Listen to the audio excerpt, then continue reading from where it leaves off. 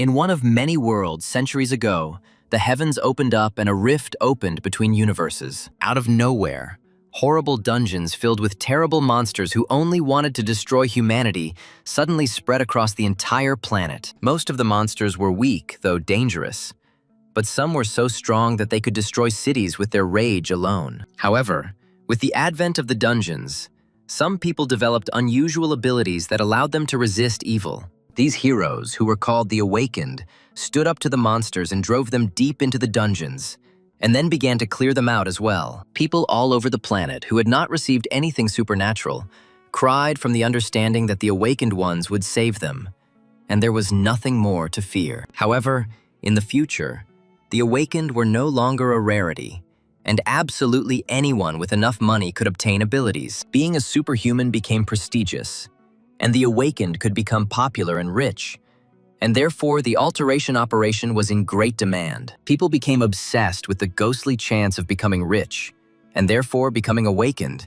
They immediately rushed to the dungeons, striving to become great as quickly as possible. The state realized that this would lead to problems, and so an official professional exam was adopted to sort out those who could truly become hunters. As a result, educational institutions emerged where the awakened were prepared for the professional exam. Finally, in contrast to state institutions, private institutions emerged, providing a much wider range of educational services. Somewhere in this world, a huge dragon-like monster tightly grabbed the stump of its arm with its second paw, looking in panic at the one who had just cut it off. With one hand in his pocket, the awakened one stood before the dragon, armed with a shining spear whose blade was sharper than obsidian. Horrified at how a human could be so strong, the dragon looked at the kind smile of the awakened one, asking if his enemy was a simple frog. Roaring in fury, the dragon swung its own tail, preparing to finish off its insolent opponent in refusal to accept its own defeat. However, the boy easily jumped up, dodging the powerful attack and with calmness in his eyes, preparing to attack himself. The dragon tried to intercept the enemy and kill him with a powerful blow of its claws, threatening to tear the enemy to pieces. But the awakened one dodged this attack with a light and lightning-fast movement, and then swung his spear, striking the dragon right in the face with amazing power. Landing quickly, the boy swung his spear again, cutting into the dragon's body, which growled in pain. In desperation, the monster began to focus dark energy into the air, intending to use it for its most powerful attack. His roar, passing through the sphere of this energy, turned into an incredibly powerful pillar of dark flame, which threatened to burn the enemy to the ground. The guy, smiling and throwing his spear over his shoulder, was ready to accept this attack, clearly not afraid of being burned, but on the contrary, was going to win this clearly unfair fight. Remembering which academy he himself was going to enroll in, the boy aimed the tip of his spear at the very center of the fiery pillar. And just a minute later, smiling contentedly, the guy moved away from the corpse of the dragon-like monster, thinking about how great it would be to study at the academy. Hearing the notification sound, the guy took out his phone and happily looked at the screen, which contained all the information about his future classes. A window popped up on the screen asking the guy if he wanted to sign up for the class, and he didn't even think about the answer and boldly pressed the positive answer button. Meanwhile, in one of the work areas, a guy named Roy, sweating from the effort, stubbornly carried out the task set before him. Being awakened from birth, the boy had more talent than others, but now he was forced to work to pay off the debts of his deceased parents. For 9 long years, he worked for a company that transported monsters killed by hunters. Wiping the floor off his face, Roy thought for the umpteenth time in a long time that only his dream of becoming a hunter himself was keeping him going. Having completed another task, Roy went to his older comrades, who suggested that he take a break and asked how his target was going. Opening a can of soda, the guy said that he was trying, but finding a cheap enough academy wasn't that easy, to which his comrades thoughtfully supported him. Roy imagined the mighty hunters who taught at the academy, and thought with a slightly sad smile how good it would be to study with them. He also thought sadly that the difference between those who graduated from the academy and the uneducated awakened was simply unimaginable. However, his sadness immediately left him when he looked at his phone screen with a smile and noted that he finally had enough money for a whole year of study. The guy, beaming with happiness, thought that he would, of course, like to go to a better institution, but he only had enough money for the cheapest academy. Suddenly, his attention was drawn to an advertisement window, which spoke of some Academy of Transcendence, which Roy had never heard of before. After pressing the button, the boy saw a video that said that this Transcendence Academy was taught by teachers who were over 10,000 years old. With a surprised look, Roy looked at the guy who was giving an interview, telling him that entering the Transcendent Academy was the best decision of his life. In the video, a whole bunch of students thanked the Academy for teaching them. And after the caption that Roy could also enroll now, the screen suddenly turned off. Staring at the switched-off screen in shock, Roy voiced the thought that this advertisement was created by some lunatic, after which he went to the Academy's website and read information about it. Surprised that the names of the teachers were the names of legendary characters and heroes, Roy pressed the button next to the name of the teacher of the basics of mastering the staff and spear, and the face of a small monkey appeared in front of him. Having hit himself in the face with his palm, the guy even laughed at the fact that some monkey started talking about the basics of wielding a spear, and introduced herself as the hero of Chinese legends Sun Wukong. However, looking up at the phone screen, the guy noticed that the activity the monkey was showing looked quite normal. Suddenly, the teacher's cartoonish appearance faded, and Roy saw the strong muscles rolling under the skin of the master's hand as he swung his staff. When Sun Wukong twirled the staff in his hands and then grabbed it with both hands, the boy saw that he now really did look like the legendary monkey god. Roy watched in amazement as the teacher slashed forward with a deft and powerful blow at the stone mountain, causing it to crumble into huge stone fragments. Looking at the screen in amazement, the guy noticed that even the fragments had crumbled into dust. And in his head, there was only one question. How did the monkey manage to hit like that? Roy jumped up from his seat, wondering if the video was CGI, but realized it wasn't, and then pointed out that even S-class hunters couldn't do that. When the video ended, the guy saw a notification asking if he wanted to sign up for the class, and after thinking about it, he agreed. However, the program showed an error, indicating that he was not in the academy, and then calculated the cost of tuition, taking into account his situation, which was $40,000, which was his entire budget. The guy narrowed his eyes in surprise, not understanding how the program could calculate everything so that the training would cost all his money. When the guy decided to take a break from his thoughts and continue working, one of his older friends asked him if he was going to enroll in the academy. While loading the guy's stretcher with the corpses of monsters, he noticed that the guy was quite happy today, which meant that his guess was most likely correct. Stepping slightly to the side, the man began using the lift to move the corpse of a particularly large monster, and heard Roy talking about a place called the Ark. The guy even offered the man to clean up the corpses of the monsters after him, to which the man laughed and made Roy promise to get him a dragon. The awakened one moved on, staring at the ground and thinking about the future while the lift worked above his head. But at the same moment as he found himself directly under the corpse of a huge monster, the chain holding him in the air suddenly snapped. The huge monster began to fall right on Roy, and he only managed to turn around at his comrade's shout when the body pressed him to the ground, causing him to lose consciousness. After a long period of treatment, Roy, lying in the hospital, with a hunted look in his eyes, talked about everything that had happened. Doctors told him that his broken leg bone, due to its super-fast regeneration, was entangled with nerves and had become necrotic. Concerned about his reputation, the owner of the company Roy worked for refused to pay compensation, saying it was not his fault. He was told that the operation to save his leg would cost all his savings, and it had to be done quickly. So the boy had no choice, and only his older friend from work, having come to visit Roy, gave him $3,000, which was all that he had left. After the operation, the guy sat in his room with his leg in a cast, thinking about how cruelly fate had treated him. Clutching the money his friend had given him in despair, Roy thought that he had nothing left at all, and that he had wasted 9 years of hellish labor. Looking into the void with a hopeless look, the guy was wondering if he had enough willpower to save up this money again, when his phone suddenly rang. Looking at the screen and picking up the phone, the boy saw notifications of advertisements from the Academy of Transcendence, telling him about a new offer for him. After clicking the notification button, Roy saw the program start calculating his membership fee, which this time was only $3,000, which surprised the guy quite a bit. Clutching the phone in his hand, the boy began to doubt, thinking that this academy was going to take all his savings. And although this was all the money he had, Roy decided that he had nothing left to lose anyway. And so he answered yes to the question of whether he wanted to join the academy. And when he did this, the program confirmed his membership.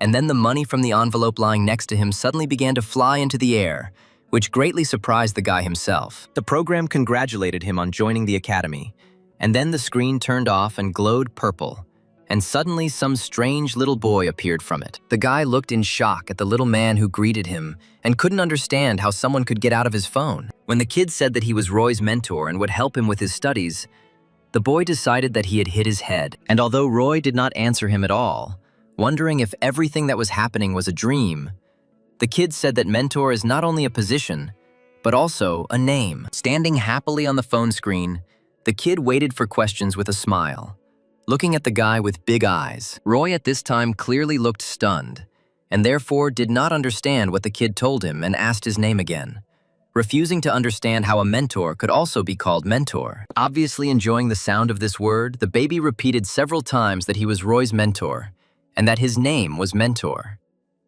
The boy suddenly thought about it and asked if the little boy was the same mentor who taught Odysseus, one of the greatest heroes of Greek mythology. The kid confirmed Roy's guess and said that Odysseus was his first student, and after becoming a transcendent, he still sometimes contacts his former teacher. After clearing his throat, Mentor began to speak seriously and explained that the Academy of Transcendence trains those who want to go beyond the limits of their race. Suddenly, raising his eyebrows in surprise, the guy asked directly if the academy wasn't a place for training hunters, which surprised Mentor. Smiling, the kid noted that hunters and transcendence cannot be compared at all, because they are on completely different levels. While the kid was pressing something on the screen, Roy tried to object and point out that S-class hunters were still very strong.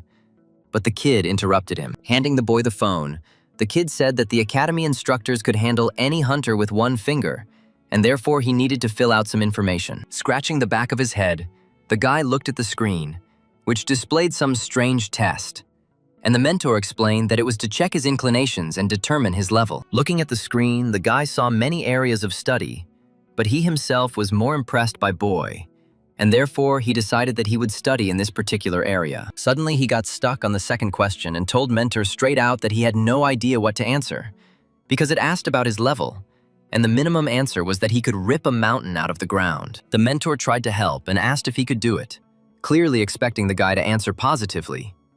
But Roy just shook his head. The kid looked shocked, because he clearly didn't expect his charge to be such a clumsy person. And while the clearly embarrassed guy was trying to figure out how to answer, Mentor was trying to understand how Roy was accepted into the academy in the first place. However, sighing and smiling, the kid noted that there was definitely no need to worry, because the academy that accepted the student would never expel him. After about an hour, Roy finally finished, and he was clearly exhausted because answering a whole 108 questions was very difficult, and Mentor boldly praised him. Having looked into the guy's phone, Mentor immediately suggested that he attend a few basic lectures later, but for now, he should look at his profile. Looking at the answers, the kid noted that if Roy preferred to use the spear, he should switch from mana cultivation to the Eastern technique of ki. Thinking that the guy, among other things, had mental problems, Mentor suggested that Roy take advantage of a lesson from a certain Siddhartha Gautama. Roy was speechless when he realized that this instructor was none other than Buddha himself,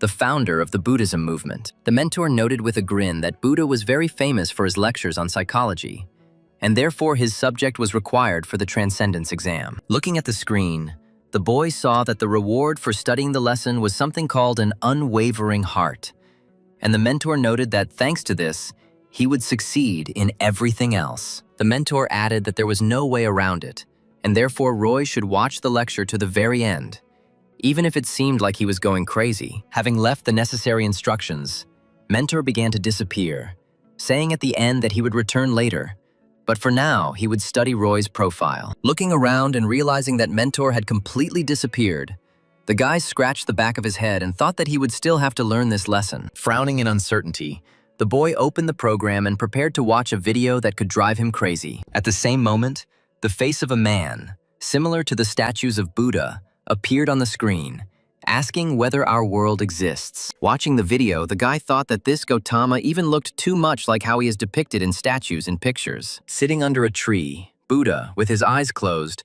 reasoned that the word I did not exist, and therefore he himself could not exist. The man crossed his legs and looked like he was full of peace, while at the same time he was wondering how something that could not be defined could exist. Roy tried to focus on Buddha's words, but found his mind straining with the difficult information to process. After listening to information that was difficult for the mind to comprehend for a long time, Roy felt completely exhausted, although he had only listened to 0.06% of the lecture. A week later, Roy felt so good that he was able to stand on both legs, and his body became stronger, which greatly surprised the doctors. The guy felt great, and at the same time he understood that Buddha's lectures had had a strong influence on his well-being. Gautama's wisdom filled his heart with peace, which increased the speed of his body's recovery, although the boy realized that listening to lectures was incredibly difficult. The guy listened to the lectures only 1.3%, but the result was already very high,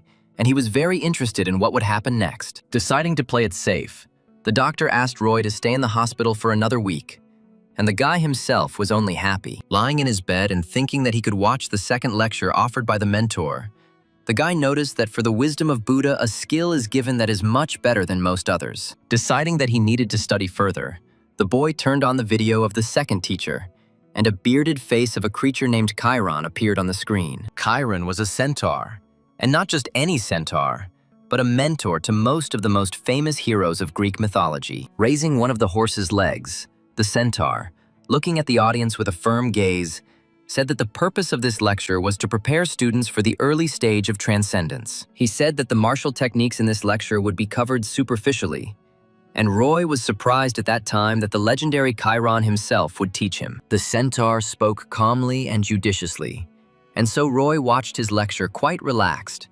But Chiron began to talk about what needed to be done first. The legendary teacher suddenly bared his teeth and ground his teeth, which surprised Roy a little.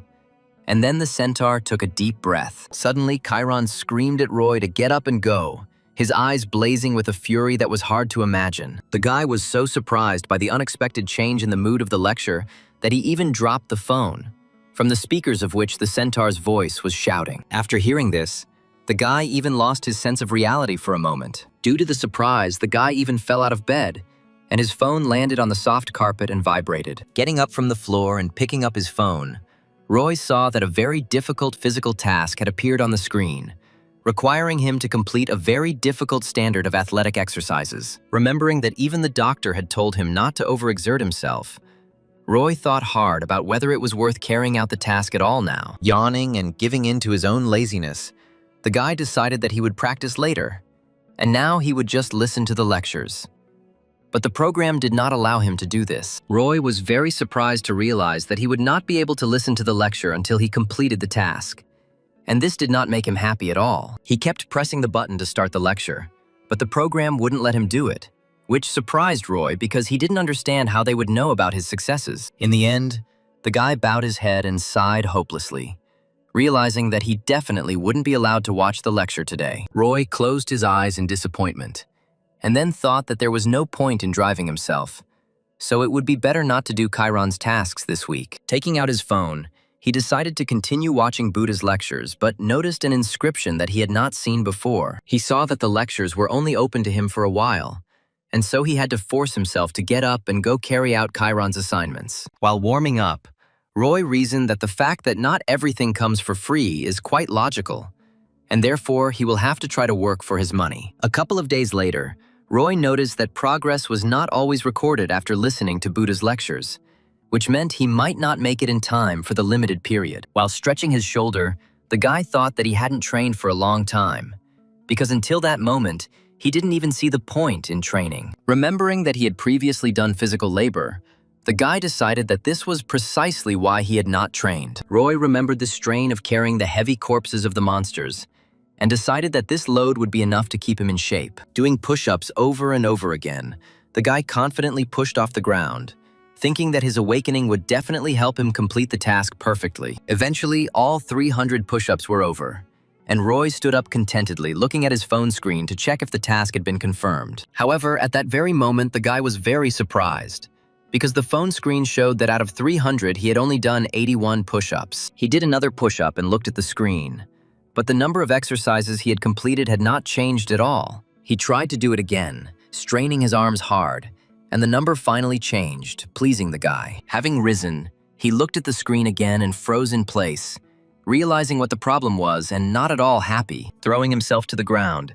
the guy continued doing push-ups, this time properly, hissing through clenched teeth that he hadn't done them perfectly before. Pulling himself up with great difficulty, the boy growled that every time he did a task even a little bit incorrectly, the completed task would no longer count. Through the pain, the guy forced himself to complete the tasks perfectly. Although, because of this, his body experienced incredible stress. Having gone outside in the morning and worked out all day, the guy finished his run in the evening, which is why his whole body ached with pain. Trying to ignore the disapproving whispers of those around him, Roy collapsed exhausted on the ground. Not understanding when he should listen to lectures, the guy nevertheless forced himself to train every day until exhaustion.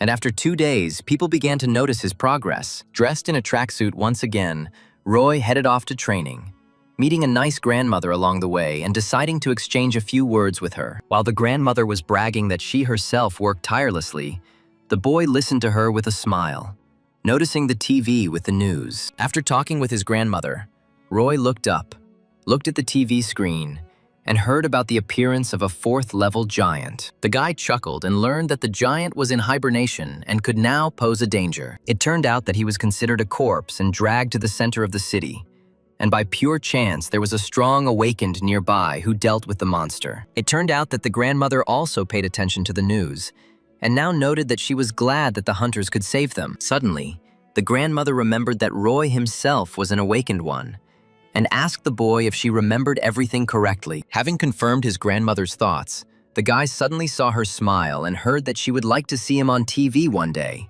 after which she shook his hand. And although he was tempted by this, the guy couldn't help but admit that he would hardly ever be shown on the news because he was not a professional hunter. Suddenly, a sullen man turned to them, also watching the news and hearing every detail of their friendly conversation. The man noted, not without malice, that times had changed, and it was incredibly difficult to become a hunter now, surprising his grandmother, who had completely failed to keep up with modern trends. Looking at Roy with displeasure, the man noted that he would hardly ever become a hunter, even if he was awakened. The man grinned sarcastically and said that he wasn't even a member of the academy, and therefore his training was absolutely in vain, and it would be better to give up. Roy thought gloomily of all the years of work he had put into becoming a professional hunter someday. Anger at the harmful man flashed in his eyes, and he was about to tell him everything he thought about him. But he didn't have time. Without giving the boy a chance to say a word, the grandmother pounced on the man with reproaches, indignant at how dare he say such nasty things to such a sweet young man. The guy angrily clenched his fists and quietly noted that this was his life, which meant he would live it only the way he wanted. To which the man angrily jumped up from his seat. He tried to put Roy in his place, saying that he had lived a long life and knew what was right. But the guy interrupted him and insisted that he should continue living his life and leave the guy alone. The impudent man suddenly lost his power of speech and looked at the angry Roy in bewilderment, thinking that he had probably gone too far. But as soon as the boy turned around and walked away, the man shouted that Roy didn't dare talk to his elders like that, while the grandmother scolded the rude old man. Roy, meanwhile, moved away, determined to move on along his life's path, not listening to those who knew nothing about him. Looking ahead gloomily, the boy thought that he would definitely become a hunter, because in just a week he had felt the incredible effect of training at the Transcendent Academy. Running kilometer after kilometer, straining every muscle in his body, the guy steadfastly moved forward, keeping in mind the thought that he would definitely reach his goal. At the same time, somewhere else, the girl who was the awakened one sighed sullenly, noting that she was very tired of being a hunter. She stood right in front of the monster that was rushing at her in a furious attack, placing her hand on the hilt of her sword and wondering why the academy she was studying at even existed. With a slight movement of her hands, the girl snatched the blade from its sheath and attacked the monster, cutting it in half without much difficulty, and not stopping to calmly reason. Standing on top of the pile of bodies of lion-like monsters, the girl put her hand on her hip and whined discontentedly, noting that the life of a hunter was incredibly boring. Finally, after 2 long weeks, the guy returned to his house, and the first thing he did was collapse into his bed, happy that he was finally home. Pressing his face into the bed, the boy noted that he had been terribly homesick during all the time he had been in the hospital and devoting himself to studying. Suddenly, Roy felt sad and thought about how exactly he had spent his time these past 2 weeks, and also how soon he would finally reach his goal. Relaxing his muscles, the boy remembered that the hunter's exam would be in a year, which meant that he had limited time to prepare, although there was a lot of it. With a heavy sigh and an equally heavy look around the apartment, the guy realized that he had absolutely no means of subsistence for this time. Having decided to distract himself from sad thoughts, the guy took out his phone and looked at the screen, remembering that he had just recently completed another task. For the first time in a long time, Roy was able to take a break from the difficult tasks and watch another lecture from Chiron, who seemed to be waiting for his new student. Hearing Chiron praise the boy for learning to walk, Roy grumbled in displeasure, thinking that his mentor considered him a child. Smiling contentedly, the centaur armed himself with his spear and noted that it was time to start taking the first steps in that case. Chiron stretched his neck and looked seriously from the screen straight into Roy's eyes and said that it was time for the boy to understand how feelings worked. The next day, having completed 5.7% of the lecture, Roy made it to his desk where his boss scolded him for taking too long a break. Roy cast a disgruntled glance at his departing boss and noted that, although he had not paid compensation, the man clearly felt a little guilty. Sitting in the pose of a thinker in the restroom, Roy thought about how he would manage to combine work and study. Straining all his brain, the guy tried to figure out how to get out of the situation, because if he didn't complete the tasks, he wouldn't be able to listen to Chiron's lectures. After thinking about it, the guy couldn't even remember what Chiron had said in the last lecture. But he definitely remembered something about feelings when his older friend entered the room. Roy began to remember Chiron giving basic information about the 5 basic human senses as the man approached the boy from behind. Chiron explained that first a person perceives a stimulus, then recognizes it, and then draws conclusions. But this takes too long, and therefore he will teach Roy new skills. Looking sternly into the guy's eyes, Chiron tells a story about something that is different from these 5 senses, although it is a continuation of them, and that is hidden inside every person. Roy remembered that the centaur had told him about the 6th sense, which turned out to be intuition, and which would help a person overcome his basic capabilities. The man who came up from behind tried to butt his friend in the shoulder with his hand in a friendly manner and back up the gesture with a good joke, but Roy, unexpectedly even for himself, dodged. Roy rose from his seat, and his older comrade asked in amazement if his young friend had grown eyes in the back of his head. With the situation forgotten in the friendly atmosphere, the friends returned to work, and the man frowned when Roy asked to load him with more. Roy, who had been training for a long time, asked his friend not to worry and to boldly give him even more weight, although the man was afraid that the recently sick guy would suddenly overexert himself. Surprised by his own new strength,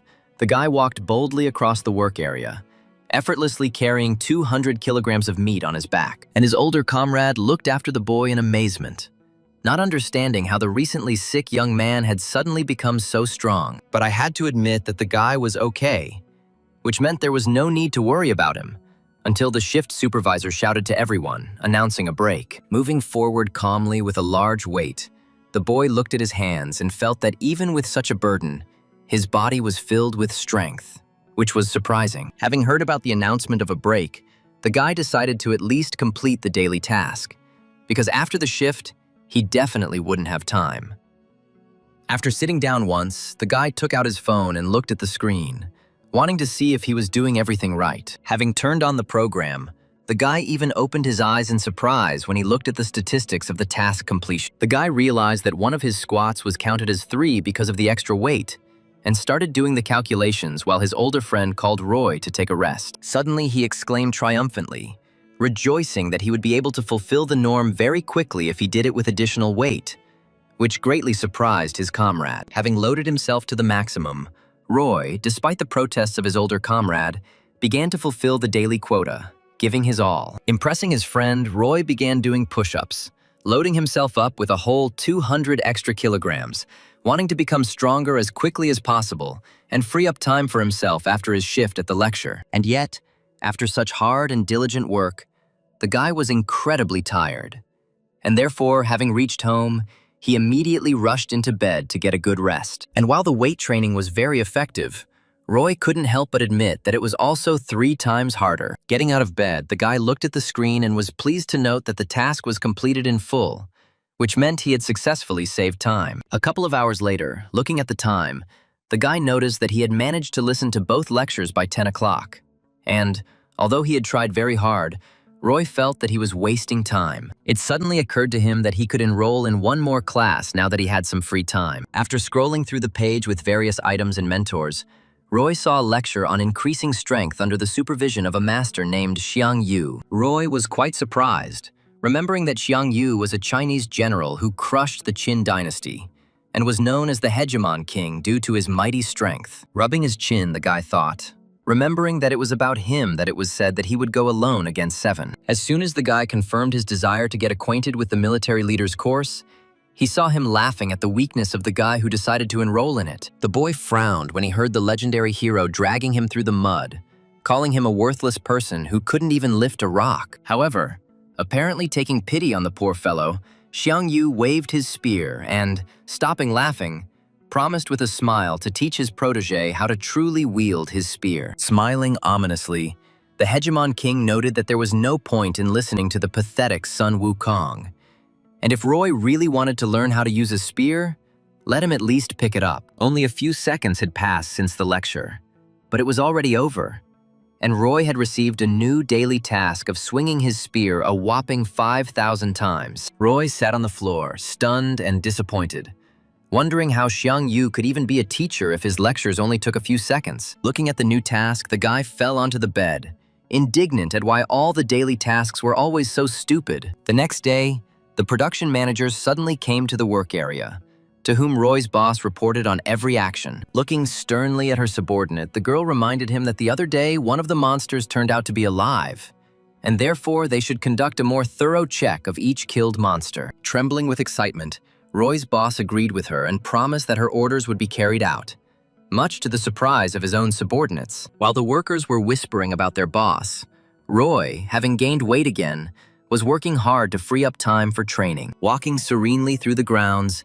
the boy heard the whispers of his colleagues, saying that their manager seemed to be named Aura Bauer from a famous family. The guy remembered that it was from this family that the most famous hunter-swordsman in history came. Roy remembered being told that in the very first days of the monster's appearance, the monsters roamed the cities unhindered, killing everyone in their path. And it was Guy Bauer, being one of the very first awakened, who stood up against the monsters, protecting everyone he could find. He turned out to be the one who gave humanity hope for salvation and did not allow human civilization to disappear, and therefore was known throughout the world. And although much time has passed since then, and Guy has grown old, the hero still remained a true professional, always ready to compete with anyone. The guy thought about the person who had come to his work area today, and then sighed. And then he boldly continued to walk with a huge weight, doing a squat and a step for the 40th time and significantly surprising Aura, who was passing by. The girl gave Roy an appraising look and asked the facility manager who the guy was,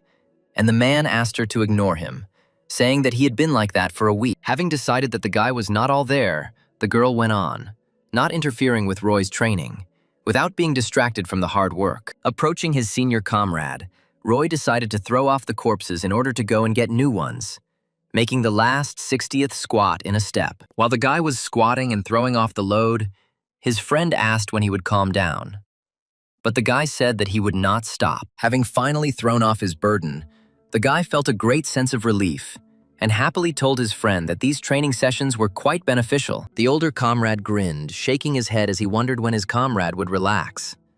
But he knew that it was unlikely to happen. At the same moment, one whole corpse behind the man suddenly twitched, which he was unable to notice. However, Roy was able to, and cast a worried glance at his comrade, who could now be in great danger. Suddenly, although wounded and with several severed limbs, the huge lion-like monster soared into the sky, drenching the two friends with the wind from the flapping of its mighty wings. With its mouth wide open and a terrifying roar, the monster rushed at the man standing nearby, intending to tear him to pieces. Seeing this, Roy screamed his friend's name in panic, trying to warn him of the danger. Meanwhile, Aura Bauer was finally able to relax a little and sighed, catching her breath after a long inspection of her facility. Leaning her back against the vertical beam, The girl indignantly noted that this facility manager was too clingy and had completely gotten on her nerves. Looking gloomily at the object, the girl thought about how much longer she would have to endure this work. While one of the workers glanced at her from the side, suddenly the girl heard the much-hated nickname of the great swordsman's granddaughter from the lips of the whispering workers near her. The girl closed her eyes indignantly and listened to the workers discussing her person with unpleasant meticulousness.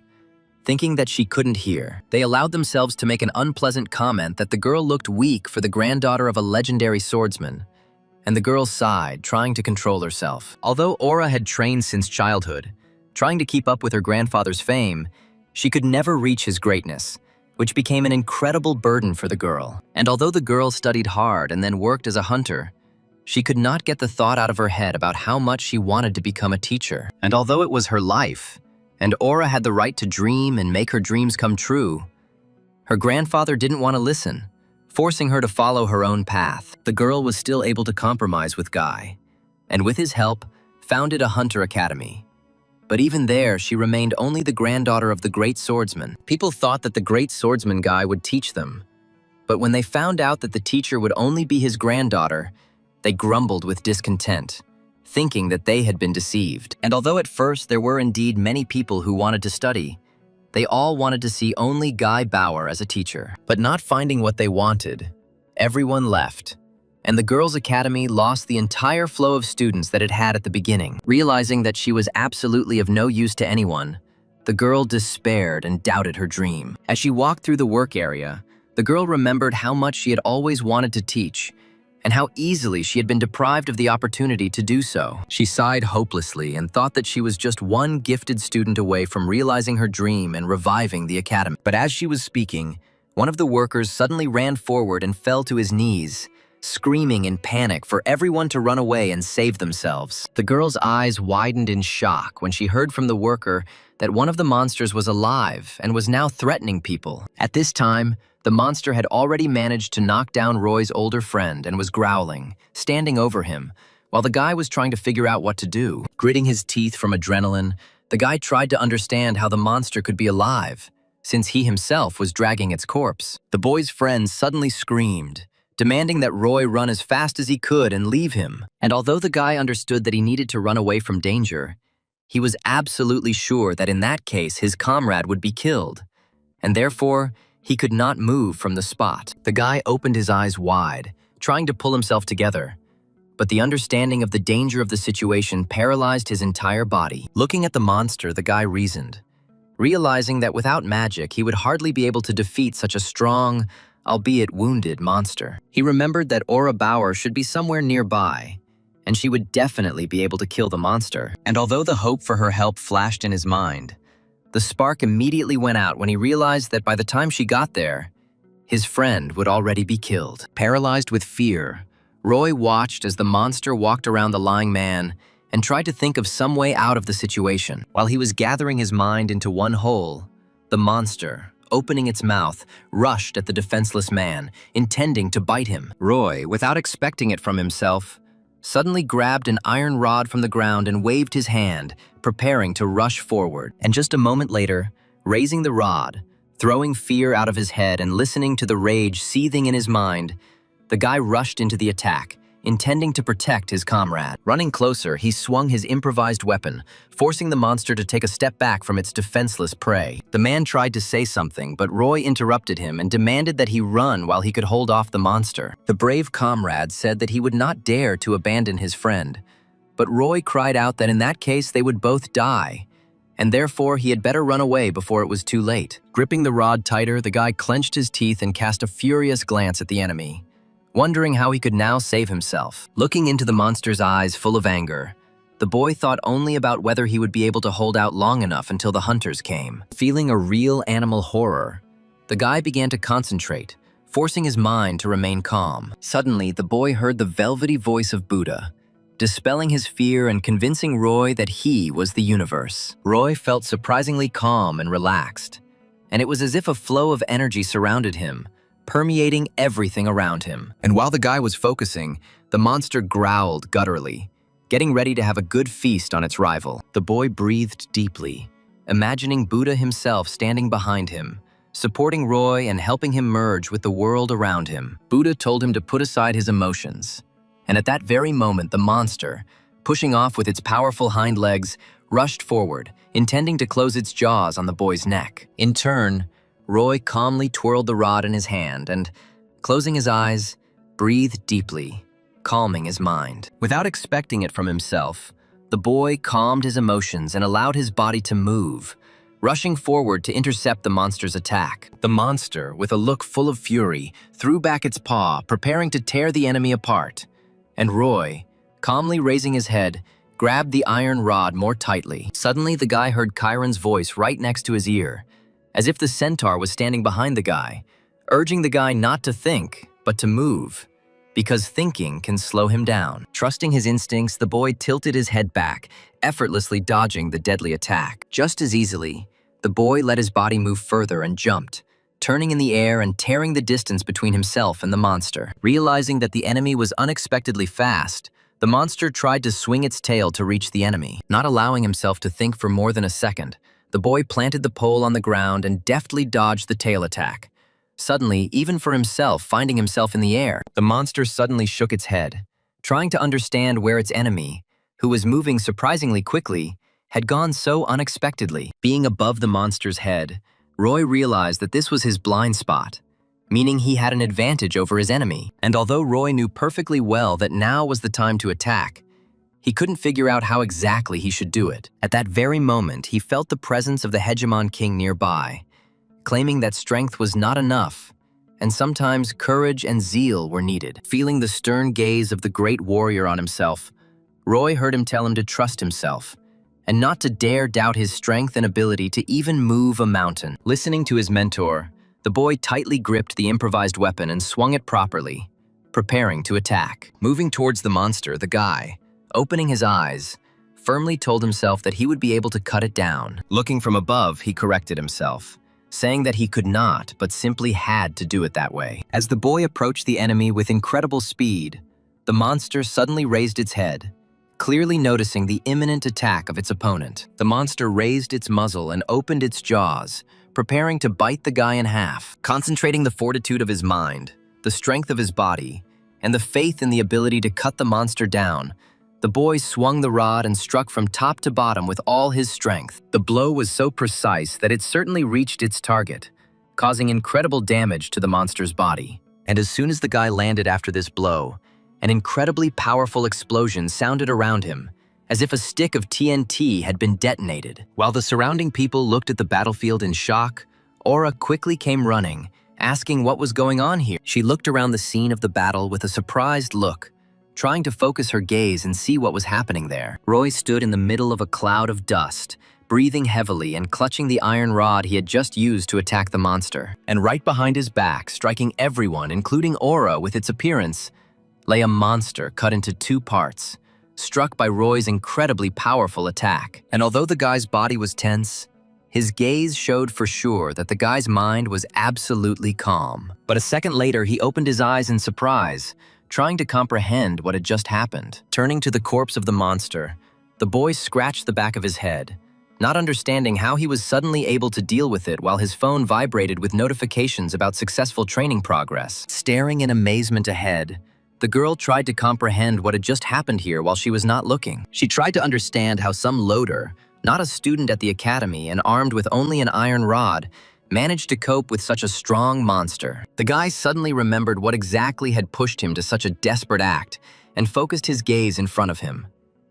Still clutching the weapon in his hand, the boy quickly walked past Aura to his older comrade, worried about his condition. While the girl looked at him in surprise, Roy excitedly asked his friend how he was feeling, but he just waved it off. And although Roy desperately insisted that his friend visit the hospital, the workers embraced him in a friendly hug and began congratulating him on his major victory. Still not taking her eyes off the guy, the girl thought for a moment, then sighed and said that it seemed like he could become her best student. When the shift ended, the boss made the workers promise to keep quiet about what happened, and Roy convinced his friend to visit the hospital, intending to get home as quickly as possible. Walking towards the house, the guy took out his phone and looked at the screen, raising his eyebrows in surprise. Seeing that the progress of all 3 lectures had increased, The boy thoughtfully noted that this was probably because he had used the knowledge and defeated the monster. The guy realized that practice would help him increase his learning progress and absorb all the information as best as possible.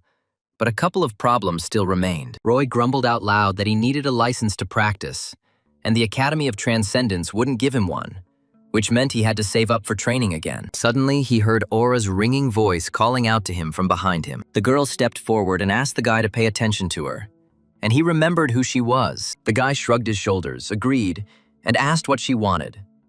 And the girl spoke seriously, suggesting that they get straight to the point. Taking a step forward, she seriously asked if Roy would like to meet her grandfather, the great swordsman. The guy didn't even think about it and shrugged his shoulders again, indifferently noting that he wasn't interested in it at all. The girl had already agreed to introduce them, but after a couple of seconds, the meaning of his words reached her, and she opened her eyes in shock, watching as the guy walked away. The girl introduced herself properly and laid out her real proposal to the guy, wanting Roy to join her academy. However, Roy, after some reflection, sternly noted that there was not a single student in her academy, and therefore it was an academy only on paper. The girl looked at the guy in shock as he was about to leave and tried to convince him that they had everything they needed to train him, although the guy was not interested. In the end, the girl even compromised her principles and offered to persuade her grandfather to teach him. However, Roy, again indifferently shrugging his shoulders, again told the girl that he was not at all interested in meeting the great swordsman. The girl tried to think of at least one way to detain the guy and convince him to go with her, and therefore reminded him that he would also have to pass a written exam. Roy shook his head at this too.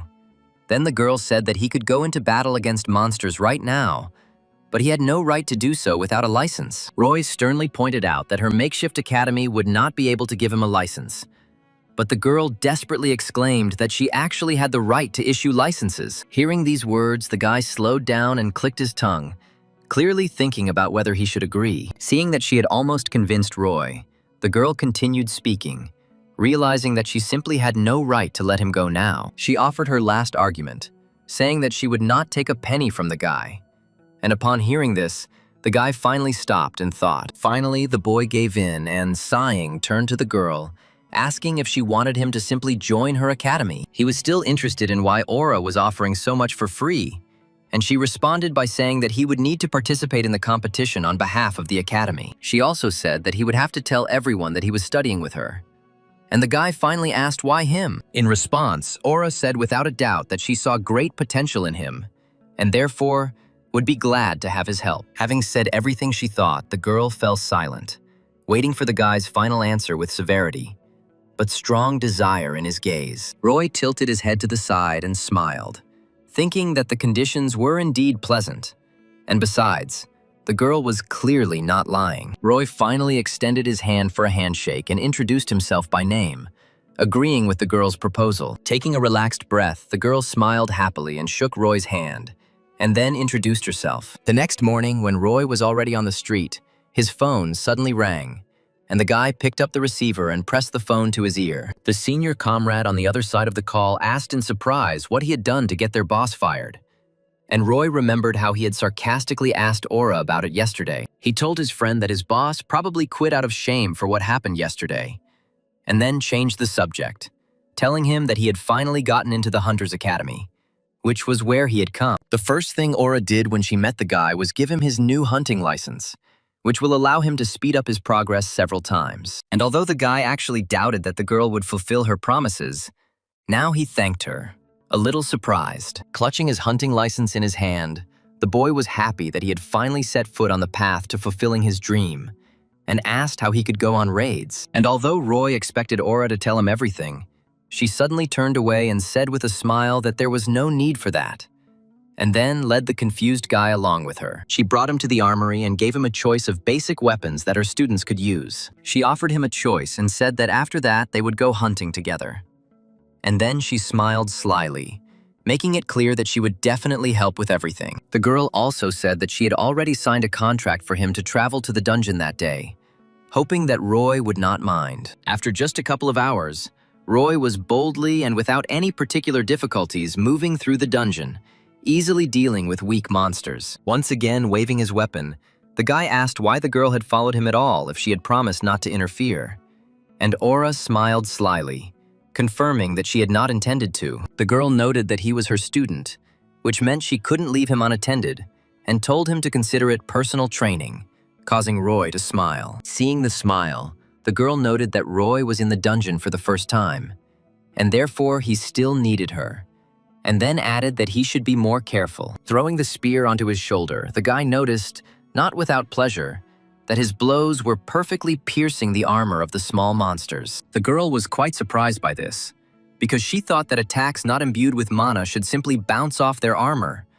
But for some reason, Roy was able to attack them. At one point, his intuition made the guy duck from the unexpected attack of the kobold, and the girl screamed in panic, asking the guy to be careful. The monster managed to throw a frightened glance at the guy when he swung his spear, preparing to make a powerful attack on the monster. With a light movement, he attacked the monster, knocking it off its feet with one blow, and even wondering how his attack still managed to penetrate the kobold's armor. After defeating another monster, the guy looked at the phone screen and, not without a smile, noted that the progress of studying the lectures was slowly growing.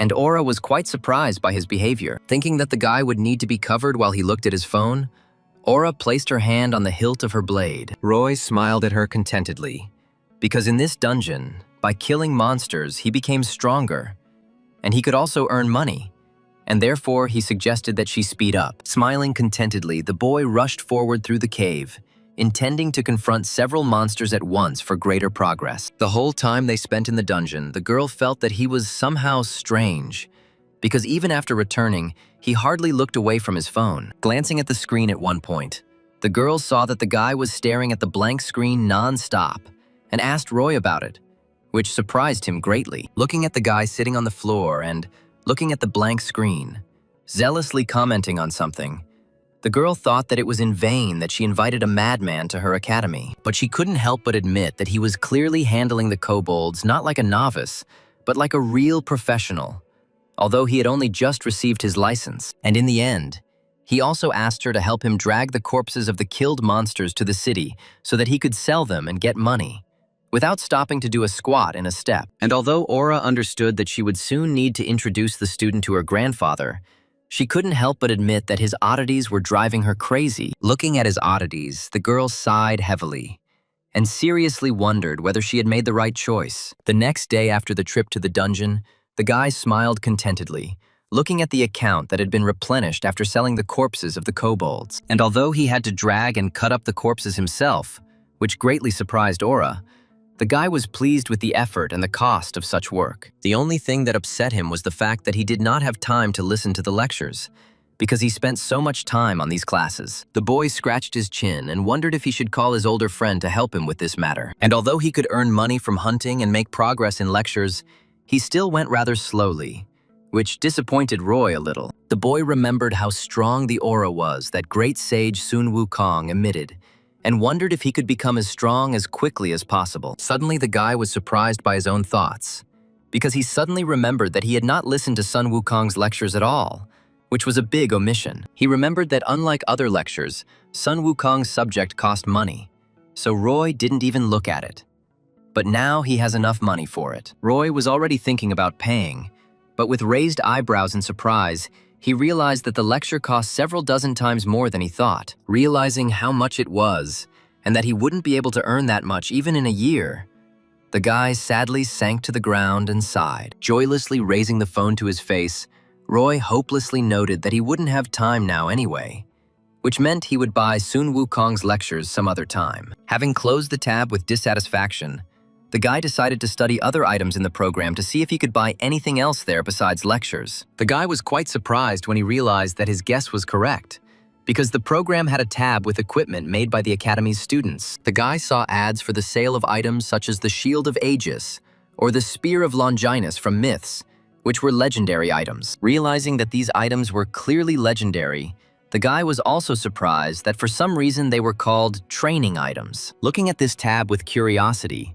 the boy realized that these items were also made by students, which meant those who had already become transcendents. Thinking that he would at least have enough money for a weapon, the guy began to scroll more actively, intending to buy something useful for himself. The next day, when Aura arrived at the academy, she found Roy already training. She noticed that for some reason he was moving even more actively than usual, and, noting this out loud, asked what had happened that he had become so energetic. It turned out that although Roy had expected the price for the replica spear of Longinus to be incredibly high, he clearly didn't think it would cost a whole 100 million. And so he was furious. Roy realized that once again it all came down to money, and he sniffed sadly, wondering if he would ever be able to save up for Sun Wukong's lecture. Seeing that the guy looked very upset, the girl smiled encouragingly and asked him if he could spare her a minute. When he turned around, the girl told Roy that the Academy tournament would be held very soon. And although the guy had heard about this before, he didn't know the details, and so he asked Aura to tell him more, which she did. Handing him a paper with the regulations and rules for the tournament, Aura also noted that the level of the Academy was assessed at such a tournament. She said that their Academy is currently at the lowest level, level 4, but if he shows success in the tournament, he will be able to raise their level and get more awards. Raising her index finger, she also mentioned that the state supports higher-level academies more readily, which means he will be able to earn more money. The guy was about to express a guess about why she was telling him this, but Aura interrupted him and, smiling slyly, confirmed his unspoken assumption. Smiling contentedly, she said that she wanted Roy to represent their academy in the upcoming tournament so that they could increase their level. The guy thought for a moment, wondering whether participating in the tournament would affect his progress in the lectures, and whether he would be able to become stronger in that case. Shrugging his shoulders, Roy decided that any fight would be excellent practice, so he should take part, and he smiled at the girl, agreeing. For some reason, his answer surprised Aura, but he noted that they had agreed on this from the beginning, and therefore asked to tell him how exactly the tournaments were held. Touching her chin and thinking, the girl noted that usually the details were kept secret until the very beginning of the exam. But usually you need to get a lot of points for raids and duels. Picking up his spear, Roy thought seriously about the fact that he had only fought monsters before, and only one of them was really strong, and therefore he had little experience. Crossing his arms over his chest and sighing a little sadly, the guy realized that he hadn't trained with people at all. And so, he thought about who could help him with this. He suddenly turned to Aura, who was standing behind him with a curious look, and seriously considered her candidacy for a sparring partner. He chuckled slyly and asked if the girl would chicken out.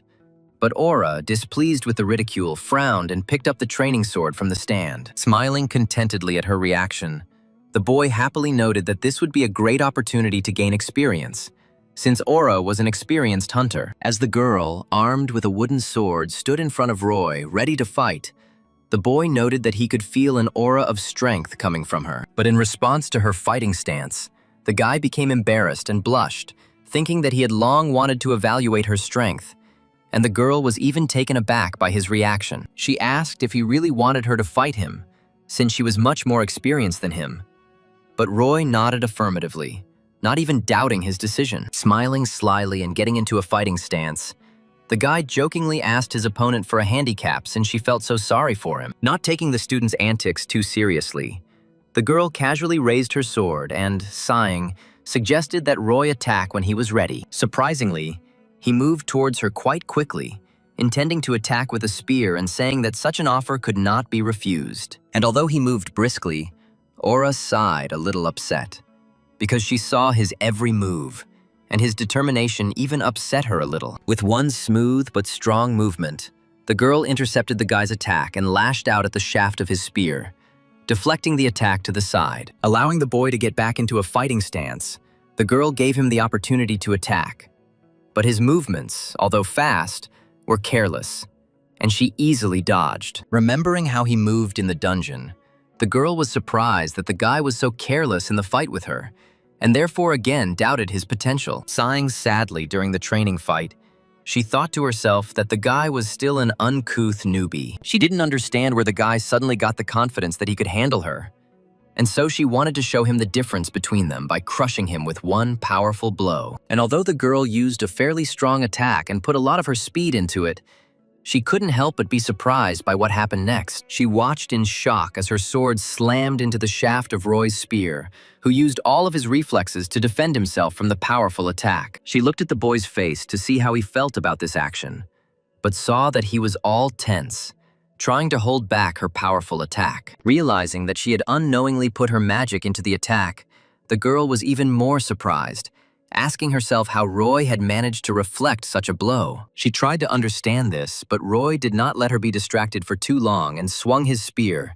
intending to hit the girl in the face with the shaft, but she managed to defend herself. With a swing of her wooden blade, the girl pushed the guy's weapon away, and he slid to the side, trying to stay standing on both of his feet. Having managed to break the distance, the girl straightened up, trying to understand what was wrong with this guy if he, being an absolute newbie, managed to surprise her. Scratching his nose with his fist, the boy noted out loud with a smile that he was also going to fight her seriously since she was using such powerful attacks. Wiping the bruise on his lip, the guy rushed forward to attack, intending to continue the sparring that was so interesting to him. Aura noted, not without surprise, that his movements had become much clearer and more precise, and therefore she began to dodge and defend herself much more often. Re-intercepting his spear for another maneuver, the guy assessed the girl's defense, and she, looking into his eyes, saw cold calculation in them. In turn, Roy, fighting with the girl, heard the voice of one of his teachers,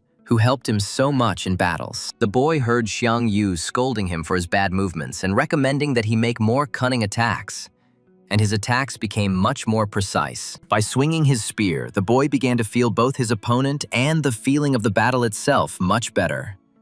And all thanks to the hegemon king. Xiang Yu spoke irritably, as if right next to the boy's ear, irritably noting that any obvious attacks from Roy would be followed by obvious blocks. Roy listened to every hint from his ghostly mentor and fought persistently, forcing Aura to block his very strong blows. Xiang Yu insisted that Roy make lunge after lunge, forcing his opponent to defend until he could get a chance to attack in earnest. At one point, Aura lost her balance under the pressure of a particularly strong attack and began to fall on her back.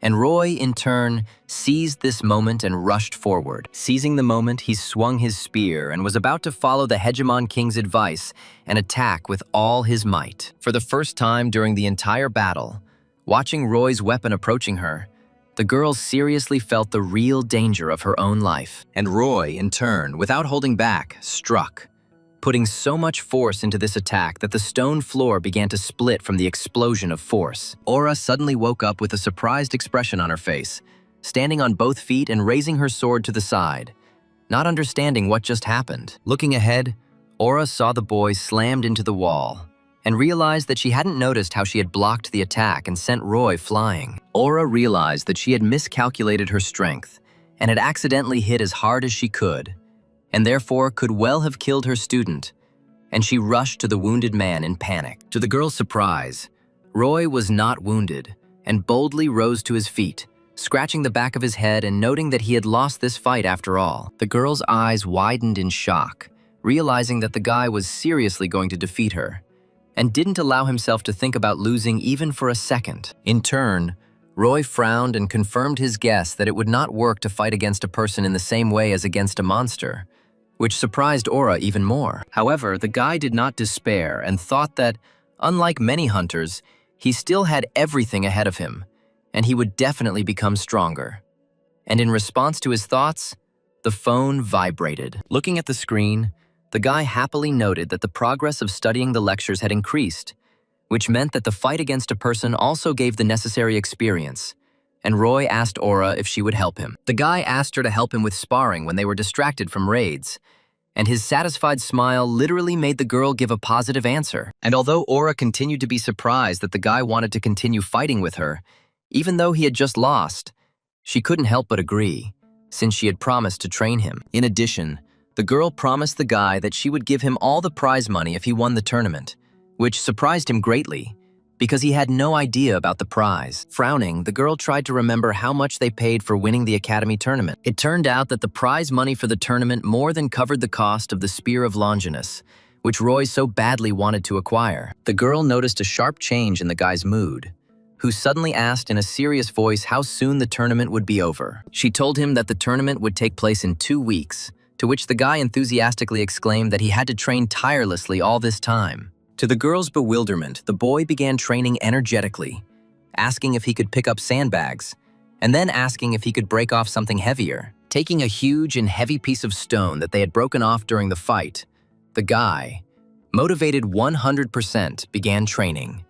and the girl was speechless. Once again, thinking that her student was crazy, Aura indifferently pointed to the sandbags in the corner of the training hall and asked him to use them. 2 weeks later, a young man wearing glasses and carrying a training bag on his back arrived at the venue of the academy tournament. Noticing that a really large crowd of spectators had come to the tournament, the guy looked around, trying to figure out where to go. Looking around the crowds of people, the guy was talking about how many people had become awakened recently, giving the impression of being a big, conceited person. Remembering that he needed to hurry, the guy moved towards the man who was a worker and, introducing himself as a participant, asked where he should go. He finally got to the waiting room, where he saw a bunch of awakened from different academies, and the guy's confidence began to slowly melt away. Seeing the very strong young men who were to become his rivals, the guy became so excited that he couldn't even move. Looking over the participants, he noticed that they had very good equipment, and, judging by everything,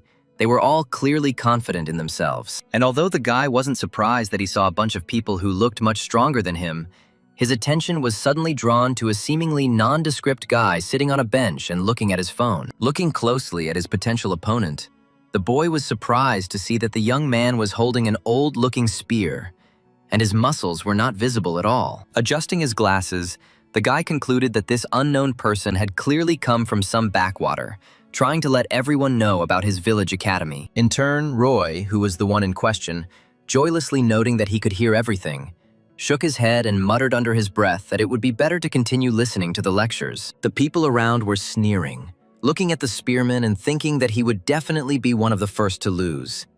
And the guy with glasses frowned, feeling that something was wrong. Thinking that Roy was as shy as the boy himself, he assumed that they would definitely become friends, which could not but please him. And although Roy didn't understand why the bespectacled boy was looking at him with such enthusiasm, the boy clearly thought that Roy was looking at his phone only so that he wouldn't be pestered. Eventually, the boy approached Roy and, slightly hesitantly, said hello, distracting the spearman from listening to the lectures. Scratching the top of his head, the bespectacled man introduced himself as Fred and tried to somehow start a conversation with his new acquaintance. Roy shrugged without much enthusiasm and introduced himself, although he didn't understand why anyone would talk to him at all. Fred asked to sit next to him, to which Roy also half-heartedly agreed, although he thought to himself that the boy looked younger than the usual participant. Noticing a conflict brewing on the other side of the break room, Fred pointed his finger there and introduced Roy to a certain Mike, who was a student at one of the most famous academies. Pointing to his weapon,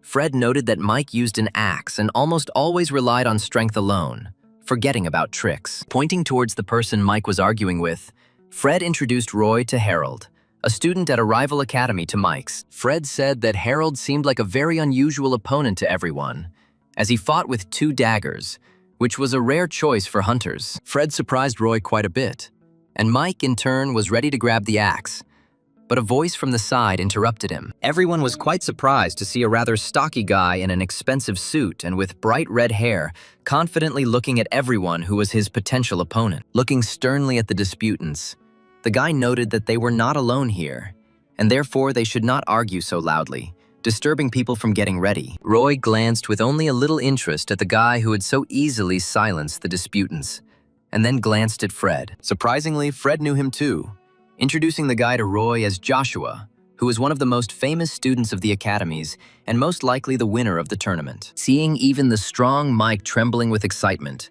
Roy asked again why Fred considered him the winner, to which he noted that he was simply the strongest. To point out how much stronger Joshua was than the other students, Fred noted that he was even invited to the academy by the great swordsman's granddaughter, whom Roy recognized as Aura. Fred noted that he didn't know why, but Joshua refused the offer.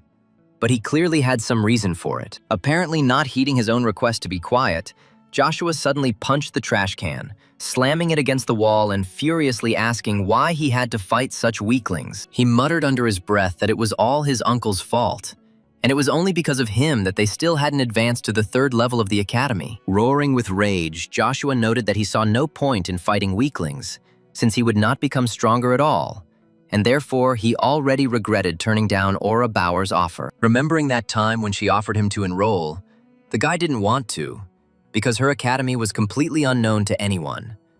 But now he understood that he could simply use her. Suddenly, something unusual caught his attention, And, distracted from his gloomy thoughts, the guy turned to the side. He saw that some strange, rather frail guy, armed with some old spear, was looking at him with a rather stern look. He thought Roy was some kind of plebeian, and therefore decided that the academies were in really bad shape, since even such mediocrities were given the opportunity to participate. And although Joshua gave Roy a hard look, the guy was only thinking about how much money he could get for a fight with him, when suddenly an announcement was heard about the imminent start of the tournament. Fred excitedly noted that it was probably about to start, and Roy silently stood up from his seat, getting ready for the heavy workload that was about to begin. Remembering that he had been increasing his progress for 2 whole weeks during the lectures of Chiron and the Hegemon King, the guy twirled the spear in his hand and moved towards the entrance to the tournament territory. Looking at his hand, Roy thought that he didn't feel much of a change.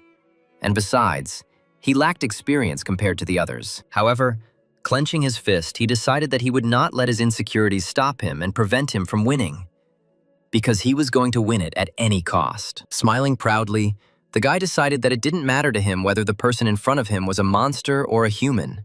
He would defeat anyone, and would definitely buy himself the Spear of Longinus. And although Roy was ready for battle, he suddenly found himself in the middle of strange forks, hearing from the speakers an announcement about the start of the race in the maze. Meanwhile, whole crowds of people sat in the stands and looked at the screen, joyfully shouting in anticipation of the spectacle. A skinny guy with a camera called one of the spectators over to him, shouting that he had taken his friend's place. Walking towards a friend, the man unexpectedly bumped into an unfamiliar girl with his shoulder and accidentally pushed her. Replacing his shout at his friend with an apologetic tone, the man asked the girl, who was covering herself with her cap, for forgiveness. Sitting down in his place, he looked at the stranger with curiosity and noticed that she seemed familiar to him, but he could not remember who it was. His friend began to tell about how the tournament had just begun, and the participants found themselves in a labyrinth from which they had to get out without attacking other participants. Looking at the huge screen,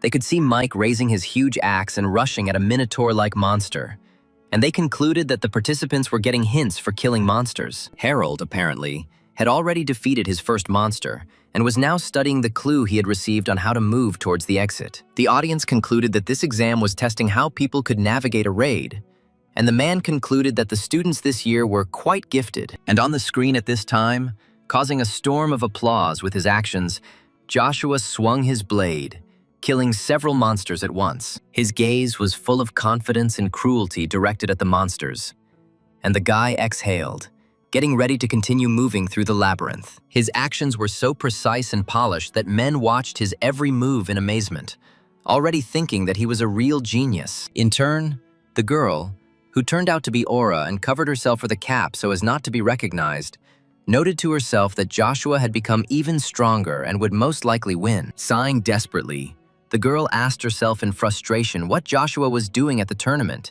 since he always considered them a waste of time. Realizing that she was attracting attention with her indignation, the girl turned away from the man, who looked at her doubtfully, trying to remember who she was. Meanwhile, Roy was hitting the wall with his spear, trying to see if he could break through it.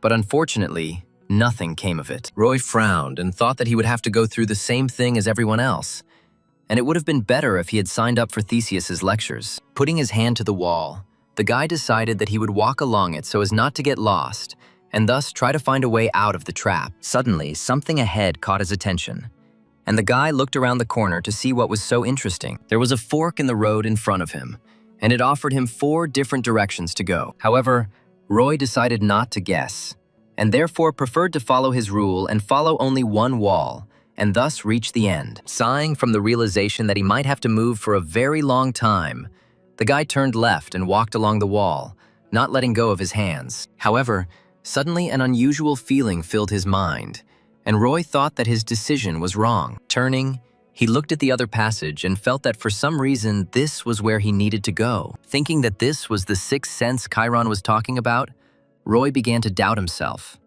but decided that he had to trust himself and moved forward. He was afraid that following a proven method would be much more logical, but he could not force himself to go against his own feelings. Scratching the back of his head, he decided to move on, trying to listen to his own intuition. Walking further, Roy felt another strange sensation, which for some reason made him feel uncomfortable. He suddenly heard that one of the participants had dropped out of the competition, and this information seemed very curious to the guy. Frowning, the boy thought about how the other participants were constantly fighting monsters, but for some reason he himself had not yet met a single one. Suddenly it dawned on him that his intuition was not just telling him how to get to the exit, but was also helping him avoid monsters. He thought that if he could sense situations like this with a 30% chance, then with a 100% chance he could possibly see the future. However, the joy of anticipation of the power he could wield was marred when Roy heard Fred's voice behind him, asking him to be quiet. Looking around in confusion, Fred noticed that Roy was walking so confidently, as if he knew where to go and where the exit was. Roy said that he was just going at random, to which Fred indignantly exclaimed that this was not right, and he knew how to move correctly through the mazes, and therefore now he would lead. Fred smugly placed his hand on the wall and pointed out that they should always move along one wall, to which Roy noted with displeasure that it was too long. Fred gloomily and upsetly noted that, walking at random, it was easy to get lost, to which Roy indifferently suggested that they split up. He asked why Fred had even tagged along with the spearman, to which the bespectacled man enthusiastically exclaimed that he considered Roy his brother in misfortune. Roy asked again, not understanding, and Fred noted that he had not come from the academy, but on his own, and therefore decided that his new friend was the same. Roy finally understood why Fred had approached him in the first place, and then heard the boys say that weaklings were better off sticking together, which greatly surprised the spearman. The guy scratched his head in shock and thought about how it could have happened that he looked like a weakling in the eyes of others. Fred suddenly distracted Roy and said that since he was also alone, he would make an exception and show him something very cute. And taking out his phone, he showed a photo of his sister, which scared Roy a little. Having said that his little sister was really very sweet, the guy turned around abruptly and walked away, saying that he regretted this meeting. But Fred did not leave him alone. Roy tried to get rid of the guy, but Fred kept whining about how they should stick together, and it would be easier for them to get through the maze. Roy finally sighed, and Fred timidly noted that it really was much safer together, which aroused Roy's pity. Roy sighed and pointed out that Fred kept talking about being all alone, then asked if his family had come to support him. Quite calmly, although a little sadly, the guy noted that his parents had died, and he had no one except his sister, which greatly surprised Roy. He remembered how he himself was left completely alone, and how hard it was for him to survive in this cruel world alone. Frowning, the boy gripped the shaft of his spear and sighed heavily, beginning to think again. Fred thought that he had put his new friend in an awkward position, and so he tried to make excuses and point out that his little sister was too young for such events. Finally, Roy sighed again and said that Fred was right, and that they really were brothers in misfortune. Smiling at his comrade, the boy grabbed the spear more comfortably and,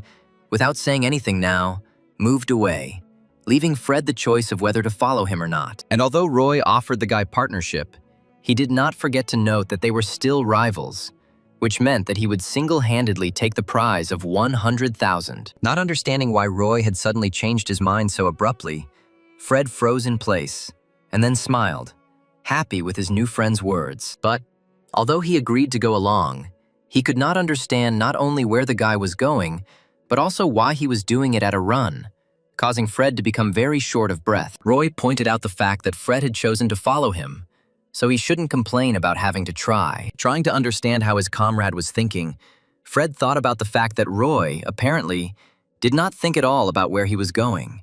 And yet, they still had not met a single monster. He even allowed himself to assume that Roy knew where he was going, although this seemed impossible to the guy. Suddenly, Roy's intuition seemed to fail, and he found himself at a dead end, while Fred was finally able to stop and catch his breath. However, despite Fred's questions, Roy refused to believe that his intuition had failed him, and so he looked at the wall in front of him and touched it with his hand, sensing a catch. To Fred's surprise, who actually thought the wall was a dead end, Roy pushed the door forward with one simple movement, not understanding how the wall could deceive anyone at all. In turn, Fred stared in front of him in amazement, trying to understand how smart Roy was if he could figure out the secret of this door so easily. Welcome, music and confetti began to fly around, and congratulations on winning the challenge, and the information that Roy had broken the record came from the speakers. The people around him weren't paying any attention to Roy, so it was an incredible shock to them that someone had already managed to get out of the maze,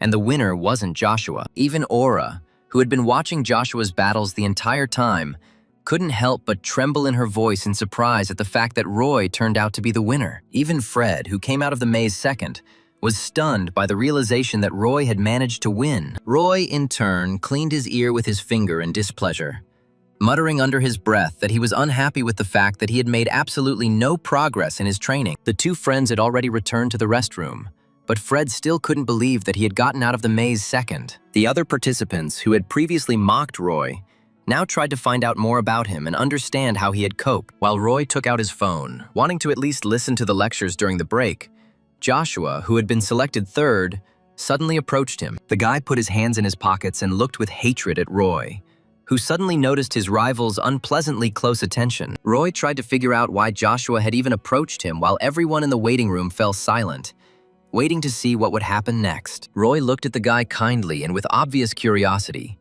waiting to hear what exactly the talented awakened one wanted to tell him. However, Joshua remained silent, frowning at Roy and trying to gauge his strength. Suddenly, he turned away and walked away, grinning and saying out loud that Roy seemed even too weak to him. Seeing the reaction of the most popular student, the other participants also looked at Roy with disapproval, thinking that he was probably just lucky. Shrugging his shoulders and trying not to listen to other people's ridicule, Roy turned the phone back on and decided to continue listening to the lectures when a worker suddenly entered the room. Roy raised his head and the man began to speak, announcing what would await the participants in the next stage. Roy heard that in the next stage, the participants would fight one-on-one, but they would be prohibited from enhancing their attacks with mana. The man noted that the judges would monitor the progress of the fight and stop it if one of the participants was unable to fight, and then added that there would be 16 fights. Roy scratched his nose and tried to guess who he would be sparring with, but suddenly his attention was drawn to one of the participants wanting to ask a question. Much to Roy's surprise,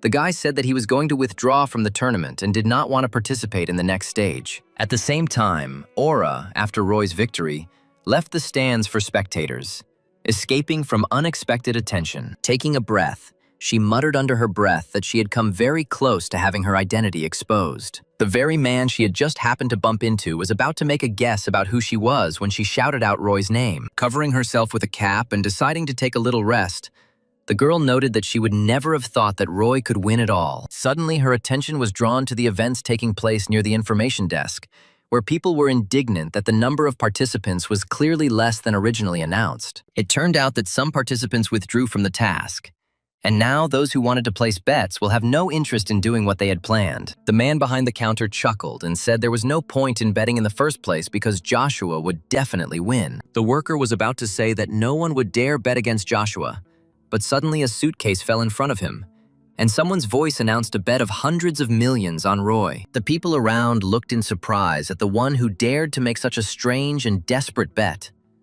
But the man was wrapped in a cloak. The men began to complain that the guy had just been lucky in the first test, and now he would definitely lose because he came from an unknown academy, and Aura was watching everything from around the corner. The stranger in the cloak radiated an aura of unconditional confidence, although his face was not even visible. At the same time, Roy, throwing his spear over his shoulder and sadly noting that many people had refused to participate, said with disappointment that now the tournament would be much more boring. He tried to analyze how it happened that so many participants were simply afraid to continue participating in the tournament. When he heard one of the participants want to leave, he couldn't understand the meaning, but Fred told his friend that this was not uncommon at level 4 tournaments. It turned out that the students were simply afraid of Joshua, believing that he could ignore the rules and simply cripple his opponent, depriving him of a future among the hunters.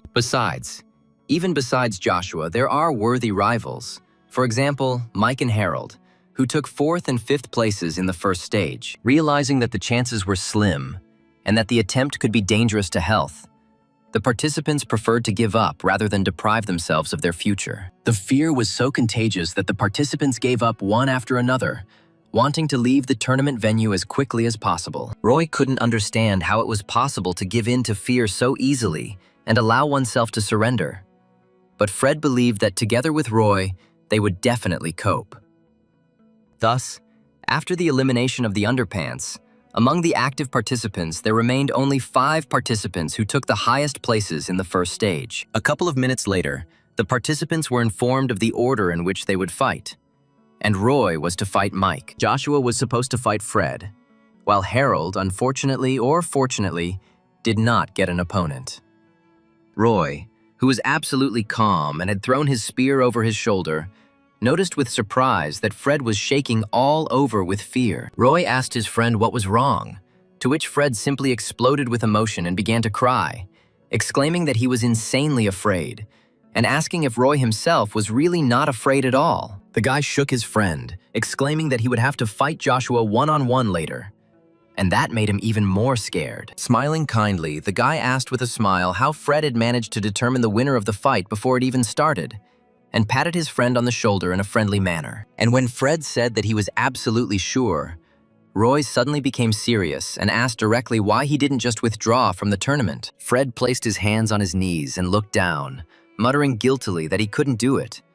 But he didn't have time to explain because Roy and Mike were called out. After squeezing the spear in his hand a couple of times, the guy stood up and said that Fred should fight with all his strength, since he was going to fight anyway, because he could win. As he moved towards the exit, Fred suddenly grabbed his friend's hand, causing him to look confused. Turning to his comrade, Roy looked at him in surprise, asking a silent question, and Fred, stumbling, tried to find what to say. Finally, he asked in a trembling voice if Roy was worried, because he really couldn't understand how this was possible. Roy grinned proudly and said that he wasn't afraid at all and was only concerned about how much he would get for winning this tournament, and how much experience he would get for the fight. Freeing his hand from the grip of a surprised Fred, Roy moved towards the exit, thinking only about how nice it would be to receive a whole 100,000. As he entered the arena, the boy heard the host introduce him, intriguing the audience and mentioning that Roy had broken the record for completing the maze. Smiling at the spectators who were shouting his name,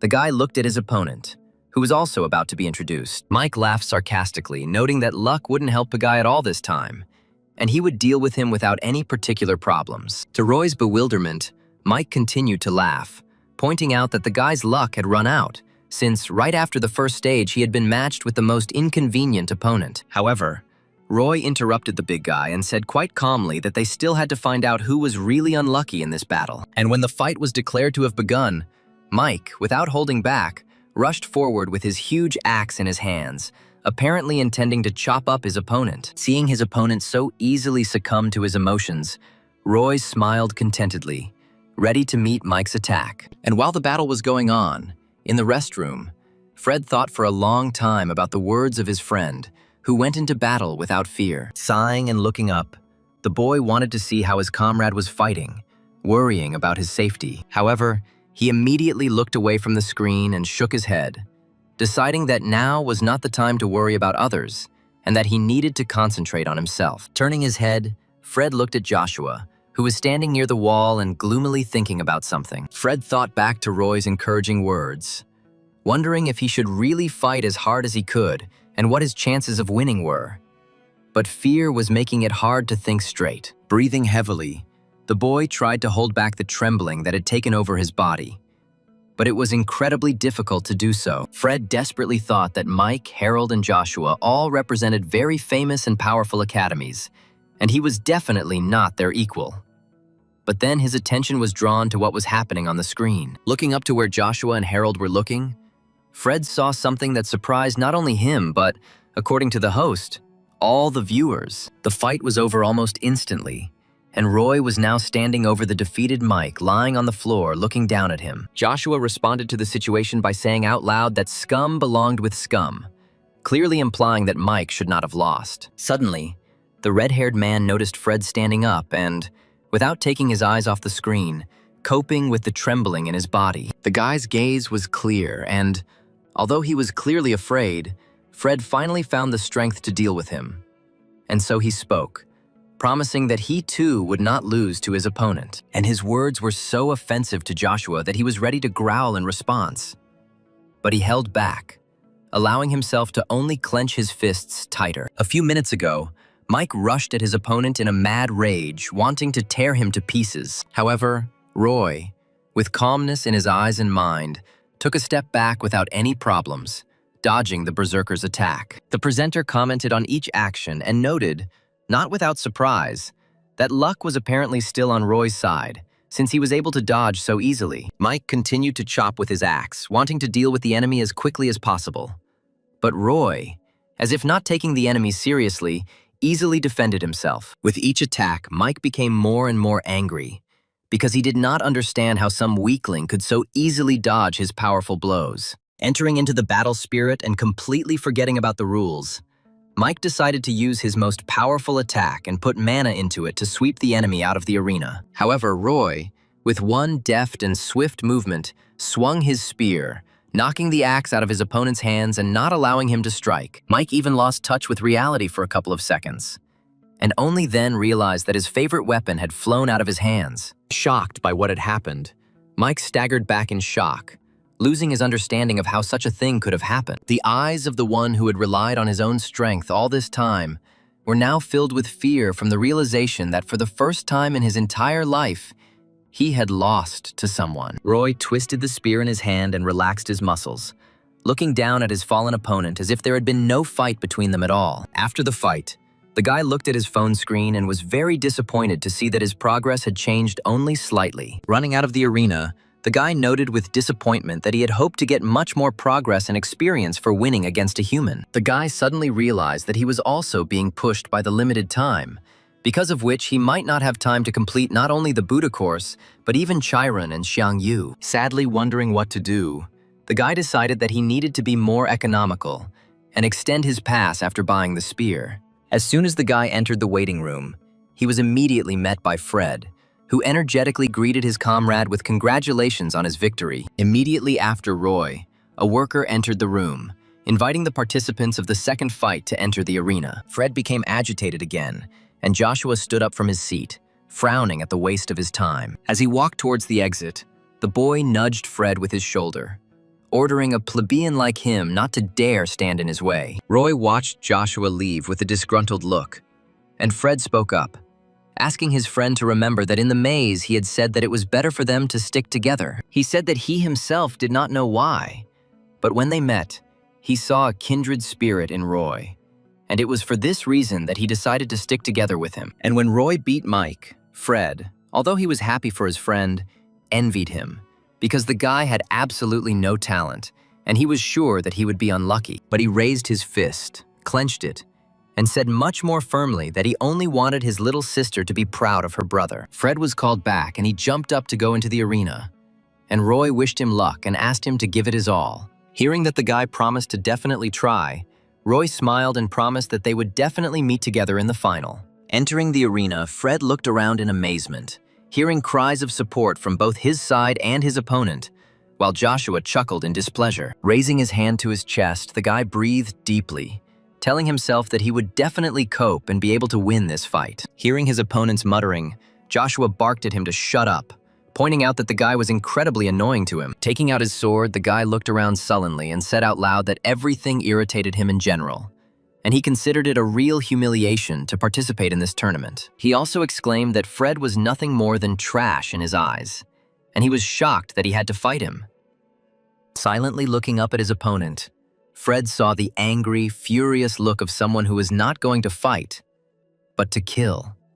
And the guy's confidence began to melt. Fred sensed real danger from Joshua, and so he gripped his blade still in its sheath tighter. The boy looked away, and Joshua, considering this a big mistake, confidently said that Fred was the perfect prey. He imagined the guy as a lamb whose life exists only so that he, being a predator, could eat him. Joshua was full of confidence that his predatory nature would win this fight without a single chance of failure. Throwing aside all other emotions, the boy concentrated on his bloodlust, intending to show his opponent that he was only lucky to get here, and now it was time for him to fall back. He silently thought about how he had to win both stages, because he was head and shoulders above everyone who came to this tournament. But, being sure that his opponent would definitely lose, the boy was surprised when he saw Fred take out his blade and calm his trembling, preparing to resist. Joshua was shocked to realize that the pathetic lamb was about to bite back, not allowing himself to be killed so easily. This gesture offended the guy so much that Joshua allowed himself to rush the judge,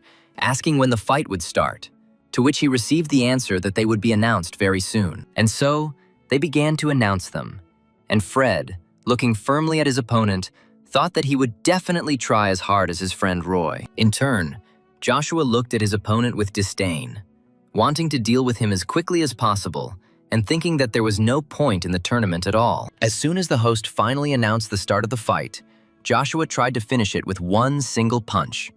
But Fred managed to react and block the attack. In response, Joshua attacked his opponent again, forcing him to defend himself from blows of incredible force. He struck his blade again and again, trying to break through the enemy's pathetic and flimsy defense, while Fred desperately defended himself, blocking every powerful blow from his opponent. After another attack, Joshua called Fred a pathetic brat and grabbed the blade more comfortably, preparing to perform a dirty trick. With a light movement of his hand, the boy struck his opponent in the stomach with the hilt of his sword, knocking the wind out of the boy. The blow was so powerful that Fred's glasses flew off his eyes and blood gushed from his mouth. Having fallen to his knee, the guy tried to come to his senses, while the spectators watching the fight thought that this was the end of the fight. Holding his body with his hand, the guy thought that Joshua was even too strong, and it would be unlikely to defeat him. The boy pressed his blade into the ground and tried to stay on his feet, but fell to both knees, with despair in his eyes, realizing that he was no match for his opponent. Kneeling down and trying to catch his breath, the boy thought with panic in his mind about how much he wanted his sister to be proud of him. Tears came to his eyes as he realized how naive he had been to think he could be as strong as his friend Roy. As Joshua moved closer to see the despair in his opponent's eyes, Fred suddenly stood up on both feet and, trembling, grabbed the blade. Glaring at Joshua, Fred convinced himself to keep fighting, to hit his opponent at least once, no matter how strong he was. Rushing forward, the boy swung his blade, intending to hit his opponent with one desperate attack. The tip of the sword was already approaching Joshua's face, but there was no fear, no excitement, no sense of danger in his eyes. The entire arena suddenly heard the sound of a loud blow, causing all the spectators to hold their breath, trying to see who had won the fight. However, the result was predictable, and the winner was Joshua, who stood over Fred, who had fallen to the ground and dropped his sword. The audience chattered among themselves,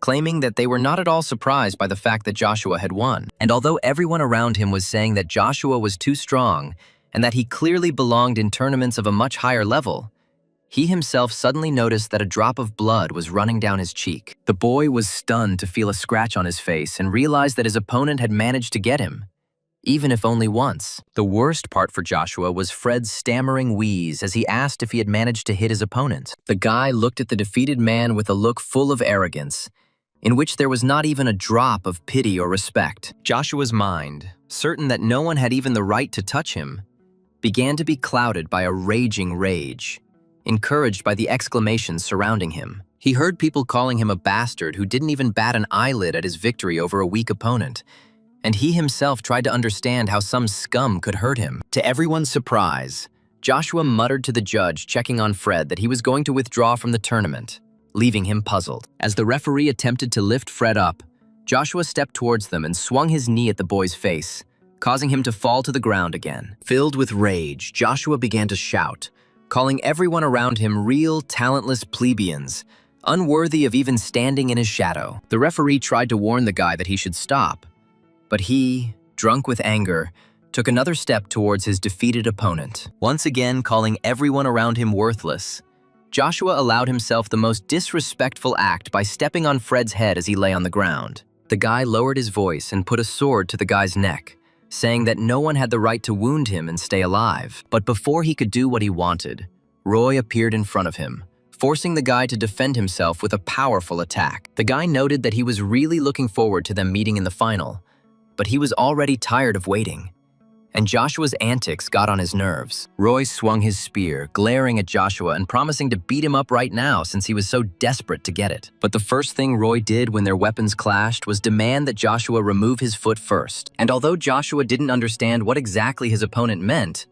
Roy repeated himself, telling the guy to take his foot off his friend's head. Hearing the guy's words, Joshua only smirked and pressed his foot even more firmly onto Fred's head, causing Roy to frown. Roy gave his opponent a disdainful look as he heard Joshua ask what his opponent would do to him if the boy refused to obey. Roy ripped out his spear and swung it right in front of Joshua's face, forcing him to dodge and eventually remove his leg. And as soon as the guy landed and prepared for a new fight, he immediately relaxed his body in surprise, seeing Roy kneeling next to his friend, asking about his condition. The guy allowed himself a sarcastic comment, but Roy didn't pay any attention to it, trying to bring his friend to his senses. Fred, having cleared his throat, came to his senses, although it was clear from his appearance that he had not yet recovered from his injuries.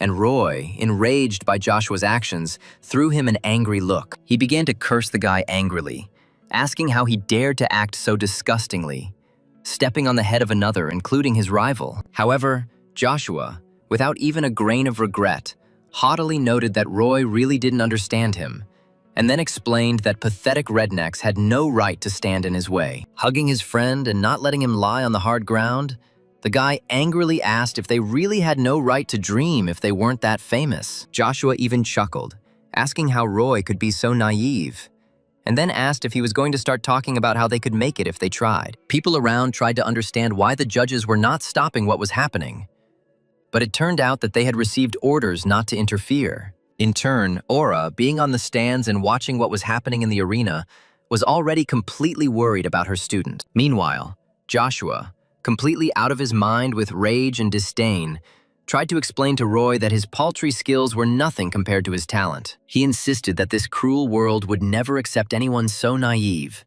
and in order to succeed in this life, one must step over heads. He screamed at his opponent, still holding his friend in his arms, not understanding how he could be so stupid and not understand the most simple truths. Roy thought sadly that he had previously thought exactly the same as his opponent, because his life had been incredibly difficult and full of adversity. He also remembered feeling disgusted and hating himself when he realized that he had no money, no talent, no future. Roy, with a heavy heart, thought during long days filled with work about how his life would have turned out if he had stopped clinging to his dream. Finally, he asked one of the judges to take care of his wounded comrade, and he himself stood up, gripping his spear tighter and glaring at his opponent. Straightening up, the guy sighed and noted that he still did not agree with his rival, because this kind of thinking leads people to despair. To the surprise of all the spectators, Roy suddenly calmed his nerves and cast a glance at Joshua, full not of hatred, but of determination to prove his opponent wrong. And,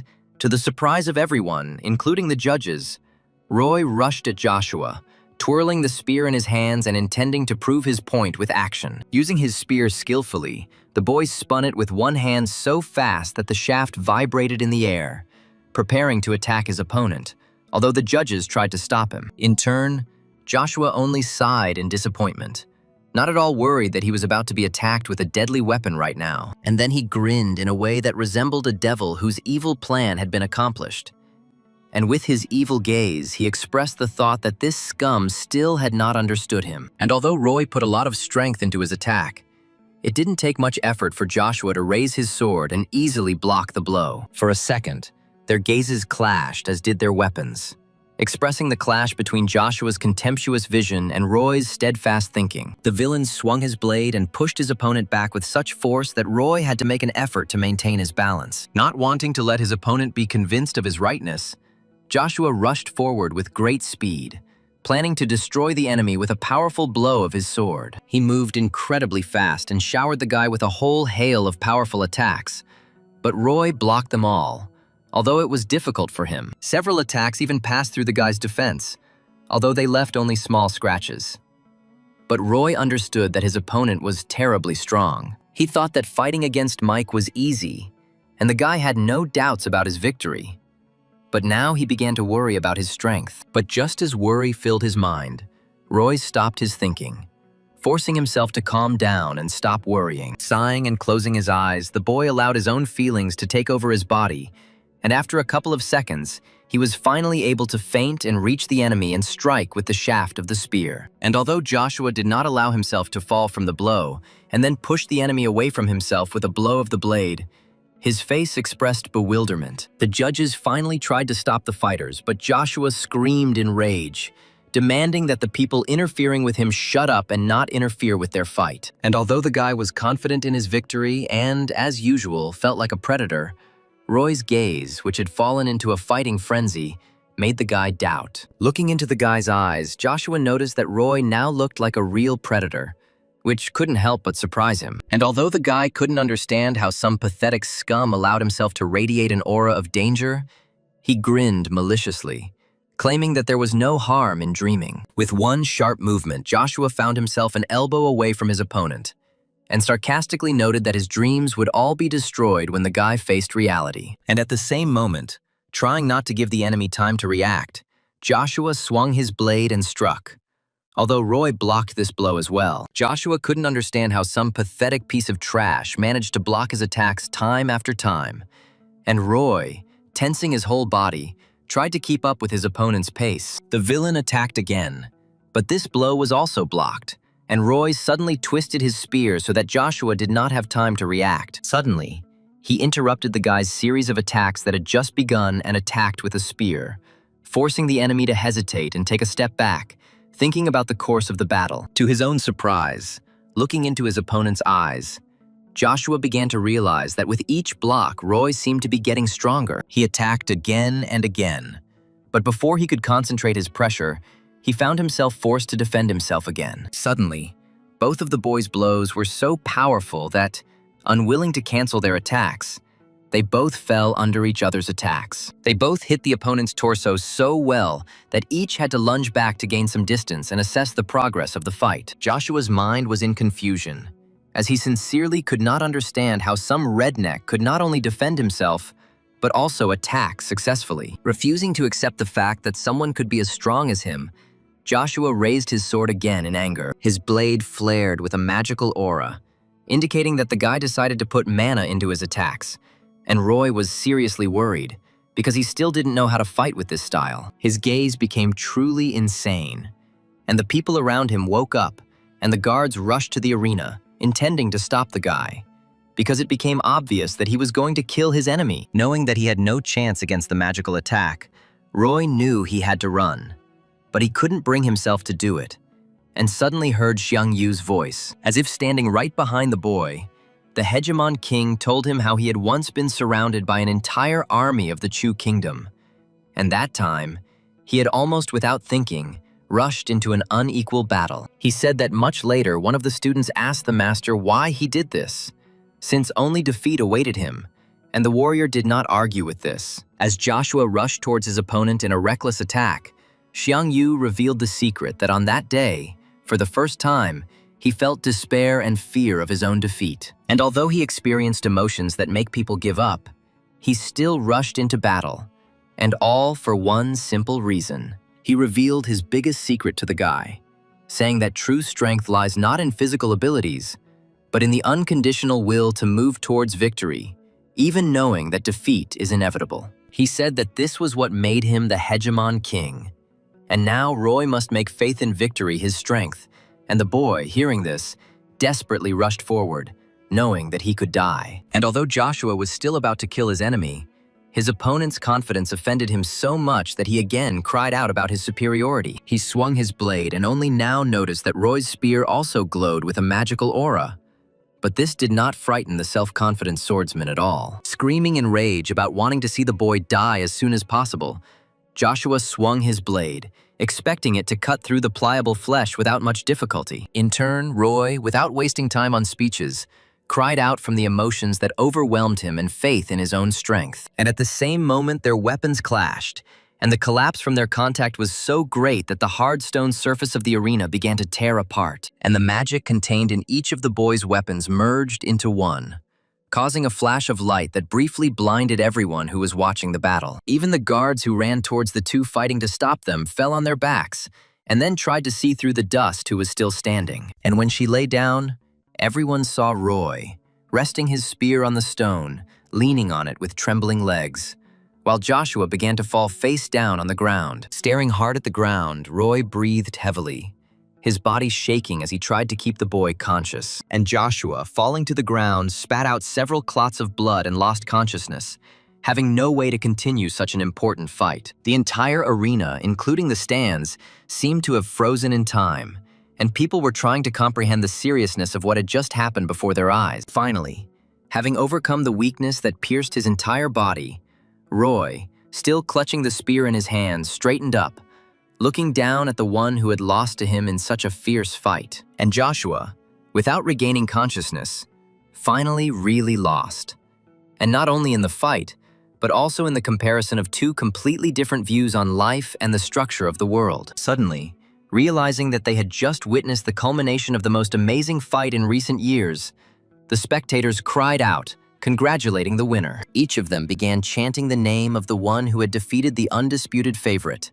And even Aura, who was standing among the spectators, could not believe her eyes. Looking at her only student in amazement, Aura couldn't believe that Roy, who had failed to block her magical attack 2 weeks ago, had now imbued the spear with mana himself. And although a smile appeared on her face from the understanding that she had definitely not made a mistake in choosing a student, the belief in what had happened could not fit into her mind. Suddenly, she remembered the strange man who had bet on Roy's victory in this tournament, and she looked around, unmistakably spotting him among the crowd. She tried to make out his face, at the same time trying to understand how this man had guessed that Roy would be the winner. Throwing back his hood, the young man that Aura saw for the first time in her life exclaimed in surprise, shouting about the impossibility of Roy's victory. And although she was also very surprised by what happened, his violent reaction confused the girl a little, confusing her because he himself had bet on the spearman's victory. Suddenly, she thought again that this huge bet on the victory of someone who had shown himself to the awakened community for the first time was even stranger than she had first thought. She turned towards the guy again, wanting to approach him and ask him questions. But he, unexpectedly for the girl, disappeared, leaving no trace behind. Raising her eyebrows in surprise, she thought that the guy was behaving even too strangely.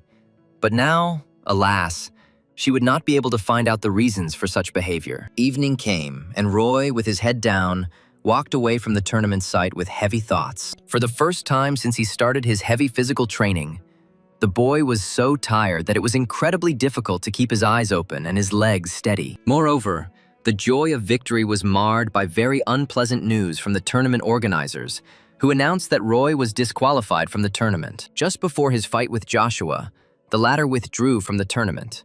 And although he behaved terribly, Roy got into a fight with him, even though the referees tried to stop him. Shaking his head sternly and sighing, the organizers said that Roy had thereby violated the rules of the tournament, and therefore had no right to the win he deserved. And although the guy couldn't stop thinking about the fact that the desired purchase had slipped through his fingers, he still asked how Joshua was feeling. The organizers said that he remained alive, although he was also disqualified despite his desire to withdraw from the tournament, and his magical attack would be considered an attempt to commit murder. Deciding that he was upset by recent events, Roy looked at his phone and saw that the progress of the lectures after the fight with Joshua had advanced greatly. The boy thought that the feeling that Xiang Yu himself was fighting shoulder to shoulder with Roy was caused by the fact that he had crossed the 50% mark in his lectures. After some thought, the guy thought that perhaps he should sign up for another course, because with increasing progress, it was becoming easier and easier for him. But as soon as he opened the tab with lectures,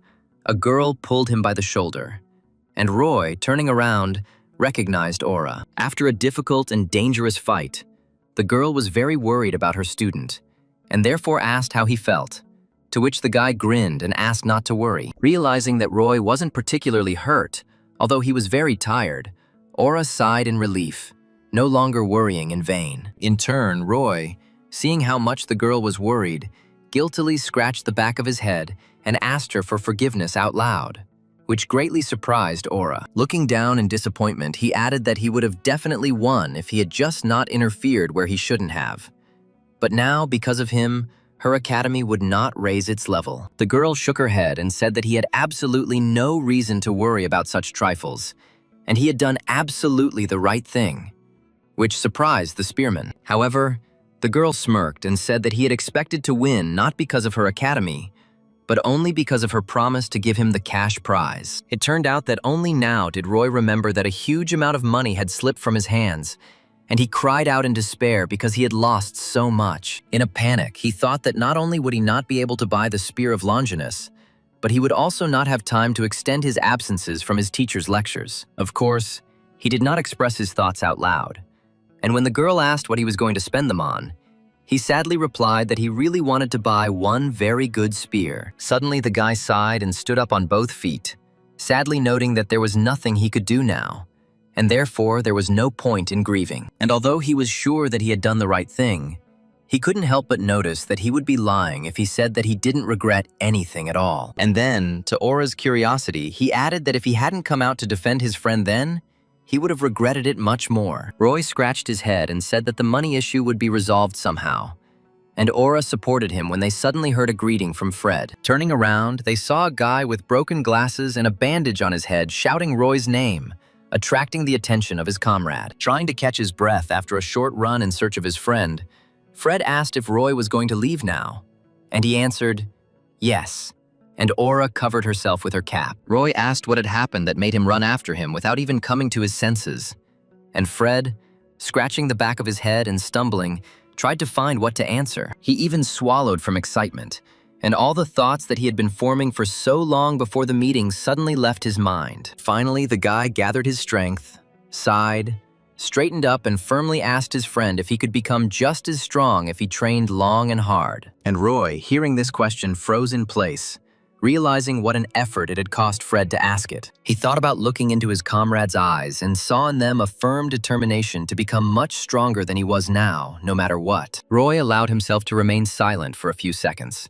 trying to form a worthy answer that would help his friend achieve his goal. Finally, he sighed, looked into Fred's eyes just as firmly, and said that it was possible, although it would be terribly difficult for him to achieve it. Roy reasoned to himself that Fred really lacked talent, and dreams and desires alone wouldn't get you very far in this cruel world. After thinking about it, the guy added that there are a lot of professions in the world, and Fred doesn't have to concentrate only on being a hunter, which made him smile.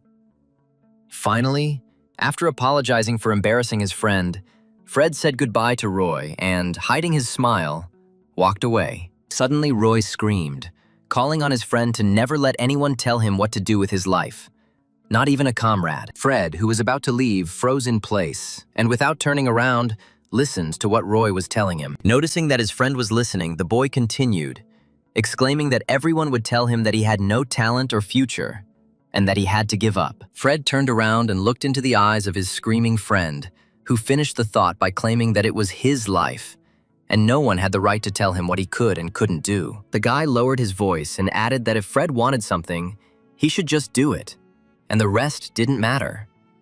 And these words brought tears to the guy's eyes. A few minutes later, they finally said goodbye, and Fred promised to definitely visit his friend, and together with his little sister. Watching the guy with glasses leave, Aura noticed that she was pleasantly surprised, and Roy, embarrassed, walked away, replying that he was always sticking his nose into other people's business. Aura chuckled and joked that she didn't see anything wrong with that, since Roy had also acquired his first and most loyal fan, which made him laugh. The guy noted that the students were better than the fans, and Aura suddenly stopped laughing, remembering that she had completely forgotten to take the opportunity to invite Fred to her academy. For some reason, this thought made her turn towards Roy, who was already moving at a leisurely pace, apparently towards the house. She looked at him, who was scratching the back of his head, wondering where he could get money now, with a kind and warm look. And then she corrected herself with a smile, saying that now this academy is not only hers. Having run up to the student, the girl, crossing her arms behind her back, praised him in a friendly manner for his efforts today, and offered to buy him a new spear, which greatly surprised the guy. At the same time, in another part of the city, on the territory of one estate, no less intriguing events were taking place. A certain man walked briskly along the corridor of the estate, built in the old Japanese style, intending to solve the task at hand as quickly as possible. Having lost one arm, but not letting this fact get in the way, the man approached the guard and asked if the master was in. Having received an affirmative answer and not wanting to listen to any additions, he demanded that he be let through immediately, since his business could not tolerate delay. The guard tried to argue, but could not find an answer and opened the door leading to the private quarters of the owner of the estate. Upon entering and seeing the master meditating, the man fell to his knees before him and introduced himself to him as Robert. In a deep, though slightly hoarse from age voice, the man who was the great swordsman indicated that he asked not to be disturbed. Even without turning around, the old man radiated a threatening aura, and with his accusation that a man dared to disobey orders, he caused real fear in his assistant. Feeling the incredible pressure of the great swordsman's powerful aura, the man couldn't even move. However, barely gathering his strength, The man said in a trembling voice that the master's granddaughter had participated in the academy tournament, which attracted the swordsman's attention. He even relaxed his intimidating aura a little, asking again if he had heard everything correctly when the assistant confirmed the information. While Aura was helping Roy make a choice to buy a new spear, the man answered the master that they had not yet figured out everything. He noted that the great swordsman's granddaughter apparently had a new student who had managed to get into the tournament in a very short time. The master suddenly stood up, and Robert tried to say that he could handle everything himself. But Guy Bauer responded with a firm refusal. Turning around and scratching his gray beard, the old man said that he simply had to see for himself the person who had agreed to study at his granddaughter's academy. The next day, Roy arrived at the academy at the crack of dawn, devoting hours to exhausting body training. For the 5,000th time that morning, he swung his spear, cutting through the air with such force that the shaft vibrated with tension. Wiping the sweat from his forehead, the boy was glad that he had managed to complete the Hegemon King's daily task while Aura stood behind him with an uncomprehending look. And although the guy tried not to pay attention to her, he couldn't help but admit that her close attention was distracting him too much. Finally, the guy turned around and asked the girl directly why she had suddenly started to glare at him with such a displeased look.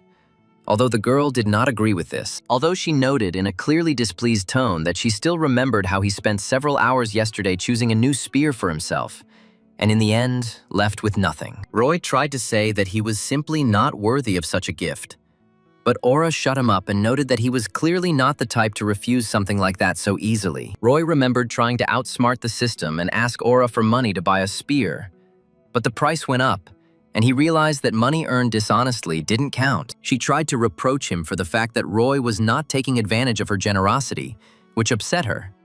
But suddenly she noticed a guy's strange reaction to her own thoughts. Deciding to change the subject, Aura asked Roy what kind of mana-enhancing technique he used back in the tournament, to which Roy only asked what she meant. She reminded him of his last and strongest blow yesterday, but Roy only looked at her silently, waiting for an explanation. The girl tried to point out that she had seen yesterday's fight with her own eyes, and that Roy was clearly not moving like a newbie, to which the guy said that he didn't know how to focus mana at all. Not understanding how Roy could not understand the techniques he himself used, she nevertheless decided to explain that the mana amplification technique allows one to use it most effectively. She said that there are many types of this technique, and depending on their effectiveness, they are all divided into different levels from the lowest to the highest. She also noted that all hunters usually have their own technology, and some even patent it.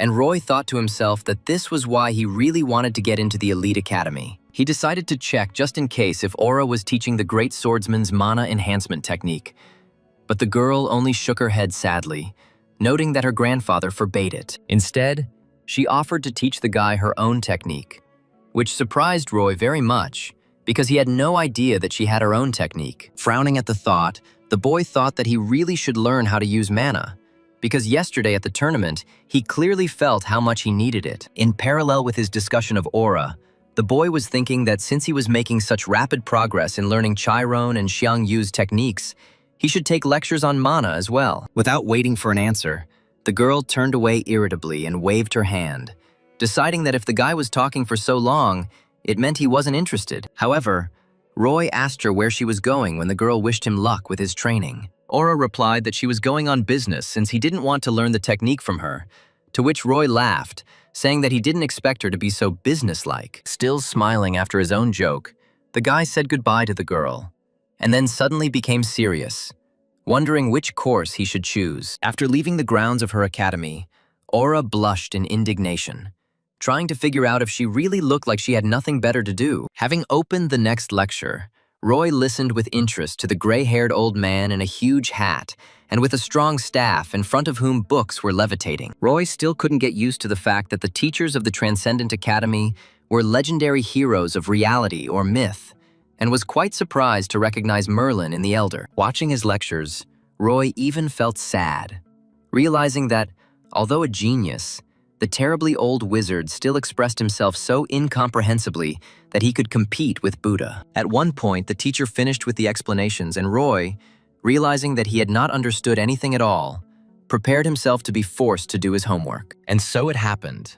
because Merlin, without getting the message across to his student at all, gave him the task of creating a whole 1,000 spheres of mana by the end of the day. Realizing that there was nothing to do and that he would have to complete the task, Roy tried to organize all the information he had received in his mind and focus the mana in his body. Thinking that he was probably only able to sense mana thanks to Chiron's lectures, Roy tried to transfer its flows into his hands and create a sphere. Realizing that he was having an incredibly difficult time giving his mana a form, Roy suddenly heard Merlin's voice right next to his ear, urging the boy to use the full power of his imagination. He told Roy to trick the universe into thinking that everything he came up with and tried to implement actually worked according to its laws. Roy felt a surge of understanding when Merlin exclaimed that the very nature of mana was the most vivid example of the human mind's ability to deceive reality. And the moment Roy was able to fully comprehend this fact, mana flowed from his fingers into the center of the joint of his hands,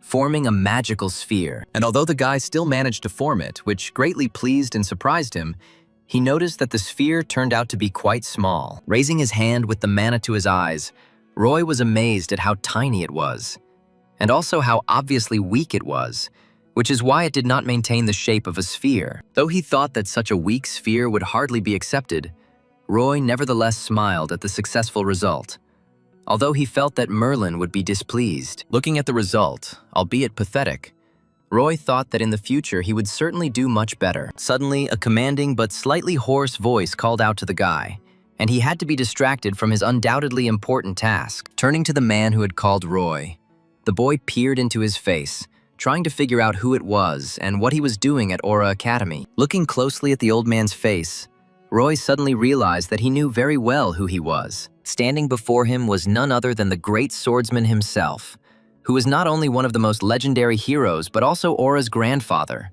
and his gaze was quite serious. And although Guy Bauer looked quite menacing, he thought to himself that Roy clearly had talent, since he was able to form a clot of mana in his hand. Frowning, the man was truly angry when he realized that such a talented student could come to this academy just to use his granddaughter. The man was so angry that his powerful aura was released and began to absorb everything around him, causing Roy to lose his strength. However, the guy managed to resist the oppressive aura and, keeping his voice firm, greeted the old man, introducing himself. And although the aura didn't affect the guy, the knowledge of the authority of the person who came scared him a little, and he thought that he didn't expect to meet him here at all. Suddenly, the boy stopped smiling welcomingly and guessed that the old man had probably come to see his granddaughter, and then said that she had gone out on business. And with his words, he greatly surprised the man, because in their country they only address close people by name, and therefore Guy was a little taken aback. Looking up at Roy with an uncomprehending gaze, the man looked at his body and asked out loud why he didn't fall to his knees, which surprised the guy a little. Roy asked again why he had to fall to his knees, and Guy replied that his aura paralyzed everyone who had not reached S-class level. Roy looked at his body curiously and, looking away from the man, wondered if perhaps the Buddha skill was helping him hold on. Drawing attention to himself again, Guy asked what Roy was doing there, which caused confusion in the guy, who immediately asked again what the man meant. Placing his hand on the sheath of his blade, Guy said that with such talent, the boy would be accepted into any academy.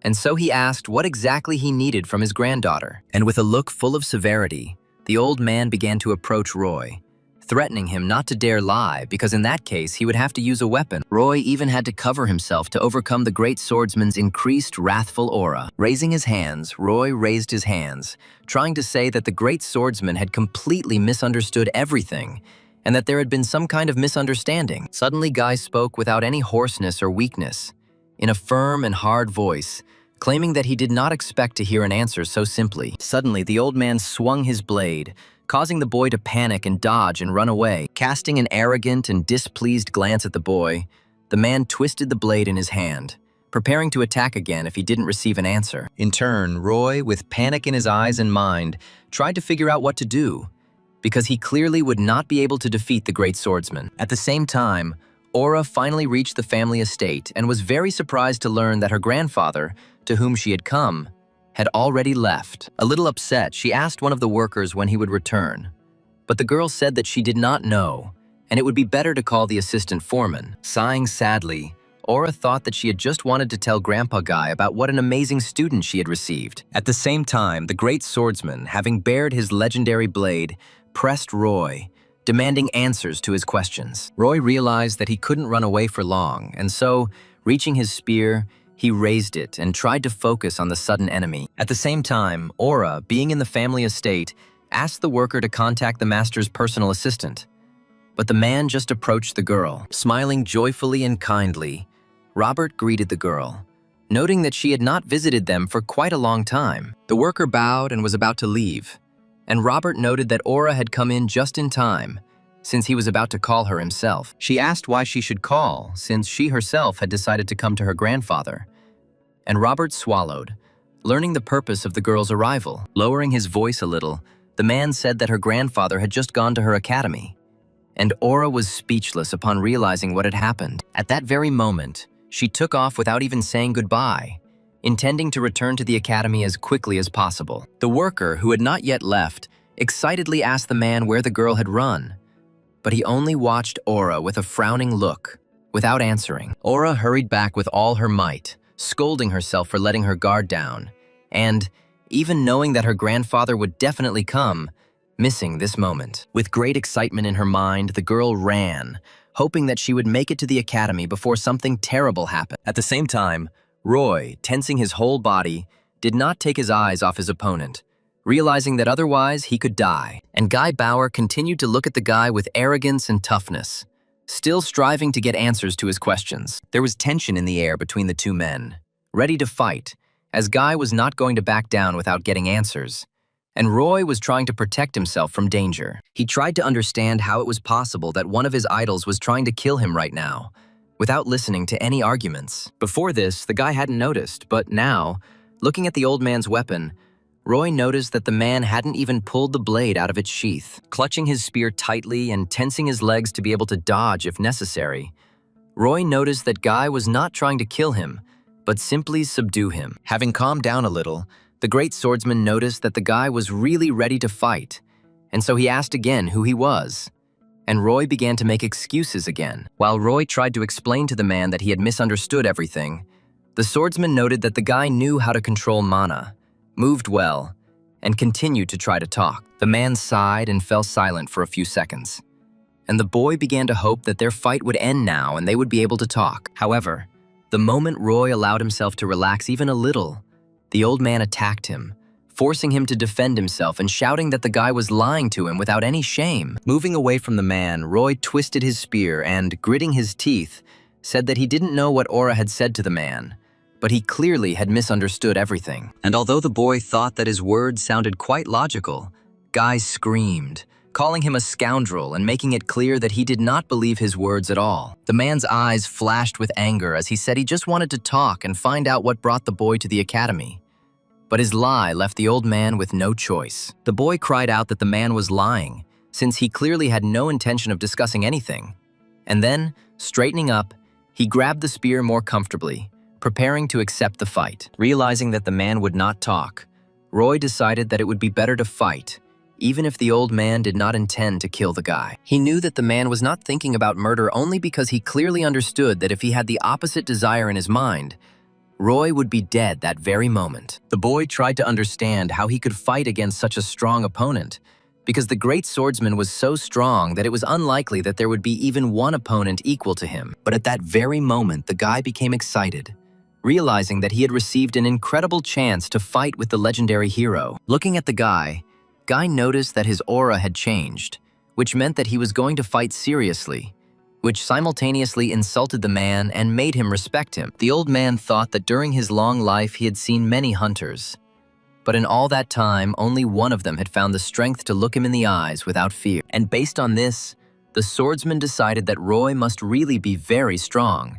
since he could afford not to show fear in such a situation. But the old man did not allow respect to interfere with his thinking and, rushing forward, struck the shaft of the spear with lightning speed, asking himself what the boy wanted from his granddaughter. Gritting his teeth in tension, Roy noted that his opponent was so strong that he couldn't even feel his attacks. Looking up from where the swordsman had struck and back at his opponent, Roy's eyes widened in shock. He hadn't yet noticed how the enemy had pulled the weapon back, and the swordsman had already swung for a second attack, which the guy didn't even have time to prepare for. Trying hard to keep up with the speed of the true master, Roy gritted his teeth, moving the spear from one side to the other, realizing that he didn't even have a chance to attack. The guy used all his speed to defend himself and try to keep his eyes on his opponent.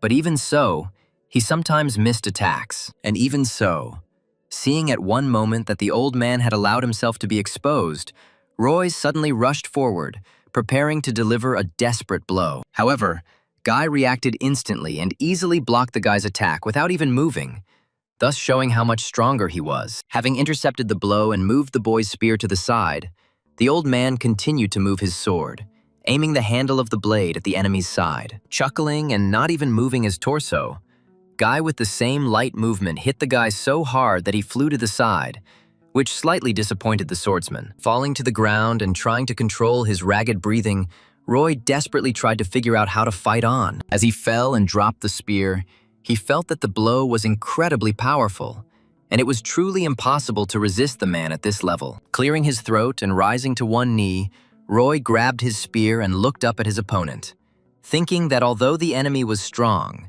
as long as he was not fighting seriously, there was a chance. As he thought that he simply had to strike at least once, Roy saw that the swordsman had already gotten within striking distance of him and was swinging his blade. And at the same moment the boy noticed the sword approaching his face, he suddenly felt something strange inside himself. Leaning his torso back, Roy managed to dodge the attack, waiting for the window to open that he could use to successfully attack. Shifting his feet to maintain his balance, Roy swung his spear and aimed it at the enemy, attempting to counterattack. And at that very moment, the boy suddenly heard Merlin's voice, convincing him that he had to make the fruit of his imagination become reality, deceiving the laws of the universe. Listening to his teacher's voice, Roy concentrated on the feeling of mana in his body, focusing it into his weapon and strike. To the surprise of the great swordsman, the boy swung this spear, imbued with magical energy. Having swung properly, Roy followed through with his blow, not letting go of the hope that this blow would definitely reach its target. And the guy really succeeded. And the attack was so powerful that the magical power spread like a wave throughout the room. But unfortunately for Roy, although the attack was powerful, Guy defended himself without much difficulty. And the guy, having spent all his strength on the blow, fell to his knees. The man glared at the boy who had been knocked down after an unsuccessful, albeit quite impressive, attack. Roy looked up, breathing heavily, waiting to see what would happen next. And the man cried out that the boy had shown his true colors, to which Roy replied that the old man had actually attacked first. Sighing, the spearman expressed his hope that Aura would return soon, which angered the old man even more. Gripping the hilt of the sword tighter, the man began to emit a murderous aura again, and said that the guy had definitely played too much. Approaching the enemy, he furiously shouted that since Roy was asking for it, the swordsman would personally send him to the next world. Grabbing the spear again, the boy raised it, afraid that the next blow would actually kill him. But before the great swordsman could launch a devastating attack, Aura burst into the room, shouting for both of them to stop fighting. Still unable to relax, Roy, spear at the ready, turned to the girl, asking what they had done. Aura turned to her grandfather with a stern look, and it was clear that the girl was truly angry. To the old man's surprise, the girl first rushed to Roy, not to him, and asked with concern how he was feeling, noticing that he had bruises, even feeling a little jealous of his granddaughter's attention to the guy. Guy allowed himself to say that he didn't consider him a man, and the guy was indignant. He said that the old man probably didn't care who he hit, and when the man, indignant, demanded to repeat it, Roy quickly hid behind Aura's back. To her own surprise, the girl noted that this was the first time she had heard anyone talk to her grandfather like that. Finally, realizing that as long as Aura was here, the swordsman wouldn't touch him, Roy asked again why the old man had decided to attack him in the first place. The warrior was about to take out his sword again and punish the scoundrel for his big mouth, but Aura stopped him, demanding that he stop this farce. Turning to her student, the girl asked him for forgiveness for what he had gotten into, although Roy did not understand why she was the one apologizing. And although he said that he only got a couple of bruises and that she had nothing to do with it, Aura bowed her head and said that she was terribly guilty before him. Seeing this gesture, the guy was taken aback, And then he looked up and looked at the old man standing behind his girlfriend. Roy saw that the man was still terribly dissatisfied and felt no remorse at all, while his granddaughter was sadly remorseful, thinking that perhaps the relatives needed to talk to each other in private, and he was just getting in the way. Roy said he was going to the emergency room, and Aura apologized again. Having once again said that the girl was not to blame, the guy said goodbye to her and left, causing her to smile as gratitude for her understanding. And when the door closed behind Roy, Aura sighed and turned, throwing a clearly very displeased look at her grandfather. And although the swordsman still looked very angry, Aura spoke to him, trying to speak softly and not to overdo it, although it was hard to hide her indignation. Finally, sighing, she lowered her gaze slightly and, collecting her thoughts, informed the old man that she had a very important topic to talk about with him. But as soon as she gathered her strength and looked up, she immediately froze in place, losing the opportunity to say anything to her grandfather. After not hearing a word from his granddaughter, the man said that Roy seemed very suspicious to him, which finally helped the girl to speak up, claiming that she did not agree with him. Snorting, the swordsman asked how the girl could suddenly know this,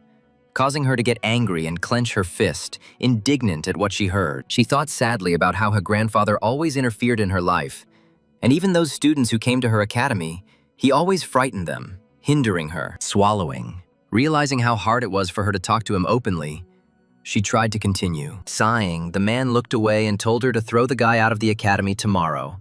Otherwise, he would take action. However, before he could finish, the girl interrupted him, saying that she did not want to and would not do this. The man tried to silence her with his stern gaze, but she continued, claiming that Roy was not as the swordsman saw him. He tried to ask again, not understanding how his granddaughter dared to suddenly contradict his will.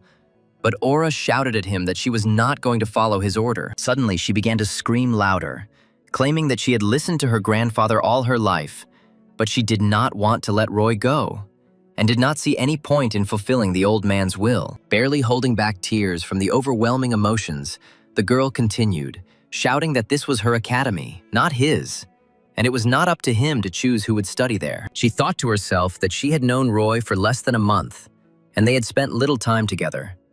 But she felt absolutely wonderful with him. She thought that she didn't want to let him go, but on the contrary, she wanted to be with him as long as possible. The man tried to answer his granddaughter and shouted, claiming that she did not understand what kind of person he was.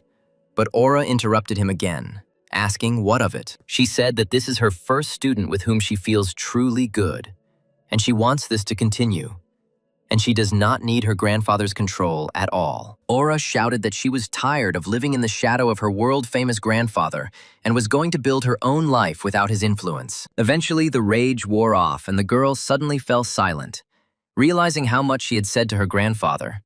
And so she looked up at him. To her surprise, the old man stopped interrupting her for the first time in her life and was now looking at his granddaughter, surprised that she was able to tell him everything to his face. Sighing and looking away with a guilty look, Aura apologized to her grandfather for raising her voice at him, even though he didn't ask for it. Without waiting for an answer, the girl headed out of the training room, adding that this time she would do things her own way. Guy Bauer stood motionless as he watched the girl leave, still amazed at the fact that his granddaughter had shown such a strong character in his presence. Looking at the already closed door in amazement, the man noticed that she had never screamed in his presence. The swordsman remembered how several years ago, a portal to the dungeon suddenly opened in the center of the city and monsters came out, causing a catastrophe. On that very horrific day, Guy learned that his beloved son had died in a tragedy that had occurred. On that very day, the great swordsman experienced true despair, having lost the one for whom he was ready to give his own life.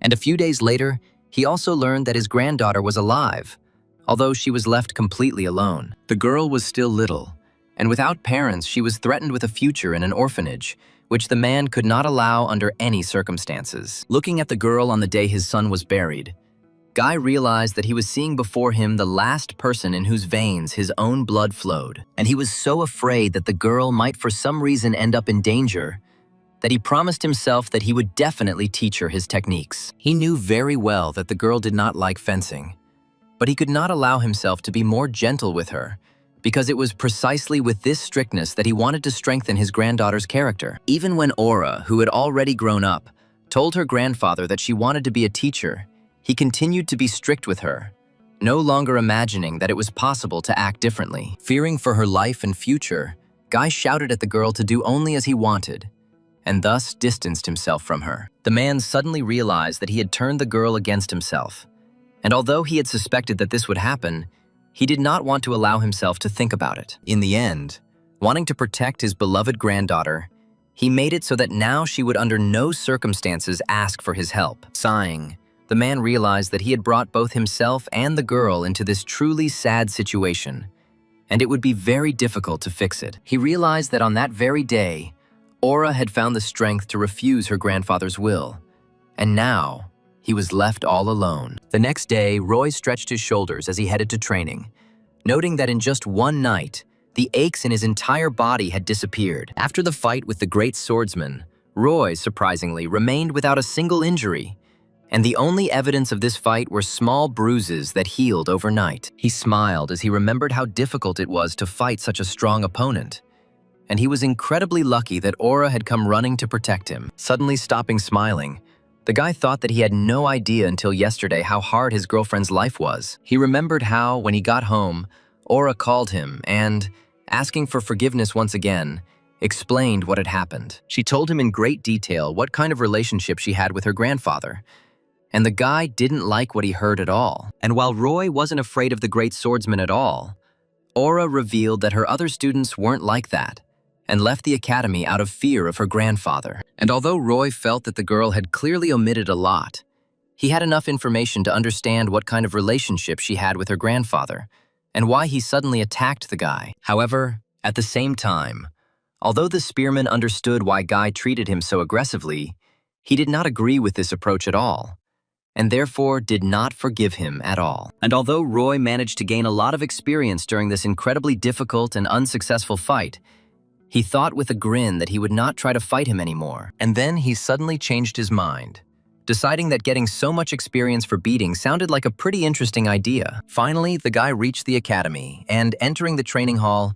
immediately said hello, expecting that Aura would meet him. However, for some reason, the guy, sitting on the floor with his legs crossed, was met by the great swordsman himself, who greeted the guy sullenly and noted with displeasure that he was in no hurry. Roy looked at the old man in amazement, thinking only that the desire to be beaten for progressing in lectures was just a joke. A couple of minutes later, Roy was already sitting in front of the great swordsman, telling him all the conditions of their acquaintance and friendship with Aura. The man irritably asked again whether Roy had hidden any details from him, to which the guy angrily asked him to finally stop suspecting him. And although Guy finally realized that the guy wasn't lying, he still couldn't understand where this guy got so much strength and talent from. The old man stroked his beard sullenly and noted that he actually respected the fact that the guy had not been scared in their last fight, but had stepped forward. Roy asked if he could finally go since he needed to get back to training, and Guy was just waiting for that and happily allowed himself a smile. He decided that he would let the boy train while he watched, and thus learn the secrets of his talent and skills. But what he saw left the old man dumbfounded. At first, he thought he didn't understand something, but then he realized that something was really wrong with the guy, because he had been looking at the switched-off phone for several minutes. Guy frowned at Roy, crossed his arms in front of him, and asked if the guy really meditated like that, although the guy didn't understand the question at all. When the man asked again, Roy said that he really did meditate, and the old man indignantly said that meditation was a good practice, but it did not develop the body at all. And although Guy wanted to motivate the guy to get down to business, Roy only echoed his words and continued to look at the turned-off screen, surprising the man. The man was quite interested in the fact that Roy was not at all interested in the great swordsman's desire to teach him something, and so he seriously thought about teaching the guy. Hearing a clear offer to train, Roy was even surprised, asking again if the great swordsman himself really wanted to teach him, which finally pleased the man, who had expected such a reaction. The man thought that he had only suggested this because the boy had hurt his pride, and so he was already thinking about what he could teach him. But Roy suddenly said that he would probably refuse. Suddenly, Aura entered the training room, quickly greeting the guy and starting to talk to him about yesterday, but quickly interrupted. She saw Roy sitting on his phone as usual, and her grandfather standing over him, frowning and trying to figure out the secret. Turning to the girl, the man greeted her, noting that she, like Roy, was in no particular hurry, although he was actually waiting. The girl already wanted to aggressively kick the old man out, threatening him not to touch Roy under any circumstances. But the old man interrupted her, whispering that the guy was clearly not all there. Having stopped mid-sentence, Aura's eyes widened in shock as she listened to the old man's outrage at the boy's refusal to be trained by the great swordsman himself. Then the man pointed at the guy, who was staring at his switched-off phone, and gloomily noted that he was clearly crazy. However, Aura shrugged in response and noted with a grin that she didn't see anything strange in this situation, since the guy always behaved like this. Guy looked at the girl with confusion, but she continued to smile, saying that at first she also thought the guy was crazy. And although the man clearly didn't understand anything, Aura shrugged and walked towards the guy with a smile, greeting him again. Taking his eyes off his phone, the guy greeted the girl, asking how long ago she had arrived, and hearing in response that she had literally just come in. Guy thought again the already boring thought that he didn't like the guy. But then he admitted that in his company his granddaughter smiled, which was a rare occurrence. The old man could not help but admit that he himself liked it when his granddaughter was happy, and it brought him peace of mind. Pursing his lips and looking curiously at his friends as they chatted, the man asked himself seriously if she really liked talking to him. And while his friends were laughing merrily, the man thought sadly that Aura never laughed in his company. And this upset him. And while the man couldn't agree that Roy was a good guy, he did agree with another fact, which was that he could actually create joy in his granddaughter's soul. And although the man noted these thoughts with some sadness, at the same time he was very jealous of this rascal, who, unlike the old man, could bring a smile to the girl's face. Suddenly, distracting the swordsman from his thoughts, his assistant burst into the room with obvious alarm on his face, trying to attract the master's attention to himself. The man turned around, asking what was wrong, and even Aura and Roy stopped talking, curious about what had happened. However, it turned out that, despite the anxious expression on Robert's face, he actually wanted to inform the man that he was being invited to the Order of Truth. Calling the gathering a bunch of weirdos, the man said that if they wanted him, they could come themselves, but he wasn't going anywhere. However, Robert then noted that it was not all members of the Order who were calling him, but a certain Sir Kalia, which interested the great swordsman. The assistant said that he was informed that Sir Kalia had some personal questions for the master, as well as one request. And to the surprise of everyone present, it turned out that Kalia asked Guy to bring Roy with him, which made the guy go dumbfounded, his eyes wide open. Just in case, he pointed to his face, and with a voice full of surprise, he asked again if it was really him who was being summoned along with the great swordsman. As he stood up, shrugging his shoulders and thinking that he apparently had no choice, he realized that the same question was on the minds of everyone present. Everyone was wondering why Roy was being called in, but Guy suddenly shouted that Roy was actually Kalia's henchman, causing confusion and slight indignation from the guy, who denied the accusations. Aura suddenly slapped her fist against her palm and remembered that during the tournament, she had seen a strange man in a black cloak. Lost in thought and pressing her fingers to her mouth, the girl began to think, suggesting that this man could be connected to Sir Kalia's circle. Roy listened silently as everyone speculated about why he had suddenly been called into such company,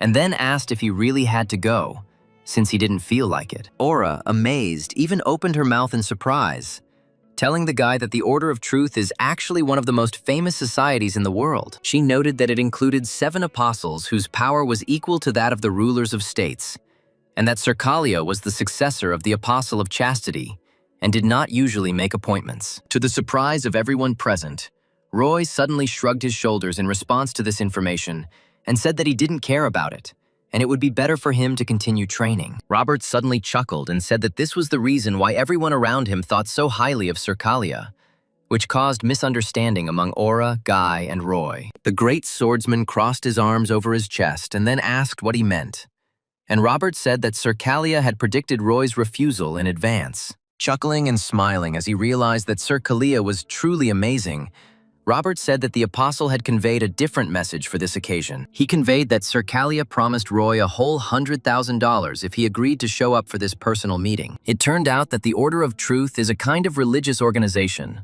only their faith is based not on any of the gods, but on truth itself.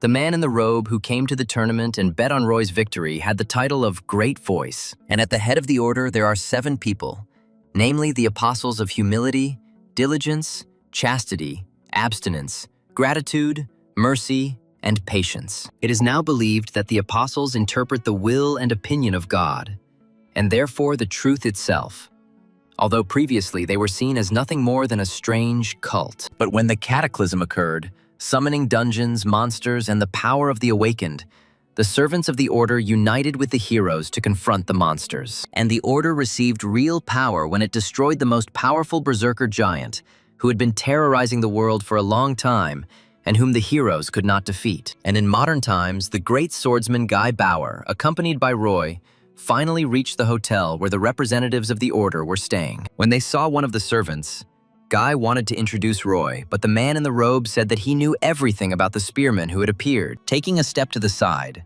the man extended his hand towards the door and invited the two men to enter, claiming that Sir Kalia was already waiting for them. The whole time they were getting to the hotel, Roy was trying to figure out how this Kalia guy had guessed exactly how much money he needed. And then, he thought it was all because of the tournament. The guy decided that he was offered the amount he was supposed to win at the tournament, but he couldn't understand why he had interested someone so important. Eventually, after walking through a long corridor, a man in a robe opened the door to a very prestigious-looking room for them and let the men in, claiming that Sir Kalia would be there soon. As Roy and Guy sat down, the swordsman allowed himself to clear his throat and gloomily remark that he had known they would have to wait, and that Kalia would never have arrived first. Wanting to satisfy his curiosity, Roy asked Guy if they had met Sir Kalia before, which caused the old man a little surprise. Sighing and frowning in displeasure, the man said that they would meet for the first time that day, and Roy's eyes widened in surprise. The guy said that he thought they had known each other for a long time, and Guy, sighing, noted that Kalia had been inviting him to his place for a long time, but the old man always refused. And although the man had met the Apostle of Chastity before, he had not yet met his successor, and Roy nodded his head understandingly. The guy thought that he saw his girlfriend's grandfather in him, but he shouldn't forget that he was still the great swordsman. And so the guy asked if the man knew the Great Voice. Roy said that he had heard that the Great Voice only appeared in public when the Order was fighting against a great monster. And Guy frowned, slightly embarrassed. Propping his head on his fist, the man said that he had never communicated or interacted with the Great Voice in person, but had only seen it from afar. Suddenly, they had to interrupt their conversation when they heard footsteps outside one of the doors of the room. A rather young guy with blonde hair entered the room, smoothly opening the door and greeting his guests. Guy noted with displeasure that Kalia himself had invited them, but had not even bothered to wait for the guests, forcing them to wait themselves. However, Kalia, dressed in bright armor decorated with the Order's crest, did not respond to this comment. Closing the door behind him and smiling good-naturedly, Kalia noted that he needed time to clear his body and mind before the meeting. Guy grumbled, saying that it was the first time he had heard such nonsense. But Kalia, ignoring the rudeness, walked up to Roy and introduced himself. Roy tried to give his name in response out of politeness, but Kalia interrupted the guy, saying that he knew perfectly well who he was, and adding that he was very glad to meet them. Frowning, the guy decided to ask the question that was troubling him so much and find out how Kalia knew him. To which the guy smiled and boldly answered. He said that one of his disciples was present at the academy tournament, and that was where they heard about Roy. Although the boy narrowed his eyes suspiciously, not believing these words at all. He asked why then such an important person suddenly wanted to meet him, since he was a simple newcomer. Having said that he had just wanted to talk about this, Kalia sat down on the sofa between the men and said that he wanted to offer them cooperation in exploring the dungeons. Raising his cup of tea and taking a modest sip, the boy continued that he really hoped to cooperate with the great swordsman. The man was already indignant, wanting to ask why the guy suddenly decided that he would agree. But Kalia interrupted him, claiming that the man himself knew that the end had not yet come. And these words made Guy fall into stunned silence, trying to make sure that he correctly understood what the guy meant. Taking another sip, Kalia said that they had recently received information that a distortion had appeared and was growing in one of the dungeons. Guy tried to protest again and say that it was nonsense, but Kalia interrupted the man again and said that the information was confirmed and they were obliged to find out more about the distortion. Sighing and turning his gaze to his interlocutor, the old man asked if this was the reason why the most famous religious figure had decided to come to their country. He suggested out loud that by using this distortion as a cover, Kalia was only trying to strengthen his position in this country. Smiling and taking another sip, the guy chuckled and said that he didn't even hope to fool the great swordsman, but he had to try. The old man noted that it was impudent to call this task a mission of the order, and then asked what Kalia could offer for help, to which Kalia himself smiled again. For some reason, he suddenly started talking about Guy's granddaughter and mentioned her academy, which threw the old man off track. The guy wanted to continue the topic and say that from the order's side they could help her, but Guy was already radiating his murderous, cruel aura. Feeling it, Roy realized that his body was numb, and earlier, apparently, the great swordsman did not use its full potential. Anger flared in Guy's eyes, and he said in a commanding, firm voice that Kalia had better never try to involve Aura in her affairs again. Otherwise, the man would draw his blade. Smiling and seemingly not feeling the influence of the murderous Aura, the boy calmly noted that he had made a mistake when he mentioned the swordsman's granddaughter. Humbly but calmly, the young man asked the old man for forgiveness, and Guy allowed his aura to fade. Realizing that in that case he had nothing more to give to the great swordsman, Kalia offered to fulfill any request Guy made as needed, just as he himself had asked. The old man chuckled, claiming that he could not and would not trust an empty word, to which Kalia said that he would swear by the name of the Order of Truth. At first, the swordsman hesitated for a few more minutes, but then he extended his hand and agreed to help Kalia if he gave an oath, and the deal between them was made. Having dealt with the great swordsman, Kalia finally turned to Roy and announced that they would now talk about him. Smiling and moving his hand out of the way for easy gesturing, Kalia told Roy bluntly that his order had a strong desire to sponsor the boy. Roy didn't understand at first and said that he was already sponsored by the academy. But Kalia noted that he was talking about compensation for those expenses that the academy did not take care of. Not trusting anything that is given for free, Roy asked directly what Kalia himself wanted in this case. But the guy laughed and kindly noted that it was absolutely selfless. Roy sincerely did not believe Kalia's words, not trusting his smile, and therefore suggested that he answer just one question, and then he would definitely think about his decision. Kalia agreed to answer the question without much hesitation, and Roy began. But at the same moment, he fell silent, doubting. Looking at the young man's suspicious smile, Roy thought that Kalia might try to avoid answering, and therefore he had to think of something else. Deciding to ask his question a little differently, the guy stood up from his seat and pulled his phone out of his back pocket. Roy quickly approached Kalia and held the phone out to him with the screen facing his face, which slightly confused the guy. With a confident smile, Roy asked if Kalia could see anything on his phone screen, intending to find out if the order knew about the Transcendent Academy. To Roy's surprise, for the first time during their conversation, Sir Kalia stopped smiling and frowned at the screen of his phone, which was always turned off for everyone else. At this time, the guy's phone speakers were playing Buddha's difficult-to-understand thoughts, and the great god himself was displayed on the screen. Kalia noted incomprehensibly that Roy was asking very strange and incomprehensible questions, but the guy firmly continued to ask what exactly the young man saw. Roy said with a smile that he didn't think it was that difficult to answer the question, but Kalia replied that it was still difficult for him. Sighing, the guy took the phone away from Kalia's face and feigned disappointment, showing that he was saddened by the young man's refusal to answer. Seeing this, Kalia suddenly replied that he saw only a black screen, and Roy instantly removed all feigned emotions from his face, looking sternly into the eyes of his interlocutor. He tried to read the emotions on Kalia's face, but the young man began to smile again and, repeating that he had only seen a black screen, asked if the guy would be satisfied with such an answer. Having said that everything was fine with him, Roy smiled and responded to Kalia's offer of sponsorship with a firm, albeit polite, refusal. Sometime later, Kalia stood near a huge open window and, with his arms crossed over his chest, thoughtfully looked at the city from a great height. Without turning around, he spoke to the young man in the robe, asking how everything had gone for him, and the man replied that he had not found any distortions. Turning to the novice, Kalia sternly asked the man if he was sure of his words,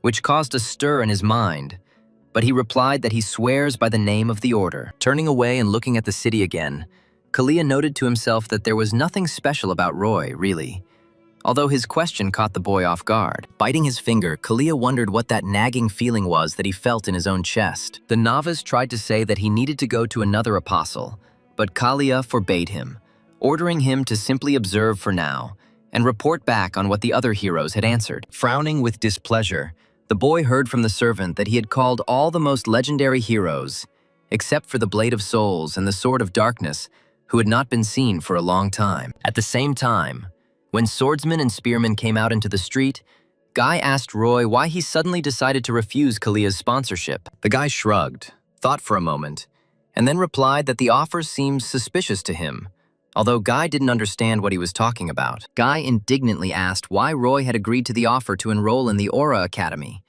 to which the guy replied that it inspired confidence. Deciding to change the subject, the guy reminded about what Guy and Kalia had discussed at the very beginning of the conversation and clarified what dungeon distortions were. The old man sighed and said that this was the name given to the distortion of magic within a dungeon, causing it to suddenly increase in difficulty or cause an unexpected breakthrough. The guy said he thought that such a thing was impossible, but Guy scratched his beard and replied that this used to happen all the time, although now it is rare. Roy, suddenly becoming agitated, clarified that Kalia meant that the times of the cataclysm had not yet ended, but Guy reassured him, claiming that the apostle was simply mistaken. The man turned and walked away, and Roy asked where he was going, since Aura Academy was in the other direction, and the old man said that he had things to do. The man walked away, but suddenly stopped and turned around with a menacing expression on his face, warning the boy not to do anything indecent with his granddaughter. Roy laughed,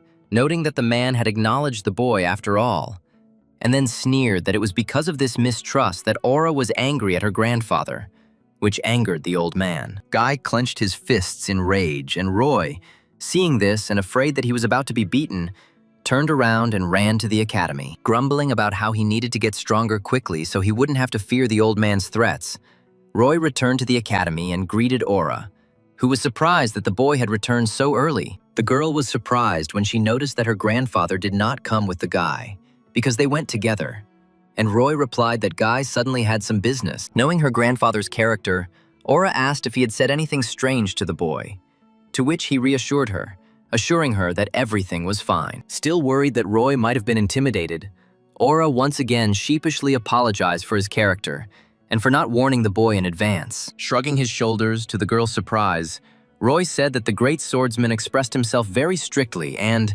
in his opinion, incorrectly, but he could not say that he considered him bad. Scratching the back of his head, the spearman finished his sentence with a joke that if he somehow upset Guy, he would only get a few blows. He suddenly interrupted himself, indignant that he was talking nonsense. But the girl was already smiling sarcastically, hearing his words. Aura suddenly remembered that Roy needed money and emphasized it, although he did not understand how she found out, to which Aura replied that he shouted about it every day. Roy thought about how money really was his biggest problem, since all 100,000 had gone to pay for Joshua's treatment, and Aura picked up the phone. She said she had found a great task for Roy and handed him her phone, where he saw an ad for a dungeon clearing competition. Seeing that the competition organizers were offering the winner a whopping 300,000, Roy raised his eyebrows in shock, realizing how big of a sum that was. He asked the girl again what the competition was about, and Aura replied that apparently it would involve clearing dungeons that no one could handle. Roy had already thought that it would be very difficult, but the girl noted that, most likely, these were not profitable dungeons that were simply not paid attention to. Looking at the details of the ad with interest, the guy thought that she was right, because now hunters are only chasing profit and do not clean cheap dungeons. Aura also said that they contained weak monsters and sending professional hunters there was simply not practical. And Roy imagined a strong hunter and a weak goblin. The girl also noted that if the dungeons are not cleared quickly, they open up, releasing monsters into the cities, which is why the state came up with these competitions. Realizing how well thought out this system was, the guy thought about it and then said that he didn't know who came up with it, but he was a real genius. Aura, who sincerely wanted to help, asked if he agreed, and Roy, smiling, found no reason to refuse such a pleasant offer. And although the guy understood, among other things, that this competition would improve the Academy's rating, and that was precisely the reason Aura found out about it, he didn't want to upset her. When he turned away, the gears in his head started turning, giving the guy the understanding that since this was a competition, the opponents would be far from the weakest. He remembered how strong Joshua, whom the guy fought at the last tournament, was, and thought that he needed to be prepared for the fact that here he would meet someone clearly stronger. Frowning with displeasure and sitting down on the floor, the guy thought about how he could prepare so that his opponents wouldn't become a problem. The guy was grumbling to himself only because he really wanted to get the money, and he was still upset about being disqualified at the last competition. Roy asked Aura how the competition works, and she told him that at the beginning, all participants are sent the addresses of the dungeons, and then they are given a week to complete them. She also noted that a participant can reserve a dungeon, but unfortunately only one. And Roy thought that this was designed to avoid monopolization. Aura said that the reservation would be canceled in 10 hours, so we needed to clear as many dungeons as possible in a week. Roy said that the task was difficult because he would have to hurry and get rid of the corpses, and Aura asked in shock if he was really going to sell them. Roy was surprised and asked if getting rid of the monsters' corpses wasn't part of the main task, and Aura aggressively noted that it wasn't at all. Roy scratched his head and said that selling the corpses would make a lot of money, and the girl shook her head and replied that the main prize was much more important. A little disappointed that he wouldn't be able to both kill and sell monsters, Roy thought about how he could optimize his speed. Suddenly, he came up with an interesting idea and called out to Aura, who curiously asked what he had come up with. But before voicing the idea, the guy with a sly smile clarified what specific rules and restrictions there are in such a competition. A few days later, Roy was already prepared for the competition, and, getting ready for it, thoughtfully reviewed the progress of studying the lectures. At Aura's suggestion, the boy also downloaded a dungeon tracking app, and now they were waiting for the boy's assistant to show up. Aura asked if he might not be able to find his way, but Roy grinned and noted that this man would never allow himself to get lost. Finally seeing the one he had been waiting for quite some time, Roy waved to the man, happy to see him. The skinny man in the tank top grumbled that Roy was too loud, and the guy said he didn't expect to meet his friend so early. The man responded by saying that Roy had a short memory, since the guy forgot the fact that he was never late for work, unlike Roy himself. Finally, Roy's older friend Frank, who had come at the first friendly call, stretched and asked what was so important he would have to do. A couple of days ago, Roy called Frank, surprising the man with his call because the guy had not shown up for work for a very long time, and the man had to work without talking to his friend. The guy offered the man to cooperate in the competition and help the guy with cutting up monsters, saving time,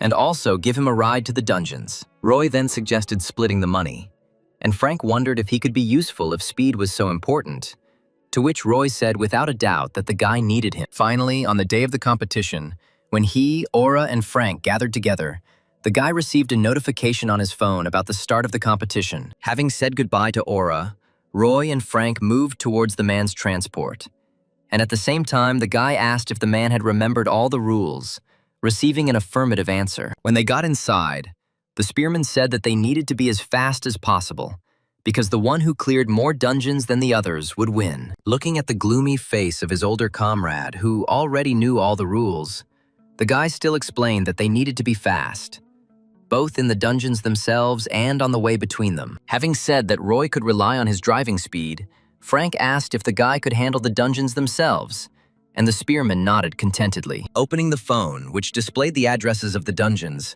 Roy handed it to the man so that he could find out where to go. Frank, of course, understood where to go, but asked why Roy had given him the phone forever, and the guy replied that all the addresses were there, and Frank would be able to optimize the route. Frank's eyes widened in surprise, and he asked again how the boy could rely on his friend in such an important matter. Roy chuckled and said that he hadn't allowed himself to doubt the man's skills for a second, which embarrassed him a little. Having secured the phone to the dashboard, Frank, smiling contentedly, moved from the spot, ordering the guy to hold on tighter since he wanted speed. When they reached the first dungeon, they were met by an inspector, and Roy quickly went inside, leaving Frank, who immediately opened a can of soda, outside. Having decided that Roy was from an unknown academy, the girl decided that he would spend about an hour in the dungeon, although at first, looking at Frank, she thought that they would cheat. But, seeing that the man was simply drinking soda, the inspector decided that everything was fine. But completely unexpectedly, the portal began to tremble a minute after it started. She went closer to check if he was okay, but to her surprise, she saw Roy jump out and ask Frank to get ready. The guy said that he had already finished, which caused a grumble from the man who had not had time to drink, and the surprise of the inspector, who was amazed at the guy's speed. Thinking that she had misheard and the guy was asking for help with the raid, the girl warned that help in completing the dungeon was prohibited. But Roy said that he had already finished. The girl thought the guy was lying, and he invited her to go inside to check and make sure of his success. As she entered, the inspector continued to be indignant. But once inside the dungeon, she was amazed to realize that the guy had actually killed all the monsters. The girl tried to understand how he managed to do it so quickly, because not even 5 minutes had passed. And Roy, not wanting to waste time, took the goblin's corpse and carried it to the exit. Seeing what the guy was doing, she stared at him blankly and asked why he even took this goblin. Roy asked not to pay attention and, loaded with extra weight, began to move towards the exit, doing a squat and a step, so that at the same time he could have time to work out. When he went outside, he saw that Frank had already prepared the cutting table. And when he saw the guy, he rolled his eyes and asked why he continued to do this madness. Putting the corpse on the ground, the guy replied that he couldn't miss tasks, although Frank didn't understand what Roy meant at all. Deciding to change the subject and seeing that the man had prepared his tools, the boy asked how long it would take to cut up each monster. Noting that the goblins were fairly simple, Frank insisted on 15 seconds per one, and Roy was pleased, preparing to move on to the other. The inspectors stared at what was happening in amazement and loudly asked if they were planning to cut up the corpses right there. Turning to her with displeasure, the guy said that according to the rules it was not prohibited, and therefore asked what problems there could be, without receiving an answer. Realizing that she really couldn't stop the guy, the girl allowed him to continue, and he, doing a squat and a step, continued to drag the corpses to the man for cutting up. In turn, Frank, doing his favorite thing in which he was a true professional, butchered each goblin with incredible speed. The men moved so harmoniously that the girl never ceased to be amazed, looking at how deftly they handled such an unusual task. Finally, having finished with the last goblin, they did not waste time and, choosing the next dungeon, grabbed the fresh meat and ran to the truck, leaving the amazed girl alone. Laughing at how much fun this activity was, the men quickly rode to the next dungeon, planning to make money both from the competition and from selling fresh meat. At the next dungeon, sitting peacefully in the middle of nature and enjoying the peace, another inspector was waiting for the two friends. He was thinking about how quiet the day was, and just as he was wondering where the participants were, a huge truck drove into the yard, rumbling with its weight. Not wanting to waste time, Roy ran to the entrance to the dungeon, and Frank began preparing the work area for cutting up monsters. Inside the dungeon, Roy was already met by a whole crowd of living skeletons, imbued with magic and ready to destroy the one who entered. Gripping his spear tighter and concentrating hard, Roy prepared to destroy each of them as quickly as possible. As more monsters gathered around him, Roy swung his spear with a flick of his wrist, spinning it around himself and breaking the bones of each one. Having sorted it out in 2 minutes, Roy began to run out and drag bones to Frank, who was upset about the lack of meat on the corpses. However, realizing that the skeletons contained a lot of bone marrow, which could also be sold profitably, the man began cutting them up. In turn, Roy, without ceasing to train, dragged one skeleton after another to the cutting table, catching the surprised look of the inspector. The friends moved so quickly and without paying attention to him that the inspectors simply could not find the words to say anything to them. Having finished with the skeletons and still in a hurry, the friends quickly loaded everything into the truck, climbed inside themselves, and moved on without saying a word to the man. Meanwhile, at the Ministry of Public Administration and Security, one of the bosses asked his employee if today's competition report was ready. Having praised the worker and sat down at his desk, the man opened the report and began to read with interest, studying the successes of the academy students. On the very first page, the man saw the personal file of a promising girl who had cleared 16 dungeons in her first day. Thinking that with such results she would definitely take first place, the man scrolled straight to the end to see the overall statistics, and was surprised to notice that the girl was only second. Thinking that he had scrolled past someone more outstanding, the man decided that someone had managed to clear out 17, and began scrolling further. Opening the page with Roy's name, the man was speechless when he saw that the guy had managed to clear 32 dungeons in one day. And then he cried out, asking the worker about it. He thought that whoever made the report was mistaken, because it was simply impossible to clear 32 dungeons in one day. But the man said that there was no mistake. He added that at first he himself was surprised, But then he asked the inspectors and found out that the guy cleared each dungeon in about 5 minutes. Thinking that this was simply impossible for a student, the boss asked if he had broken any rules and received the answer that everything had been checked very carefully. Still trying to find the catch and understand how the guy managed to achieve such a result, the boss asked which academy he came from. After learning that he was from an academy called Dream, the man asked if the great swordsman's granddaughter was teaching there and received an affirmative answer. The man looked sternly at his subordinate, waiting for him to come to the understanding.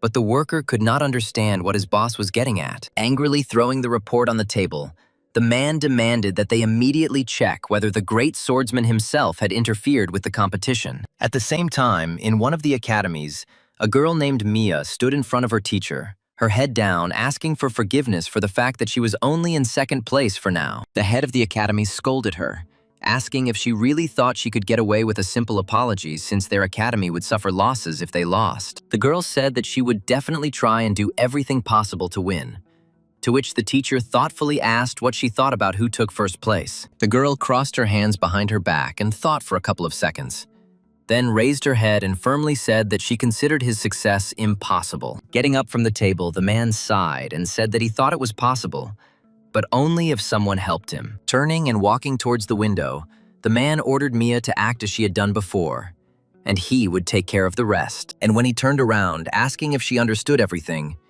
Mia thought that her teacher would definitely use dishonest means to achieve victory. And although the girl said that she would do everything, the man noticed that she was worried about his approach, and therefore added that in this world, the most cunning win. Even though Mia couldn't agree with this statement, she nodded obediently after hearing that the main thing was winning, not the truth. The man asked with displeasure if she was worried about her own rival, to which the girl firmly replied that she was not worried about him at all. Leaving the office and thinking about how their conversation had just gone, the girl moved around the territory of her academy. Still, Mia couldn't admit, even to herself, that she didn't agree with the teacher's approach, and she remembered one of the moments from her past. An image of her friend popped into her head, who always insisted that a legendary hunter must have ironclad principles that he would never compromise. In turn, she always argued with him, claiming that this form of thinking was nonsense, and in this world, absolutely everything was decided only by money. The guy sarcastically noted that he would definitely become a professional hunter and would light people's hearts with his will,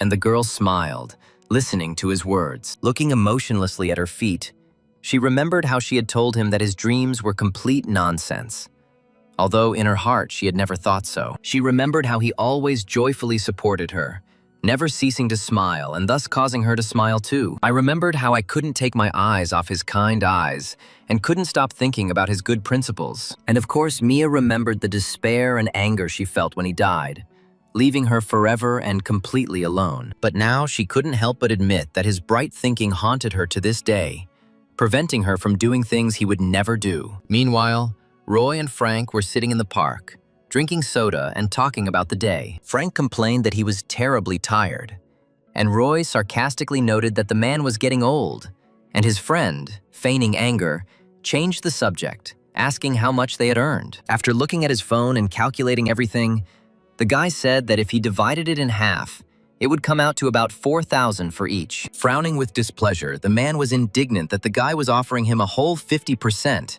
and demanded only 30, insisting that otherwise he wouldn't come out tomorrow. And although Roy tried to insist that the man had tried very hard and therefore deserved half, Frank did not agree, and the guy in this case offered him at least 2.5 thousand. And although the man continued to be indignant, demanding less, in the end, realizing that the guy could not be moved, he agreed to 2.5 thousand and continued drinking soda. Smiling at the friendly atmosphere, Roy took a sip of his drink and asked why Frank wasn't surprised. At first, the man didn't understand what exactly his friend was talking about, and Roy explained that he was referring to the incredible speed with which the guy cleared the dungeons. Frank chuckled and said that he didn't understand what was surprising about that, since he had already seen Roy at the academic tournament, which had amazed the guy. Roy asked, offended, why his friend hadn't even mentioned or given any indication that he had been at the tournament, to which the man, causing a smile to appear on Roy's face, said that he hadn't wanted to bother him. Turning away from the guy, Frank burped,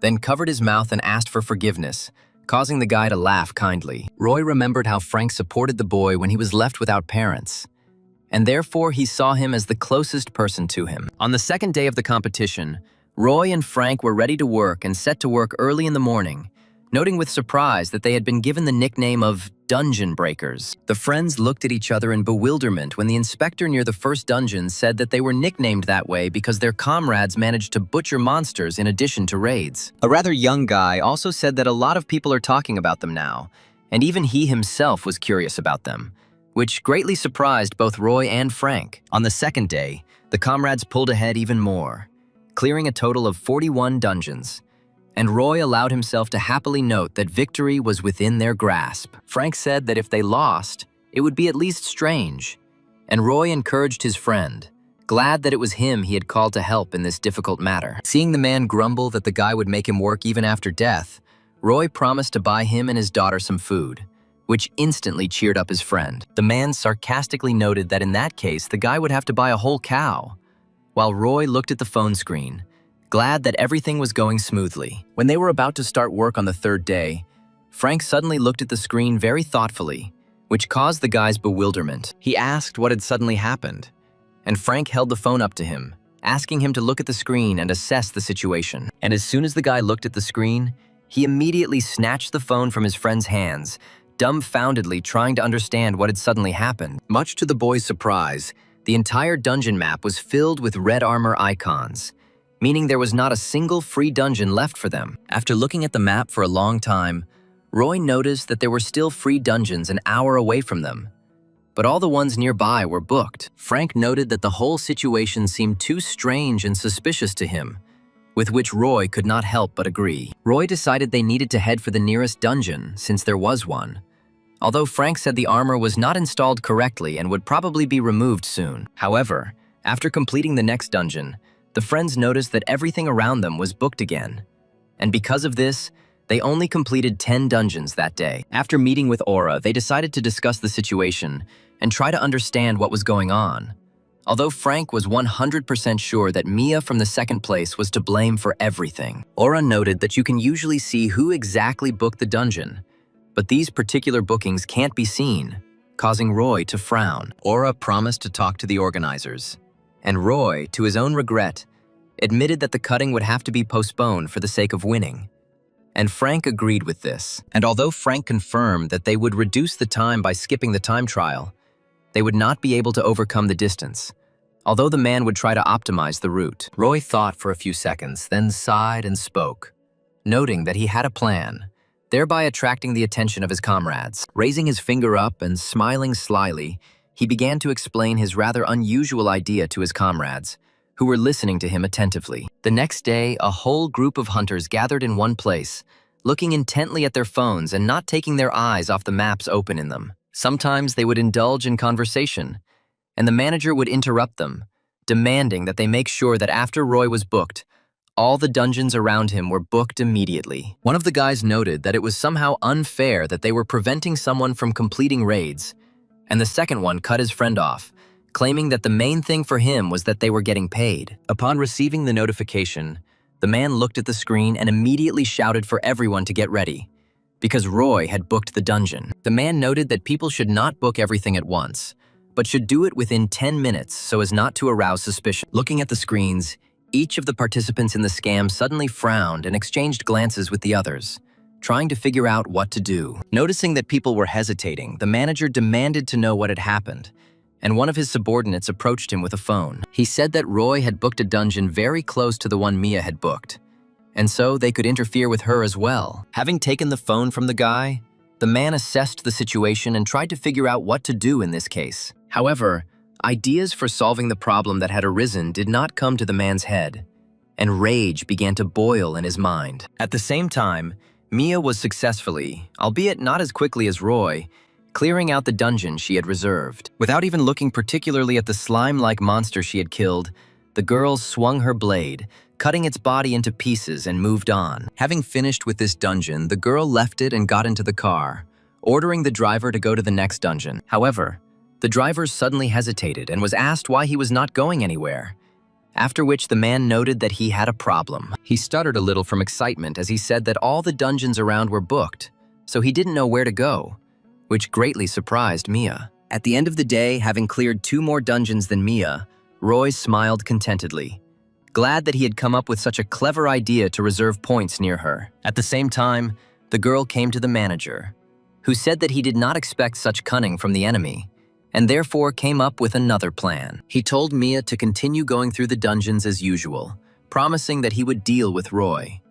And Mia, closing her eyes, agreed. The next day, Mia reached her first dungeon, which turned out to be a couple of meters away from the one that Roy and Frank had booked, and they greeted her happily. Hearing her name, the girl turned and frowned at the surrounding area, wanting to see who had come to watch her triumph. And she saw Roy and Frank smiling happily at the meeting with their rival and ready to get to work. The inspector noted that the participants were forbidden to quarrel, but Roy said that they did not quarrel.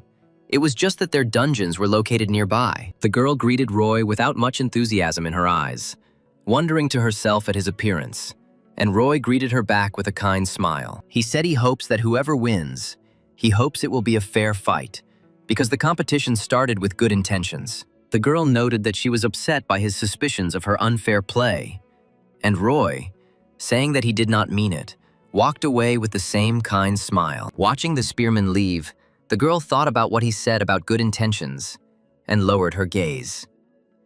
And then she clicked her tongue in displeasure, saying that such an opinion was simply laughable and that the main thing was winning. The girl thought that she didn't believe in the existence of good intentions and that all the people around her were selfish, and therefore they only helped when it was profitable, and then boldly abandoned. Looking up at her sword, the girl concluded that there was no room for good intentions in this sad cycle of life. Having climbed into the dungeon, the girl decided that she needed to deal with the 2 friends as soon as possible, despite any pangs of conscience. When the girl came out of there, her attention was drawn to the exclamation of the inspector, who claimed that he had, of course, heard about it, but really wanted to see it for himself. The girl turned her indifferent gaze to the side, although inside she was curious about what the young man was talking about. And at the same moment she froze in amazement, seeing Roy and Frank energetically cutting up the monsters, obtaining raw materials for subsequent sale. While doing a step squat with the corpse of a lizard-like monster on his shoulder, the guy noticed that the girl had gotten out of the dungeon earlier than he expected. Looking behind Mia, Roy asked if she wanted the corpses of the monsters she killed in that dungeon, surprising the swordswoman again. She told Roy to do whatever he wanted, and he, delighted by the girl's kindness, went to her dungeon to get the monsters from there too. However, the girl was even more struck by the fact that Roy moved by squatting in a step, and she asked why he walked like that. At first, Roy didn't even understand what exactly the girl meant, and so he asked if she was talking about training, and then he thought she meant that he was dragging corpses to Frank. And Roy told her with a smile that they cost money. Turning around, the girl indignantly said that their business was a waste of time, and so she moved away, leaving the 2 friends to work. And although the girl was angry at them for wasting their time, the anger turned to sadness when she remembered her friend, whose smile was as kind as Roy's. However, as she moved towards the car, Mia noted one last time that nobility did not exist, and even people like Roy were only attracted by money. At the same time, Guy Bauer, armed with his mighty blade, angrily cursed Kalia, saying that the impudent man had deceived the old man. Standing on the corpse of a huge monster and swinging his blade to shake off the blood, the man said that Kalia promised monsters of the 6th level, but they had to kill creatures of the 10th. When the man jumped down, Kalia, looking thoughtfully at the monster, suggested that it was due to distortion, to which Guy aggressively noted that such a thing does not happen. Casting an evil glance at the boy, the great swordsman noted that he believed more in the guilt of the Order of Truth, as it had been 30 years ago. Kalia swore on the honor of the Order that they had nothing to do with it, and Gaius was about to insult the young man, but someone in a large hat intervened in their conversation. Sitting on a hovering broom, a girl named Daisy, who was a student of the Great Mage, noted that she would not tolerate swearing in her presence. Seeing the new arrival, the old man irritably said that the young girl was not his boss and asked where her mentor was, to which he received the answer that the great magician was not feeling well. Jumping off her magical transport, the girl analyzed her feelings and noticed that she felt an abnormal flow of mana, but it did not look like a distortion. Frowning thoughtfully, Daisy turned to Guy and asked if he had felt anything strange, to which the man replied half-heartedly that he had felt nothing unusual. The sorceress noted with a sad expression that the swordsman was very lucky, and that such phenomena only happened when the berserker giant was released. Kalia asked Daisy if this corruption could infect other dungeons, and was told that it was possible, although the chance was small. Turning back to the men, the girl said that they needed to get a lot more information anyway, and while she was saying that she would ask the administration to reevaluate all the dungeons, in another part of the city, inspectors saw a very strange anomaly. They stood in front of 3 open dungeons at once, discussing that it was rare, but it did happen that 2 dungeons would merge. But the merging of 3 seemed impossible, and if the 2 dungeons seemed quite ordinary, then the portal to the 3rd emitted a frightening and cruel aura, directly screaming about its danger. Meanwhile, the competition continued, and Roy and Frank, having reached the next booked dungeon, learned that some guy had already completed it. Not understanding how the inspectors had made such a mistake, the friends moved on to another armor. But there, too, some hunter had already cleared everything out, asking for forgiveness for the confusion that had arisen. Roy and Frank were left out of work time and time again, because due to the tricks of their rivals, their comrades' armor was constantly cleared out before their arrival. At the end of the day, they came to Aura to discuss what had happened. And while Frank shook his fists furiously, Roy thoughtfully noted that their opponents were quite smart. Angered at the realization that they had been tricked again, Aura said that she would definitely deal with this and change the rules, even if she had to use her reputation as the great swordsman's granddaughter. And after Aura's appeal, Roy received a letter with an update to the competition rules, stating that for clearing someone else's armor, the result would be counted to the one who made the reservation. The next day, heading to the first dungeon, the friends already thought that everything would go smoothly.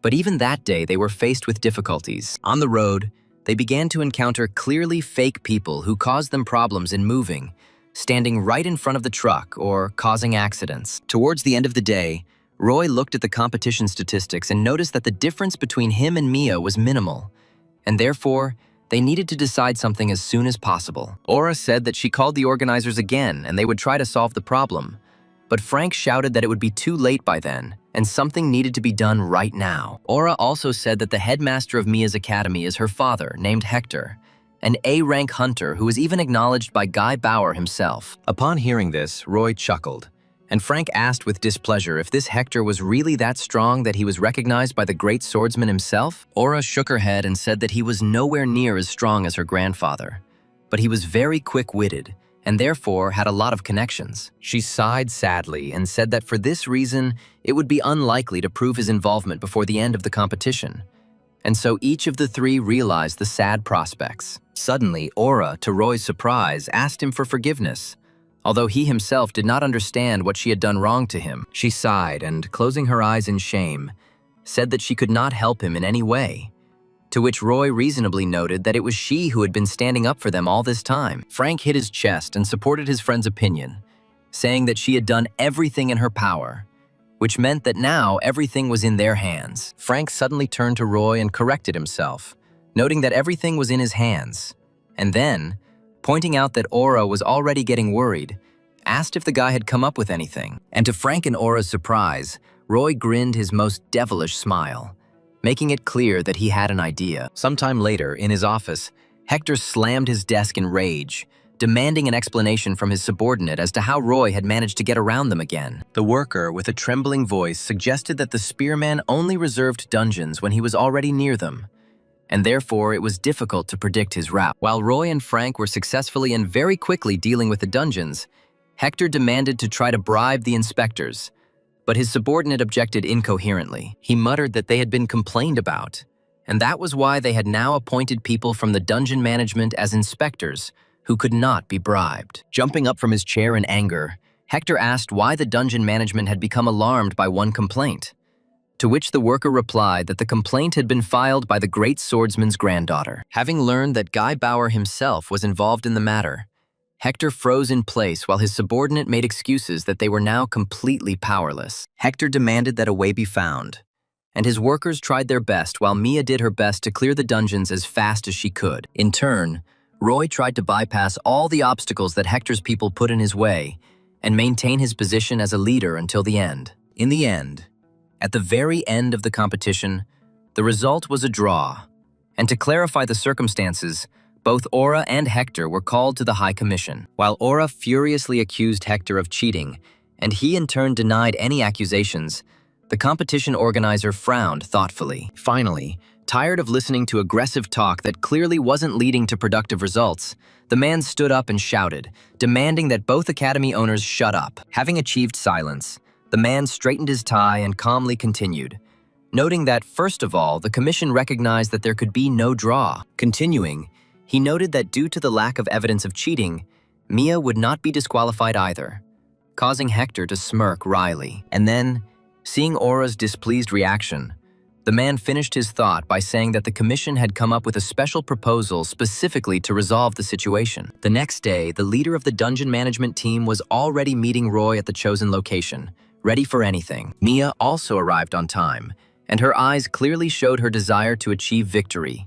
no matter what the cost. Smiling and greeting each of the participants, the man introduced himself and said that he would be the one judging today's results. Standing in front of 3 strange-looking portals, the man continued, saying that he was going to explain to the 2 competitors how their final test would be conducted. Roy adjusted his grip on the spear, and Mia placed her hand on the hilt of the blade as the man turned to the 3 portals and continued pointing at them. He said that they needed to pick one dungeon and clear it as quickly as possible, and whoever moved on to the second one and cleared it would be the winner. Seeing the confusion in the participants' eyes, the man added that the winner should be the one who clears more dungeons, and that is why they chose this particular place. The examiner also noted that all 3 dungeons have the same difficulty level, and therefore they can discuss among themselves who chooses which one. Deciding that this time Mia was unlikely to have set something up, Roy asked if he could choose first, to which the girl indifferently gave her permission. Pointing his spear at the blue portal, the guy said that he would go into it, and Mia, shrugging her shoulders, decided that in that case, she would go into the red one. Having agreed, the opponents moved to the entrances to the dungeons and stood near them, waiting for the inspector's command. Suddenly, Mia, without turning to the guy, told him not to cry later when he tasted defeat. Turning to the girl, Roy asked in bewilderment what she meant. But behind his back, the man had already raised his hand, getting ready to give the command to begin. And when he waved to her, both participants, reacting to the gesture, rushed to their portals, intending to get ahead of the opponent and get to the third as quickly as possible. As Roy ran into his dungeon, his face reflected confusion, although he tried to concentrate on his task. But he still tried to understand the meaning of the girl's words, guessing that she could somehow interfere with his victory. But deciding that the girl had simply decided to distract Roy in this way, the spearman rushed forward, wanting to clear the dungeon as quickly as possible. However, unlike all the previous dungeons, which Roy cleared very quickly, in this one he had a hard time finding even one enemy, which surprised him. With a gloomy indignation on his face, the guy tried to understand what exactly was going on here, because during the time that he usually ended up here, he was simply looking for monsters. Suddenly, the boy froze in place, hearing a terrifying yet familiar scream that clearly did not belong to either a human or the simple kobold that Roy expected to meet. The sound was so frightening that Roy's body instantly tensed and his mind filled with excitement as he looked around, trying to figure out what was causing it. And when the boy looked around one of the corners, he saw the paw of a monster stepping into his path from there, which Roy almost immediately recognized from his own experience. And at the same moment when he realized what kind of monster he had met, a huge manticore jumped out at the spearman, intending to bite his throat. Her furious gaze blazed, showing that there was nothing in it but the thirst for murder.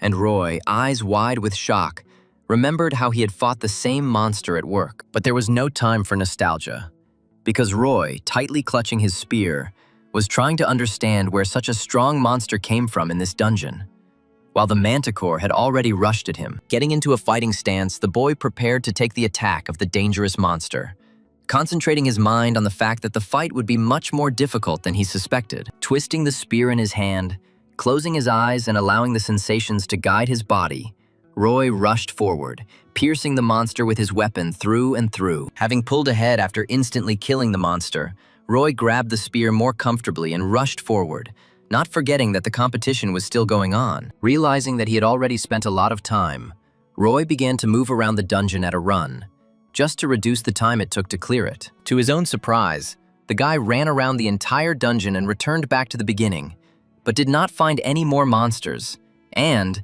deciding that he was finished, rushed to the portal. Panicked because he could already be late, the guy literally jumped out of the portal, which surprised the inspector a little. The man tried to speak, but Roy shouted first, claiming that there was a manticore in his dungeon. The boy, slightly out of breath, tried to catch his breath, while the man asked about the manticore and, with a stunned look, asked if Roy had really killed it alone. Thinking that Mia had already finished the third portal, the guy demanded a rematch, and the inspector got over his surprise and, clearing his throat, replied that it was impossible. The guy was even speechless, not understanding why the competition couldn't be stopped if he had met a fourth-level monster, and then asked his question directly. Calmly turning to the guy, the man said that he could not satisfy his request because Mia had not yet emerged from her portal. Looking at the blood-red portal, the guy hoped that the girl would come out now.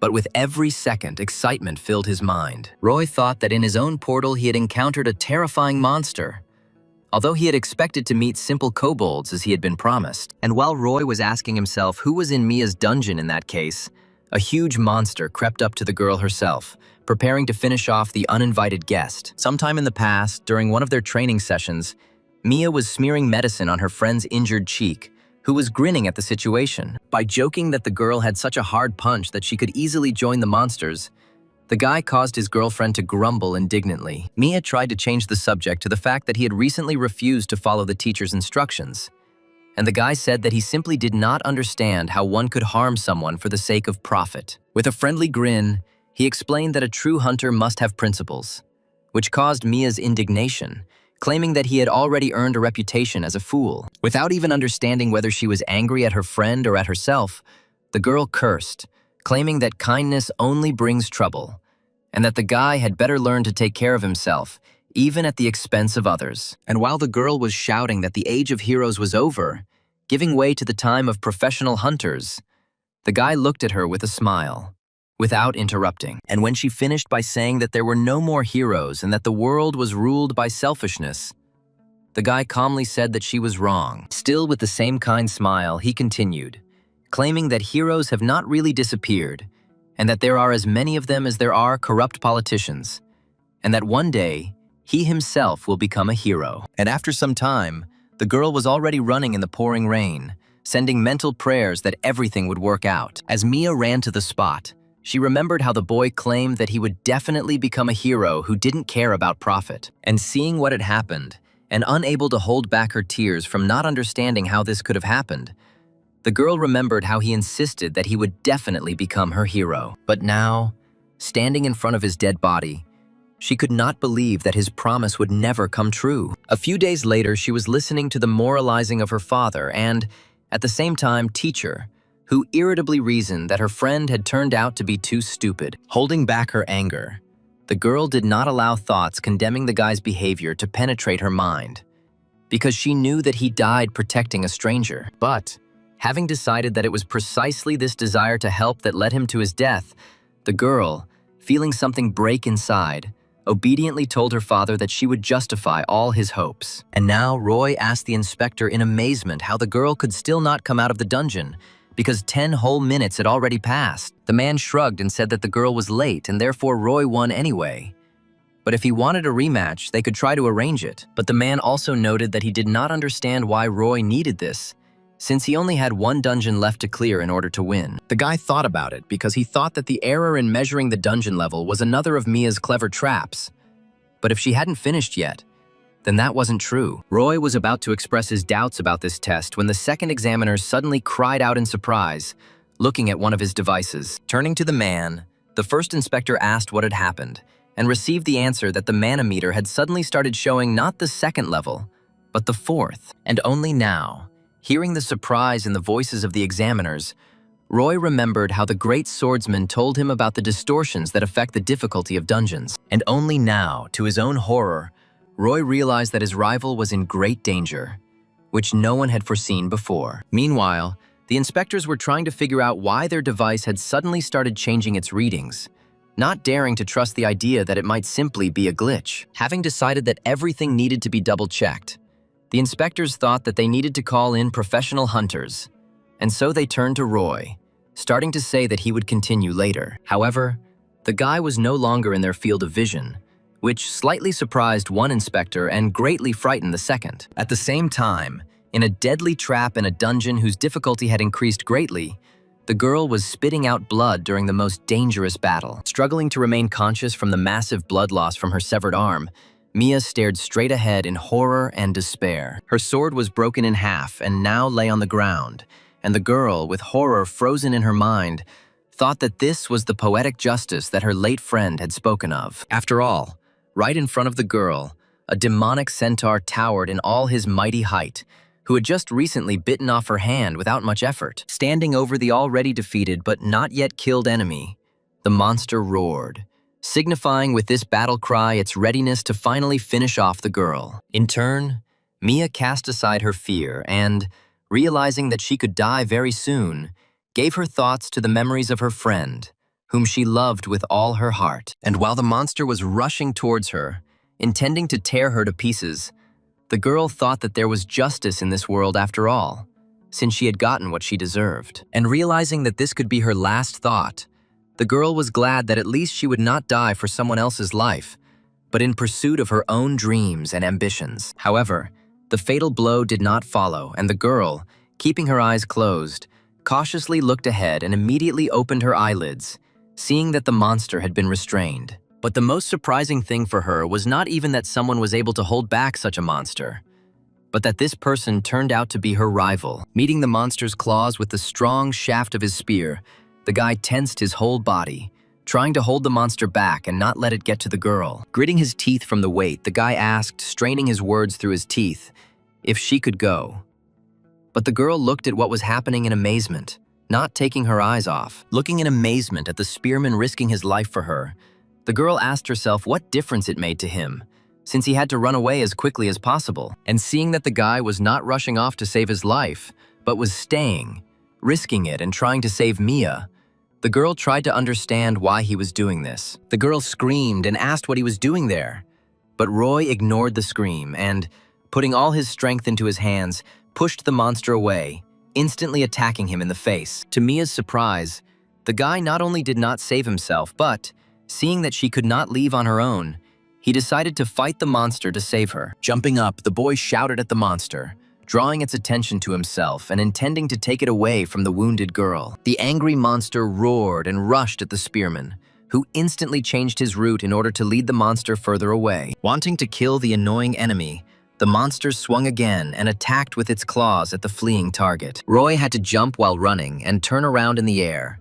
putting his spear under the powerful blow to block it. Barely managing to parry the blow, the boy tensely clenched his teeth, realizing that if he missed one blow, there would be nothing left of him except a corpse. Repelling attack after attack, Roy struck back, arguing that the monster's attacks were somewhat familiar to him, and so he simply needed to continue to strike back. However, this monster was clearly much smarter than the manticore, and even more so than the insignificant kobolds, and therefore was not going to lose to simple tricks. Having ducked under another spearman, the monster did not intend to strike with its claws, but swung its head, piercing the guy's shoulder with its sharp horn. Feeling the blood soaking his clothes, Roy let out a shocked breath, the air in his lungs running out. Shaking his head and roaring, the Minotaur threw the guy off his horn, sending him flying free. And Roy, although seriously wounded, still did not let go of the spear. With a huge wound in his shoulder, blood gushing out, the boy fell to the ground right next to Mia, who watched him fall in shock. The spearman's strength began to leave him, but, gritting his teeth in rage and pain, he tensed his whole body, not allowing himself to lose consciousness in the heat of battle. At the same time, the monster roared again, emitting a terrifying aura of killing intent. Roy planted his spear on the ground and forced himself to stand up, leaning on it and keeping a desperate gaze on his enemy. Trying to stay on his feet, the boy chuckled and said that the monster was quicker than he thought, and then asked Mia if she could move now. With a trembling voice full of incomprehension, Mia asked why the boy would knowingly put himself in danger for the sake of someone else's life. Breathing heavily from the pain and trying to push it away, the guy tried to concentrate on the fight while the girl started screaming at him. Holding tightly to his severed arm, the girl screamed, asking why he didn't just leave since he could clear the last dungeon and win the competition. Seeing how the guy's gaze grew heavy, but he continued to stand firmly on his feet, The girl clarified that the guy had only come for the money. With a smile on his face, Roy calmly and even a little tiredly confirmed that he came for the money, and the girl continued to scream, urging him to leave her and go for the win. She said that if the guy hopes that she will thank him, then this will not happen. But he calmly replied that he does not need this, and he thinks that the girl is wrong. Throwing aside the pain, the guy finally straightened up and added with a smile that he considered her actions wrong, but did not think that she should die because of them. Which reminded Mia of her friend. Kneeling, the girl felt the presence of the spirit of the one she was in love with, and was amazed to remember how he had once promised that they would definitely meet again. Still with the same kind calm, Roy said that he saw no reason in his goal to leave her to die, and images of the past appeared before the girl's eyes. She remembered how she always listened to her beloved's reasoning with a smile, although she considered his thoughts stupid. And Roy suddenly turned around, screaming that there was no reward in this world more valuable than saving a person, and therefore she should forget about her selfish nonsense. At the same time, the monster roared again, clearly intending to attack the two awakened ones with the goal of tearing both of them to pieces. And while it rushed at them in mindless rage, Roy twisted the spear with only one unwounded hand, preparing to protect Mia with the last of his strength. With a cry of despair, the boy strained even his wounded hand and grabbed her spear, standing firmly on the ground and preparing to take this deadly attack. And when the monster's claws were already very close to him, the guy's mind, filled with rage, suddenly concentrated better. And the guy heard a voice behind him. Chiron spoke, calmly telling the guy that intuition is not a separate phenomenon, but a part of the human mind. The boy heard the clatter of hooves, and Chiron continued, arguing that if you stop assessing the situation, no intuition will work. And therefore, the guy is obliged to connect his mind with feelings so that intuition does not control him, but is only a tool that Roy must control. And at that very moment, he realized that without assessing the situation, the guy was able to clear his gaze of fear, pain, or indignation, completely concentrating on assessing the situation. Chiron concluded by stating that assessing a situation through one's own senses is the true form of transcendental intuition. And Roy, rushing to intercept the monster's attack, allowed his senses to assess the situation down to the very last detail in order to deliver a perfect blow. Easily exposed to the monster's attack, Roy literally directed its blow only to dodge it with a smooth and calm movement, taking a slight step back. And even though the attack was incredibly powerful, Roy's dodge turned all of the monster's power into an unsuccessful strike. However, the monster was so strong that the airflow caused by the blow cut Roy's cheek, but he was able to realize that he could see where his enemy would strike. The monster a moment later clamped its jaws a couple of centimeters away from the guy, because he managed to dodge this attack with one jump. Feeling the monster's muscle movements, Roy was able to predict its next attack, easily dodging, which made the monster even angrier. Turning over in the air, Roy thought that at this rate he could distract the monster's attention until the professional hunters arrived. Looking at the girl right in motion, Roy thought that he doubted that Mia would be able to hold out because she had lost a lot of blood. Before she could land, Roy noticed that her eyelids were closing heavily, which meant that she was holding on with all her might to keep from losing consciousness. Realizing that he couldn't just wait, Roy realized that he needed to attack the enemy now and not let him take any more time from them. Having reached the peak height, Roy twisted his spear and rushed at the monster, intending to finally kill it and pull the girl out of the dungeon. Concentrating all his power in his hands and recalling Xiang Yu's lessons, Roy used all his internal strength for this strike. In turn, the monster opened its fanged mouth, ready to devour the naive, impudent man who decided that he could kill him. Seeing this, the boy realized how hopelessly small his chances of winning were against such a powerful monster. Flying towards the monster, the guy felt with all the sensations of his body that he would not be able to win, because the monster's strength was truly terrifying. However, the guy did not allow uncertainty and fear to cloud his mind, and for the first time in a long time, decided to add his own mana to his weapon. Screaming in realization of the desperation of his attack, but not intending to retreat, Roy rushed forward towards the enemy, wanting to kill him with one powerful blow. In turn, the monster, exuding an aura full of murderous lust, growled towards the spearman, intending to bite the enemy in half. Opening her eyes and watching Roy's actions, Mia stared at him in amazement, seeing the incredible action he was performing to save her. And a moment later, landing right in front of Mia with his side ripped open, Roy was breathing heavily, trying not to let the pain cloud his mind. And right in front of him, with a powerful roar, a monster fell to the ground, its body cut in half by one powerful blow. Realizing that the enemy was defeated, Roy began to realize how badly he was hurt, and the adrenaline began to leave his body, causing the guy to fall to the ground with trembling hands. However, the spearman understood that he had no right to relax now, because Mia could die, and therefore, getting up, he grabbed her by the arm and dragged her to the exit. Periodically, the guy asked the girl if she had died, fearing that he might have tried in vain for her.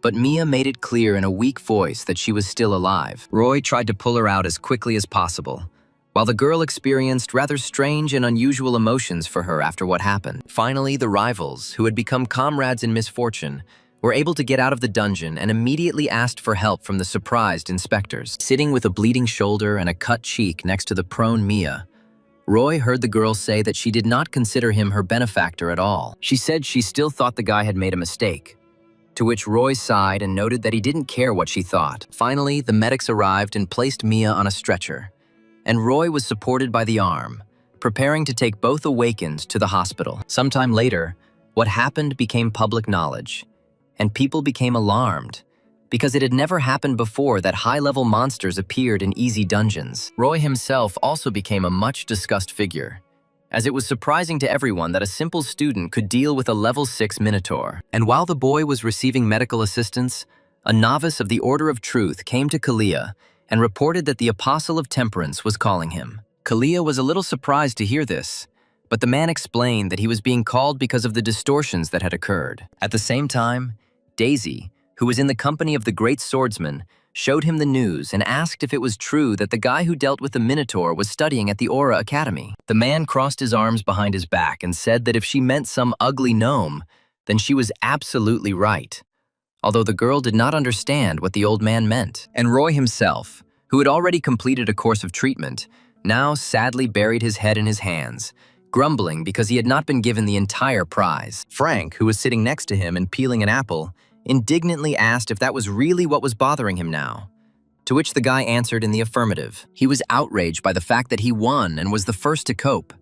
And then he also pulled out Mia, but they still divided the prize in half and declared a draw. The guy grumbled that they could have played rock, paper, scissors, or at least mukchippa, which is played with 2 hands. Frank crossed his arms and called the guy a blockhead, reminding him that Mia had actually lost her other arm. Roy said that was the reason he suggested the game, which surprised Frank a little, who muttered that the guy had really lost his humanity because he wanted money. While the friends were chatting, Aura entered the room, joyfully greeting her friends and announcing her arrival. Approaching the spearman's bed, Aura asked what he was grumbling about, and Frank explained that the guy was upset because they were assigned a draw, and he only received half of the prize. Looking at her friends with bewilderment, Aura asked why they thought Roy only got half, which caused questions from her comrades. Shrugging her shoulders, the girl said that Mia personally refused her share of the prize, and on top of everything, told about all the shenanigans they resorted to during the competition. It turned out that Mia blamed her father for everything that happened,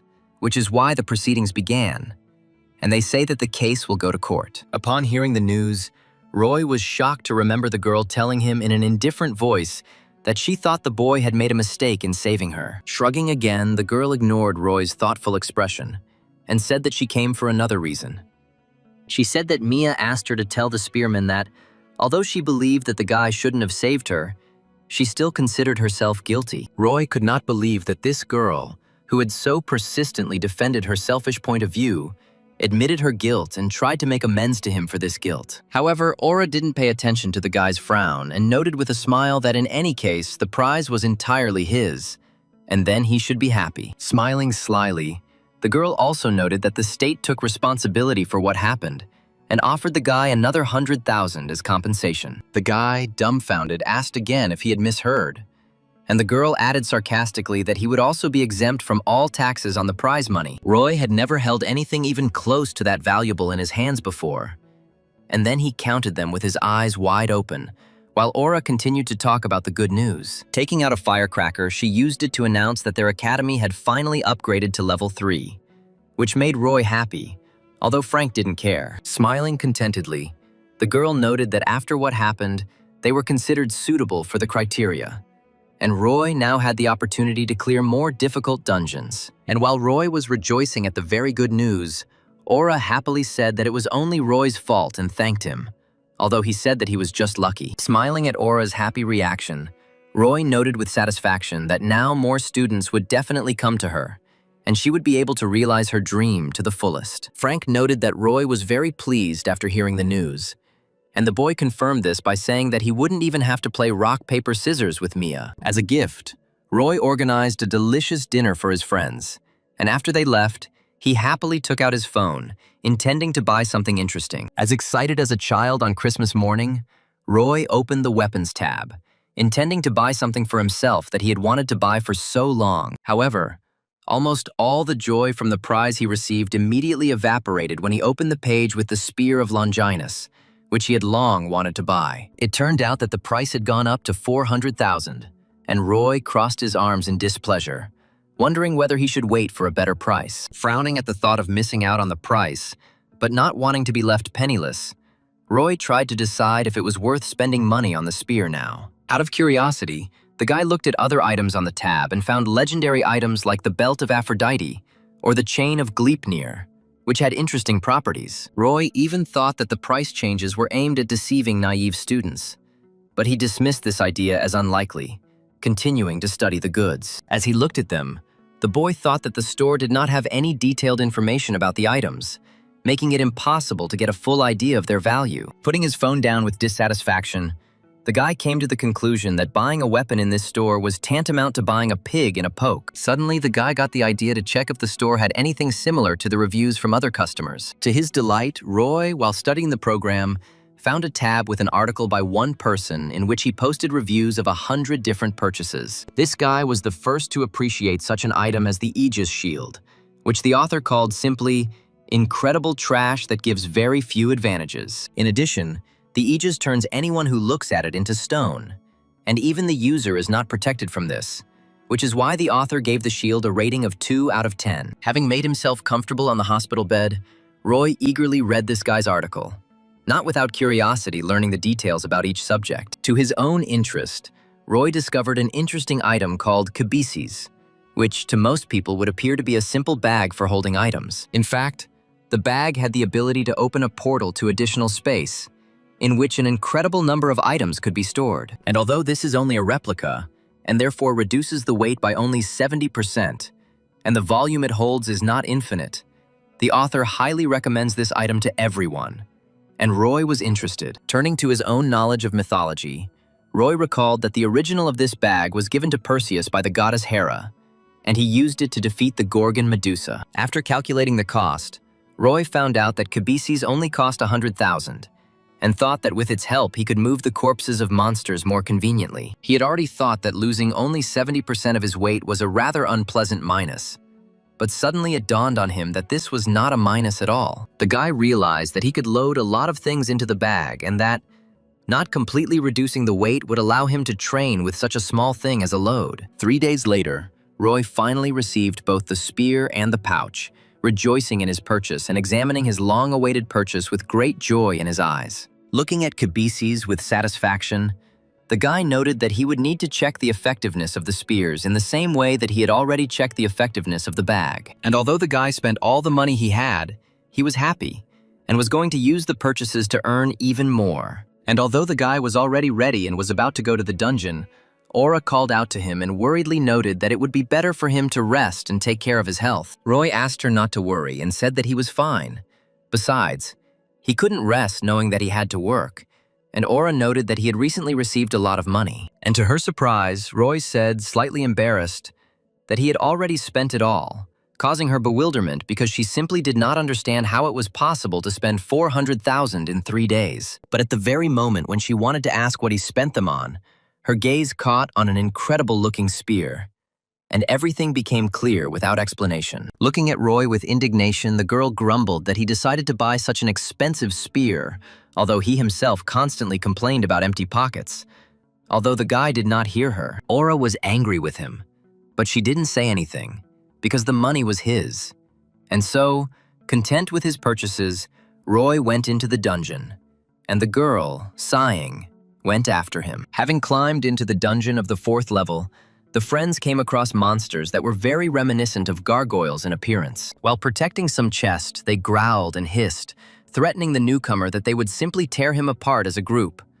Although Roy was not particularly impressed. After looking at the monsters appraisingly, he twirled the spear in the air with a light movement of his hand, intercepting it more comfortably and preparing for battle. Realizing that the monsters in the 4th level dungeon should have higher defense values, Roy chose a tactic in advance and rushed forward. With calmness and genuine curiosity, the boys swung the spear, wanting to check how effective it was and whether it could pay for itself. He decided to first use a normal attack without mana on the nearest monster, which suddenly screeched aggressively towards him, and its eyes lit up with a bright red light. With a light movement, the guy attacked the monster with a spear, which relied on its strong defense, but at the moment of contact with the tip, it became very scared. After all, at that very moment, the upper part of the monster's body was perfectly cut off from the lower part, although Roy had not made any effort at all. To the guy's surprise, it turned out that with his attack, without even suspecting it, he had also killed another gargoyle,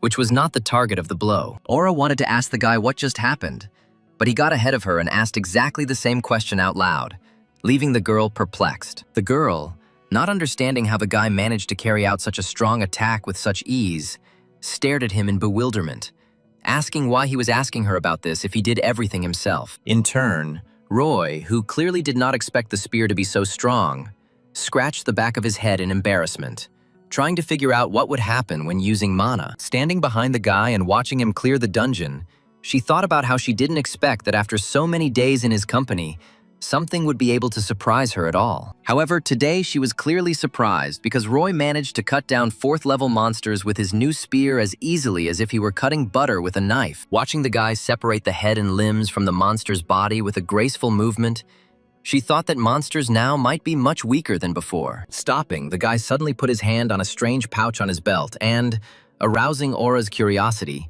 suggested that the corpses could already be collected. And although Aura, looking at him, thought that it would only be possible to put a couple of stones in such a small bag, Roy, in turn, calmly stuffed an entire corpse into it. And while the girl stood there, her mouth open in amazement and unable to think of anything to say, Roy again put cabeces on his belt and moved, admitting that he could still feel the weight. Shrugging his shoulders and saying that he had checked everything and would use it after the raid, Roy shook the stone fragments of the gargoyle out of the bag and, throwing the spear over his shoulder, moved on. Seeing what exactly the guy bought for himself with the money he won, Aura asked if he really only got 400,000 and not 400 million. And having received a negative answer, she asked with great curiosity where, in that case, he found such powerful items at such a price. Worried and thinking that he couldn't tell anyone about the Transcendent Academy because they wouldn't believe him, the guy lied and said he bought everything in a small store. Hearing about this, Aura was eager to go there.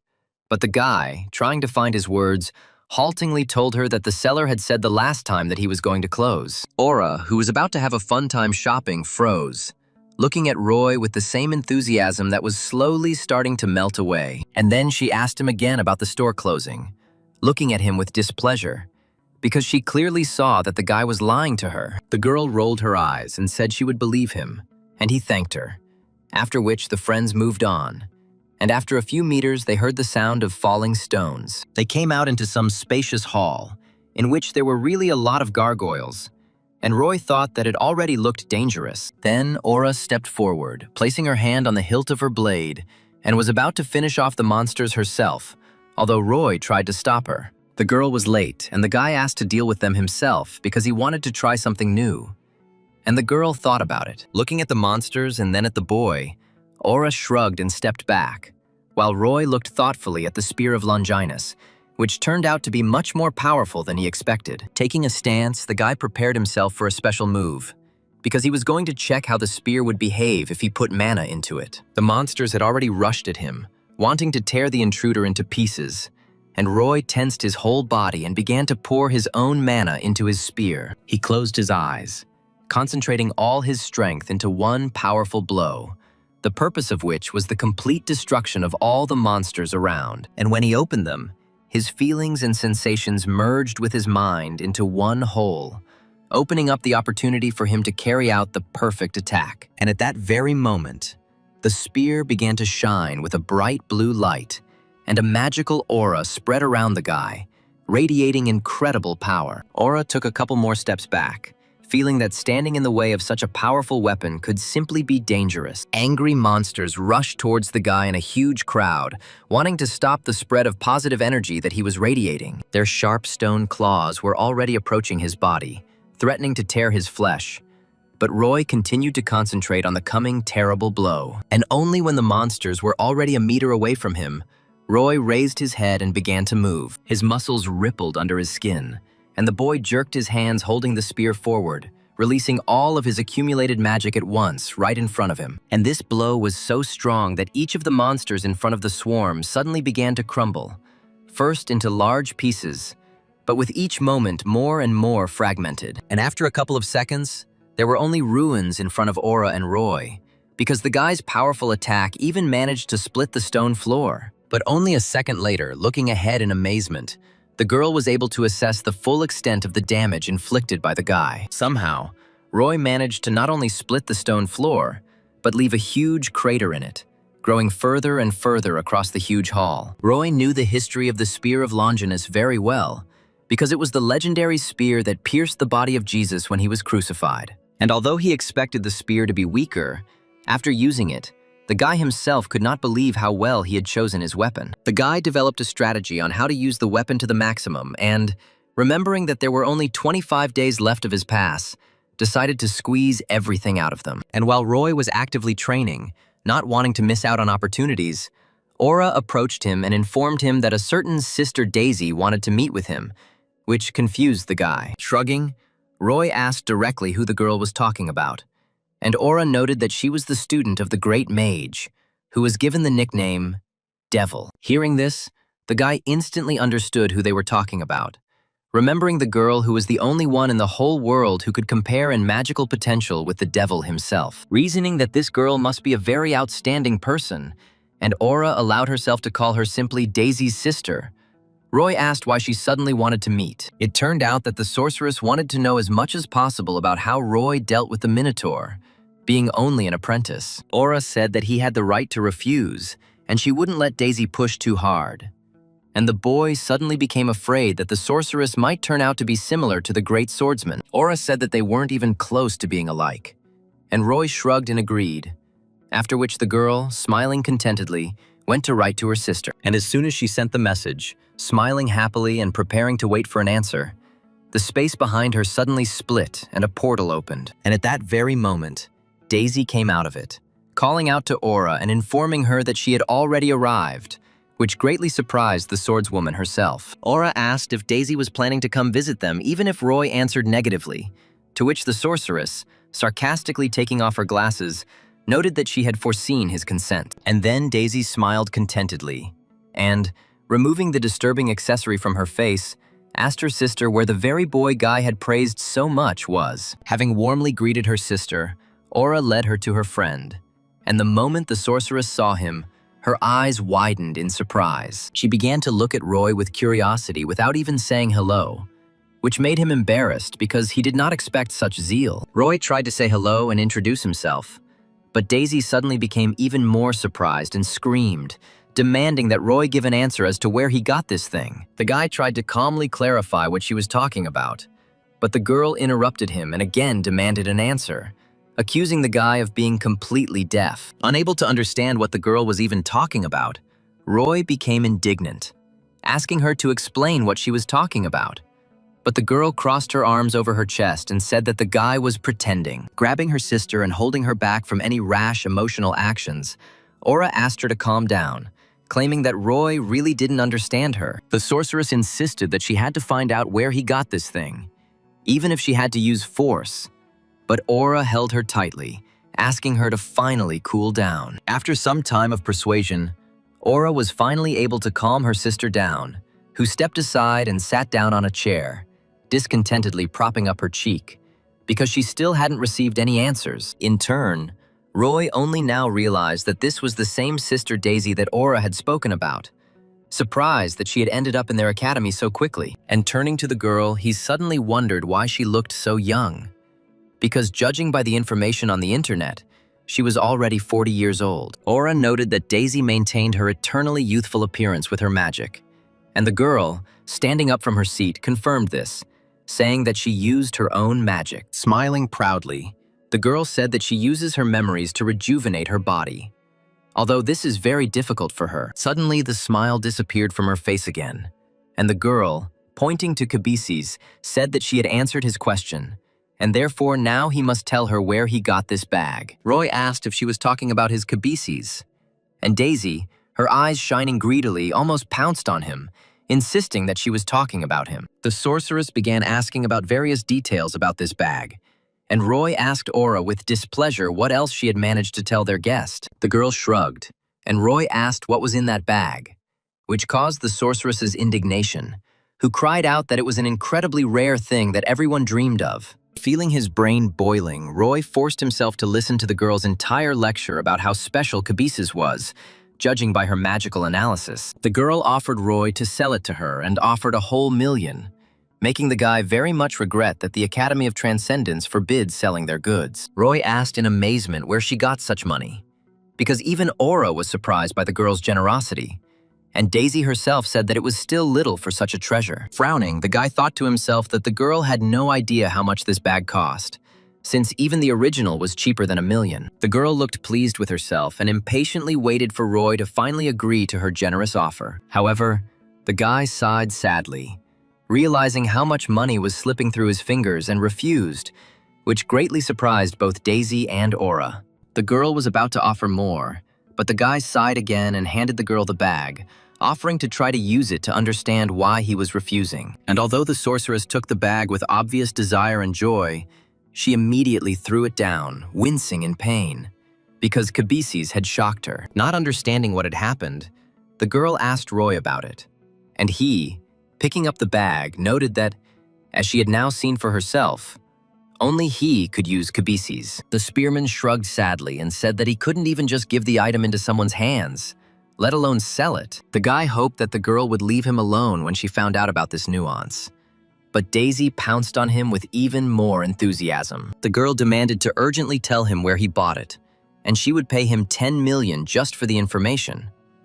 But the guy's story about the store near his house left her stunned. The girl shrugged her shoulders, a little upset, and said that nothing could be done, and then looked up and said that in that case, she had a proposal for him. She said that the guy could help her with one little thing, since she couldn't get Kabisis, and promised a monetary reward, although not 1 million. The boy reasoned that he couldn't give the bag away, but he could help with it, and he wondered whether he should agree, while Daisy looked into his eyes pitifully, begging for consent. Finally, Roy sighed and agreed, claiming that he would help for a decent reward, and the wizard jumped up and down happily, not holding back her emotions. Roy noted that he was quite busy, and therefore asked in advance whether the girl wanted to do it now or later, to which Daisy replied that there was no need now. And when the matter with Kabisis was resolved, Daisy suddenly remembered why she had gotten to her sister and Roy in the first place, and said that she really wanted to ask him. Roy clarified that the girl probably wanted to know about how he defeated the Minotaur,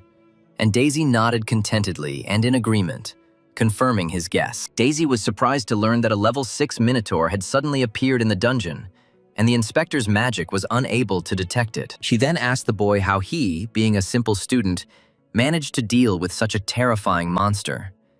And Roy sheepishly replied that he was just lucky. Daisy immediately doubted this statement, and Roy said that something did help him, remembering to himself that without the training in magic and the help of Merlin, he would never have managed. Suddenly, a small realization dawned on the boy's mind, and he remembered Merlin's theories, then related them to what had happened. Raising his hand, he asked the sorceress if he could express something like a theory and clarify her opinion, to which the girl, taking a sip of coffee, shrugged her shoulders, giving him permission. The guy started with the basics, saying that magic and aura directly depend on mana, and then clarified that he wanted to talk about how mana affects changes in the real world. And to the girl's surprise, Roy asked her if it was possible that mana was the reason for the change in the dungeons. Daisy slammed her palms on the table and stood up, demanding that the guy explain his theory in detail.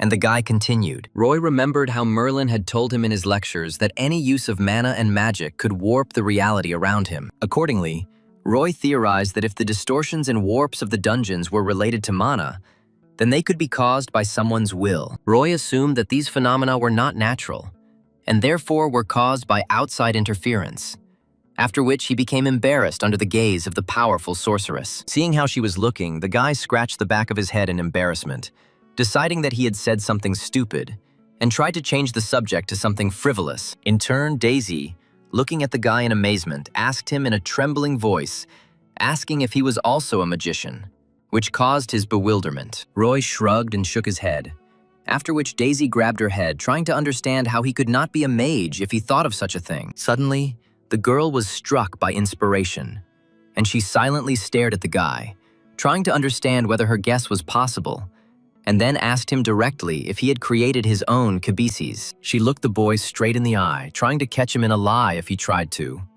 while Roy tried to figure out how she had even come to that conclusion. Even Aura admitted that this theory sounded reasonable when Daisy suggested that he was pretending to be a novice hunter to hide his identity as a powerful mage. The guy's eyes widened in surprise, and he stared at the girl, first trying to understand if she was serious, and then seriously thinking about her mental balance. The girl still couldn't believe the coherence of his theory about the influence of mana on dungeons, and so she grabbed the tablet, in which she wanted to write down his story in its entirety. In turn, Roy, of course, would be happy to share all the details of the thought process that led him to an interesting theory, but he could not. He couldn't tell her that he was listening to lectures from Merlin himself, whose thoughts and teachings had led the guy to this idea. However, the guy tried to come up with suitable and logical explanations in order to answer the incessant stream of questions from the sorceress. Suddenly, the guy had an interesting idea that knowledge could also be considered a commodity, and therefore he could teach for money. And while Daisy, without putting away her tablet and pen, was waiting for the answer to the next question so she could write it down,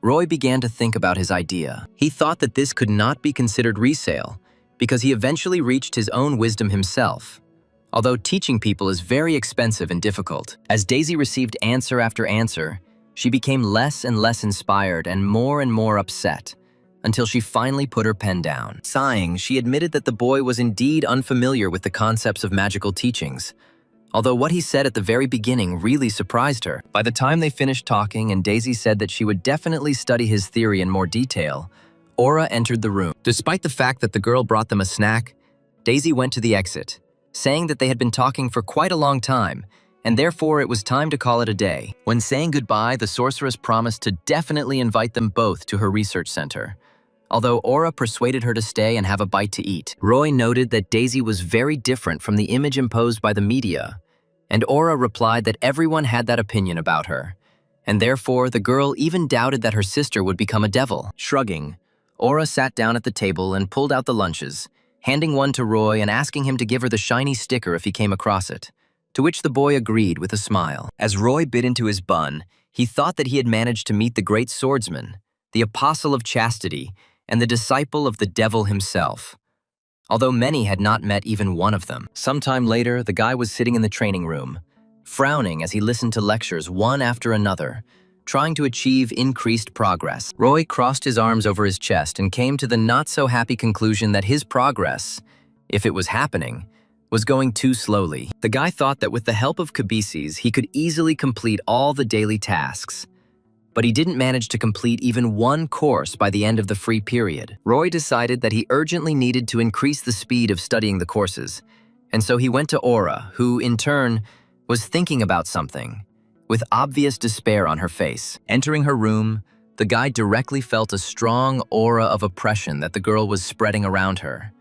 muttering something under her breath. Noticing that the girl didn't even pay attention to his presence, Roy approached her from behind and lightly touched her shoulder, causing the girl to become seriously frightened. The girl, realizing that she was completely mired in her heavy thoughts, turned around abruptly, asking who was calling her.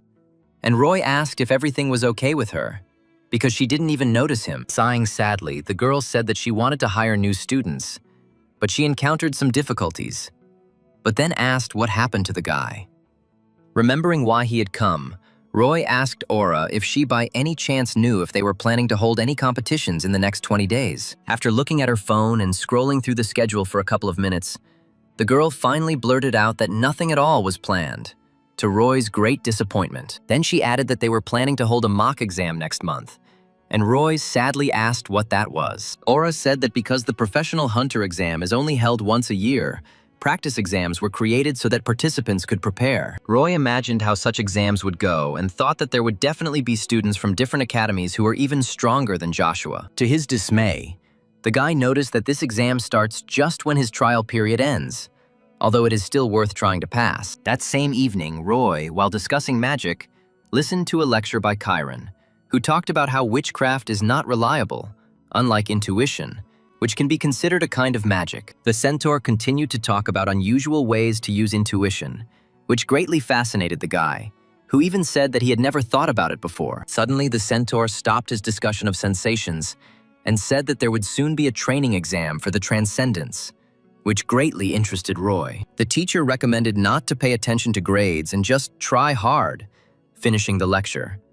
And Roy already thought that he had misheard. Suddenly, a window opened in front of him, which described the exam in great detail, and Roy realized that this exam really existed. Roy remembered watching an advertisement for the academy, where one of the graduates, a 9th-rank swordmaster, talked about his success in the exam. However, the guy just scratched the back of his head, realizing that he was still far from the title of Transcendent, and therefore there was no point in participating in the exam. He decided to continue watching the lectures and switch to the Hegemon King, wanting to increase the progress of his course as quickly as possible. And to the boy's surprise, his teacher on the recording boldly and in his characteristic aggressive manner insisted that his students take a practice exam. Xiang Yu sneered at the audience and said that if his student decided that he was already strong enough, he should go to the exam and finally realize what a worthless person he was. The recording ended immediately, and the exam notification popped up in front of Roy again, which made the guy quite surprised. He thought about how strange it was that both of his teachers were talking about the exam on recordings that he had no idea when he could watch.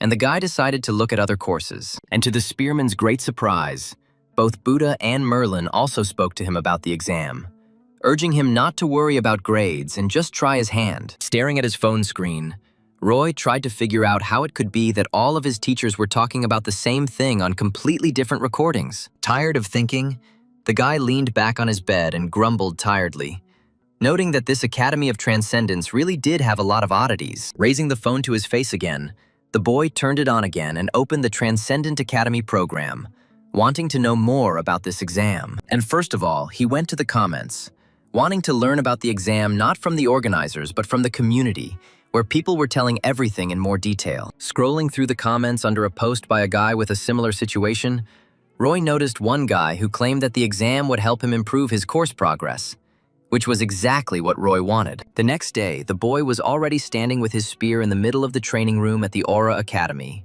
checking his phone. And to his own delight, when Roy tried to check how much it would cost him to participate, he found out that the first time was absolutely free for him. Deciding that he would hardly get another chance to improve his skills for free, Roy decided to agree and, fearing that the program would change its mind, quickly clicked on the confirmation button. Roy was given the details of the exam and was informed that the first of the 7 combat test tasks would have 15 stages that he would have to complete. Having grabbed the spear more comfortably, Roy thought that the exam would be at the level of a real transcendent, which meant that it would be incredibly difficult for the guy already at the first stage. Worried that he would be forced to fight monsters right here, Roy muttered incoherently, wondering how the exam would proceed. The guy was already starting to think about the fact that a lot of monsters could appear in front of him when his phone suddenly started to glow. And just a moment later, something flew out of the screen and moved away with incredible speed, which is why the guy didn't even see the object that appeared. Deciding that a monster had emerged from the phone that the boy had to defeat,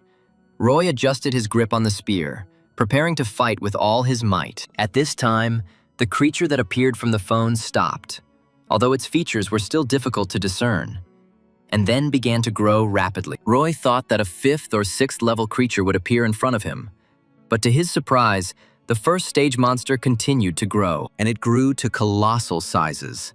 Although the guy was interested in how the creature even fit into such a small room. To the spearman's horror, What stood before him was not a simple level 6 monster, but a real dragon, whose skin and breath crackled from the electric voltage. The guy's phone beeped, and he saw an announcement that his opponent was Fafnir from Scandinavian myths, and the guy had to defeat him in 30 minutes. The guy even thought that this must be some kind of joke, and therefore the dragon would now disappear, and the test would start again.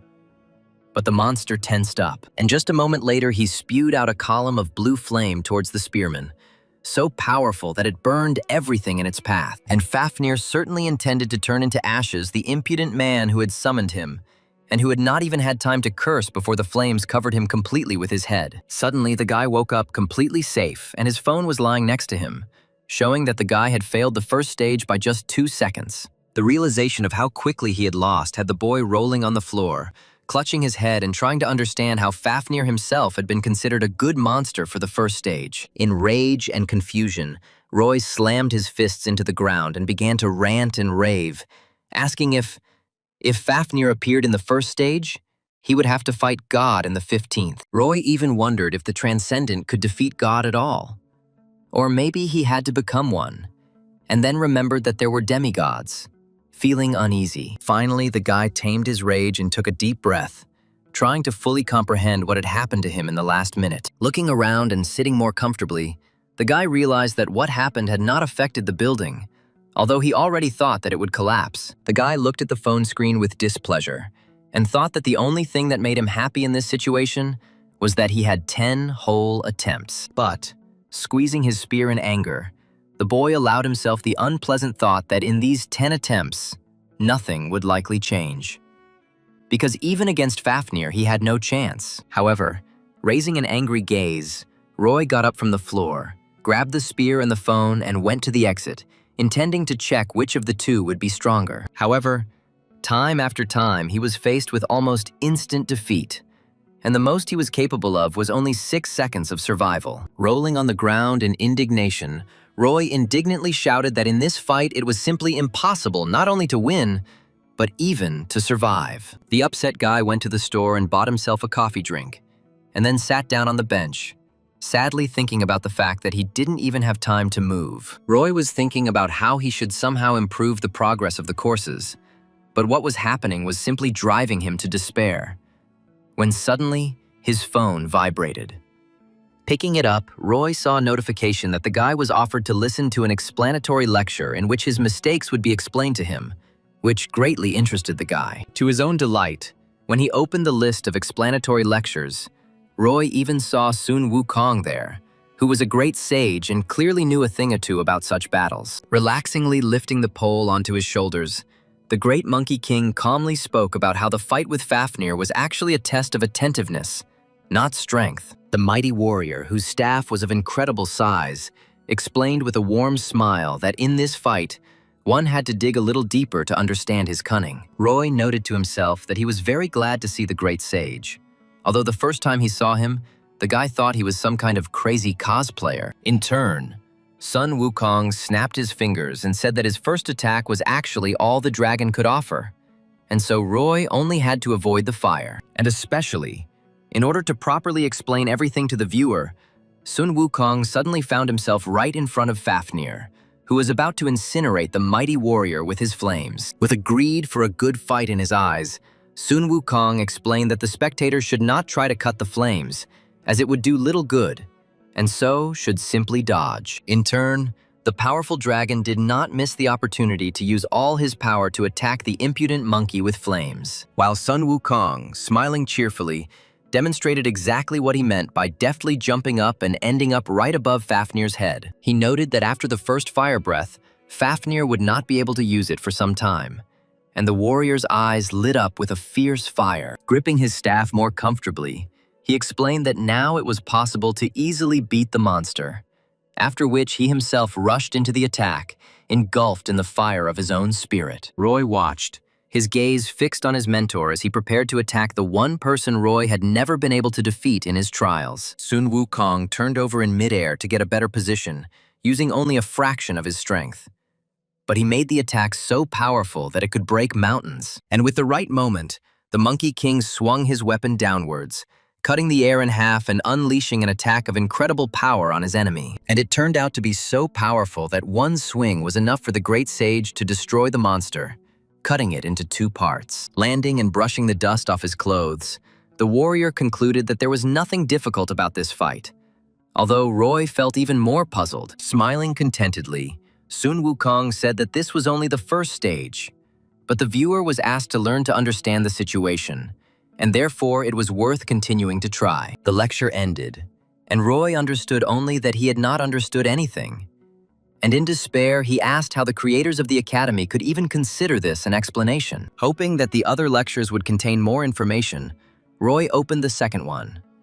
But in it, the divine blue dragon was cutting off Fafnir's breathing with his own. Watching the lecture in shock, Roy wondered why the hell a dragon could act as a mentor in a situation like this. Apart from the fight between 2 monsters, Roy saw nothing else in the lecture, and therefore wondered how he was supposed to get any benefit from it. Roy slapped his forehead with his palm and threw his head back, screaming in despair, wanting to figure out what to do. Raising the phone to his face, Roy looked at the last lecture and grumbled that he had wasted his free attempt on this test and therefore had no right to back out. Roy remembered that Siegfried is one of the most important heroes in Germano-Scandinavian mythology and is the strongest dragon slayer in history. And the dragon who, through his death, allowed the hero to earn this title was none other than Fafnir himself.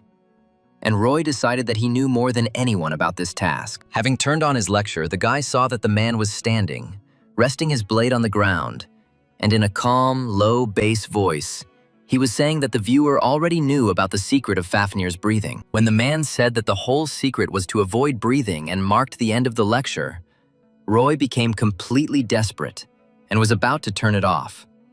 However, before his finger could touch the screen, Siegfried continued, noting that it was not too easy to dodge such an attack, and therefore he would figure out another way. Raising his hand with his index finger, Siegfried told of the first secret, the essence of which is that Fafnir attacks with flames where he appears. He added that if you immediately jump to the side after the call, the fiery breath will hit you in a completely different direction. Realizing that it was Siegfried who was able to tell him all the details, Roy listened attentively to the teacher, who explained that this was just a trick, but with it, the participant would have a much easier time. Raising a second finger, the Dragon Slayer noted that even with this trick, some students would have a hard time dodging it. And then he prepared a second method. And it was after this method was publicized that Roy left the park where he was training and went to a jewelry store, emerging with a gold bar in his hand. Having acquired such a treasure, the boy again listened to the man, who told him that Fafnir was turned into a dragon by his own greed, and therefore he was terribly greedy. That's why the man recommended simply throwing a gold bar under Fafnir's nose to distract his attention, because the dragon would definitely choose gold. And even if he wants to attack with flame, he will not do it, because in that case the gold will melt, and the enemy will lose such a precious thing. Roy thought that this would be too unfair, but Siegfried anticipated this thought, and explained that the main thing is to achieve the goal, and the method is secondary. Shrugging his shoulders, Siegfried said that this was all he could tell the viewer, and invited them to attend his lectures one last time. And Roy watched to the end with interest. Finally, standing in the middle of his favorite spot for street training, the guy bowed his head and encouraged himself with the thought that any endeavor requires investment. Touching the screen, the guy pressed the button to start the next attempt. And at that very moment, Fafnir appeared in front of the guy out of thin air. And as soon as he appeared, he immediately threw his head back, intending to incinerate the enemy. But this time, Roy was ready for it. Taking a good swing, Roy used all his reflexes to throw the gold bar as quickly as possible right under the monster's nose. The ingot flew straight into Fafnir's face, already ready to release the full power of his deadly blue flames into Roy. However, the moment the ingot appeared in front of its muzzle, the monster's eyes opened wide and glittered greedily, and its neck stopped swelling. The ingot flew past because Roy threw it too hard, and the dragon, turning his muzzle towards him, completely lost interest in the guy. Like an obedient dog who had been given his favorite toy, the formidable Fafnir rushed after the ingot, not intending to let it out of his sight. Roy happily pulled out the spear of Longinus from Cabesus, wanting to attack the enemy while he was distracted by the sparkling toy. However, having caught the ingot, the dragon looked at the treasure with joy, and immediately recognized that it was not gold, but only gilded. Recognizing the trick, Fafnir roared, turning towards the one who had tricked him with such a cheap trick, and became even more angry than before. Realizing that he couldn't use his fire breath fast enough now, the dragon swung his tail, and Roy had to react as quickly as possible. However, the attack was so powerful that it split the stone under the guy's feet and knocked the spearman out in a single instant. To his own regret, the boy lost again, and now lay on the dusty ground, looking at the sky with the thought that this was not even close to the lizard that Sun Wukong described it as. The guy stared at the sky in amazement, not moving and wondering how he could possibly defeat him, when his phone vibrated. Quickly raising the phone to his eyes in the hope of seeing a new explanatory lecture, the guy saw how the progress of Chiron's course rose by a whole 3%. A little later, Roy began another attempt and, once again avoiding the fiery breath, tried to stay alive, dodging Fafnir's furious attacks. To avoid the claw's blow, the boy jumped up, trying to keep his balance and not fall, although it was incredibly difficult to do so. Roy was already close to the ground and was about to regroup, but the airflow from the flapping of his powerful wings prevented him from doing so, and the guy lost his balance. As soon as he touched the ground, his legs became entangled, and Roy, barely holding the spear in his hands, fell to the ground face forward, thinking only about how to get up as quickly as possible. And having risen, the guy rushed to run, so as not to allow the bloodthirsty dragon to hit the immobilized target, thinking that even dodging was incredibly difficult. The guy tried to find an opportunity to attack, but given everything that was happening, it seemed impossible to him even when he got close to the monster's back. Noticing this movement, Fafnir, without even turning his head towards the enemy, swung his tail, intending to pin the guy to the ground. To his shame, the boy realized that he had gotten himself into a situation where it was too late to dodge, and so he put his hand in the bag, intending to use the secret weapon. Wanting to distract the monster from its apparently successful tail attack, the boy swung and threw the gilded ingot into the sky, successfully drawing the monster's attention to it. The trick was successful, and Fafnir hesitated for a second, causing his tail to slow down for a moment, allowing Roy to dodge at the last moment. His movement was so desperate that the boy immediately fell to the ground, looking in amazement at the powerful tail that left a huge furrow after its blow. Once again recognizing the gilding, the dragon again screamed furiously, wanting to finish off the impudent fellow for the audacious deception that he had pulled off for the second time. Gritting his teeth, the boy recognized the danger from the enraged monster and prepared himself for what was about to be a truly deadly attack. And although that was indeed the case, as Fafnir prepared to tear the boy apart with his claws, Roy reached into his pouch again, not wanting to give up so easily. To the surprise of the greedy dragon, who simply could not control his desire to possess as much treasure as possible, several ingots flew into the sky at once. The dragon couldn't take his eyes off them, and even muttered something in his dragon language, clearly intending to grab each of the ingots. And while Fafnir rushed towards the sparkling trinkets, wanting to grab each of them, Roy tensed his legs and jumped into the sky as high as he could. Finding himself directly above the monster, the boy used all the strength he had in his body to prepare for his next attack. And at the same time, he used all his mana to charge his weapon with it and make the blow truly devastating. Looking down at the monster that didn't even raise its head to face the pathetic enemy, Roy sighed, concentrating even his mind on one single yet powerful attack. And then he lunged downwards, pushing off straight from the air and aiming his spear at the back of the monster that had been causing the boy problems for so long. And at the same moment, with a furious cry that he would definitely pierce the monster through and through, Roy struck his weapon into its back, causing a cry of pain. Holding tightly onto the spear shaft, the boy managed to rejoice that his trick and most powerful attack had finally worked. However,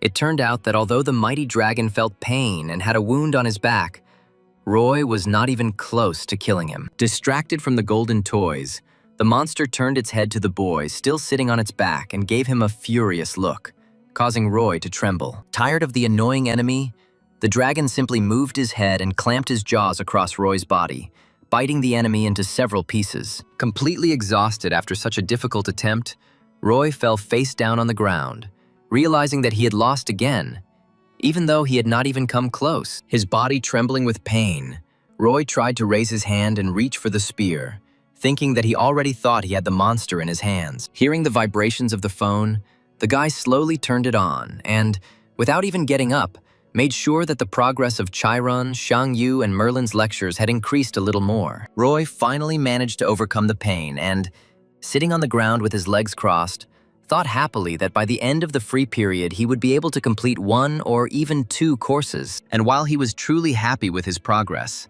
an annoying notification suddenly appeared before his eyes, telling him that the guy only had 3 attempts left. In the end, the guy spent them all, wanting not so much to kill the monster, but to at least increase the progress of the courses.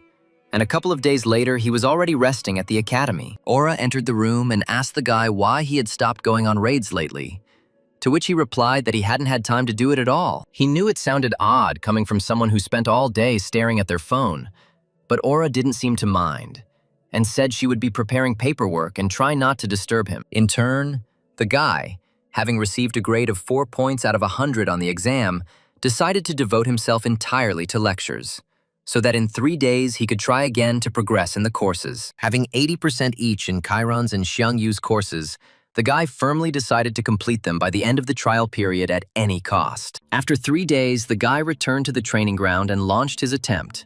But this time, the first stage was not the same as before. To his own slight surprise, Roy found in his hand a ball of flame that did not burn his hand, but its purpose was unknown to the guy. Roy thought that he looked very much like the balls that witches use to see the future, and did not even notice how the silhouette of a monster grew behind his back. Looking at his phone, Roy saw that his mission was to successfully escape from the Korean mythical dragon Kanchori with the pearl in hand. Having learned that he would have to escape for an entire hour, the boy looked with shock at the mighty dragon flying without wings and sighed heavily. Roy, of course, expected things to be different, since he had to complete the basic endurance task, but he didn't even come close to expecting this. He successfully failed this stage, although his progress in the Chiron and Xiangyu courses advanced by as much as 7%, and the guy waited for the next, no less difficult test. All his 5 senses were blocked, and in this state the guy had to destroy the Sphinx, or at least survive. Remembering that in ancient times the Sphinx asked everyone the same question, the guy decided that the answer to the riddle he had not heard would be a person. The Sphinx test also didn't work for the guy, and it only advanced the course progress by a couple of %. And Roy started testing mana a little later. He had to feed the beast god named Pulgasari mana until he was full. Otherwise, he himself would end up as the god's lunch. Unfortunately, Roy didn't have nearly the mana reserves needed to feed Pulgasari, and so he failed the test, moving the course progress forward by 7%. 3 days later, the guy had to take part in a test that he found very interesting, because he had to listen to the song of the sirens and not fall into a trance. To his surprise, this test was quite easy for him, and the whole time the siren was singing, the guy enjoyed the music and the sight of the beautiful maiden with a smile. Roy successfully passed this stage, happy that for the first time in his life he managed to reach the second. But at the second stage, the horrors of the song of the Scandinavian world of the dead were already waiting for him, and the guy couldn't listen to this song even for a couple of seconds, feeling blood flowing from his ears and victory slipping through his fingers. Having completed the tests in all the basic disciplines with disgusting results, Roy, to his own joy, noticed that he had time to complete the courses of Chiron and Xiangyu. Finally, there were only 2 discipline tests left for Roy to choose from, and the boy thought hard about which choice he would be given. And although the guy decided to wait and decide when he knew all the options to choose from, he was bursting with impatience and excitement, which is why he bit all his nails. Looking into the training hall, Aura approached the guy and, noticing his not-so-healthy state, asked what happened to him. Roy just shook his head and said that everything was fine, but he himself was on edge, because 3 days had passed and he still hadn't received a single notification. Roy was worried that due to the lack of notifications, he might not be able to complete the courses before the end of the trial period, and so he was already getting ready to go on some kind of raid. Fearing the looming deadline, Roy clutched the phone tightly, and it suddenly responded with a strange vibration, forcing the guy to pay attention to the gadget. To Roy's surprise, for the first time in months, the mentor himself suddenly materialized from his phone, joyfully greeting his student. Standing right on the guy's phone screen, Mentor asked with a smile how the guy had been doing all this time. Although Roy looked quite surprised, Roy said directly that he thought that Mentor had completely forgotten about him and decided not to return.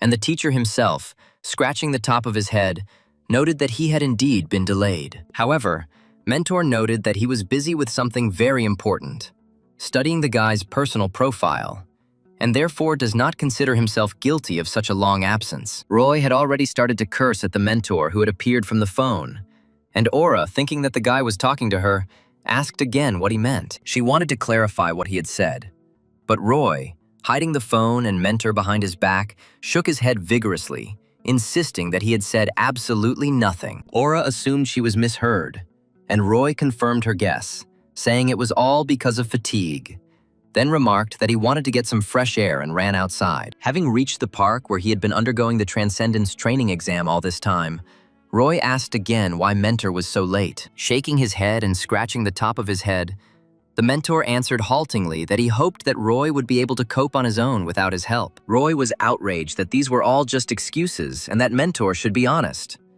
to which he sighed and asked if the guy really wanted honesty. Roy answered in the affirmative, and Mentor said that he was going to check the guy's profile and come back right away. But what he saw upset him greatly. Roy didn't understand at first what exactly his mentor meant, but Mentor sheepishly explained that he was talking about the level of a spearman. Roy covered his eyes in shame, and the mentor said that his consultations would be useful at a higher level.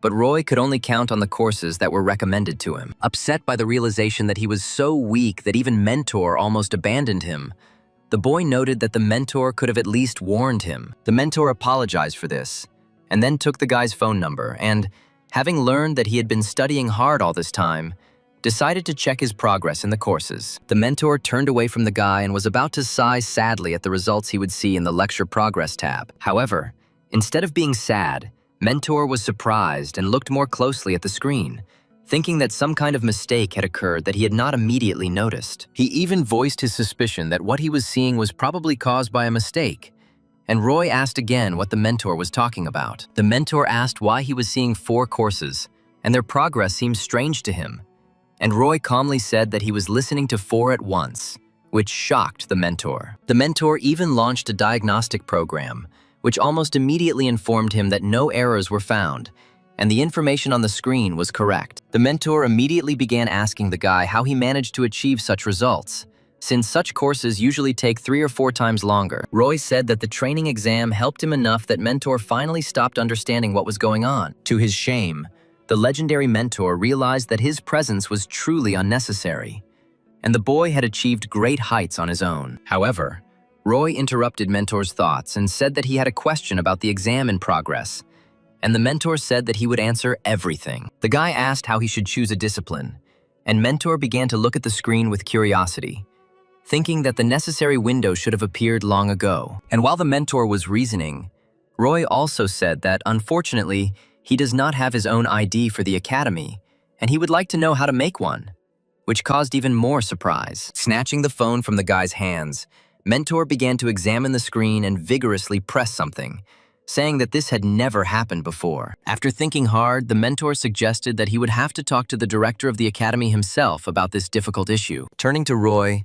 Mentor said that he had to take his leave but would return soon, to which Roy asked if he was really going to abandon his ward again. After clicking on the screen a couple more times, the mentor turned on the ability for the guy to choose a discipline, and he himself said that he would just leave a request and immediately return. And with these words, promising to return before the free pass expired, the mentor melted into thin air, leaving his protege to deal with the exam alone. Scratching the top of his head and frowning, Roy noted with displeasure that he wanted to ask his mentor a couple more questions, but he simply disappeared. Roy finally finished his lesson and, to his own happiness, saw on the phone screen that Xiang Yu's course progress had reached 100%. And with the completion of the course, he finally mastered the skill that allowed him to master the mountain-destroying power that the Hegemon King himself possessed. At first, the guy didn't feel any changes and decided to test the new skill by taking the spear in his hand and planning to conduct a couple of experiments. Deciding that if he was truly filled with such power,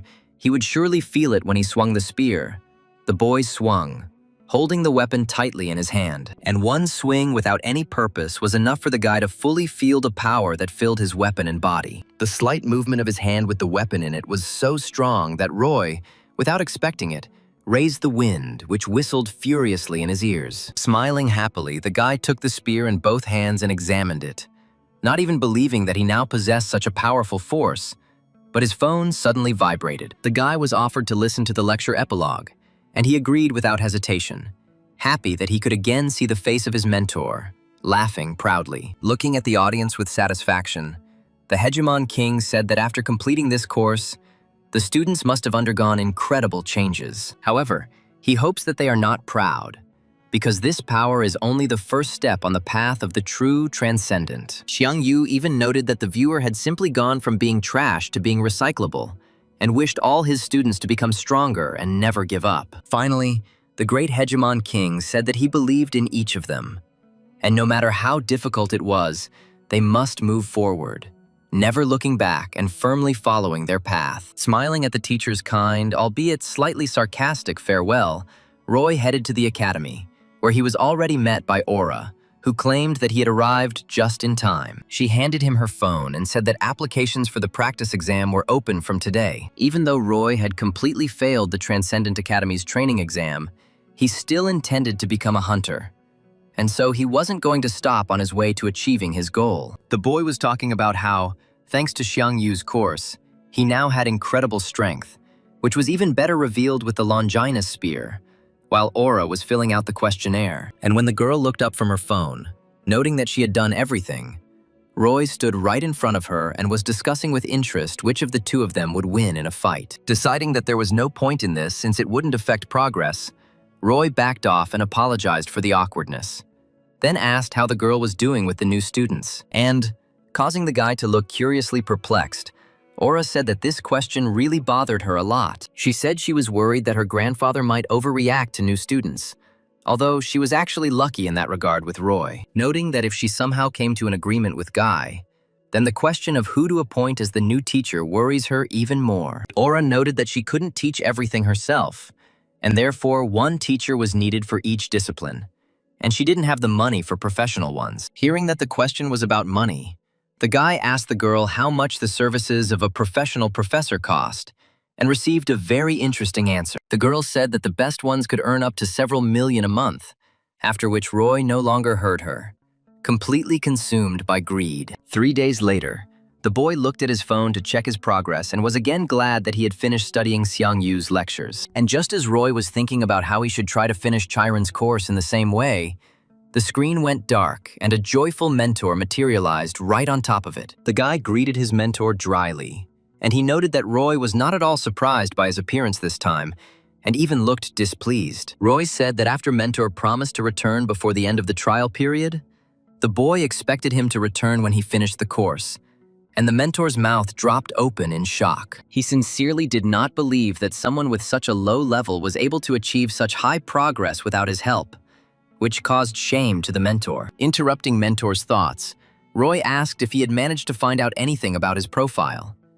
and the mentor immediately remembered why he had come here in the first place. Taking a deep breath and then raising his fists, Mentor suddenly shouted, claiming that they were in huge trouble, causing Roy to become worried. Clearing his throat after raising his voice, Mentor said he wanted to check the boy's personal information before reporting it to the director and found nothing there. At first, Roy didn't understand what Mentor meant at all, and so he asked again about it, to which he received a displeased look from his mentor. Looking at Roy as if he was an idiot, Mentor raised his voice again, exclaiming that the Transcendent Academy had no information whatsoever about a student named Roy. Clutching his head in confusion over what was happening, the guy shook his head and said that it was simply impossible, because he had been calmly listening to the lectures all this time. The boy insisted that there was no way he wasn't a student at the academy, and Mentor exclaimed that that was exactly what he was talking about. He also noted that the academy strictly monitors membership, which means the guy would not only not be able to listen to lectures,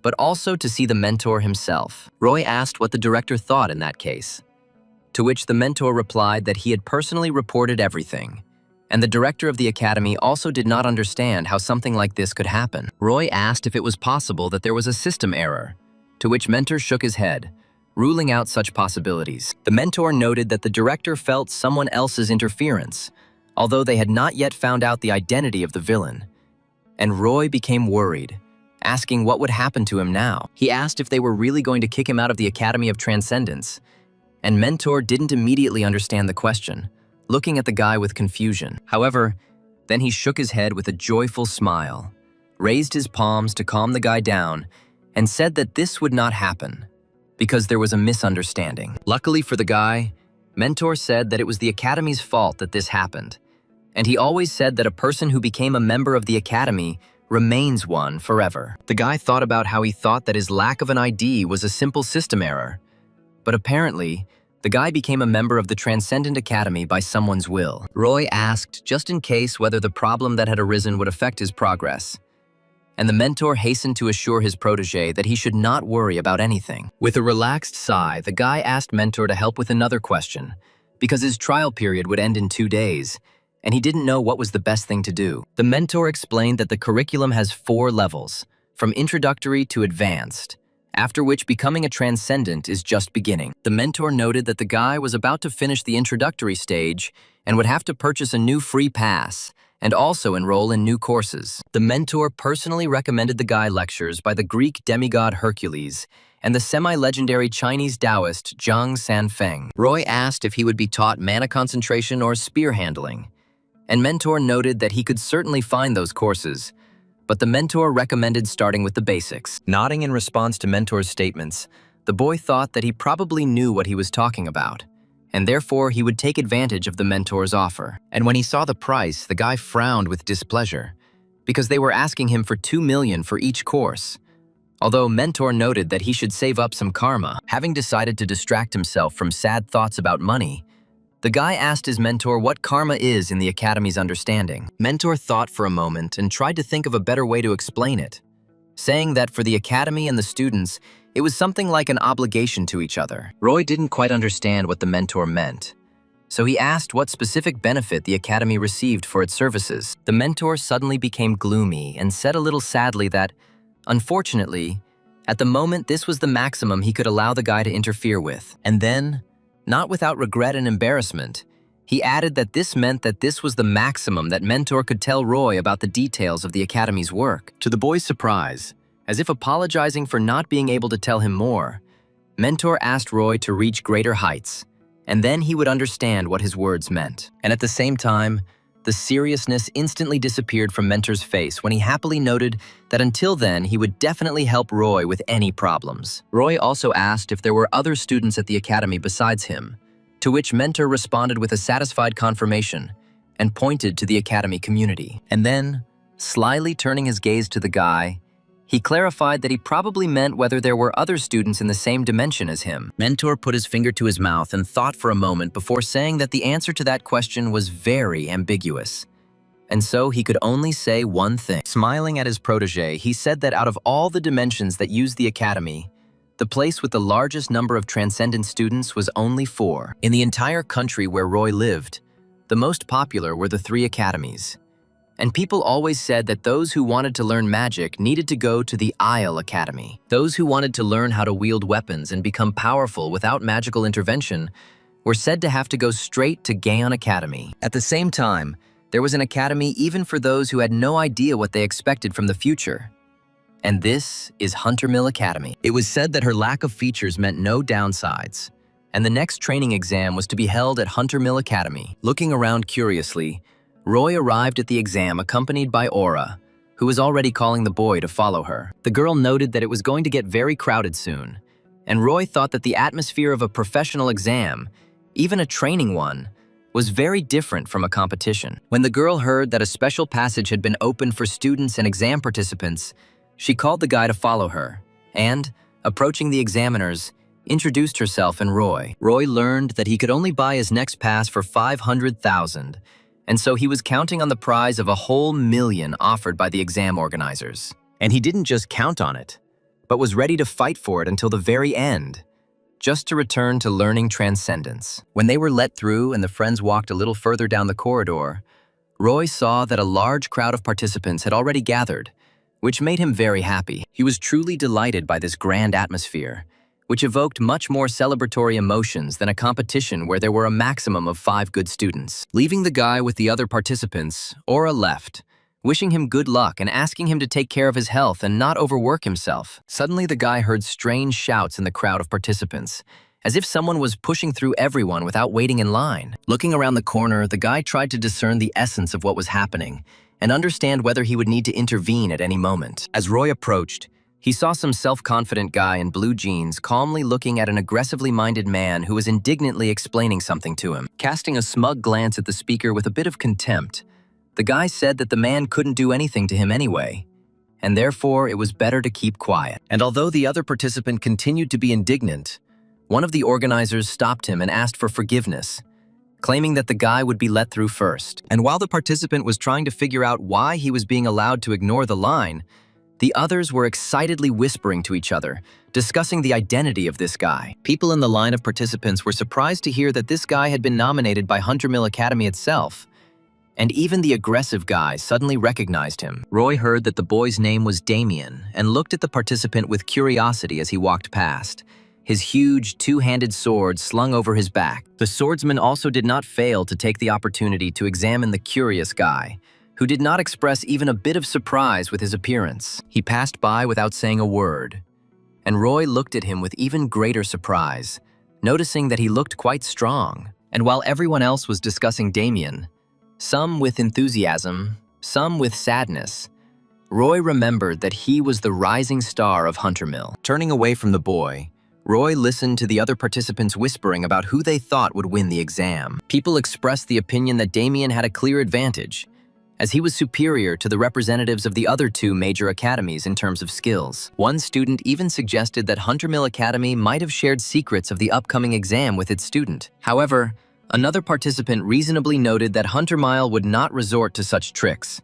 and would do everything to save face, and therefore would not go against the rules. Suddenly, all conversation stopped when the participants noticed an unusual guy who was begging the examiner for a long time to let him inside. Even Roy looked at him with curiosity, because the guy not only behaved strangely, but also looked surprising for a student of the Hunter Academy. The guy was armed with not just one weapon, but several at once, creating the impression that he couldn't choose which one was more convenient for him to use. Rattling his quiver of arrows, the boy plaintively showed the examiner his application for participation, begging the boy to finally let him in. He was asked to go to the front of the line, to which the heavily armed participant indignantly noted that Damien had already been let through. So why should he wait? He was told that Damien was a student at the academy, to which the guy remarked that he didn't care about it and that they were all equal here, which caused the indignation of the guy behind him. He also demanded that all the impudent ones go to the end of the line, respecting those who came earlier, and the examiners, taking the guy by the arms, led him to the end of the crowd. Even Roy was surprised to see what was happening when the guy exclaimed that it was simply unheard of for someone to treat him like that. Roy thought he respected the employees for not being scared of such an armed guy and bravely taking him by the arms when one of the workers called out to him, asking him to go further. The training test began, and one of its participants, named Jeremy, being not a weak young man at all, almost immediately came out ahead in the running test. It took an effort for him to keep breathing evenly during this run, but the guy was confident in his abilities, and so, looking confidently ahead, he moved along the track. He knew for sure that he could be put on the same level with the talents of such giants as Hunter Mill, Gaon, and Isle, even though he was only in the second division. It turns out that, to his own regret, Jeremy does not have enough money to pay for his studies at a prestigious academy, and therefore he is of a lower level. Once he was told that it is better to be the head of a snake than the tail of a dragon, and the boy thought that he did not agree, because being the tail of a dragon he could resist dragons, and being the head of a snake he could only compete with other snakes, thereby proving to himself that he could not stand up to anyone from the prestigious academies. And it was for this reason that the guy decided to take part in the training exam, because only here could he test his strength against real professionals. And in Roy, running along the next track and looking straight ahead without being distracted, Jeremy saw the very professional he wanted to compete with. They had to run 3 kilometers in 5 minutes, and then another 3 kilometers, and thus prove that they were resilient enough. And Jeremy tried his best. However, Roy, who at first seemed like a frail guy who wouldn't even run the first 3 kilometers, to the guy's surprise, didn't even slow down, and Jeremy tried to keep up. He tried to maintain his speed, but his strength began to leave him, and his insufficient physical level made itself felt. Jeremy even slapped himself in the face to keep his body from relaxing. And for a moment it helped. But only for a short time. In desperation, stretching his hand forward, the guy reasoned that he had to at least once overtake his opponent, who had already begun to break the distance. Feeling his breath hitch and pleasure filling every cell of his body in contrast, Jeremy slapped himself in the face again, forcing him to run. However, unfortunately for himself, he ran the second 3 kilometers a full 12 minutes later than necessary and stopped, looking at the back of his opponent. In the end, the boy, dripping with sweat, looked up at the sky and was glad at least that he had finally entered into battle against dragons and not snakes. He waited until his opponent had completed another full circle and turned to him, intending to thank him for the great competition. With a kind, loser's smile on his face, Jeremy extended his hand, hoping that Roy, recognizing the guy, would shake it. In his mind, the guy clearly imagined that now they were nothing less than true comrades in arms for each other. And Roy moved straight towards him, not slowing down and giving the guy hope that their fight would happen again someday, giving him a chance to get even. Jeremy had already started talking about how lucky he was that his opponent was Roy. But the guy, surprising the loser, ran past without even looking at him. Without even noticing the drama unfolding on the adjacent track, Roy ran forward, noting that this test was surprisingly easy for him after the transcendence. Roy also distinguished himself in the second test, surprising with his physical fitness and strength even those who looked like a real mountain of muscle. Without much effort or tension in the body, the guy calmly lifted heavy barbells, counting each squat without a tremor in his voice. Everyone stared at him in amazement as he counted out his third squat in a relaxed voice, rising from the bottom rack as if he didn't have 100 kilograms on his shoulders. And the guy continued to squat, attracting even more glances, because from his strength, even the barbell he was holding bent. Roy himself, doing another squat, noted that such loads were really easy for him, although he did not expect this from himself. Realizing that daily training could not produce such a great result, Roy decided that it was because of Xiang Yu's course, and enthusiastically introduced Hercules' course. And although someone tried to persuade him to take a little rest before the next task, the guy began to study more actively, motivating himself with the fact that he would receive money for this course. One of the organizers addressed the same request to Damien to take a break after he successfully completed the strength test. And although his result, unlike Roy's result, did not surprise anyone because Damien was very powerful even in appearance, the guy was not upset about this. The people around knew very well what the boy was capable of, and therefore believed that he, as well as Arya and Broodver from the Ale and Gaon academies, were putting on nothing more than a show performance. And everyone understood perfectly well that if for ordinary participants this was a real test, then for the 3 unique individuals this was a battle to defend the honor of their own educational institution. Suddenly, while Damien was resting, a man dressed in what looked like a robe approached him and urged the boy to pay attention to a participant named Roy. And despite the fact that the guy looked at him without enthusiasm, the man said that he did not need to do anything. Just watch. Damien knew the speaker very well because he supported him in all the past tests. But this condition expressed by the patron seemed very strange to the guy. The guy thought that he had seen his name on the news before, and when they met in the passageway, he assessed the guy and did not notice anything outstanding. Damien walked into the second testing room to find Roy, only to find a crowd of surprised contestants and examiners. Raising his head and looking over the heads of the people, he saw that the organizers had already posted the scores for the first tests, and he looked at the results with interest. And at that very moment, his eyes widened in surprise and his words froze in his throat, because he was only in 3rd place, and Roy's name was written on the first line. Looking at the results board in amazement, the guy could not believe not only that Roy had taken 1st place, but also that the difference between them was as much as 11 points. The most surprising thing was that the 2nd place in the endurance competition was taken by someone whom the guy also did not know. Leaving the crowd gaping at the scores, Damien headed for the exit, comforting himself with the thought that most people were only good at one thing. However,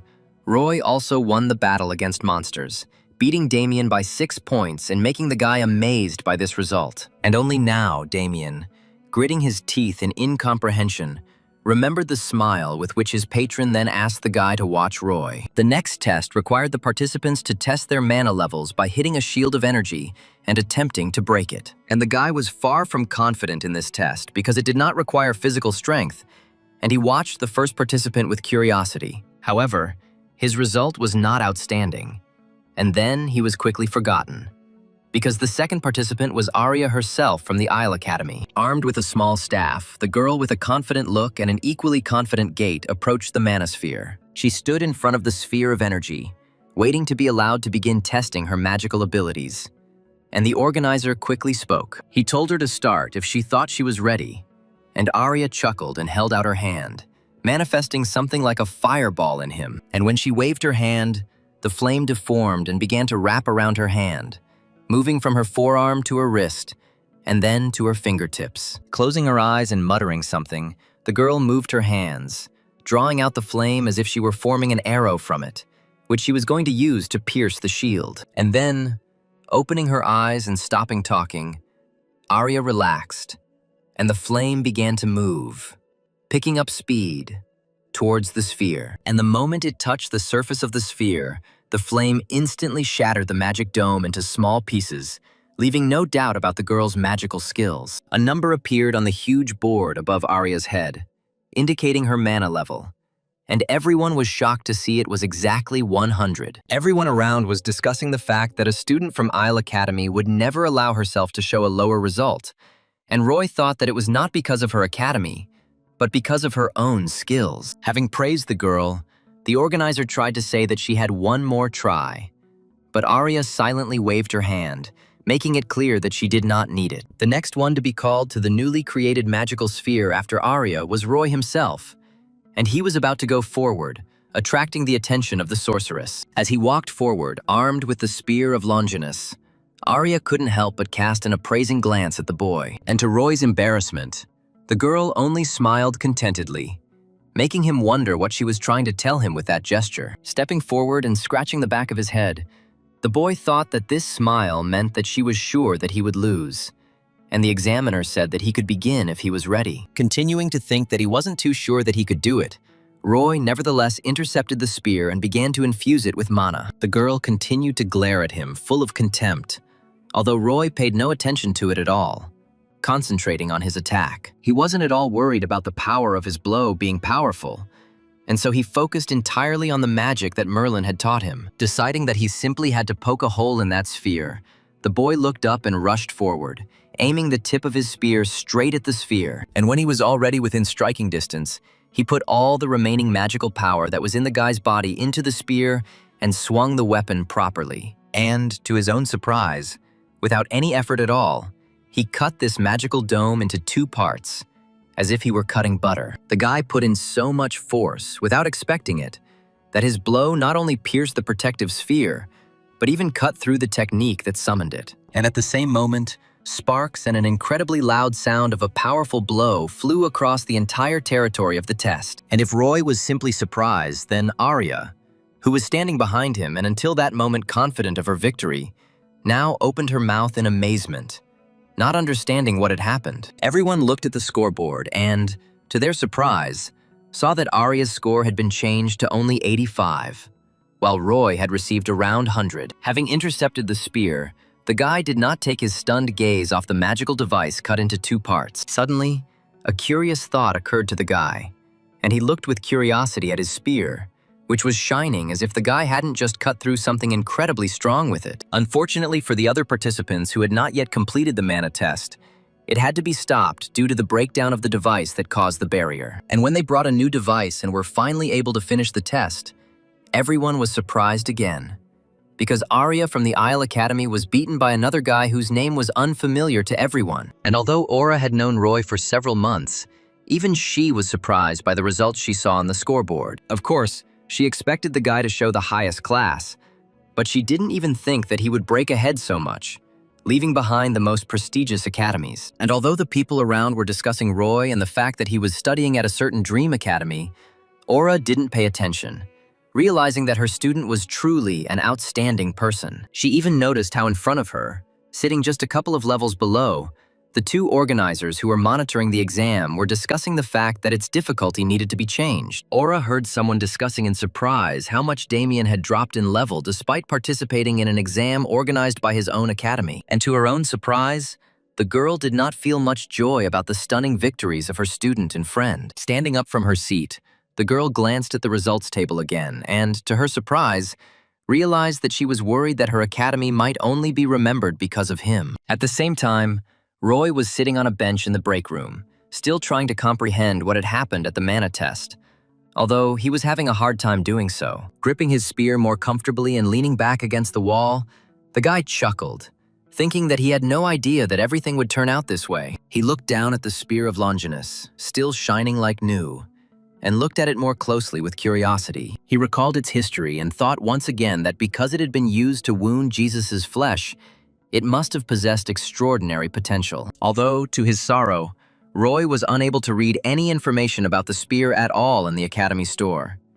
And now he sighed sadly, asking the air how this was possible. And while the guy was thinking about how his spear might just ignore any magic, he heard someone humming a strange song from the side. The guy tried to continue thinking about the power of his obviously powerful spear, but the melody that was playing from the side was seriously distracting him. Standing up abruptly and slinging his spear over his shoulder, Roy looked around with displeasure, trying to understand what kind of naive soul allowed himself to hum songs in the midst of an exam. To his surprise, the guy immediately stopped being angry when he saw that this person turned out to be the same participant with a whole arsenal behind his back. Roy remembered even more clearly the situation when the guy was being removed from the line of participants for speaking too loudly when he turned around. And, noticing that Roy was looking in his direction, the guy, not at all noticing the weight of the heavy weapon on his back, happily ran up to him to get acquainted. Roy was surprised that the guy knew him, although the walking arsenal asked him not to joke like that, and then introduced himself, calling himself Harry. Roy found the name familiar,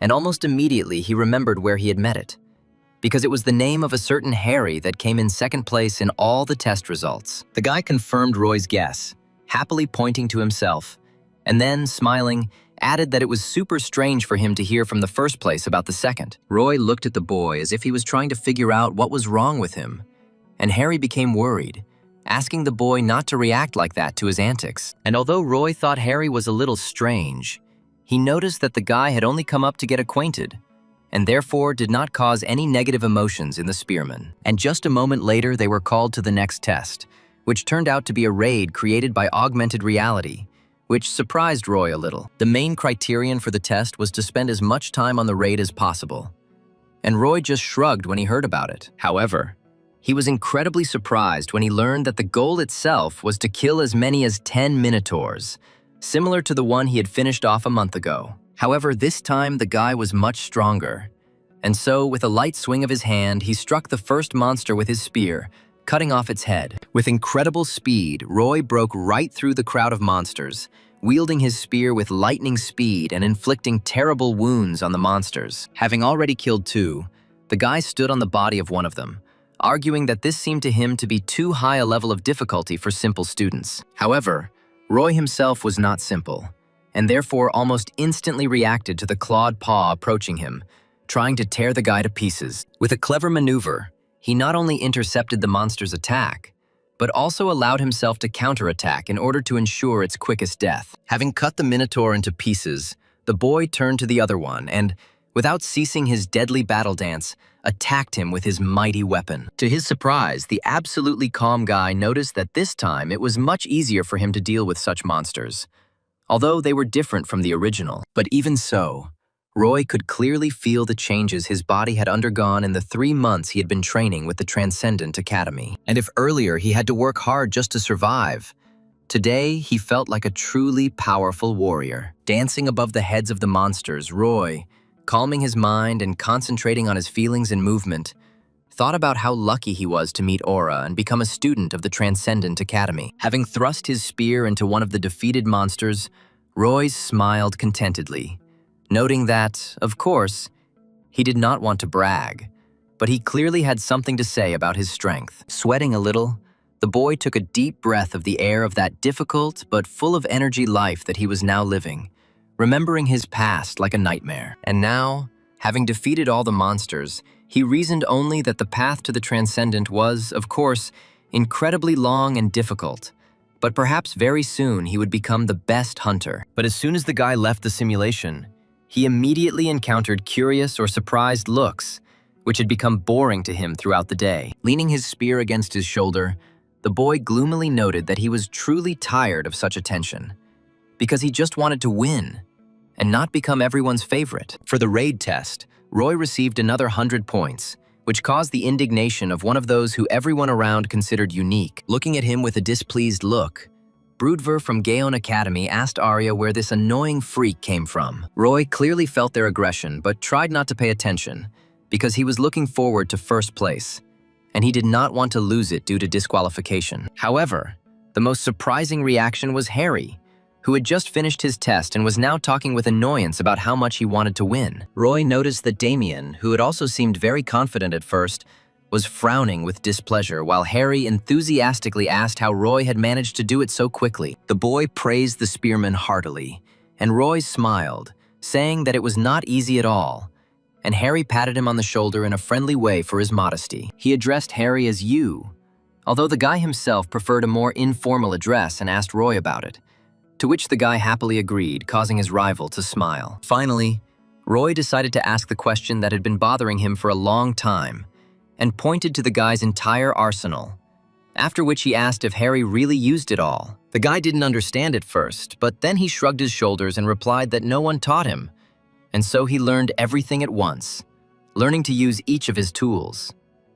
Roy first thought that he had misheard, and then asked again in surprise, wondering if his new acquaintance, a self-taught man and without an academy, had really achieved such outstanding results. And although it was not uncommon for a hunter to learn on his own due to lack of money, it was very surprising that the guy was able to become so strong on his own. And although Roy quickly got used to the idea that his main rival was studying and training on his own without the guidance of an academy, he had a new question that he was quick to ask. He asked directly why Harry didn't join any academy, since with his skills he would have been accepted into any one of them. The guy just shook his head, saying that he himself didn't really want to get involved with anyone, and that he actually had a teacher. The guy said this and then added that his teacher, however, was completely unaware that Harry was his student, which caused Roy's bewilderment. The guy was about to ask a few more questions, but then the attention of the chattering people was attracted by one of the examiners, who called them all. Breathlessly, the man asked all the exam participants for forgiveness,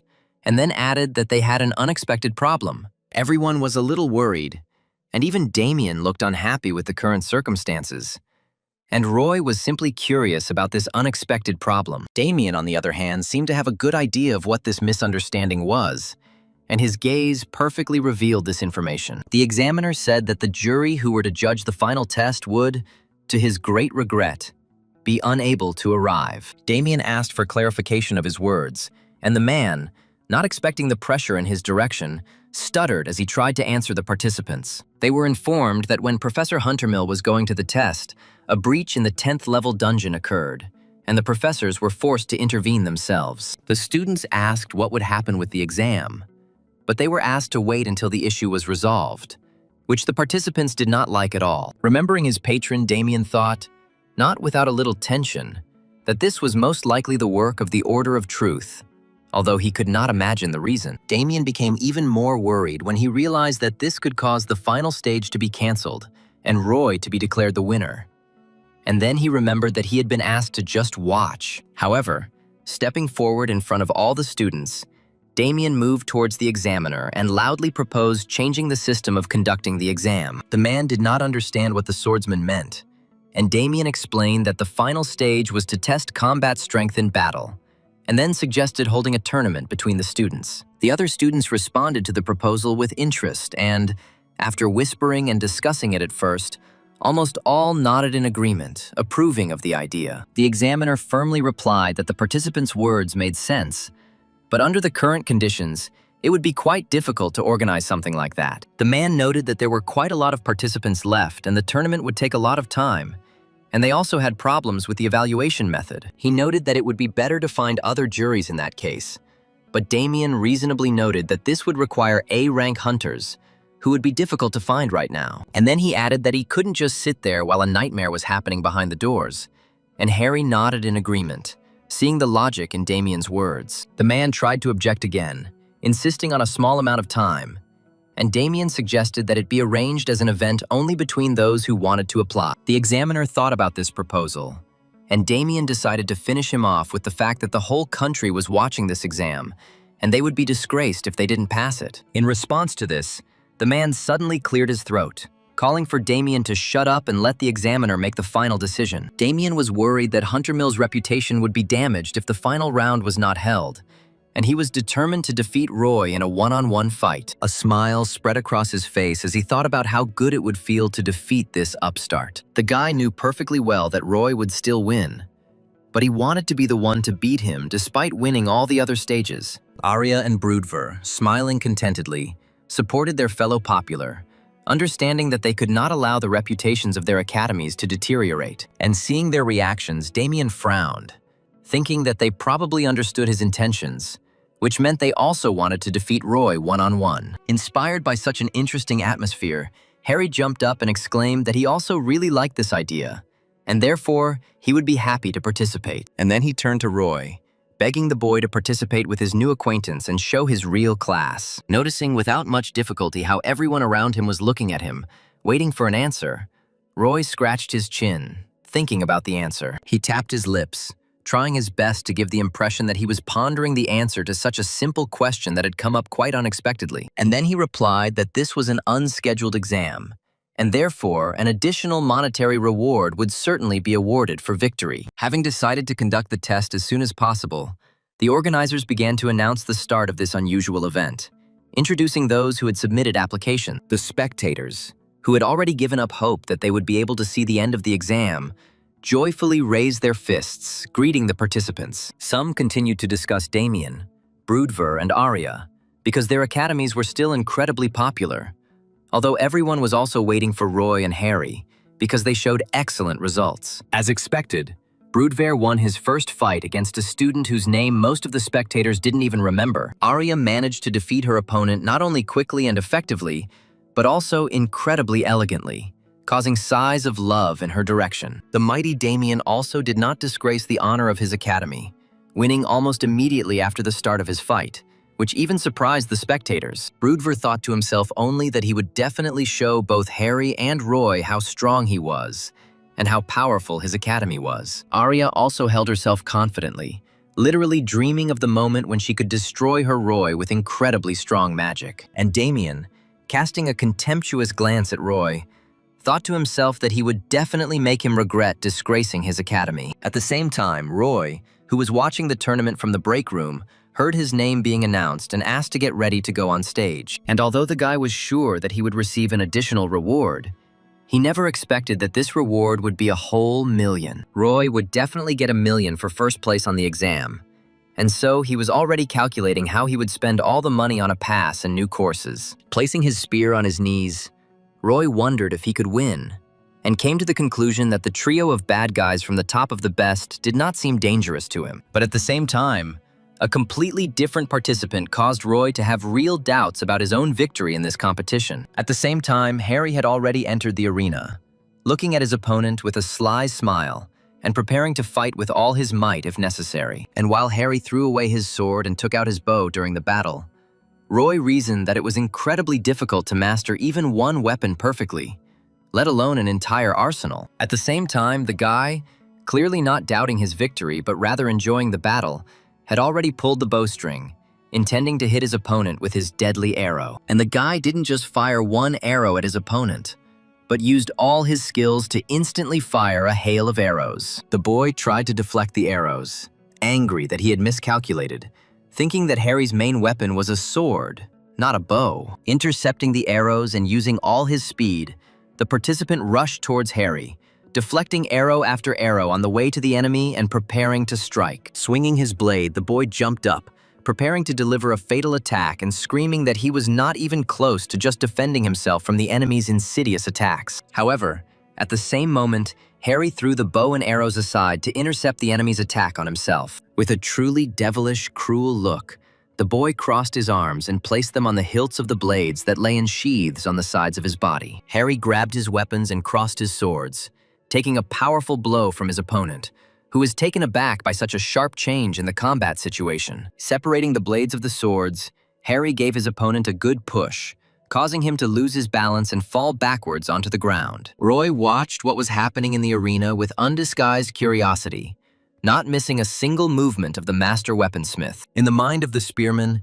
Harry was the biggest danger, because the others knew what to expect, while he had a free hand in choosing his style. The spearman noted that this was the kind of chaotic and unsystematic style that was formed by those who had not trained in academies, and therefore it was very similar to Roy's style. Roy lowered his head and thought hard, putting all the pieces together to make the picture into one whole, and thought about the fact that Harry could also study at the Transcendent Academy. The guy remembered how Mentor told him about 4 people in the place with the largest number of participants, and this place could well be the world of Roy. And then Roy remembered how Harry told him that he had a teacher, although he didn't know that the boy was studying with him, which gave him the idea of lectures from his masters. At the same time, Harry, still smiling rather cruelly, was already holding the spear over the defeated enemy, letting everyone know that it was he who had won the victory. And as soon as the fight was over, the cruel smile became joyful, and Roy noted that he did not even doubt the victory of this strange warrior. And although Roy was already ready to believe that Harry was really studying at the Academy of Transcendence,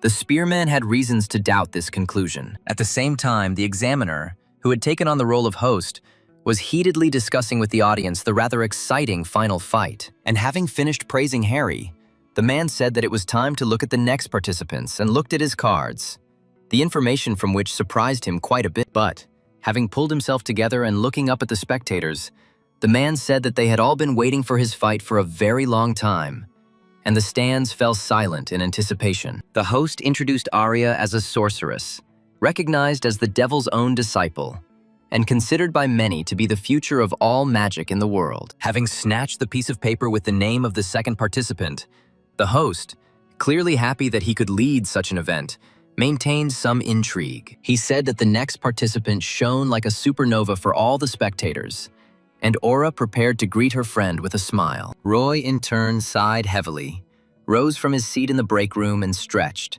preparing for what was about to happen any minute. Having named him the first ever 100-point competitor, the host shouted out Roy's name and demanded that the audience greet the fighter with loud applause. Arya, being the top student at Isle Academy, which focused on magical talent, was considered a true genius by everyone around her. And according to those who called her that, it was not an exaggeration at all, because the sorceress was recognized even by the devil's disciple herself. For her and her spiritual flame that burst out of her during witchcraft, nothing was impossible.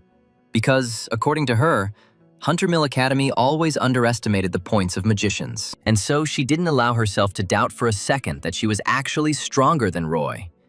Because in her academy, the judging would clearly be more honest. Having released her flame, concentrated it into clots and sent it towards the enemy, Arya was 100% sure that nothing would remain of Roy. However, to her great surprise, everything did not go according to the plan that she had prepared specifically to defeat such an unpleasant opponent. So much so that the surprise on her face almost instantly turned first to incomprehension and then to absolute anger. And all because Roy, without straining himself at all, dispelled her magical flame with one light and smooth swing of his spear. Her attack should have been simply monstrously powerful, but Roy emotionlessly turned her magic into nothing, waiting for the next trick. Although, of course, the guy himself did not expect that it would be so easy to do this, and therefore he awkwardly scratched the back of his head, glancing with slight surprise at the melting flame. At the same moment, Arya screamed that this was simply impossible, because her flame had simply incredible power,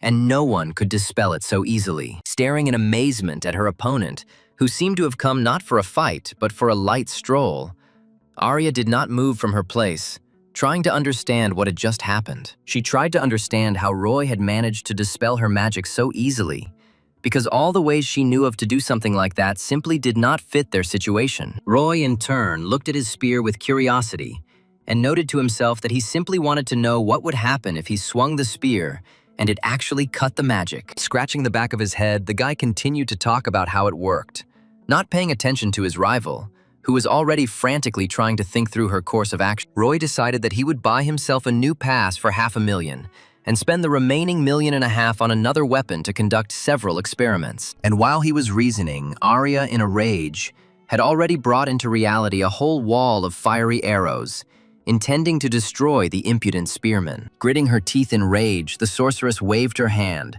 causing the magic to break free and attack his enemy with all its might. Without much concern, Roy looked up and saw all these huge fire arrows rushing towards him, about to burn him to the ground. Any other person would have been quite frightened by this situation.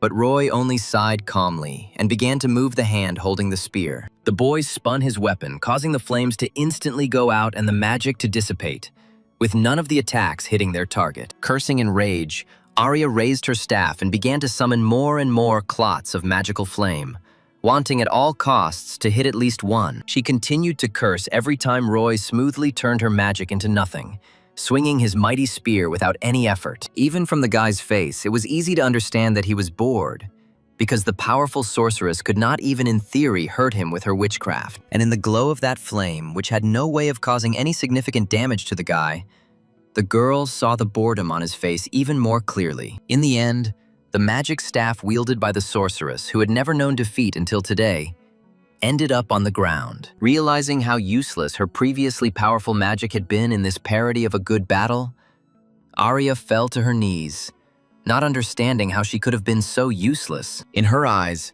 Roy was a true demon who, without even understanding how magic worked, was able to bend her witchcraft to his will. The outstanding sorceress of the Isle School tried to come up with at least some idea that would help her do at least something in this battle. But she couldn't, and even though she knew she didn't have a chance, when Roy walked up to her and held out his spear to signify his victory, she still reached for her staff. However, instead of winning with a fair blow, the guy put the blade to the girl's face and asked if she considered him the winner. Looking at the one who was the true devil to her, the girl was speechless, and a single word was stuck in her throat, unable to escape. When Arya finally managed to utter it, Roy heard her trembling voice almost in a whisper, calling him a monster. And a little later, in the same arena, Broodver's heavy Morgenstern collided with Harry's no less powerful axe, while the host commented on every move of the fighters. In their previous fights, the guys showed incredible results, defeating their opponents very quickly. But now they were on equal terms, not giving in to their opponent. Grinning cruelly and pressing his weapon to Harry's defense, Broodver noted that the presenter was talking nonsense, since the advantage was clearly on his side. It was clear that Harry was having a hard time fighting off such a strong onslaught from his opponent with his axe. So he didn't hesitate and took advantage of his main advantage. Pushing the enemy's weapon aside with his axe, Harry touched a small pocket on his own pocket and pulled out a sharp blade. Seizing the right moment, Harry threw it, and, although he missed, Broodwer fell back, off balance from such an unexpected attack. The guy tried to regroup and quickly get up so as not to lose the initiative. However, having taken a stance, he realized that his opponent had prepared a new trick. To Broodver's surprise, Harry waved his arms and released real claws from his sleeves, with which he was going to slash his opponent. Noticing this, Broodver even took a step back, trying to figure out as quickly as possible how he could fight against such an unusual weapon. Laughing happily, Harry waved his arms from side to side, cutting through the air and pressing down on his opponent with incredible speed. Clenching his jaw in anger, Broodver tried to defend himself from each attack, using his heavy shield and cursing that his opponent simply couldn't do without tricks. Unfortunately for the Gaon Academy student, the attacks were so unexpected and accurate that his shield and Morgenstern flew off to the side, and Harry took out his triple nunchucks. Brandishing the unusual weapon and casting a cruel but full of pleasure from the fight look at his opponent, Harry rushed at Broodver. The guy, in turn, although he tried to somehow defend himself from the unpredictable attack, felt despair creeping through his entire body. Having dodged the cunning attack, Broodver managed to lift his Morgenstern and shield from the ground and intercept the triple nunchucks. But Harry was ready for anything. Instantly drawing his tonfas and taking advantage of his enemy's slowness, Harry struck Broodver straight in the solar plexus. The blow was so accurate that Broodver, dropping both the shield and Morgenstern, fell to his knees, trying to catch his suddenly ragged breath. And although the big guy from Gaon couldn't believe it, the announcer announced Harry as the winner of this fight to the entire arena, and the guy smiled, rejoicing at his victory. Not believing that he could lose like that to some impudent guy who didn't even have an academy behind him, The guy began to growl something that had been on his mind for a long time. He raised his head and shouted that this style of fighting was against the rules, and Harry looked at the boy in confusion, who asked who fought like that. Hoping that they would intercede for him, Broodver cried out that he refused to recognize the results of this fight and considered it invalid. The spectators began to whisper among themselves, discussing Harry's truly unusual fighting style, although most acknowledged it to be quite spectacular. And while Broodver was screaming to be let go because Harry was using his dishonest tricks, Roy was watching everything that was happening through the screen in the break room, and he, unlike all the other spectators watching the fight, understood perfectly well that Harry would have won this fight even if he had refused to change weapons. And only now, seeing what exactly was happening on the screen, Damien understood what exactly his patron meant when he asked him to just watch. It occurred to him that the Order was watching not only Roy, but Harry as well. And that was the reason they had asked him not to interfere. Damien realized that he was just a pawn on this chessboard, and the real goal of the Order was to bring Roy and Harry together in battle. He also realized that this competition would end successfully even without his participation. And then he wondered if Harry himself was a member of the Order. At the same time, the presenter, having finished dealing with Broodver's indignation, informed the viewers that the end of the exam was approaching. And although Damien understood that his chances were not great, and his actions went against the request of his patron, he could not allow the honor of his academy to be trampled. Clenching his fists tightly in anger at the realization of how unfair the situation was, Damien still raised his head, walking out onto the arena to a thunderous ovation. And rising, Hunter Miles' student saw before him the one he wanted to defeat today, but whom he least of all wanted to see now. Clenching his teeth in aggression, Damien growled under his breath that he was originally only intended to be a small obstacle in Roy's path. However, frowning indignantly and calming his mind a little, Damien came to the decision that he would not follow the demands of the Order of Truth and would show how strong he was.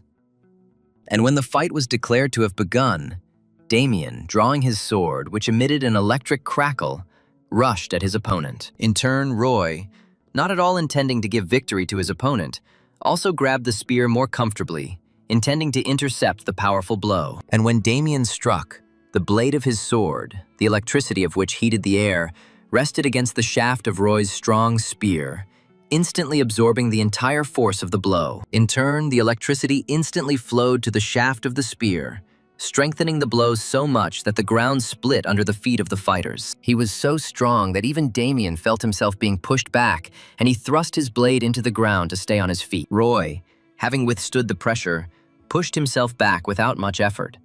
But in order to hold on, he only needed to tense his legs. Having left a whole crater in the very center of the arena, both opponents did not pay any attention to this fact, looking up at each other and getting ready to continue the fight. Roy pulled the spear aside so he could use it without delay, and Damien looked closely at the strange spear. Frowning, Damien thought that the guy's weapon was indeed unusual, because it did not contain the same power that his sword did, but for some reason it easily extinguished it. After thinking about it thoroughly, Damien came to the conclusion that this spear had some special ability that dispelled magic. Based on this thought, the swordsman also thought that it was thanks to his spear that Roy was able to score high on the test. Damien rushed forward and swung his sword again, relying on his speed and trying to somehow get around the spear and attack his opponent. However, Roy took the opponent's blow with a calm face, noticing his quick movements without much effort.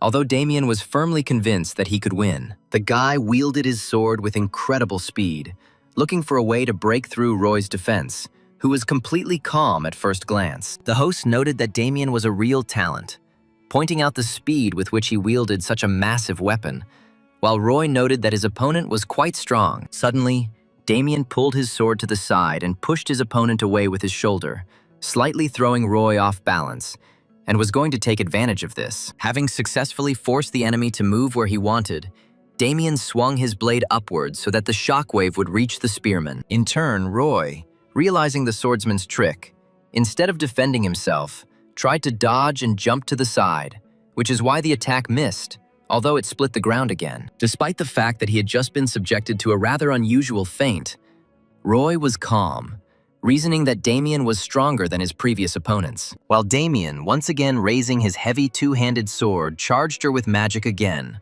causing the air around them to become saturated with electricity. Roy jumped to the side, flipped in midair and landed, thinking that it would be truly disrespectful if he continued to fight so casually. Roy straightened up and adjusted his grip on the spear, and Damien looked at the spearman again, intending to think of a way to attack him this time in an instant. However, to his surprise, he saw a change in his opponent's behavior, as all relaxation suddenly disappeared. Concentrating on the fight, Roy tensed his body and gripped his spear tighter, fixing his opponent with a withering look that indicated that he would now fight in earnest. The boy got into a fighting stance and grabbed the spear so that he could deliver his best blow, and Damien felt a murderous aura spreading from the boy. Seeing such changes in the enemy's behavior, the swordsman even took a step back, hesitantly trying to comprehend what had suddenly happened. And while the swordsman hesitated, Roy raised his leg and moved his spear, creating a false impression of his own speed, because he was going to use his maximum potential. And in a split second, he was next to Damien, who only thanks to his warrior reflexes was able to block an attack whose force could have killed him. The swordsman realized that his enemy was no longer going to joke around, which meant he would fight at full strength. And so he tensed up, preparing to withstand the mighty force of the spearman. Transferring the power into his hands, Damien swung his blade, knocking away Roy's spear, who took a step back to regroup and was about to attack again. Without taking his concentrated gaze off the swordsman, Roy intercepted the spear, looking for his weak points and preparing to strike there. In turn, Damien, forgetting about cold-bloodedness with insane rage in his eyes, tried to understand how Roy managed to change his aura to such a terrifying one. He noticed that until recently, the guy's aura was like serene waves, and therefore did not cause concern on the part of the swordsman. Roy rushed forward, swinging his weapon and aiming at his opponent, fully aware that his blow would be blocked, but not caring at all. After making one strike, Roy instantly turned the spear to the other side and, without stopping the movement, attacked again, forcing Damien to retreat. The boy attacked the swordsman over and over again, intending to not give him even a second's chance to catch his breath, while Damien noticed that the spearman's aura now resembled a raging volcano. It was incredibly difficult for the swordsman to parry Roy's attacks time after time, but the boy clenched his jaw and strained his arms with all his might to keep the blade from dropping. Wielding his spear with coolness, Roy moved with such speed that it was difficult for someone without combat experience to keep up with him. But Damien blocked the blows with great difficulty. After parrying another blow, Damien swung his sword, intending to attack with the thought that his opponent was incredibly rude. In turn, Roy, having again grabbed the spear more firmly, prepared to block the enemy's attack, while Damien came to the conclusion that the spearman was terribly simple. He tried to attack, but Roy easily intercepted the attack and repelled it, while Damien thought that his technique was not even close to Hunter Mill's high-level swordsmanship. After deflecting the swordsman's attack, Roy continued moving and turned around, aiming the tip of his spear at Damien in order to use more force. Not having time to group himself in time, the guy realized that he would not be able to block the blow completely, but he still swung his sword. And at that very moment, a thunderous sound of impact resounded across the arena, and whole clouds of dust flew into the air as Roy delivered his mighty blow. And it turned out to be so strong that Damien, barely managing to somehow extinguish it, still flew to the side, and in order to stay on his feet, pressed the blade into the ground, leaving behind a furrow of broken earth. Damien looked up with a look of despair in his eyes and tried to understand how this simplicity could be so difficult for a swordsman. Coming closer, Roy, whose face had a calm expression again, lowered his spear, while Damien looked at the guy with incomprehension. Suddenly, the swordsman realized that it was not just the unusual weapon that was the issue, since Roy had not even put mana into it to begin with. Looking into the spearman's eyes, Damien suddenly felt something strange in his chest, seeing in them the awareness of power over Hunter Miles' student. The boy suddenly wondered what would happen if Roy allowed himself to put mana into his weapon, and Damien suddenly realized the difference between the two. And at that very moment, despair began to fill his mind, causing him to suddenly tremble, trying not to let the memories escape again. However, looking at his opponent, whose strength exceeded all his expectations, Damien felt himself being pulled back into the past. He remembered the girl who, standing in front of him and looking down with arrogance in her eyes, asked him if he had shown her everything he was capable of. He remembered kneeling in front of this girl with a broken sword at his side, cursing himself for his weakness and listening to the girl clarify his rantings about strength. That day, he felt incredible pain when the girl asked with the same contempt in her voice how a talentless person like him could consider himself one of the top 3 students in the academy. Despair filled his mind and burst out in tears as he stared at the ground, looking at the shards of his two-handed sword. And the girl, turning away, said that she never allowed herself to place any hopes on the guy, which the guy heard over and over again in his nightmares after that meeting. In the wild rage that filled his mind, Damien screamed that what was happening simply couldn't be happening, because someone like Roy simply shouldn't be stronger than him. Gripping the hilt of his sword so tightly that his knuckles turned white, Damien charged the blade with mana out of anger, causing it to become saturated with electricity. However, the guy was angry not so much at Roy, but at his patron and the girl who, with their actions and words, made him despair. The guy was angry that anyone would even allow themselves to look down on him, since he was the strongest member of Huntermill. Fueling his strength with mindless rage, Damien, screaming in anger, rushed forward, preparing to attack his opponent with all his might. Looking at Roy, whose gaze expressed calm, Damien felt even more angry, which only convinced the swordsman that he simply had to strike him down. Finding himself within striking distance, into which Damien put all the strength he had, the boy screamed, demanding that the spearman die. In turn, Roy, intercepting the spear and not taking his cold-blooded gaze off the enemy, allowed himself to charge his weapon with mana. And at the same moment as the blow was struck, all the spectators gasped, seeing the two-handed sword split into pieces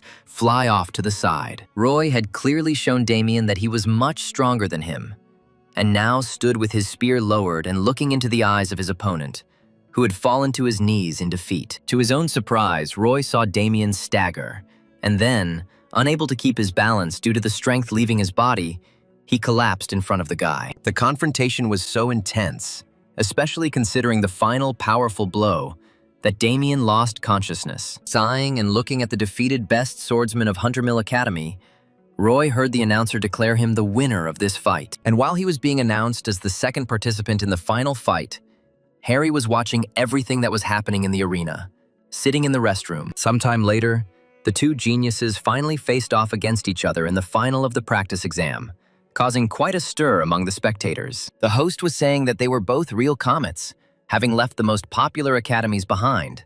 But Harry, not listening to him, noted that he really wanted to fight Roy. And if the master gunsmith smiled, happy with how everything turned out, then Roy looked sullen, which made Harry decide that the guy had a lot of questions for him. Roy thought for a long time about how to start the conversation, and then reminded the guy that he claimed that he said that no one specifically trained him, and Harry nodded at this. And then Roy remembered out loud that Harry had told him that he did have a teacher, and Harry had confirmed it, explaining for the second time that his teacher simply didn't know about his student. Hearing this for the second time, Roy asked the boy to tell him who the gunsmith's teacher was.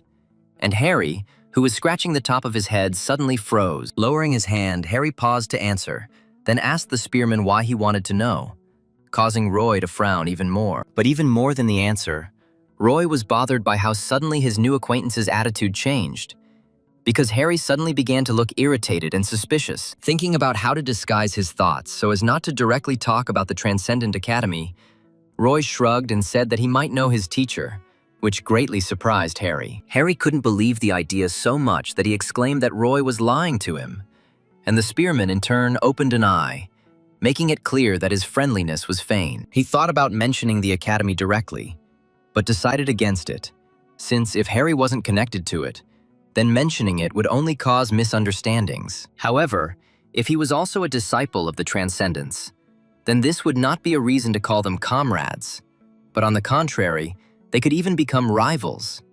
And Roy did not want to be disturbed. Roy thought that he couldn't even begin to imagine Harry's reaction, and so he couldn't lay all his cards on the table at once. Deciding to play a trick, Roy said that if he really knew the armorer's master, he must be a transcendental strongman.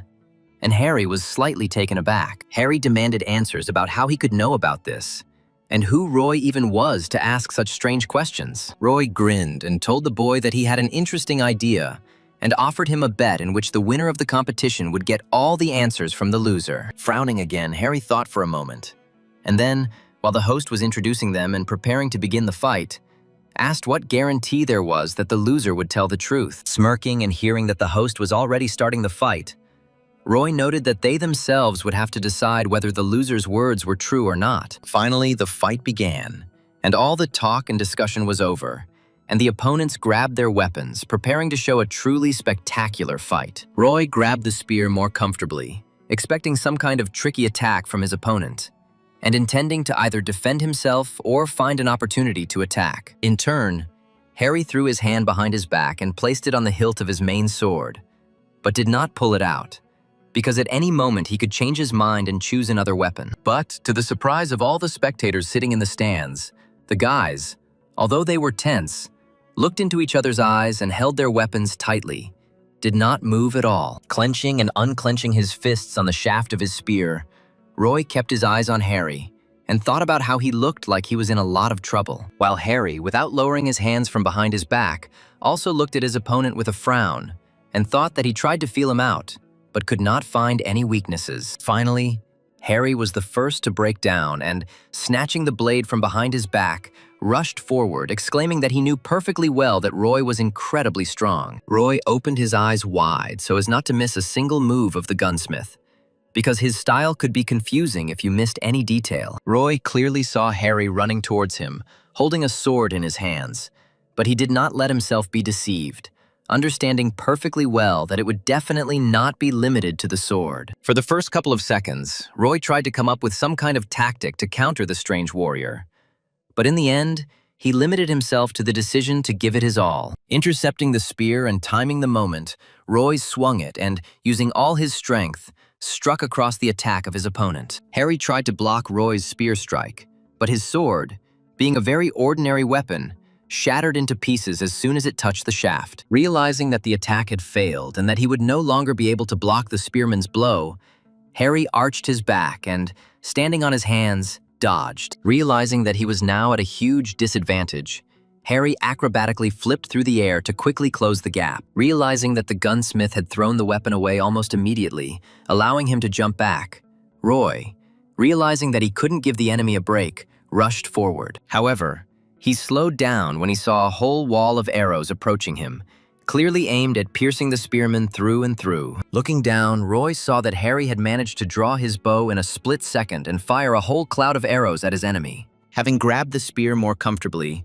Roy got into a stance and aimed properly in order to deal with all the arrows in one high-quality move. Swinging his weapon with incredible speed, Roy spun the spear to deflect every arrow that flew at him in just one go. Seeing how skillfully his opponent dealt with the long-range attack, Harry laughed and happily noted how much he was amazed by Roy's skill. Having dealt with each arrow without much trouble, Roy moved his spear to his back to give himself some room to maneuver as Harry complemented his weapon. The gunsmith threw the now useless bow and arrows aside and, grinning, asked if Roy would really tell about his interesting spear if he was defeated. The spearman rushed forward and swung his weapon down, aiming for the head, declaring that he would definitely tell.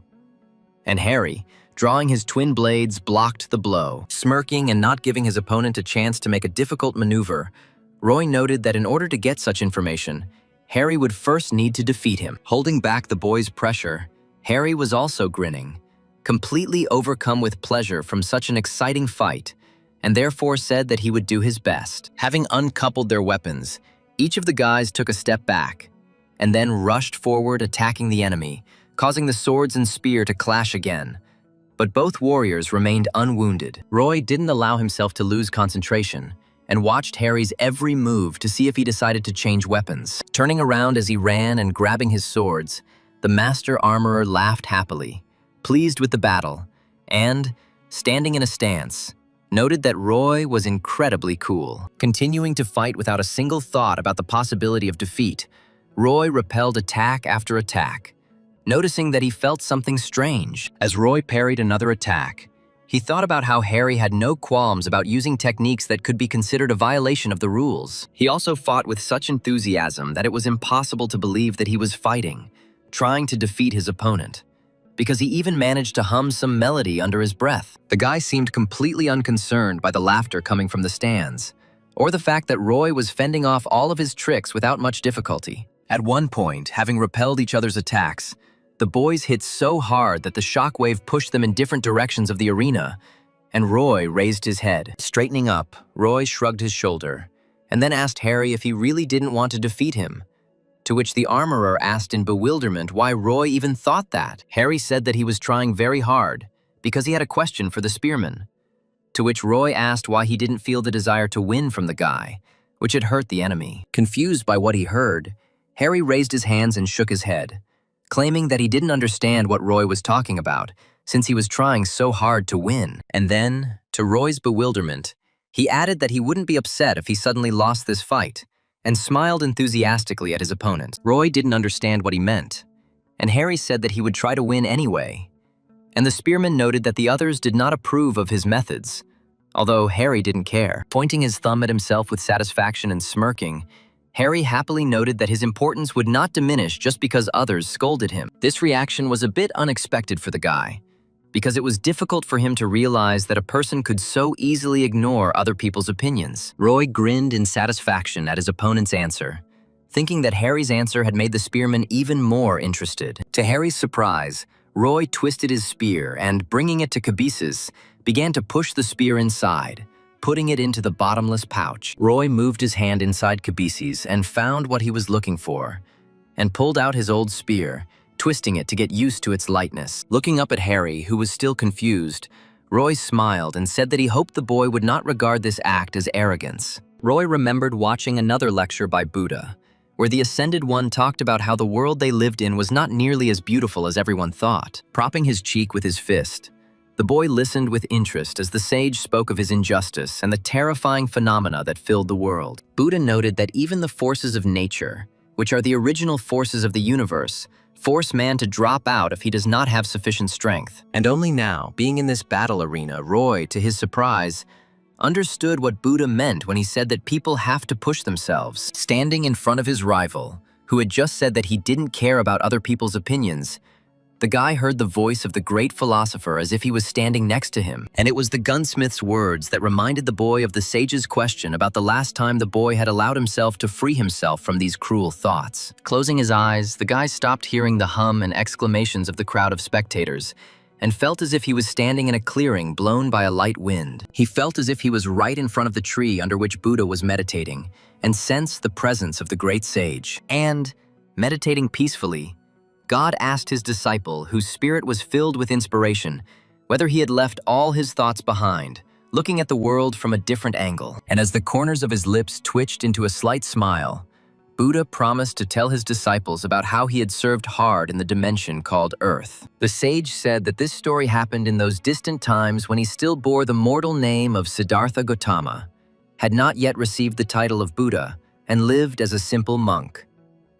One day, while out for a walk, Siddhartha noticed how children from a neighboring village were having a small running competition among themselves. He watched with interest as someone, breathing heavily, tried to catch up with their rivals, while someone, laughing joyfully, rushed forward. Siddhartha sat down on the ground, crossing his legs, and wondered why the children, after finishing a competition, began it again. And in addition to the fact that the children continued to compete, the monk was surprised by the behavior of the boy who lost time after time, but still participated. And despite his own defeats and the impossibility of winning even one race, the boy, amazing Siddhartha, continued to smile. When the next race was over, the monk stood up and approached the boy, wanting to ask him why he was so happy if he had never been able to win. Smiling joyfully and warmly, the man who was to ascend to godhood asked the boy why he continued to run. The innocent child glanced at his comrades, turned to the man, and with a never-fading smile on his face,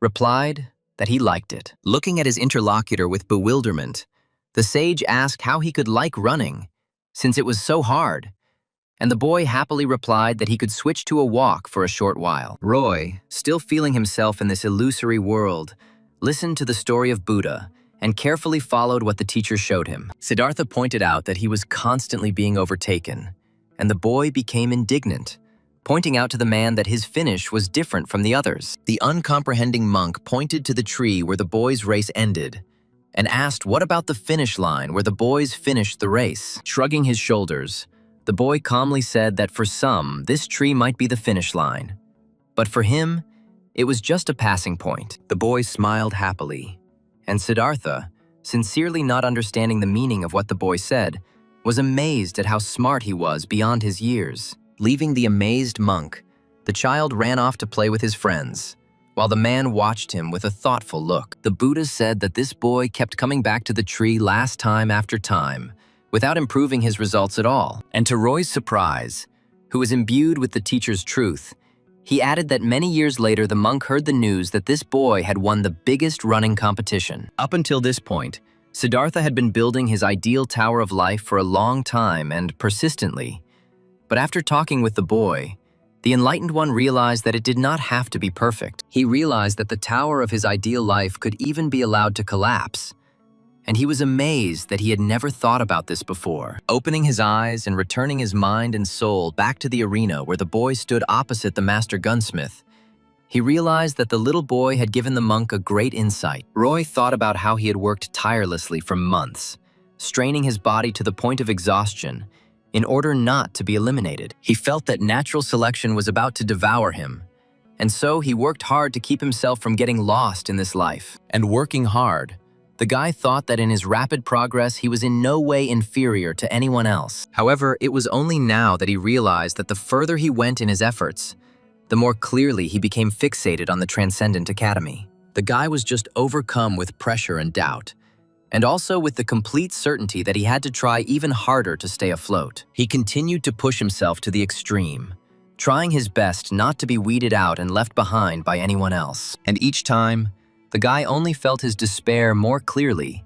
with which he continued to bring his body to exhaustion. It was only when he heard Harry say he didn't care what anyone else thought, and when he remembered the boy saying his finish was different from the others, that Roy realized his mistake. Roy felt like his huge, slender tower of life, which he tried to bring to perfection, was collapsing because of the words of these guys. He felt his spirit lighten with the knowledge that he could leave the disturbing thoughts of the cruelty of this world behind him. He felt his mind truly free from the shackles of the heavy realities of his own difficult life. The time Roy listened to Buddha's lecture, he did not understand what exactly his teacher was talking about. But today, the meaning of what he was saying finally dawned on him. His knuckles turned white as he gripped the handle of his spear with all his might, realizing how much he had missed by not realizing it in time. And it was for this reason that the guy stopped striving for victory at any cost, realizing that the most important thing was not the result and the process. And that is why he put away his spear. Noticing that the boy had swapped his very powerful weapon for something else that looked like a training weapon, Harry wondered why Roy had done that. Taking a step towards his opponent, Roy smiled at him and asked him not to consider his action a sign of arrogance, because the reason for this was completely different. Raising his eyebrows in surprise, Harry said that he didn't think so at all, but he sincerely didn't understand why Roy decided to do this. The weaponsmith said that with the spear he used, Roy would absolutely be able to win, and the boy frowned. He understood perfectly well that with the spear of Longinus, his victory was inevitable, because he should have simply stopped all of Harry's actions. Roy sighed heavily and thought that he still wanted to win, and besides, he understood perfectly well that winning with the help of equipment also required skills. Shrugging and smiling at his opponent, Roy noted that Harry himself had said that his importance would not diminish because others scolded him. Grinning and throwing the old spear over his shoulder, the boy smiled and said that he would express the opposite thought, stating that his importance would not increase from the fact that others praised him. Roy grinned enthusiastically and said that he did not want other people's praise or depend on it, and would determine his own worth. Hearing the words of his opponent, Harry froze, trying to fully comprehend what the spearman had just told him. And then, his eyes widening in surprise, he quietly said that Roy was even better than he had imagined, and was inspired by his rival's noble deed. Raising his hand to his chest, Harry touched the straps and began to unclasp them, causing his spear to begin to fall to the ground. Harry also threw off his scabbard and unfastened the strap of his shield, causing all the weapons he owned to fall to the ground at his feet. Having chosen only one weapon, Harry weighed it in his hand and twisted it to get a more comfortable grip, after which he asked Roy not to take his actions the wrong way either. Getting into a fighting stance with the dagger in his hand, Harry smirked, claiming that this was the only thing he had learned from his mentor. Roy, smiling contentedly, said that he hadn't even thought of perceiving what was happening in any way wrong, and Harry smiled back. And just a second later, both talented participants rushed towards each other, clashing in such a thrilling fight that the shards of the arena flew in different directions. Looking into each other's eyes with excitement and smiles from how much they enjoyed this fight, both guys said that winning was the most important thing for them. Holding his spear tightly, Roy kept a close eye on his opponent's gaze, not wanting to miss a single movement or maneuver. In turn, Harry, holding the blade so as not to allow Roy's spear to break through his defense, tried to think of how he should attack now. And at the same time, he smiled enthusiastically, unable to contain the joy he felt from fighting such a stunning opponent. Suddenly, Roy noticed Harry shift his grip on his blade, abruptly changing his stance to throw his opponent off balance. And then, swinging his blade, the boy deflected Roy's spear, forcing him open for a follow-up attack, and Harry ducked forward, intending to strike. And even though Roy knew his defense was likely to be breached now, he smiled as he watched his opponent prepare to launch his lightning attack. The gunsmith grinned contentedly as he swung his blade quickly, delivering lightning-fast stabbing blows and forcing his opponent to defend himself. The boy was able to block some of the attacks, but others hit their target, leaving small scratches on his body, which Roy nevertheless clearly felt. Twisting the spear, Roy tried to block the blows, but each time the blade reached its target, the guy happily admitted that it was quite difficult for him to fight. Harry, in a fit of fighting spirit, swung the dagger, and Roy thought that if he had the Spear of Longinus in his hands, he would have easily parried it.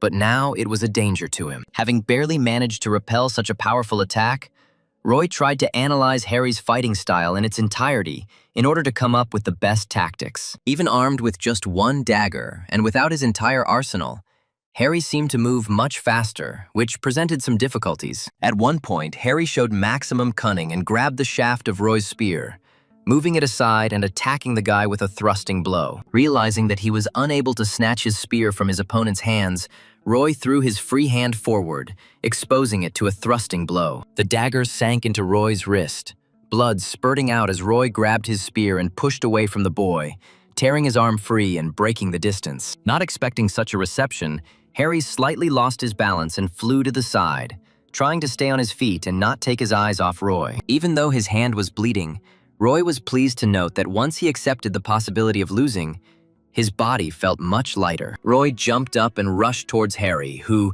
crouching to the ground, rushed at the enemy with the intention of strengthening his dominance in the fight. And Roy, planning to defend himself from the dangerous attack with a blade, thought that he would not be upset if he lost, but for the sake of victory, he would give his all. Getting within striking distance, Roy swung his spear, but Harry jumped over it, forcing Roy to admit that the boy had not lied when he said that the dagger was his weapon of choice. Suddenly, Roy heard Harry ominously remark in his ear that it was too early for him to be surprised, and he felt danger. Trusting his sixth sense, Roy ducked just as Harry, turning in midair, swung his blade to take his opponent's head off. Roy tried to catch the boy as he landed, but when the spearman launched his mighty attack, ripping rocks out of the ground, Harry dodged it without any problems. Due to how powerful the impact was, Roy kicked up a cloud of dust, making it difficult for him to navigate his surroundings. Trying to spot his opponent in the dust surrounding the spearman, Roy rubbed his eyes and noticed something that made him wonder. The guy noticed that Harry,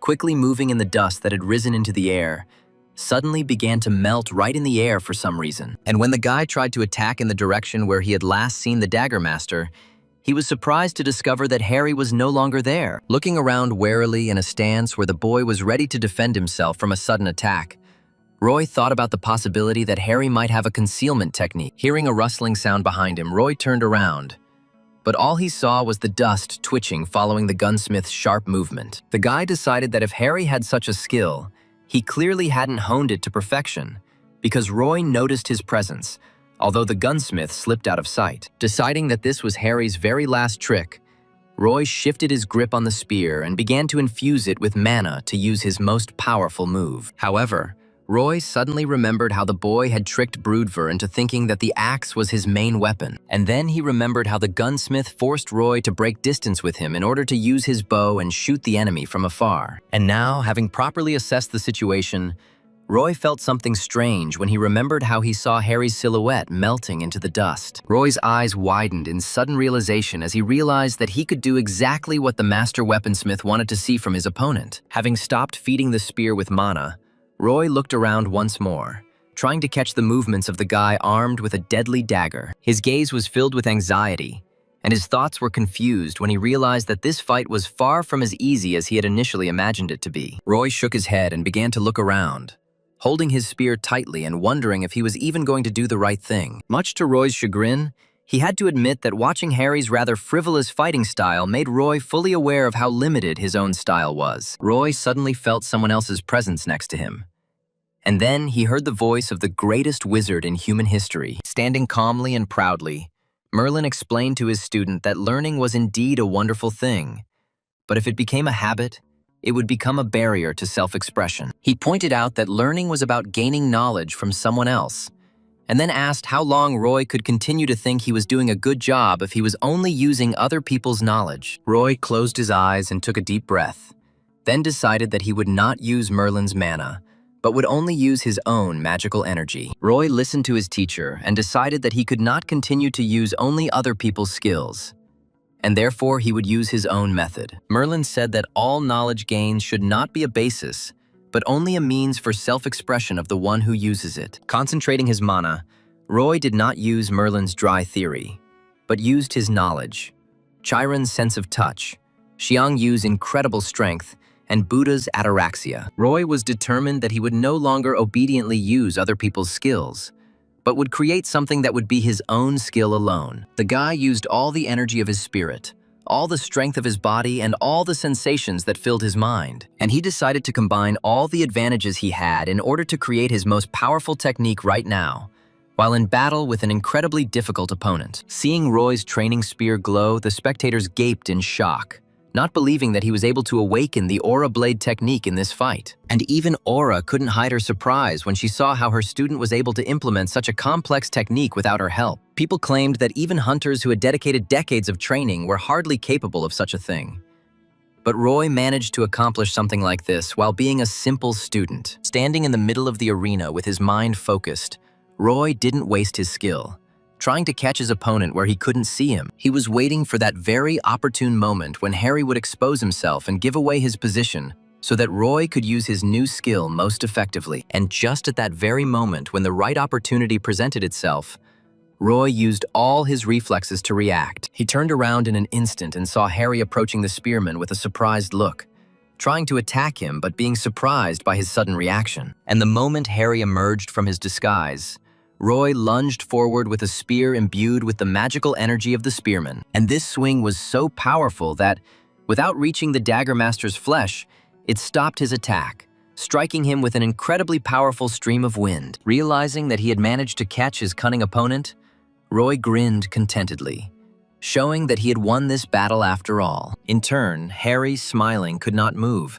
because the tip of his opponent's spear was pressed against his throat, and the dagger crumbled into pieces. And it was now, when Harry had lost his last weapon, that he smiled, admitting that he had lost to the one he had so dreamed of fighting. At the same time, information reached Kalia, who was peacefully drinking tea in her room, that Roy had won the training exam. Chuckling and shrugging, the young man took another sip of his exquisite tea, noting that he had expected this outcome to some extent. Having finished his drink, Kalia slowly placed the cup back on the table, and then turned to the novice again, asking if he had managed to detect the distortion. The man swallowed and said that he had seen the distortion with his own eyes, but was not at all sure that it could be called that.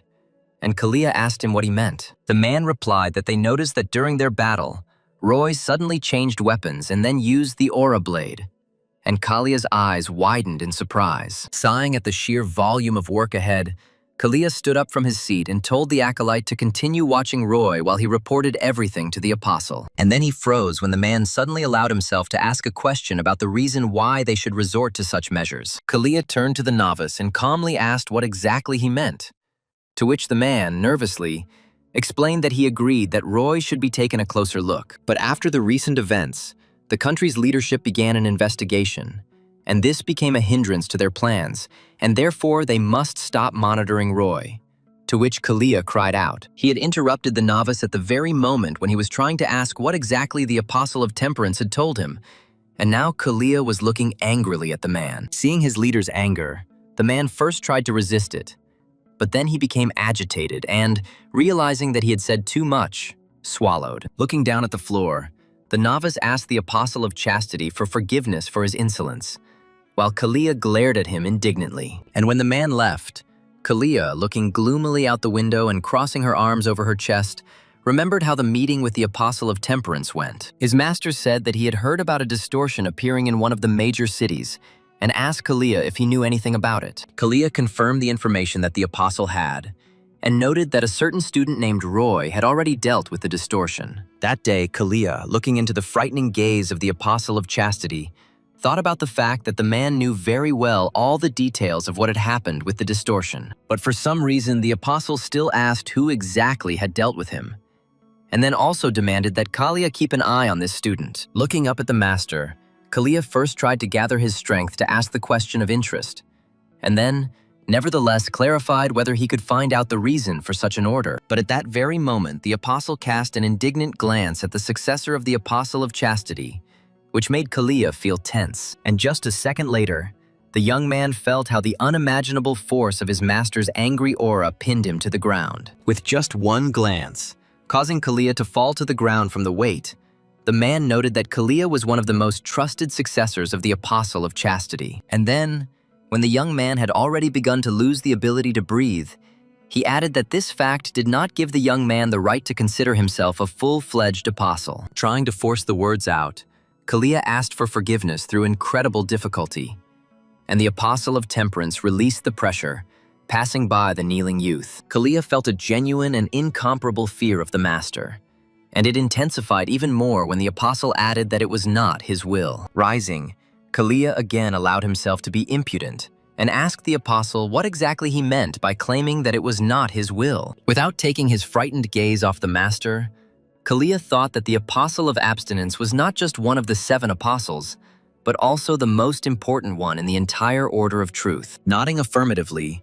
the man noted that before this, Kalia had to do everything herself without the support of the elders, and therefore he could consider his order a favor. Remembering that day, the young man nervously bit his nails, trying to understand who was so powerful that he would use the Apostle of Temperance as a messenger to convey orders. And then, realizing that he knew only one person who was capable of such a thing, Kalia gnawed through his finger, leaving a large wound on it. At the same time, the people who had observed the training exam were wandering off to their homes, discussing with interest what they had seen. Finding Roy after the final stage of the exam, Aura, of course, congratulated him on his victory, but noted that she noticed that he was becoming more and more like a monster. Roy chuckled at the girl's words and only laughed at such a theory, while Aura noted that anyone who looked at him would think exactly the same thing about him. She pointed out the fact that Roy, as a student, managed to use the Aura Blade technique and asked where he managed to learn it, to which the guy said that he was just lucky. Indignantly complaining that the guy was making excuses again, the girl asked where he was going now, and Roy replied that he needed to meet someone. Raising her eyebrows with curiosity, the girl asked who he had an appointment with, but the answer was not long in coming, because Harry was already running to his friends in his full uniform. Hearing a bunch of voices behind her, offering as many pleasant conditions as possible, Aura turned around and saw that Harry was being lured to the academy with all his might. And although Roy knew very well that Harry would definitely be approached with offers to enter the academy, Roy was surprised that the boy refused with all his might. However, Roy was not so much worried about Harry being invited to their place, but rather the fact that they wanted to meet alone after the fight to talk. And completely unexpectedly for the academy managers, Harry disappeared and in the same instant appeared behind Roy, screaming that he was going to Dream Academy. And at the same moment, he indignantly asked if they were satisfied with his answer. Absolutely all the eyes turned to him, including Aura and Roy, and in them, there was only surprise. Having screamed that he would not change his decision, the guy pulled Roy along with him, urging him to run. And after a few minutes, the manager finally lost them. Seeing them run the other way, Aura said they had broken away while Roy tried to catch his breath and Harry scratched the back of his head awkwardly. Turning angrily to Harry, Roy indignantly asked him what he was thinking when he said such a thing. and Harry raised his hands in a conciliatory manner. Harry tried to justify himself by claiming that he couldn't get rid of them, so he blurted it out, although his words were by no means an unfounded statement. Roy frowned and reminded him that the boy had claimed he wasn't going to the academy, and Harry pointed out that he hadn't said he wasn't going to the same academy as Roy. Hearing the strange logic the master gunsmith was using and the strange way he was asking the question, Roy froze, trying to figure out how to respond. Roy thought that he couldn't express his unwillingness to study with Harry, because then Aura wouldn't take him, and the guy didn't want to pressure her like the great swordsman. Deciding that they would definitely discuss this difficult issue later, Roy decided to remind his former opponent that he had promised him something. Not intending to deny it, Harry nodded affirmatively and proudly, letting Roy know that he remembered very well his promise made before their fight. The first thing Roy did was to deal with the most pressing and important questions, and so he asked who the man Harry had called his teacher was. Hearing what his new friend had decided to ask first, Harry sighed slightly sadly and closed his eyes, collecting his thoughts. And then he sighed firmly, gathering his courage and preparing to answer the question he had kept secret for so long. Harry's eyes flashed, and he looked firmly into the spearman's eyes, and he boldly and without hesitation declared that he himself did not know who his teacher was. And although the gunsmith was clearly pleased that he was able to answer the question directly without beating around the bush, Roy looked at him with genuine incomprehension. Deciding that Harry was just laughing at him, Roy became genuinely angry and indignantly noted that he would now beat the answers out of the guy himself. But he raised his palms in a conciliatory manner. Concerned by the sudden change in his new friend's behavior, Harry tried to justify himself and say that he was not lying and really did not know who he was. Having caught the gunsmith making excuses, Roy noted that he himself had said that he had learned how to use a dagger from his teacher, and had also said that he was an unimaginable strong man. Harry awkwardly scratched the back of his head and stumbled slightly in his attempt to explain himself, but explained that he had not taught him personally, as Harry had simply observed. And then, shrugging his shoulders, Harry said bluntly that no one had ever taught him, and that he was a real loner. Harry thought back to how he had lived and trained in the past, and how he had first encountered the concept of a loner, although he knew he was no ordinary loner. Unlike those who had neither the money nor the talent to enter the academy, Harry was deprived of neither. Harry simply had no desire to get involved with anyone, and therefore decided not to enroll in the academy and study completely on his own in the mountains. The guy told how he once got to his favorite place for training, but suddenly felt someone's presence. In his favorite clearing, the future master gunsmith once discovered a strange man lying right on the grass. Approaching the stranger and starting to shake him out of concern that the man might be hurt, Harry tried to get at least some kind of reaction. Telling the story to Roy, who was not hiding his frown, Harry noted that that day was the day they first met the teacher. The first day of meeting the wounded man who was supposed to turn Harry into the very warrior who would defeat the most famous students in the country in the future. Falling to the ground next to the man, Harry tried to feel his pulse and assess his general well-being, but it was clear that something was wrong with him. As Harry examined the stranger's body, he suddenly, to his own horror, felt his fingers becoming covered in liquid, and, raising his hand from the man's lower back, he saw blood on it. Realizing that the wound was truly serious, Harry realized that he could not delay any longer, and, picking up the man, decided to carry him to a safe place. The guy was about to take the wounded man to the hospital so that he could receive help, but the man suddenly wheezed and said in a weak voice that it was impossible to go down. Harry was surprised that the stranger was actually conscious, and then tried to convince him that he needed medical help, but the man shook his head. It was clearly hard for him, but the man repeated his statement, insisting that it was impossible to go down the mountain, and his words radiated such despair that Harry had to agree. With no better alternative, Harry wondered what he should do and decided to take the man to a familiar abandoned house, intending to treat him there. The guy wasn't a professional doctor or anything like that, so he was worried that the medicine he had prepared wouldn't help the man. However, Harry still gave the man medication, bandaged his wounds, fed him, and generally took care of him as best he could. And if at first the man was in a truly deplorable state and could die at any moment, then over time he slowly began to gain strength. One day, while making his way to an abandoned house with a backpack filled with medicine and food, the guy was talking about how he had been nursing a stranger for a whole month. The guy noticed that during this entire month, the man lay motionless, and Harry was afraid that he would die at any moment. but now he sincerely hoped that he would be able to open his eyes. But when the guy almost reached the house, he saw a whole crowd of men in robes and with weapons standing near it, and his new acquaintance was standing straight, talking to them. Harry hid behind a tree and began to eavesdrop while the man was surprised that one of the warriors came personally for a dying old man. The leader of the warriors asked who nursed the old man back to health, and the man replied that it was none of a man's business, to which he chuckled sarcastically. And while Harry was thinking about what was going on here and how dangerous the situation was, the man asked the old man if they were talking about the boy who was hiding behind the tree. In response to this, the old man waved his hand slightly, and there was a short scream mixed with the terrifying sound of flesh being cut. And Harry, looking out, saw a head flying into the air. Realizing that his savior might be in danger, the old man began to move between the warriors with incredible speed, striking them with his attacks again and again. If Harry had managed to get a better look at him, he would have seen that the man, whose gaze reflected the thirst for murder, was armed with a terrible dagger and was masterfully wielding it. In just a few moments, the man killed several warriors at once, and the rest, not having time to react, stared at him in amazement. Enraged by what had happened, the swordsman rushed at the man in a crowd, wanting at least one of the killers to reach his target. Remembering that incident, Harry couldn't help but feel his hands tremble, as he was still amazed at what that man had done to the warriors. Trying to suppress a shudder, Harry folded his arms and paused to note that he had never seen anyone move so skillfully in his life before that day. One of the warriors that day cried out that what had happened here was completely unplanned, because his face showed a terrible wound across his eye. Of all those present in the clearing at the beginning of the conversation, only this man and the old man, who was looking gloomily at his opponent, remained standing on their feet. The man reminded his enemy, surrounded by the corpses of the killers, that they had forgotten that they were unable to see him, and then turned to Harry and ordered him to get out as quickly as possible. The man told Harry to never come back to that mountain again.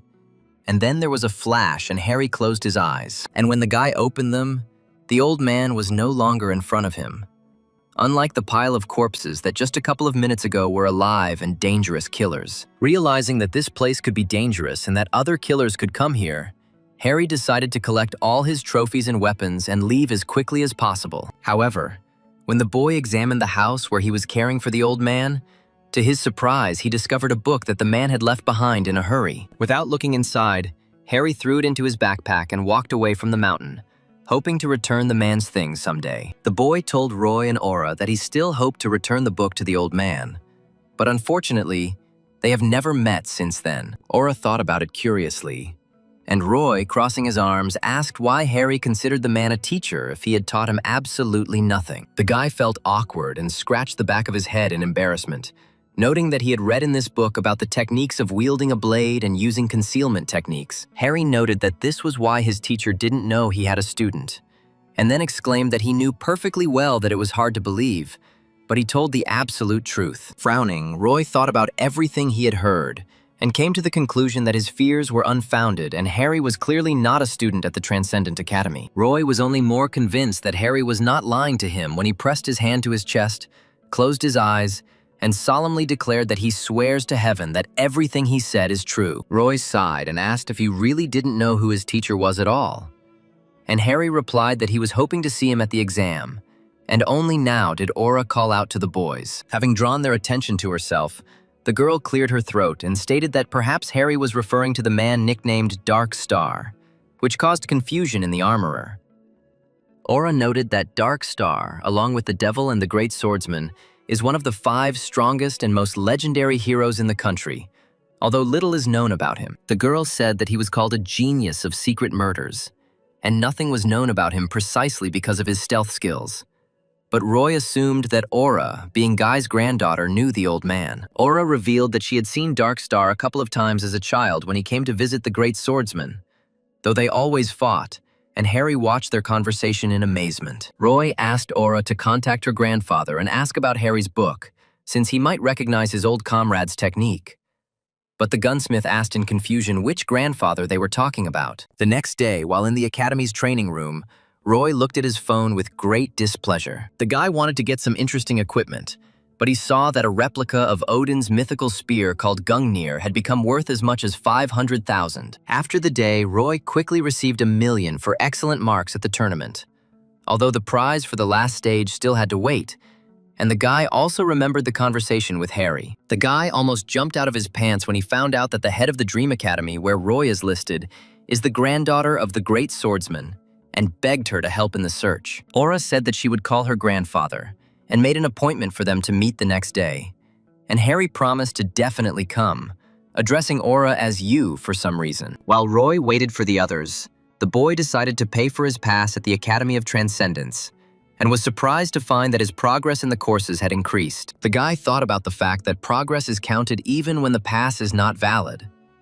And then he saw that the Chiron course was completed 100%. Roy felt something strange when he read that for completing Chiron's introductory course, the boy received a skill called Bone Realignment. Realizing that he had already completed the second course, Roy exclaimed joyfully, realizing how much progress he had made. Trying to feel the changes in his body that came from the new skill, Roy stood in different positions, never ceasing to rejoice. But then he stopped exclaiming and frowned, rereading about the acquired skill and making sure that he had not imagined it. And then, having made sure that he had read everything correctly, Roy began to think about what had changed in him, because he didn't feel anything like that. Roy thought about how after completing Xiang Yu's course, the guy felt his body overflowing with power.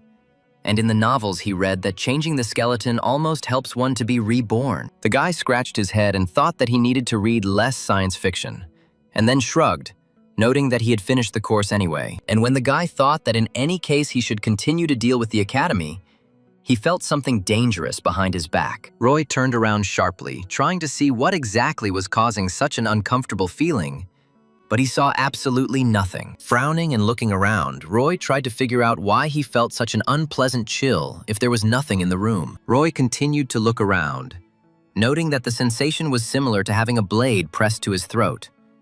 And then he heard a voice expressing surprise at the spearman's reaction. The boy instantly pulled out his spear, looking around warily as the voice thoughtfully mused that the boy clearly couldn't see him, and therefore he might have an innate sense. He asked not to take him with hostility, because he had not come at all to kill the guy. And Roy, tightly clutching the spear, asked who was talking to him. Suddenly footsteps could be heard, and Roy heard a voice say that the spearman had proven to be a tough opponent for the boy. And the boy himself raised his eyebrows in amazement. Seeing a man with gray hair and a scar on his face in front of him, Roy asked if this man was the same Dark Star. With his hands behind his back, the man walked towards the spearman, who continued to hold the spear tightly in his hands, still fearing the intruder. Roy, of course, understood who this man was, but the guy still couldn't bring himself to put away his weapon, because the man was a professional killer. The old man noted that Roy was smart enough to immediately understand who his gray-haired guest was, and then added that he still couldn't understand how the guy sensed him. At first, the guy himself didn't understand. But then, when he realized that it was probably due to the restructuring of the bones, the guy, worried, said that he himself would like to know this. Roy thought that it was more a kind of extrasensory perception rather than a bone restructuring, and, raising his spear, asked if the man had come because of Harry, and he replied that this was one of the reasons. The guy noted that he knew that the old man had left the book for Harry on purpose, and the killer noted that the guy should have kept quiet. And Roy said that Harry didn't understand anything at all. The man sighed and said that Harry was indeed a bit stupid, and Roy noted that the guy was on his way here now, and the killer said that he had hoped for more time. Roy asked again what exactly the man meant, and Darkstar grumbled that he would have met the apprentice long ago if he had wanted to. He also noted that this was one of the reasons he had come, and then asked how Roy was connected to the Order of Truth, and the guy shrugged and said that he had absolutely nothing to do with it. And then the spearman added that he once had to meet Kalia, and the old man frowned, thinking about what he heard from the guy. Looking up and once again clasping one hand behind his back with the other, Nightstar said that he had been following the Order of Truth for a long time, which caused Roy to be puzzled. The boy asked directly why the legendary killer was monitoring the Union, which for many is a light of hope. And the old man said that he did not trust them. The man said that he knew very well that most people knew the Order as the heroes of humanity, and then asked if Roy knew about the berserker giant that the Order had defeated. Roy nodded affirmatively, indicating that he knew the story, and then asked why he was asking. And the killer sighed, trying to find his words. Opening his eyes and looking into Roy's eyes, the man sighed heavily again, and said that the berserker giant had never been defeated by anyone. Roy asked how this could be, since everyone knew very well that the Great Voice and his 7 apostles had destroyed the monster, thus marking the end of the great disaster. Without ceasing to frown, the man said that it was impossible to kill him. And as proof of this, there was not only no corpse, but not even a photo or video of it, which was too unnatural. The man added that none of this was there for only one reason. Because when the berserker giant did not die, but simply evaporated on the spot, and Roy was amazed at what he heard. Roy asked why everyone thought the Order of Truth had killed the beast. And Darkstar replied that the Great Voice had clearly done something to it, but had definitely not killed it. And although the man was calm, he clearly hid a little anxiety when he said that at first he only had slight doubts.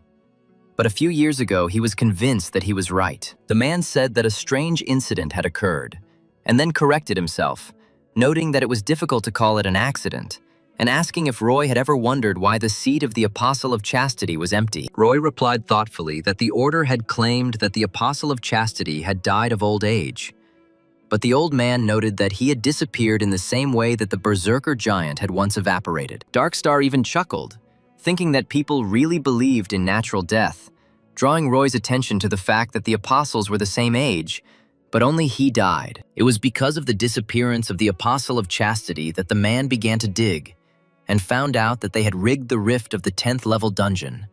And the reason for this was Roy. Roy asked in shock why the Order needed him, and the man replied that he did not know the exact reason, but knew that the Order was watching him, and also wanted to kill the man for revealing this fact. Still not understanding how he could have been targeted by the Order, Roy asked why Darkstar had told him this, and the old man replied that he had a favor to ask. Turning to the spearman, Darkstar asked bluntly if he could take care of his apprentice for him, which surprised Roy even more. Roy didn't immediately understand who exactly the man was talking about, and then clarified if he meant Harry, and the old man nodded, noting that he couldn't keep an eye on him while he was a target of the Order. The man said that the Order had the ability to see the consequences of the target's actions, and needed an intermediary so as not to interact with Harry directly. However, Roy was indignant, because it turned out that if Darkstar was being followed, then he would leave his mark on the spearman himself with this conversation. The man replied that Roy, for some reason, was an exception to the rule, and they would not be able to see him with their magic, and therefore they would consider the guy's actions to be his own. Hearing a completely logical explanation, Roy scratched the back of his head and thought, and then asked why the Order couldn't track him with magic. The man replied that he had no idea, since he had been able to free himself from their gaze, finding himself one step away from self-forgetfulness. But how Roy had done it was also a mystery to him. Frowning and turning to the side, Roy wondered if it might have something to do with the fact that there was no information about him at the Transcendent Academy. The man interrupted his thoughts and pulled something out of his robe, then handed the strange book to Roy, asking him to give it to Harry and noting that they had little time. The man said that on the day he and Harry last saw each other, he had only managed to write down the techniques of using a dagger and concealment in a hurry. But in this book, everything was much more detailed. Roy asked why there was such trust, and the man replied that he could only trust those who could not be monitored with magic. And then the man added that he understood perfectly well that you can't ask for something for nothing. And so he took out the second book, intending to give it to Roy as payment for his help. The man, closing his eyes, said seriously and with a hint of mystery that his other teachings were written there, which might be useful to him. But Roy refused. The man froze in place when he heard the spearman say that he was not interested in something like that, and therefore asked for something else. The man did not understand how one could refuse knowledge that others would tear each other's throats out for, and asked what Roy wanted. Roy grinned and noted that it would be very useful to him if the killer paid him money once in a while. Hearing what exactly the spearman asked for, Darkstar froze in place, looking at the boy with incomprehension and disbelief in his eyes. The killer tried to understand whether the guy really asked the great hero for just money, and Roy said that he would not do anything without payment. Sighing and calming his bewilderment, the man asked how much Roy needed, and the guy, smiling, said that it was only 3 million. The old man cried out in indignation, calling the guy a real impudent man for demanding so much money from the hero. To which the guy replied that he had a reason to ask for so much. After clearing his throat, Roy began to explain to the man why he had asked for so much. And his first argument was that only he could do it because the order could not see him. The guy then noted that someone who helps the man must be friends with Harry, because the guy will not take teachings from a person unknown to him. Following this, the guy noted that this might work once, but it would never work in the future, because the old man would clearly ask for help again for the sake of his student. Roy finally added that without his help, Harry would go back to the mountain and put himself in danger. And Roy himself could be in danger because of the man's request. Feeling like a lawyer in court, Roy exclaimed that, based on all the arguments presented, he believed he deserved to receive at least 3 million. Sighing, the man grumbled discontentedly about the guy's impudence, but ultimately agreed, asking if 3 million was enough for him. And Roy was even upset that everything turned out so easily. Suddenly, Roy remembered something important and told the man that he had to pay him 3 million before taxes. And the old man noted that the guy was completely shameless. Turning around and getting ready to walk away, the man said that the money would come from the association, and therefore the guy should not worry. And Roy asked if he should tell Harry about him. When the man turned to the spearman, his body had already begun to disappear, and he said that Roy could decide for himself, since the order couldn't see him anyway. And then, as if melting into thin air, the old man added one last thing, that he should ask the gunsmith not to blab about his teacher everywhere and anywhere. And just a moment later, while Roy was trying to digest the thought that the order was watching him, the door to the training room swung open and Harry walked inside, shouting a greeting. A few minutes later, Roy told him in detail about the meeting with his teacher and the Order of Truth, although the guy was most surprised by the fact that his teacher was Darkstar. Of course, Roy did not tell him about the method of payment for his services, but he noticed the reason why the old man could not stay and decided to give Harry the book left by the teacher. Roy handed it to the boy, noting that Darkstar had said that there was a lot more detail about his techniques in there. And Harry looked at the book like it was a treasure. And when he handed the killer's gift to his student, Roy whistled contentedly and turned around, getting ready to go use the money he had received for shopping. However, he turned around and looked at Harry with bewilderment when the Master Armorer asked his friend why he decided to give it to him. At first, Roy didn't understand what he meant, because he had clearly told him that Darkstar had asked him to give him the book. But then he realized that Harry was asking why Roy hadn't hidden it away. The boy thought about what to answer, because if he said that the teachings were useless to him, he would insult Darkstar, and he couldn't talk about the Transcendent Academy. Roy had a hard time thinking of something logical to say that would sound truthful. And then, not believing what he was saying, he noted that it would be wrong. Harry looked at his friend in amazement, and then, closing his eyes, calmly said that he had decided everything, causing bewilderment in Roy's eyes. His eyes sparkling with excitement and joy, the boy jumped up to Roy and firmly said that he would study with him at the Dream Academy. Saying that he was touched by Roy's words and truly thought the spearman was a really good guy, Harry added that he would be studying from today. The gunsmith exuded such obvious and absolute trust that the stunned Roy could not contain his surprise when the boy asked his direct permission. Sometime later, when Aura joined Harry and Roy, the Master Armorer, leaning on the spearman in a friendly manner, happily noted that he would now be learning from them. Smiling affably, the girl noted that she was absolutely not against the new student, and on the contrary, she would be very happy to teach him. Hearing that Aura was also not against his admission, Harry happily hugged his friend, and Roy noted with displeasure that he knew that Aura would not be against it. However, after thinking about it properly, Roy came to the conclusion that this was even for the best, because Harry would learn the techniques of the Dark Star, and Roy would not have to find him to pass them on. And then the boy was struck by a thought that he hadn't noticed before. If he carried Harry around with him everywhere, the great killer would have more reasons to pay him. Roy's expression changed, and he hugged his new friend as well, noting that he was also incredibly happy, while Aura thought about the fact that they could now participate in team competitions. Hearing what the girl was muttering under her breath, Roy and Harry stared at her in amazement and asked her what she meant. And the girl began to tell them. She said that there were all sorts of events where several students from one academy participated, and the prize in them was much bigger, which greatly interested Roy. The boy blossomed when he realized that due to Harry's entry into their academy, he would be able to increase his capital incredibly greatly. Looking at Harry, Roy suddenly noticed that he imagined a beak on his face, because the boy had firmly begun to associate the gunsmith with a goose laying golden eggs for the spearman. 3 days later, Roy was sitting in the weight room, watching the first lecture of his all-expenses-paid first course, in which a man strained to do a bench press. As soon as he turned on the recording, Roy felt so awkward that he pressed his fingers to his temple and closed his eyes, already doubting that he had made the right choice. The blonde, young, and very powerfully built demigod was seen chest-pressing a huge concrete column in the video, asking viewers to wait until he finished the lift. And although he was glad that he could finally start studying the first course, he could not hide his sadness at the fact that 4 million had flown away to buy 2 of them at once. Finally,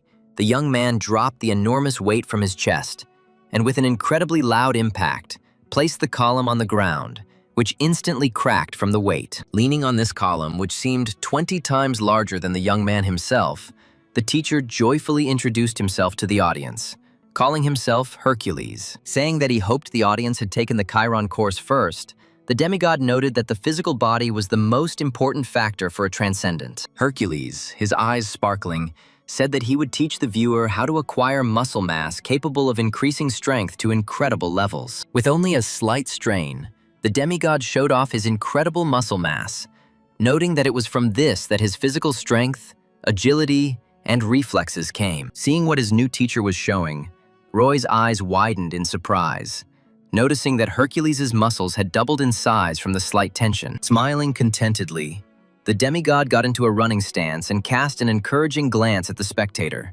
intending to show what he was capable of to remove all doubts. With his loud and powerful voice, he commanded the viewer to look attentively and not to look away.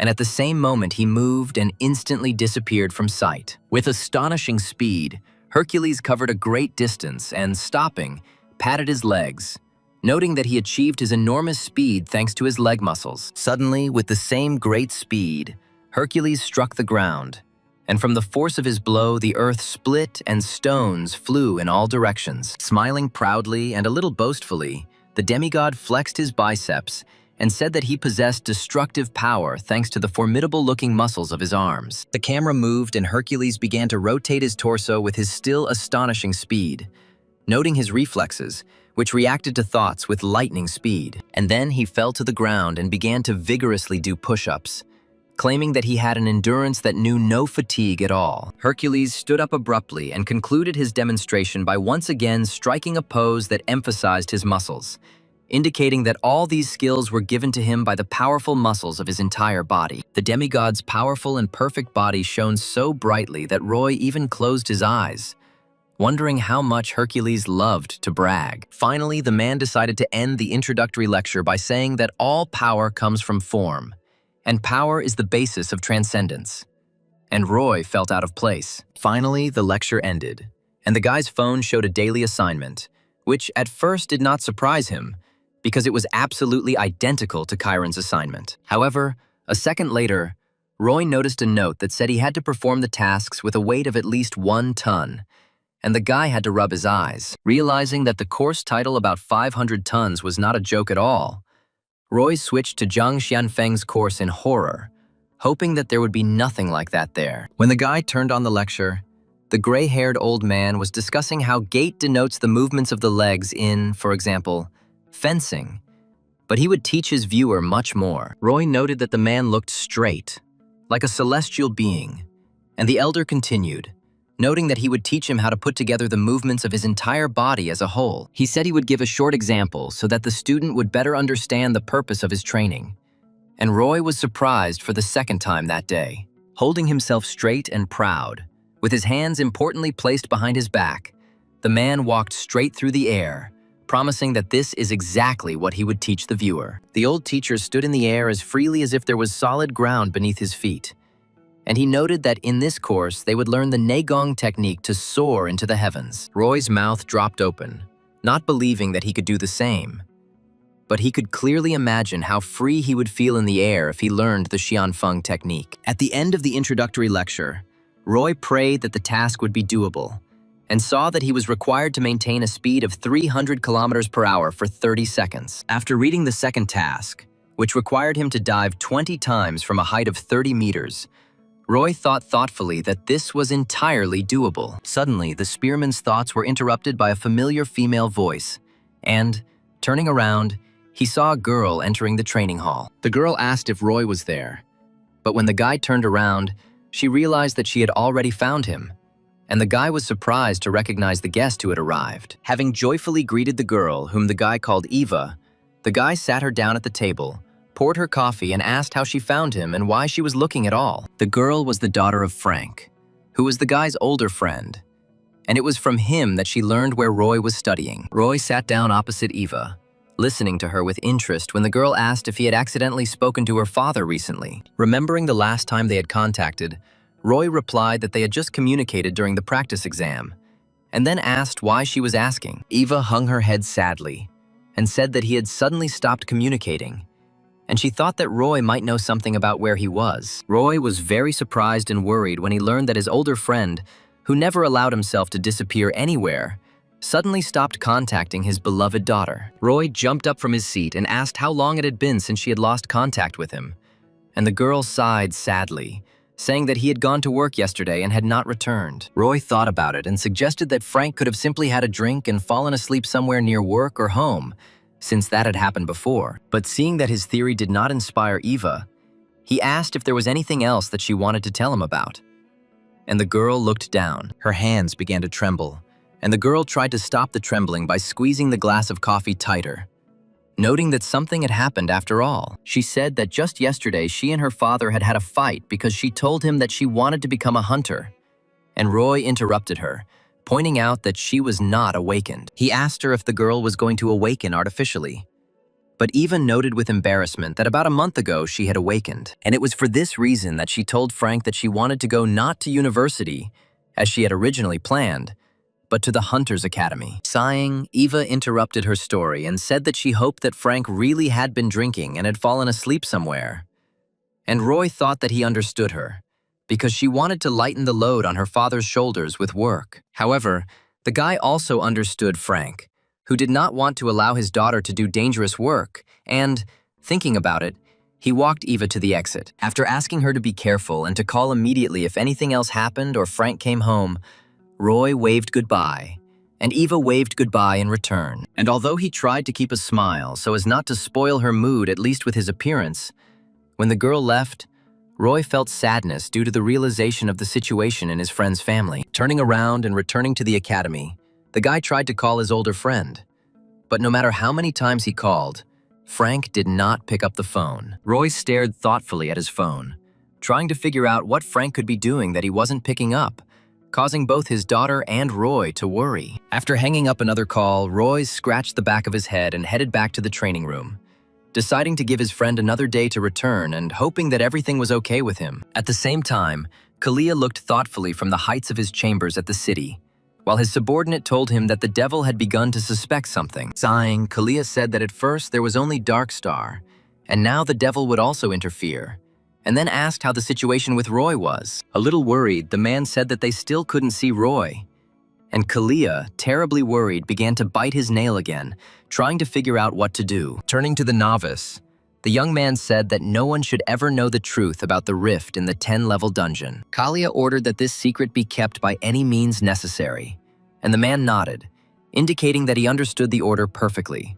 after which the young man released the novice to carry out the task. A few days later, Roy looked sadly at Hercules' daily task and, with a sad sigh, began to stuff Kabisis with pancakes for training. The guy thought that if he had known that he would need a whole ton, he would not have sold the monster corpses. Although he noted with pleasure that he was very glad that he had Kabisis. Having filled the bag to capacity, Roy grabbed it with both hands and tried to lift it. But even with Xiang Yu's mighty strength, he felt that it was very difficult for him to do so. Gritting his teeth and shaking with tension, Roy tried to figure out if he had calculated the weight correctly, and if there really was a whole ton in the bag. But, unable to take even a step, the boy dropped Kabisis and fell himself, realizing that he would have to use the power of mana to complete the task. Standing up and straining his whole body and spirit, Roy filled his body with magic, deciding at all costs not only to lift the whole ton, but also to perform all the necessary exercises with it. Sometime later, when she entered the training room in search of Roy, Aura's eyes widened in surprise when she saw what he was doing, but she had no idea why. Roy lay on the floor of the room absolutely motionless, and the girl thought that he might be sleeping, although she did not understand why here. Crossing her arms over her chest, Aura noticed that his bag was on the guy's back and asked what he was doing. The boy wheezed, asking Aura to save him and push Kabisis off his back or he would kick the bucket. And Aura looked at him with pity in her eyes. Sighing, the girl sat down next to him and put her hand on the bag, intending to remove it from the spearman's back, while simultaneously asking how much he had stuffed in there. She already thought that she would easily remove Kabisis, but she was unable to do so, and the girl strained herself more and more, unsuccessfully trying to lose such a huge weight. In the end, she even had to put mana into her body and use all the strength she had in her body to finally rid the guy of Kabisis. Finally, when she had already decided that her strength was not enough, the bag gave way, and the girl fell backwards by inertia. And Roy cleared his throat and began to slowly get up. The girl's hand was shaking from the tension, because Aura had put all her strength into it. And now she simply did not understand why the guy had put so much in the bag. Suddenly, Roy stopped coughing and took a very deep breath, enjoying the fact that he was finally not pinned to the ground by a ton. Suddenly, Roy turned to the still puzzled girl and asked her if she knew the height of the building they were currently in. The girl became worried and replied that it was about 15 meters and asked why he needed it. And Roy, looking up at her with a frighteningly crazy look, said that he just wanted to jump. Aura stared dumbfoundedly at the boy, who was wondering if he could jump even 15 meters in his current form, and left, wanting to experiment. The girl was left alone with her bewilderment, and a minute later she heard a dull thud and the guy's joyful exclamation, noting that he was a complete psycho after all. The shocked girl rose to her feet and, sincerely worried about what her new students would think when they saw Roy, came to the conclusion that they simply would not show up with such a psycho. A couple of hours later, Harry arrived at the academy, and at first, as always, he was beaming with his unquenchable enthusiasm. But now he was looking from Roy to Aura and back in bewilderment. The Dark Star apprentice noted that he had finally taken the time to look for an apartment, and Roy was already doing something strange, and Aura said not to ask her about it. Harry suggested that he might have eaten something bad, and Aura whispered that she thought the same thing when she first saw him, while Roy sadly noted that Frank had not yet contacted him. Worried about his friend, Roy kept looking sadly at the screen, thinking that it was already the 4th day that he had not picked up the phone. Roy thought that Frank had never disappeared for so long in the 10 years they had known each other, and Eva had even filed a police report. So the guy decided to check everything out himself. He told Aura that he was going to step away for a while, and Aura protested, asking if he was going to jump again. But Roy sheepishly replied that he was just going to look for Frank. While Harry was wondering what jumps and what Frank they were talking about, Roy was getting dressed, and Aura was asking what happened to the man that the guy was going to look for him. Throwing on a thick jacket, Roy said that he himself did not know everything yet, and therefore he would tell when he returned. And, turning around, walked towards the exit of the academy. Arriving at his former place of work, Roy greeted his former colleagues, who all vied with each other to praise and congratulate him on the fact that his dream was finally coming true. They congratulated him on his excellent performance in the training exam, and completely embarrassed him when they joyfully noted that 9 years of work had not gone to waste. One of the senior workers decided to ask Roy why he had suddenly come back, and asked if it was to offer them a job transporting corpses. Roy shook his head with a laugh, replying that he had just dropped by to say hello, and the men had told him that life had gotten easier since Roy had gotten the old foreman fired. They said Frank had told them that Roy had done the work for them, and the boy had taken the opportunity to ask if they had seen his older friend. Everyone shook their heads in bewilderment, noting that they hadn't seen him for a long time, and one of the workers, to Roy's surprise, said that Frank was probably drunk and sleeping somewhere. However, after much thought, one of the workers asked if he had disappeared when he had gone after the strange man,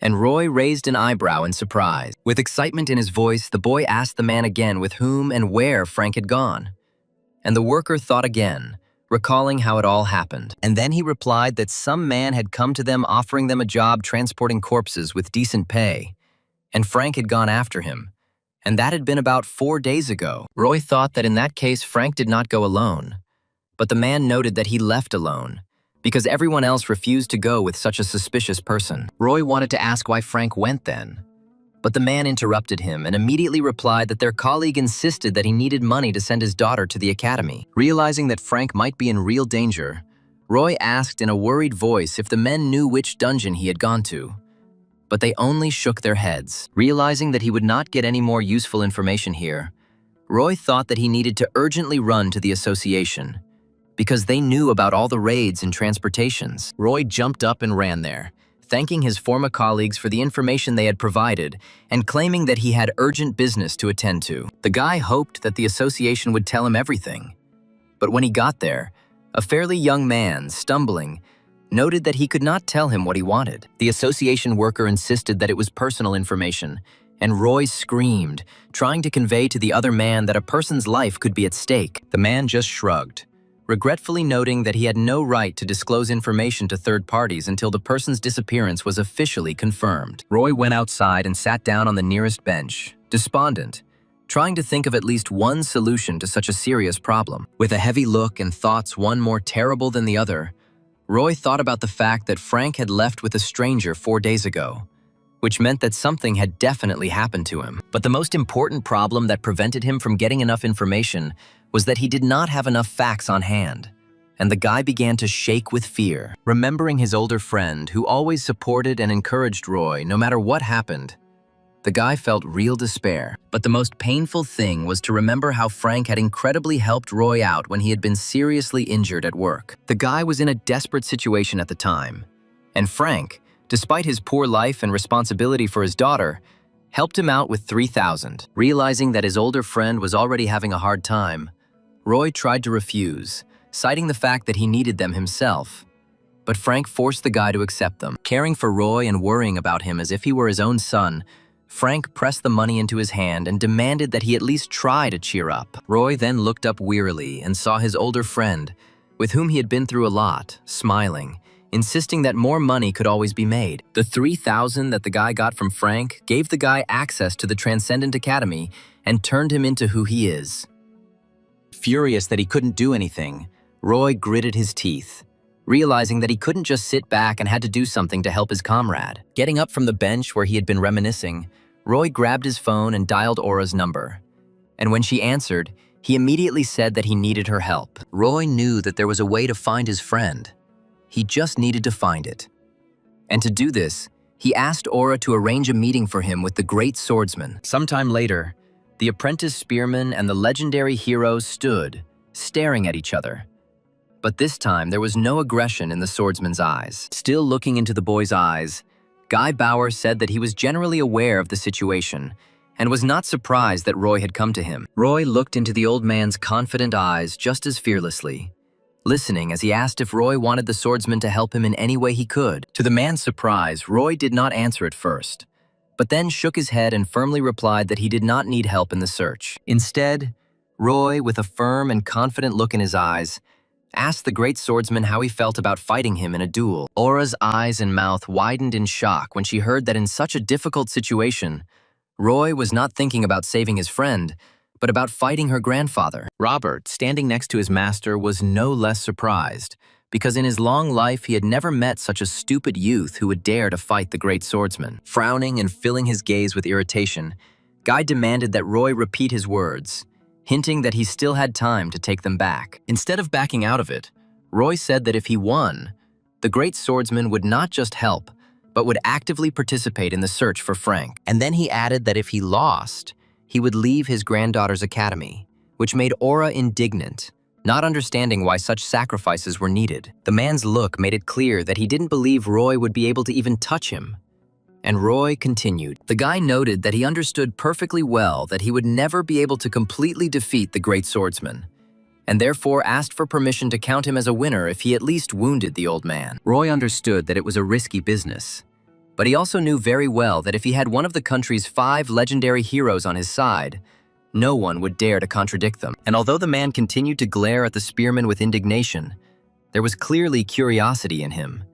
And the swordsman noticed that the guy was quite self-confident. Sighing, Guy turned around and said that he agreed to fight, then ordered Roy and the others to follow him to where they could fight. But before they reached the battlefield, Guy asked Roy and Aura to wait outside, while he and Robert went into his room. Sighing, the man opened the cabinet standing at the farthest wall, intending to take out its contents, which the old man had not touched for many years. Inside was a sword of the most exquisite workmanship, placed on a stand, drawn from its scabbard, which lay very close, and Guy extended his hand towards the sword. Looking seriously at the weapon, the man, without even hesitating, took the blade in his hand and hid it in the sheath, which greatly surprised Robert, who was standing behind him. The great swordsman's chief advisor was surprised because it was not a simple blade, but the azure dragon sword. This sword was the highest quality replica of the legendary mythical blade, and Robert was horrified that his master had chosen this particular blade. Robert knew very well that his master only drew the azure dragon sword when his opponent had to be killed at any cost. Guy Bauer had not drawn his sword since the great disaster had been officially stopped, and Robert asked the master what he intended to do with the boy. In a breaking voice, the man tried to point out that if something suddenly went wrong, his granddaughter would try to interfere. But Guy interrupted him. The old man said that he didn't care how Aura would react, even if she jumped out of her skin. But Roy had to be prepared for such an outcome if he decided to challenge him. And then, thrusting the blade into the sheath and securing it to his belt, the man also added that he too should have some fun during this fight. At the same time, on the street, Aura was indignantly swearing at Roy, trying to convey to him the idea that his proposal was stupid because he did not need to go to such extremes. She tried to point out that she could talk to her grandfather herself, and that she would absolutely be able to convince him to help with their case. However, Roy shook his head in annoyance and interrupted the girl, saying that he would not allow her to do this under any circumstances. Roy looked up and said that he was very grateful to her for trying to help and keep him safe, but it was a necessary step for the future. Roy looked down at his hand with a frown, thinking that this situation could happen again, especially if he assumed that Roy himself was the reason for Frank's disappearance. Roy clenched his fist in rage, admitting that he did not have enough strength and power to protect his loved ones. But with the help of the great hero, he could do anything. The guy understood perfectly well that if he could involve the great swordsman, people would remember that if someone touched Roy or his loved ones, Guy Bauer himself would take care of the matter. Firmly convinced of the truth of his decision and looking seriously into Aura's eyes, Roy told her that he would return victorious no matter what. In turn, Aura was genuinely worried, trying to figure out how she could stop her friend from doing such a rash act. She tried to touch Roy to protect him, because she didn't want him to leave her academy. But then she realized that she had to believe in him, and said that he simply had to win. A few minutes later, Roy, armed with the Spear of Longinus, stood in front of the great swordsman, in whose sheath was the azure dragon sword. The man said that if Roy suddenly thought that he would give the guy a break because of Aura, then it was not too late to back down, although the old man had already unleashed his murderous aura. In turn, the spearman used magic to embody his aura, although it was weaker, and then said that he would not retreat and hoped that the old man would keep his promise. Roy and Guy had once fought each other, but then the man fought without taking the blade out of its sheath.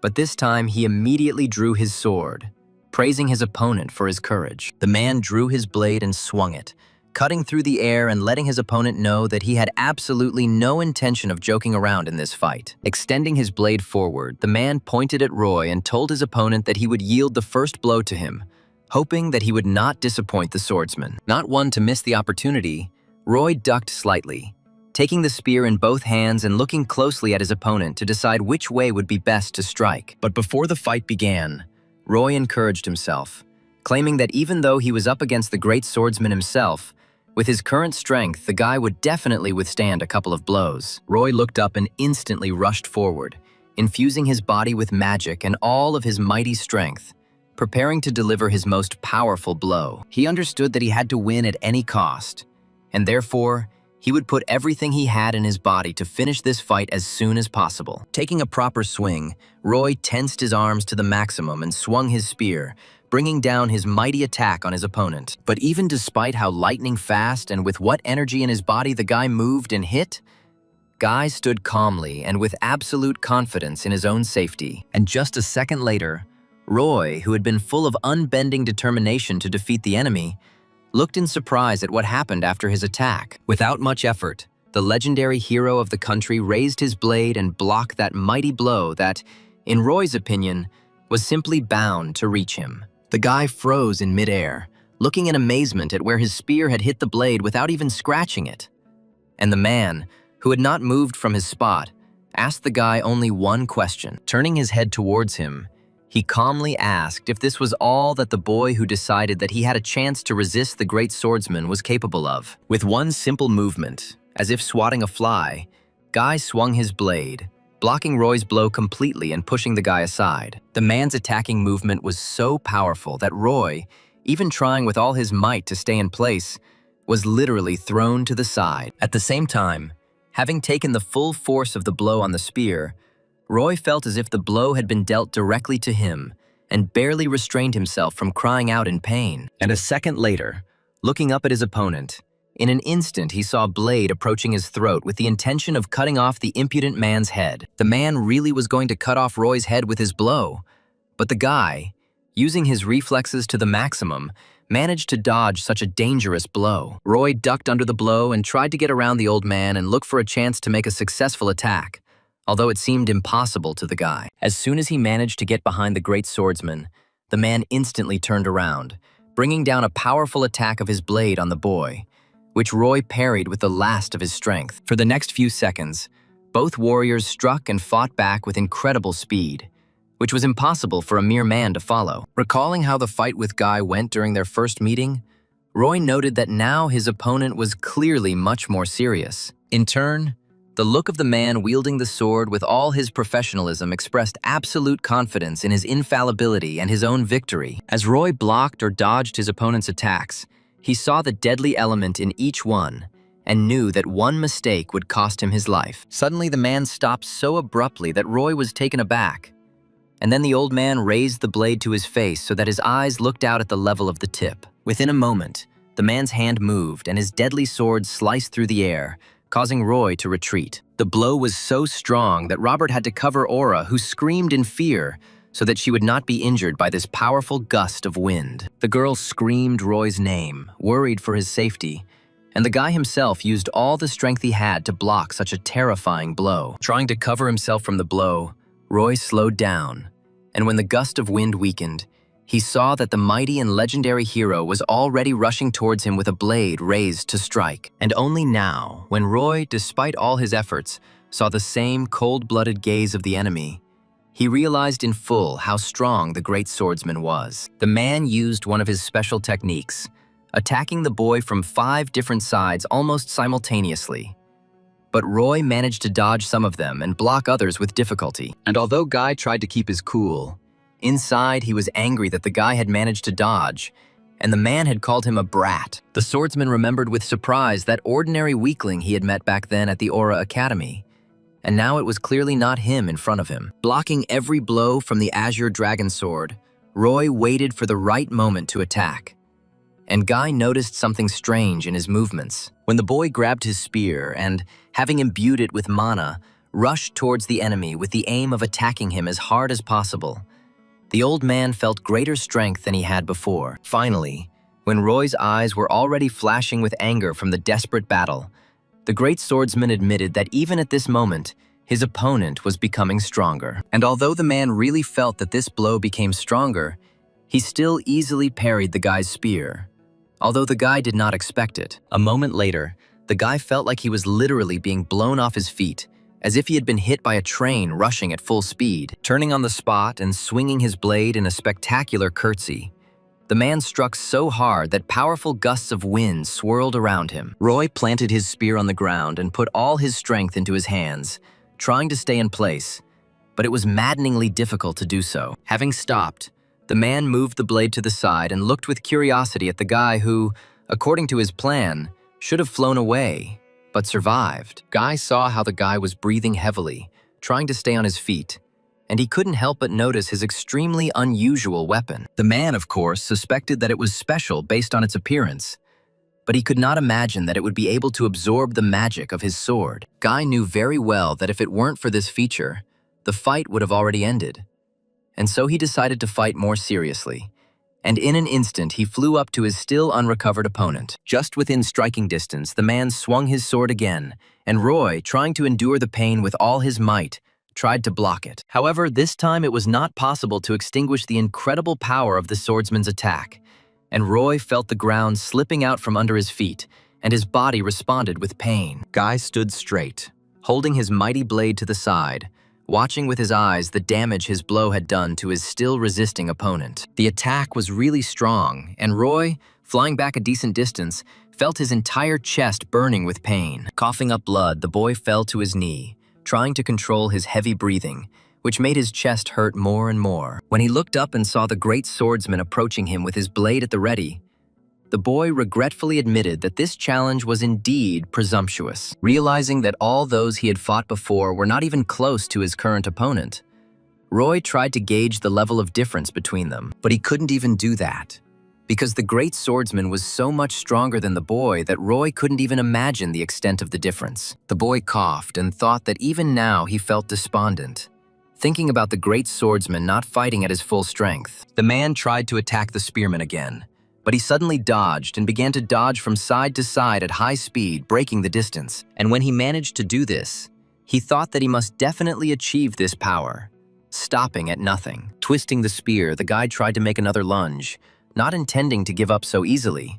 But the tip encountered a strong defense. And while Roy was struggling with all his might, trying to force his body to move to the limit of its capabilities, the great swordsman calmly asked how he even decided to fight him. The man easily knocked the guy's weapon away and spun the blade, preparing to use the technique he was going to use to end this fight that had become boring to him. Realizing that after another blow taken, Roy would hardly be able to get up, the boy admitted to himself that he truly admired the great swordsman. As he infused his sword with mana, preparing to thrust, Roy realized that he respected his strength and the lengths the man had gone to gain it. Gritting his teeth in pain, the boy fought off one attack, admitting to himself that he was truly arrogant if he thought he could even hurt the genius. He realized that by being fooled by the Transcendent's false reputation and thinking that he could do nothing, the boy had unknowingly shown arrogance towards the great swordsman. And although Roy sincerely tried his best not to lose until he left at least a scratch on the man, the old man used his most powerful technique for the third time. Unable to stay on his feet, Roy lost his balance and began to fly away under the influence of the airflow straight towards the wall. When he rose with incredible difficulty, blood was dripping from the corner of his mouth. But the boy did not pay any attention to the wounds, continuing to watch the swordsman. He realized that for the first time in his life, he was able to look at himself objectively and understand that he was immeasurably weaker than Bauer.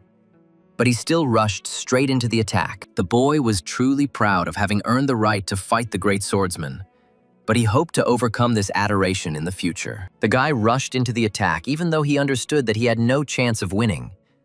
But he sincerely believed that someday he would be able not only to compare with him, but even surpass him. However, the furious enthusiasm died down when the guy stared in surprise and raised his eyebrows, feeling something strange. He was still rushing forward towards his opponent, who had already raised his sword to attack.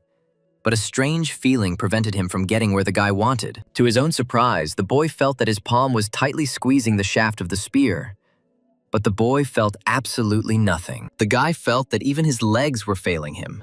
And then, looking up at Guy's blade thrown back behind his back, he realized with amazement that he had now definitely hit the target. The man lowered his blade, and as he did so, Roy could have sworn he distinctly saw the blade descend as if in slow motion. And when he finally fell, Roy felt his torso being cut by a sword, leaving behind a horrific wound. The blow was accurate, and Roy, feeling his knees buckle, dropped his spear, and Aura sighed in shock, not believing what was happening. The boy took one step forward, trying to stay on his feet, and Aura rushed towards him, wanting to support him as quickly as possible, while the master's servants quietly praised him for his attempt. Raising his clouded gaze to the great swordsman, Roy cleared his throat and began to speak, although it was with great difficulty. Losing his balance, Roy managed to say that he hoped the man would keep his promise, and then began to fall, losing consciousness. And just a second later, Roy fell, passing out,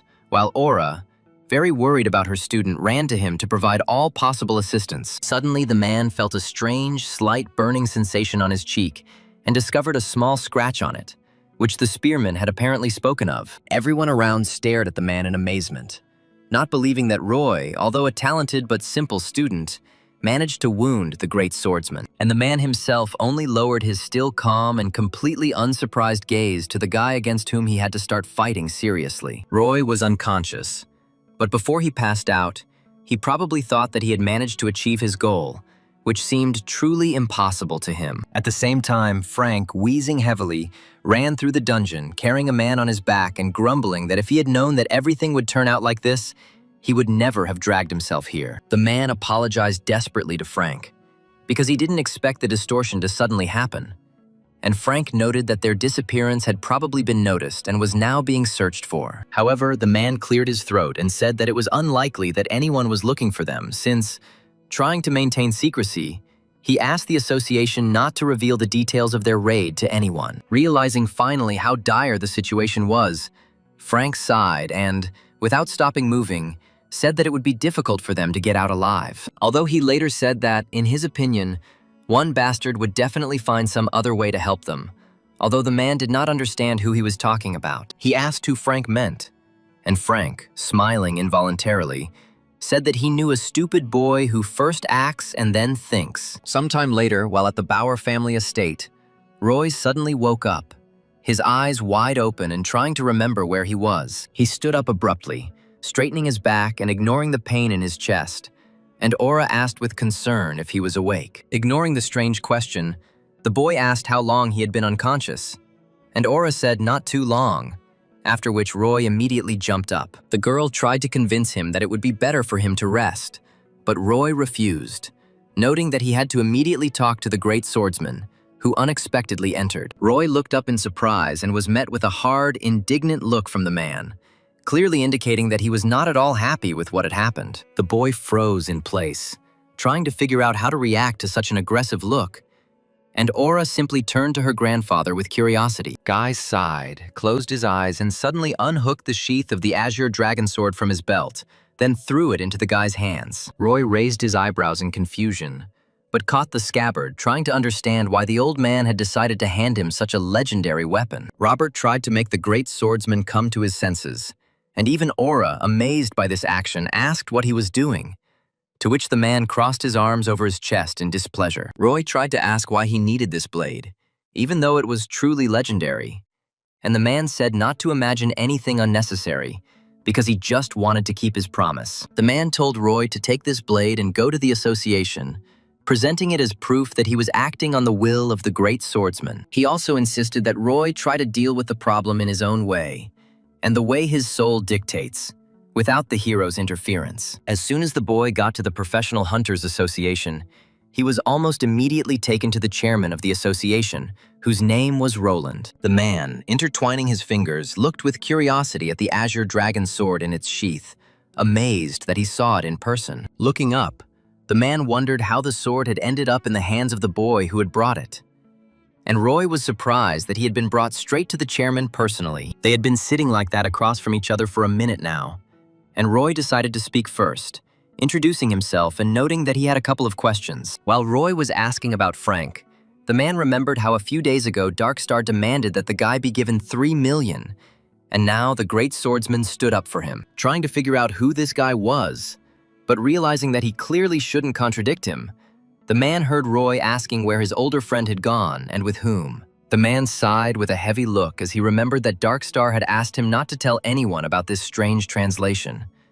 And then he looked at the sword. The man looked at it and then said that he had to confirm the authenticity of the Azure Dragon Sword before he could answer the question asked. Roy said that it was his will, but he hoped to get answers as soon as possible, to which the man replied that the main thing for him was establishing the truth. In turn, Roy asked if suddenly the procedure for checking the authenticity of the blade dragged on and things took a bad turn, he would be able to cope with the consequences. As Roland listened to Roy's argument, he kept his eyes on the blade hidden in its sheath and considered the best course of action. And then, covering his eyes with his hand and cursing under his breath, he thought that he clearly didn't want to get involved with the great swordsman and the Dark Star at once. The man sighed and said that he couldn't do anything if it was the will of the great swordsman, and told the boy that Frank had gone into the dungeon with the devil himself. Roy asked if he had heard wrong, and Roland replied that the devil was investigating the recent rift in the 10-level dungeon. The mage asked to keep the investigation secret,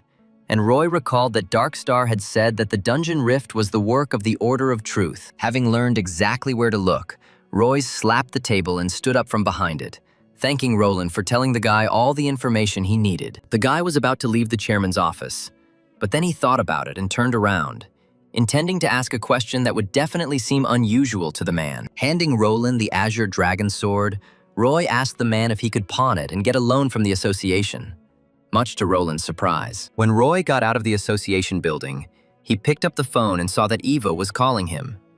He answered the call, hearing the girl ask, almost in a panic, if he found out anything. Roy said Frank hadn't contacted him, but the guy had figured out where he might be and was planning to head there right now. Roy told the girl that apparently there was some kind of problem in the dungeon where he was on assignment, and the girl covered her mouth with her hand in worry. With a voice trembling with panic, she asked the guy what she needed to do, because she was incredibly afraid that her dad would die. In the past, Eva's mother died from a dungeon rift, sacrificing herself to save her daughter.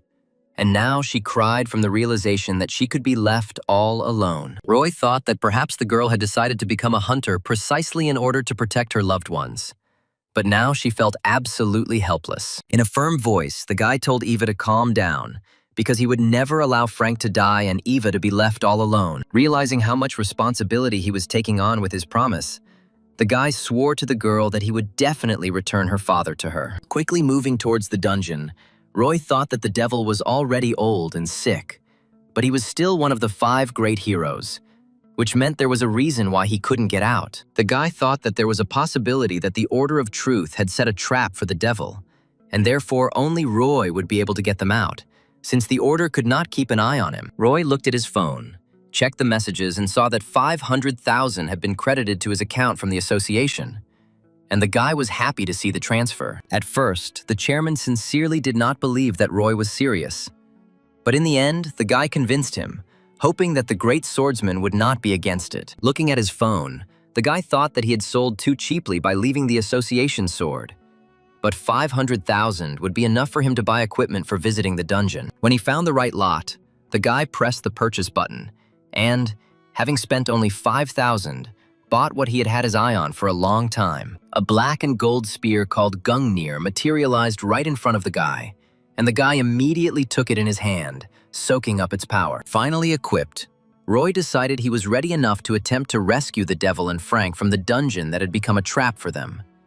And he sighed heavily. Reaching the entrance to the dungeon, Roy tried to think of the best tactics for a rescue operation, but admitted that he would have to rely on risk, and went inside. When the boy went inside, he put Gungnir away in Kibisis and attached the Spear of Longinus to his back, after which he looked around, noticing that there were a lot of trees in this dungeon. Moreover, the guy noted that the large number of trees makes the battlefield not the most convenient, because the monster of this dungeon is a dryad, indistinguishable from the trees. The guy thought that he shouldn't let his guard down, because any tree could turn out to be a monster, and then decided to use his sense of touch, which had been improved by Chiron's course. Touching one of the trees, Roy closed his eyes and, sighing, concentrated on his sensations, trying to feel everything around him. And at the same moment, his sensations spread far around, due to which the guy felt almost every tree that surrounded him.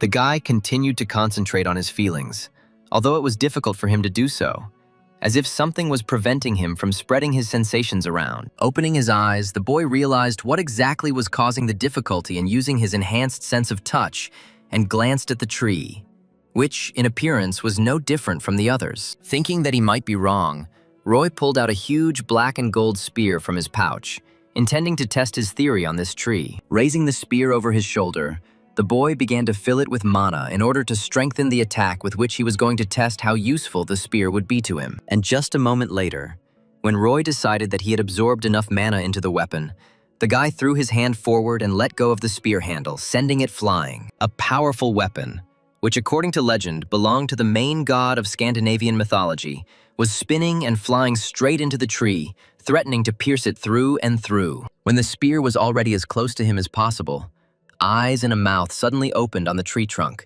and the monster squealed in fear of death. In a feat of reflex, the dryad changed the shape of her trunk so that the spear flew past, allowing the monster to escape. The boy's eyes widened in amazement, and he couldn't even believe that the monster, which should have been clumsy, was able to dodge such a fast projectile. However, Gungnir, before it had time to land after being thrown, suddenly began to hum and changed its trajectory right in the air, flying back at the monster. And, to the spearman's surprise, the mythical spear still found its target, piercing the monstrous tree through and tearing out pieces of wood from it. Seeing with his own eyes how the effect of the mighty spear worked, Roy was no less surprised than by the reaction speed of the tree monster. The great spear of the Allfather was made and given to Odin by two dwarfs, the Svartalfs, who were the sons of Ivaldi, and according to legend, it never failed to hit the target, which was to Roy's advantage. As Roy approached the monster's corpse, he noted with curiosity that, of course, he assumed that the spear had amazing power, but he thought that the replica should still have a limit. The mighty spear proved to be not only very useful due to its ability to find its target, but also truly destructive. Roy remembered that in the myths he had read, not only did the spear never miss, but it also returned to the thrower's hand. And, stretching out his hand, he tried to return the spear to himself. To the guy's surprise, it began to tremble, and Roy decided that everything was working. But he was just using too little magic for this technique. Straining and remembering Merlin's lectures, Roy tried to put more mana into his hand to make sure he got the spear back. And surprisingly, it worked.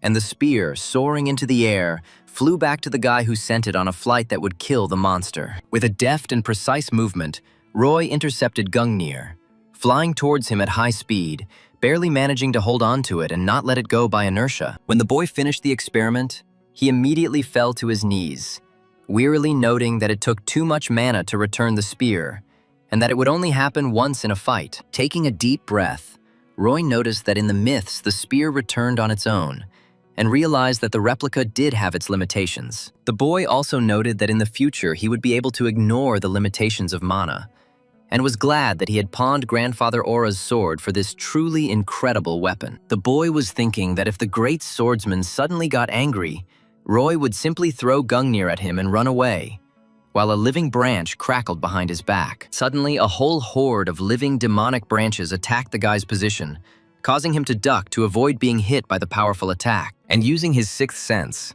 while the guy was bending down, he threw Gungnir in the direction that seemed right to him. The legendary spear pierced the tree monster through, and Roy ran straight to the corpse, picked up the spear on the go, and rushed on. Roy decided to go through the dungeon as quickly as possible and find Frank and the devil, while the man was using his last strength to drag the great magician along. He tried to move as quickly as possible, but the two men were already being caught up by terrifying tree monsters, threatening to devour the uninvited guests. One of the monsters swung its demonic branch like a whip and brought it down with all its force straight at the fleeing ones. The blow was so strong that Frank lost his balance and fell face forward, dropping the devil he was carrying on his back. Trembling from tension and fatigue, the man tried to get up, but nothing worked, and several demonic branches were already flying towards him. But, instantly appearing next to the man, the devil used his magic to create a purple barrier that did not allow the monster's attacks to pass. Frank turned to the man in amazement,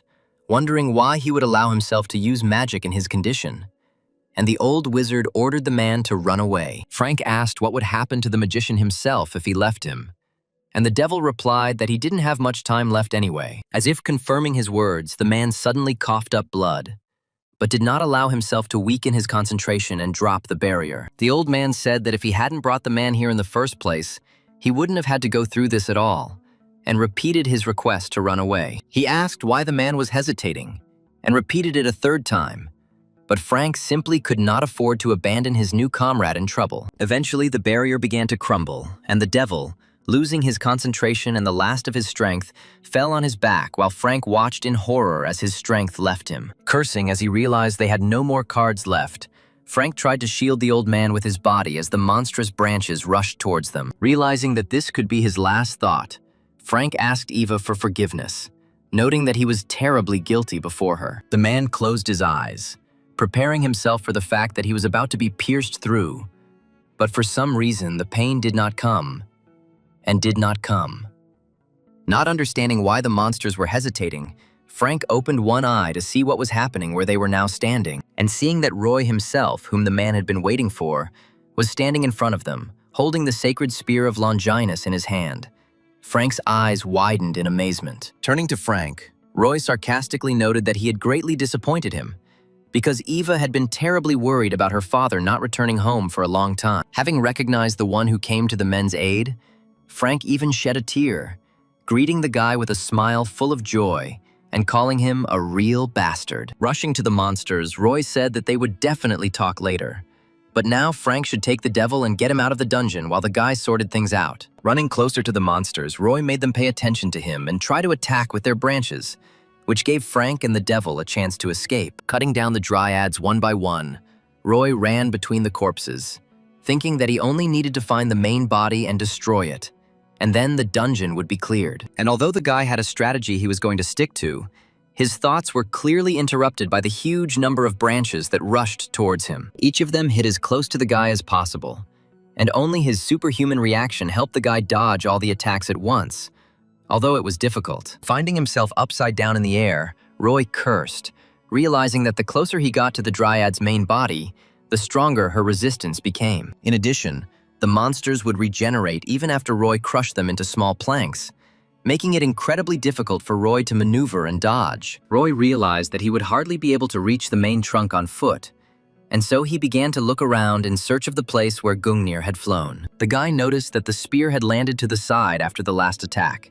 and he was already thinking about rushing towards it to pick up the weapon. He thought that if he picked up the spear and threw it accurately to destroy the main body, he would solve the problem.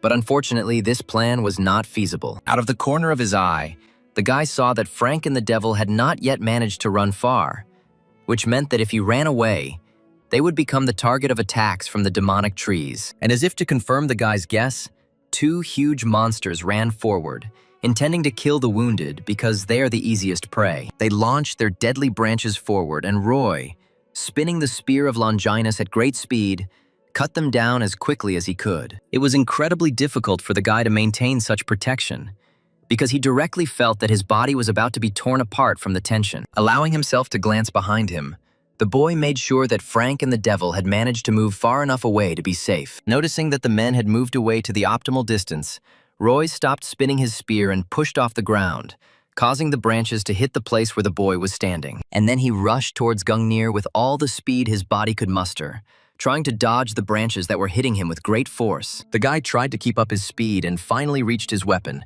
instantly grabbing it by the handle and raising it to use it immediately. Pushing off while still moving, Roy swung his hand and sent the mighty spear flying, aiming to destroy as many monsters as possible. Flying through an entire army of monsters, Gungnir pierced most of them, shattering their wooden bodies into splinters. The most unusual of the monstrous trees, whose trunk was white, was also pierced by Gungnir, and Roy hoped that it was the main body. And as it began to die, a terribly bright red light began to shine around it, and Roy rushed straight to its source, intending to get his spear back. The boy thought that he had finally killed the monster. But at that very moment, one of the branches struck him a centimeter from his body. The second branch hit the guy's cheek, leaving a scratch on it. And Roy realized that he must have made a mistake, which meant he had to continue fighting. The monsters lashed out with their branches in a frantic attempt to hit the enemy, but Roy either fought them off with his spear or used his reflexes to the max to dodge. And breaking through the crowds of monsters, the guy again discovered his spear and realized that he couldn't cope without it now. The black and gold spear stood on its tip, and Roy was delighted to find his mighty spear, with which he still wanted to find the main body of the dryad. Stretching his hand towards Gungnir, the boy imbued his hand with magic in order to use it to return the legendary spear to his hand as quickly as possible. Responding to the magical call, the spear flashed and became covered in a magical aura, preparing to return to the hand of the one who summoned it. The spear burst out of the ground and spun in the air, picking up speed as it darted towards Roy, threatening to injure him if he failed to catch the spear properly. Reaching out his hand just as Gungnir was flying past, Roy managed to grab it, even though he felt like his body had lost energy due to the use of magic. Landing on the ground with two spears in his hands, Roy staggered slightly, but kept his balance and looked up at the remaining monsters. The guy looked hard and stern, as if warning each of the monsters that if they took a step in his direction, he would instantly turn the monster into a pile of planks. Taking note of the spear that had already destroyed so many of their kind, the tree monsters took a few steps back, hoping that the swarm would not reach them. Noticing that the monsters were afraid of him, Roy even relaxed a little, chuckling at the fact that the monsters that had just tried to destroy him were now fearfully retreating back. Smiling at the monsters, the boy asked if a couple of slaps were enough for them to understand how dangerous it was to mess with him, and noted that they had better not try to escape. Pointing the tip of his spear at the three monsters in turn, Roy began to recite a counting rhyme to decide which one he would kill next, hoping that he would be the boss. When the guy pointed at one of the monsters, it pointed at itself in shock, as if asking if Roy was about to kill it, and the guy smirked. And a moment later, Gungnir pierced the monster's trunk right through in the place where his surprised face had creaked just a second ago. The guy left only a broken trunk of the monster, and the monsters looked at him in horror, afraid that they would be next. However, suddenly the monsters began to change their forms and move their branches, as if realizing that without Gungnir, the swarm did not pose a great danger. Looking at the monsters surrounding him in surprise, the boy realized that they were moving in a special way to prevent him from reaching Gungnir. Some of them blocked the guy's passage to the spear, and others began to advance, wanting to destroy him as quickly as possible. But Roy only grinned contentedly. The guy thoughtfully noted that up until this point the tree trunks had caused him the most problems, and therefore he would only be grateful to them if they approached the guy themselves. As the monsters approached, hoping to kill the guy while he was without his flying spear, Roy simply swung his second spear lightly, cutting down the monsters with a powerful blow. Roy grinned slyly and noted with satisfaction that the monsters were indeed stupid if they thought that the only mythical weapon he had was Gungnir. Having finished dealing with the monsters, Roy emerged from the forest and found Frank and the devil, and, raising his hand, called them to come to him quickly. Frank noted that Roy seemed to be in no hurry to save his comrade, and the spearman asked who asked Frank to disappear in the first place.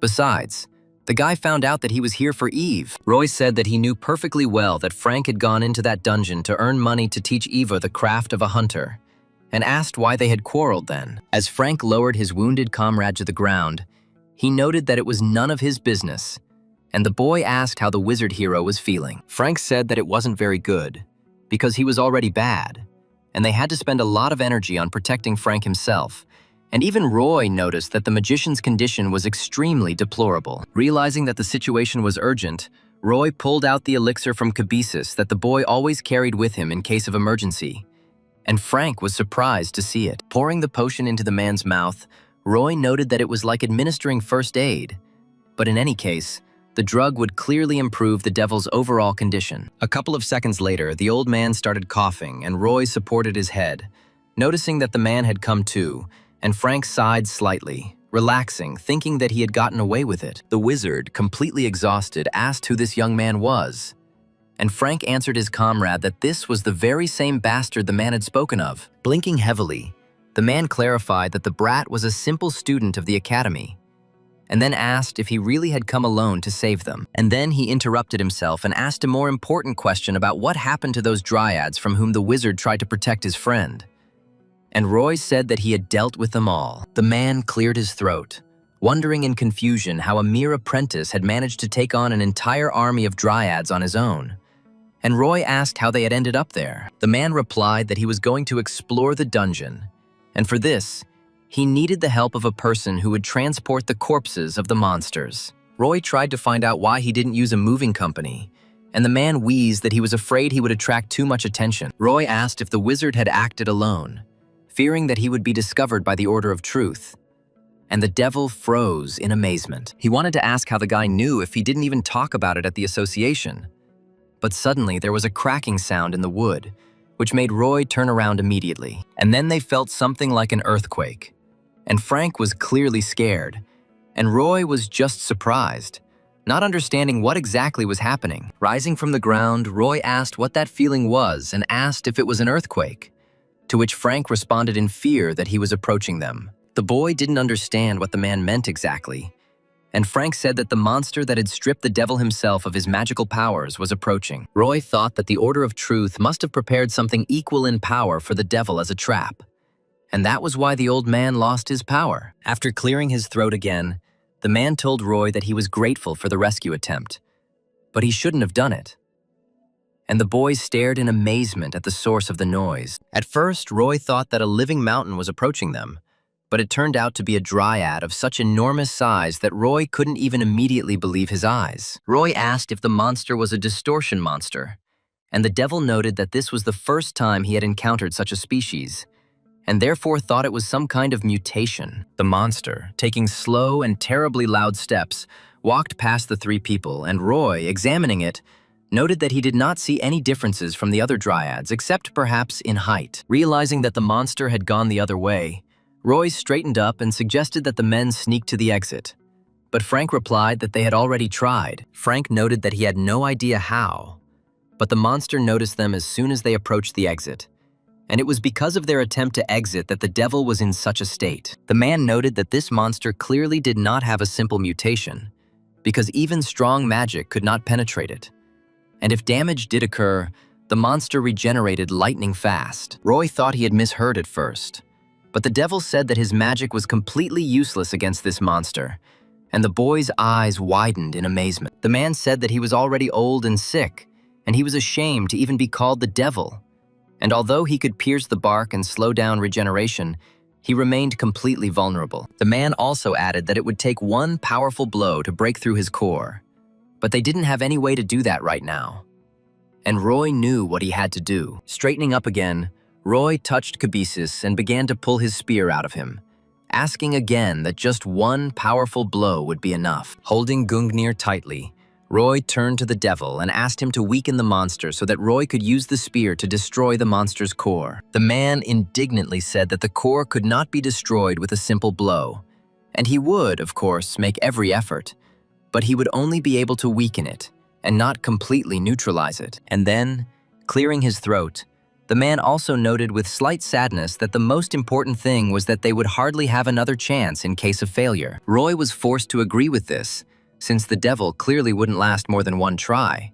And so he said that he would distract the monster so that Frank and Roy could escape. Holding his mythical spear out in front of the man, Roy told the wizard that the plan to destroy the core was in fact entirely feasible. The devil asked what this strange weapon was, and Roy explained that this spear would pierce the core of a huge monster for him, and offered the man to examine the weapon more closely. The guy tried to warn the man that the spear would cause rejection if the dude tried to take possession of it.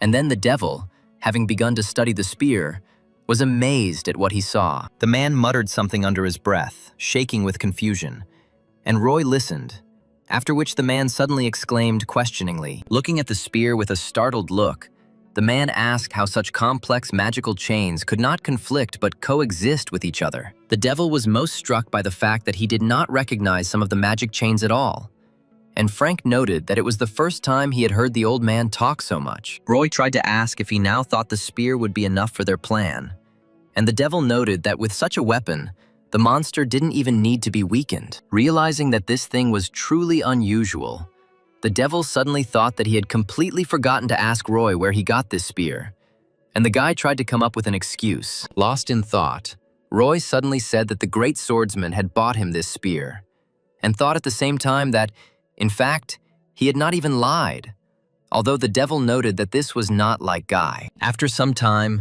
the group decided to try to develop a plan while the monster was wandering through the forest, not noticing those who were about to kill it. The boy armed himself with both his spears, and Frank lifted the devil onto his back, and Roy declared the hunt for the tree boss to begin. When they were about to start implementing it, Roy decided to once again voice the plan they had come up with in order to avoid any excesses. The devil had to not only try to weaken the monster, but also try to maintain consciousness while doing so.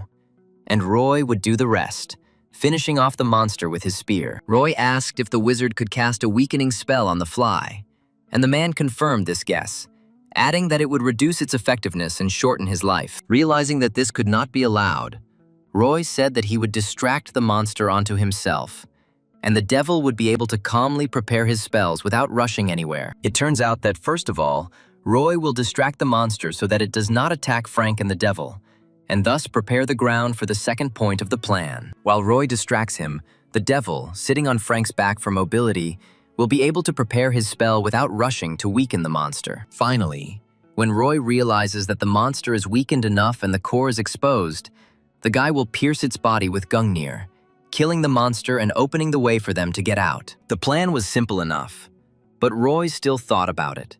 noting that there were two variables they might not be able to keep track of. Firstly, Roy might die while distracting the monster. And secondly, he might sense the devil's magic and attack them with Frank instead of the spearman. The guy thought that he could take care of the first variable himself, but he couldn't take care of the second one. So Roy turned to Frank, saying that he wasn't sure how things would turn out. Roy said that in the worst case, he would be the only one left, and Frank promised that he would do everything in his power to get back to his daughter. Then the man turned to the old wizard, telling him to hold on tightly to his back if he wanted to live. And the old man replied that he would rely on his comrade. As Roy listened to Frank and the devil discuss the plan, he couldn't help but notice that they were talking so casually, like old friends, and it brought a smile to his face. He suggested that they move on now that they had figured everything out. And after some time, they had already reached the terrifying monsters slowly wandering through the forest. Roy stood on a branch of one of the trees with the spear of Longinus at the ready, and prepared to run forward to begin the implementation of the first stage of the plan. At the same time, Frank and the devil stared at the monster in amazement, only now properly examining it in all its details and amazed at its scale. The guy said that he was 100% sure that they would quickly find the monster, because it was so huge that it could be seen from all over the forest. Crouching down and bracing himself, Roy noted that his comrades would be better off staying where they were, as at a closer range, the monster could sense the devil's magic. The man noted that Roy should not expose himself to more danger either, and tried to explain his point of view. But Roy interrupted the old man. To his dismay, Roy noted that he thought it would be better if he got as close as possible, since he was the only one who could deftly avoid his attacks. The man frowned and agreed to go along with Roy's plan. And Roy grinned and said that they must be sick of wandering around in this forest for several days. And when he said that it was time for them to get out, both men smiled warmly at him and wished him luck, because on such a dangerous mission, he would definitely need it. Frank held the guy back for a second and asked him to be careful.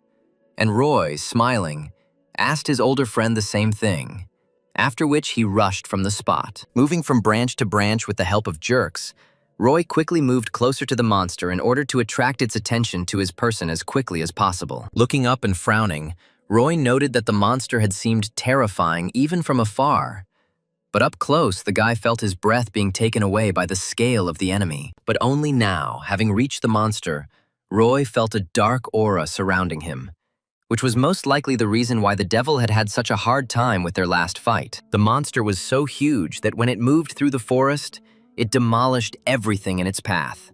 And Roy was glad that the other dryads would not interfere with it. Roy ran alongside for a while, but then stopped right behind the monster and ordered himself to concentrate, because any mistake could lead to death. Closing his eyes and concentrating on his difficult task, Roy took a deep breath and then opened his eyes wide, glaring at the monster. He let out all the air in a loud scream, which the guy used to get the attention of this tree boss. Hearing a strange sound behind its back, the monster first only glanced back slightly, and then, noticing Roy, turned completely towards him, making a woody, crackling sound. Roy looked into the monster's eyes, and only now realized that he had no way back, and now he could only hope for his comrades. The monster was so huge that when it took a step towards the boy, Roy was instantly covered by its shadow, and the boy clearly felt a terrifying dark aura. She was so incomprehensible, but at the same time, it was clearly felt that the guy, without taking his eyes off the monster's striking eyes,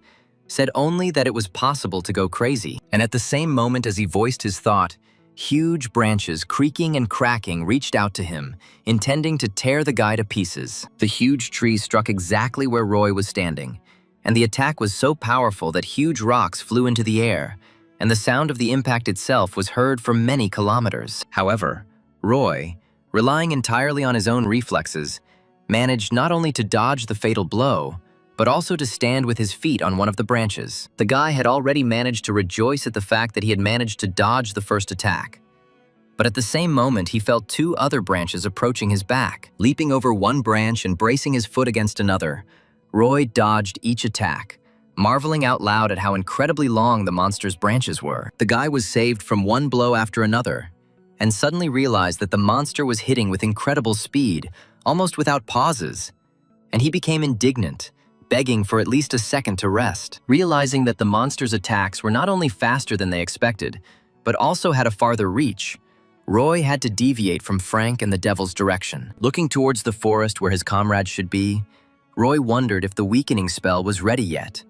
And at the same moment, he noticed danger on the right. The boy changed his trajectory in an instant, jumping back and letting the branch hit the ground where Roy had just been standing. When he landed, some branches, having broken through the ground in one place, began to break out of it right behind Roy's back, while the guy tried to predict where the blow would come from this time. But when he finally sensed with his sixth sense where the attack would come from, he instantly saw a whole group of branches rushing towards him. Realizing that the guy wouldn't be able to dodge one of them, Roy swung his spear and hit it with the tip, completely cutting off the piece that was closest to him. In the end, finding himself almost locked in a cage of branches, the guy cut his way out, and, jumping away from them with quick leaps, the guy rushed on. Having run to a more or less safe distance, Roy turned sharply and braked, sliding forward a little by inertia. But when Roy looked back at the monster surrounded by a dark aura, his breath immediately caught and he regretted stopping. Roy saw whole hordes of branches that were trying to tear him apart,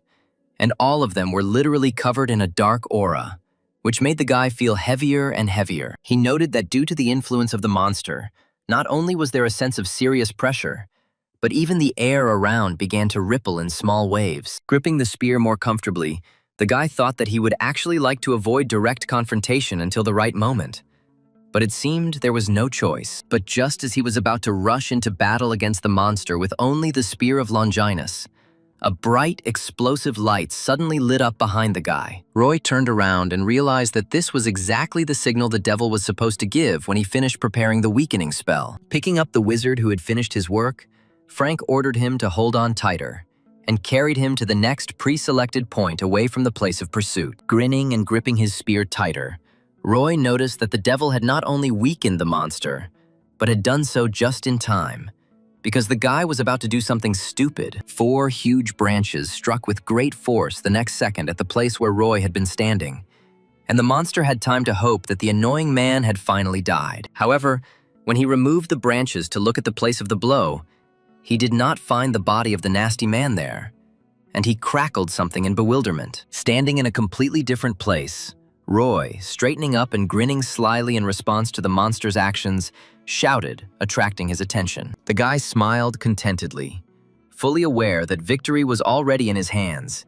He just needed to play the cards he had correctly. The enraged, colossal dryad screamed in unbridled rage, intending to finish the guy off that very second by attacking him with all her enormous branches. In turn, Roy dodged each powerful blow without any problems and, running away, shouted, calling on the monster to attack him if it dared. The guy ran with all his might, fully aware that these same forces were already beginning to leave his body. But stopping would mean death. The huge tree monster also rushed at great speed, demolishing everything in its path to the goal of finishing off the impudent man who dared to fight with it. Roy had been running for quite some time now, and as fatigue began to take over, the boy felt his body slowing down, although the deadly whirlwind of huge branches did not lag behind. At one point, a colossal branch almost grabbed Roy, but the guy managed to jump forward at the very last moment, dodging the fatal blow. The guy magically dodged every attack, without stopping his movement and moving, sharply changing his direction, because of which the branches did not hit their target. After all, if Roy was initially almost caught, he managed to escape from every blow with which the monster tried to stop this nasty chase. Having pulled ahead a little, Roy allowed himself to look back to assess the speed of the monster and the situation as a whole, and received quite a lot of information. The guy saw that the monster was not lagging behind him at all, and this was great news, because they had almost reached the next agreed place. Trying not to slow down, the boy jumped over a fallen tree, hoping that the creature would continue to move after him with the same fury as before. The most important thing now was to lure the monster to the point they had previously agreed on, so that the final stage of the plan could be implemented there. Roy continued to run as fast as he could, and at one point he turned his head and noticed that the branches were almost reaching him. However, at that very moment, something began to burst out of the ground, making a faint clanking sound and giving the monster a hint that things were not going according to his plan. Suddenly, a whole cloud of chains flew out of the ground, heading towards the monster and intending to wrap it around him to such a state that the monster would not be able to move. The monster was incredibly surprised, not understanding where these strange chains suddenly came from, which entwined him from roots to crown, and even entwined most of his branches. The weakening spell was so effective that the monster slowed down incredibly, and Roy, turning sharply, stopped, staring at the monster in amazement. Seeing the effect the spell had, Roy smiled happily and shouted that everything was ready for the final stage of their plan. Roy examined the monster completely, and clearly noticed that its movements had become much slower, and its power had diminished, which meant that the devil's magic had worked as it should. Looking in rage at the chains that made it so difficult to move, the monster tried to break them, but to no avail. Then, suddenly, it sensed something strange coming from the forest and turned its attention from the chains and Roy in that direction. To Roy's surprise, the monster suddenly shot one of its branches through the ground right in the direction where Frank and the devil were supposed to be. Roy understood perfectly well that the monster was not striking at random, but was aiming exactly where the wizard had used his magic, which meant that it could still sense witchcraft. Putting his hand into Kabisi's, the boy instantly felt the handle of Gungnir and began to pull it out, thinking that the devil was probably exhausted after the spell. And having snatched the spear, the guy realized that he had to act as quickly as possible, because Frank would not last long if he had to run with the devil on his back. Seizing the moment, raising the spear over his shoulder and taking aim, the guy noted that he had only one chance to win this fight. And in order for this blow to accurately penetrate the monster's defense, Roy decided to put absolutely all of his strength into Gungnir, intending to kill the monster with this throw. And although the guy was incredibly worried about his comrades, who could be in terrible danger, the guy ordered himself to calm down and took a deep breath. Roy looked closely at the monster's body and used all his senses to understand 100% where exactly its core was. And at that very moment, he saw this very core, as if he saw it right through the bark, which meant he could now throw Gungnir even more accurately. Roy's eyes flashed, and he knew that the moment couldn't be more perfect.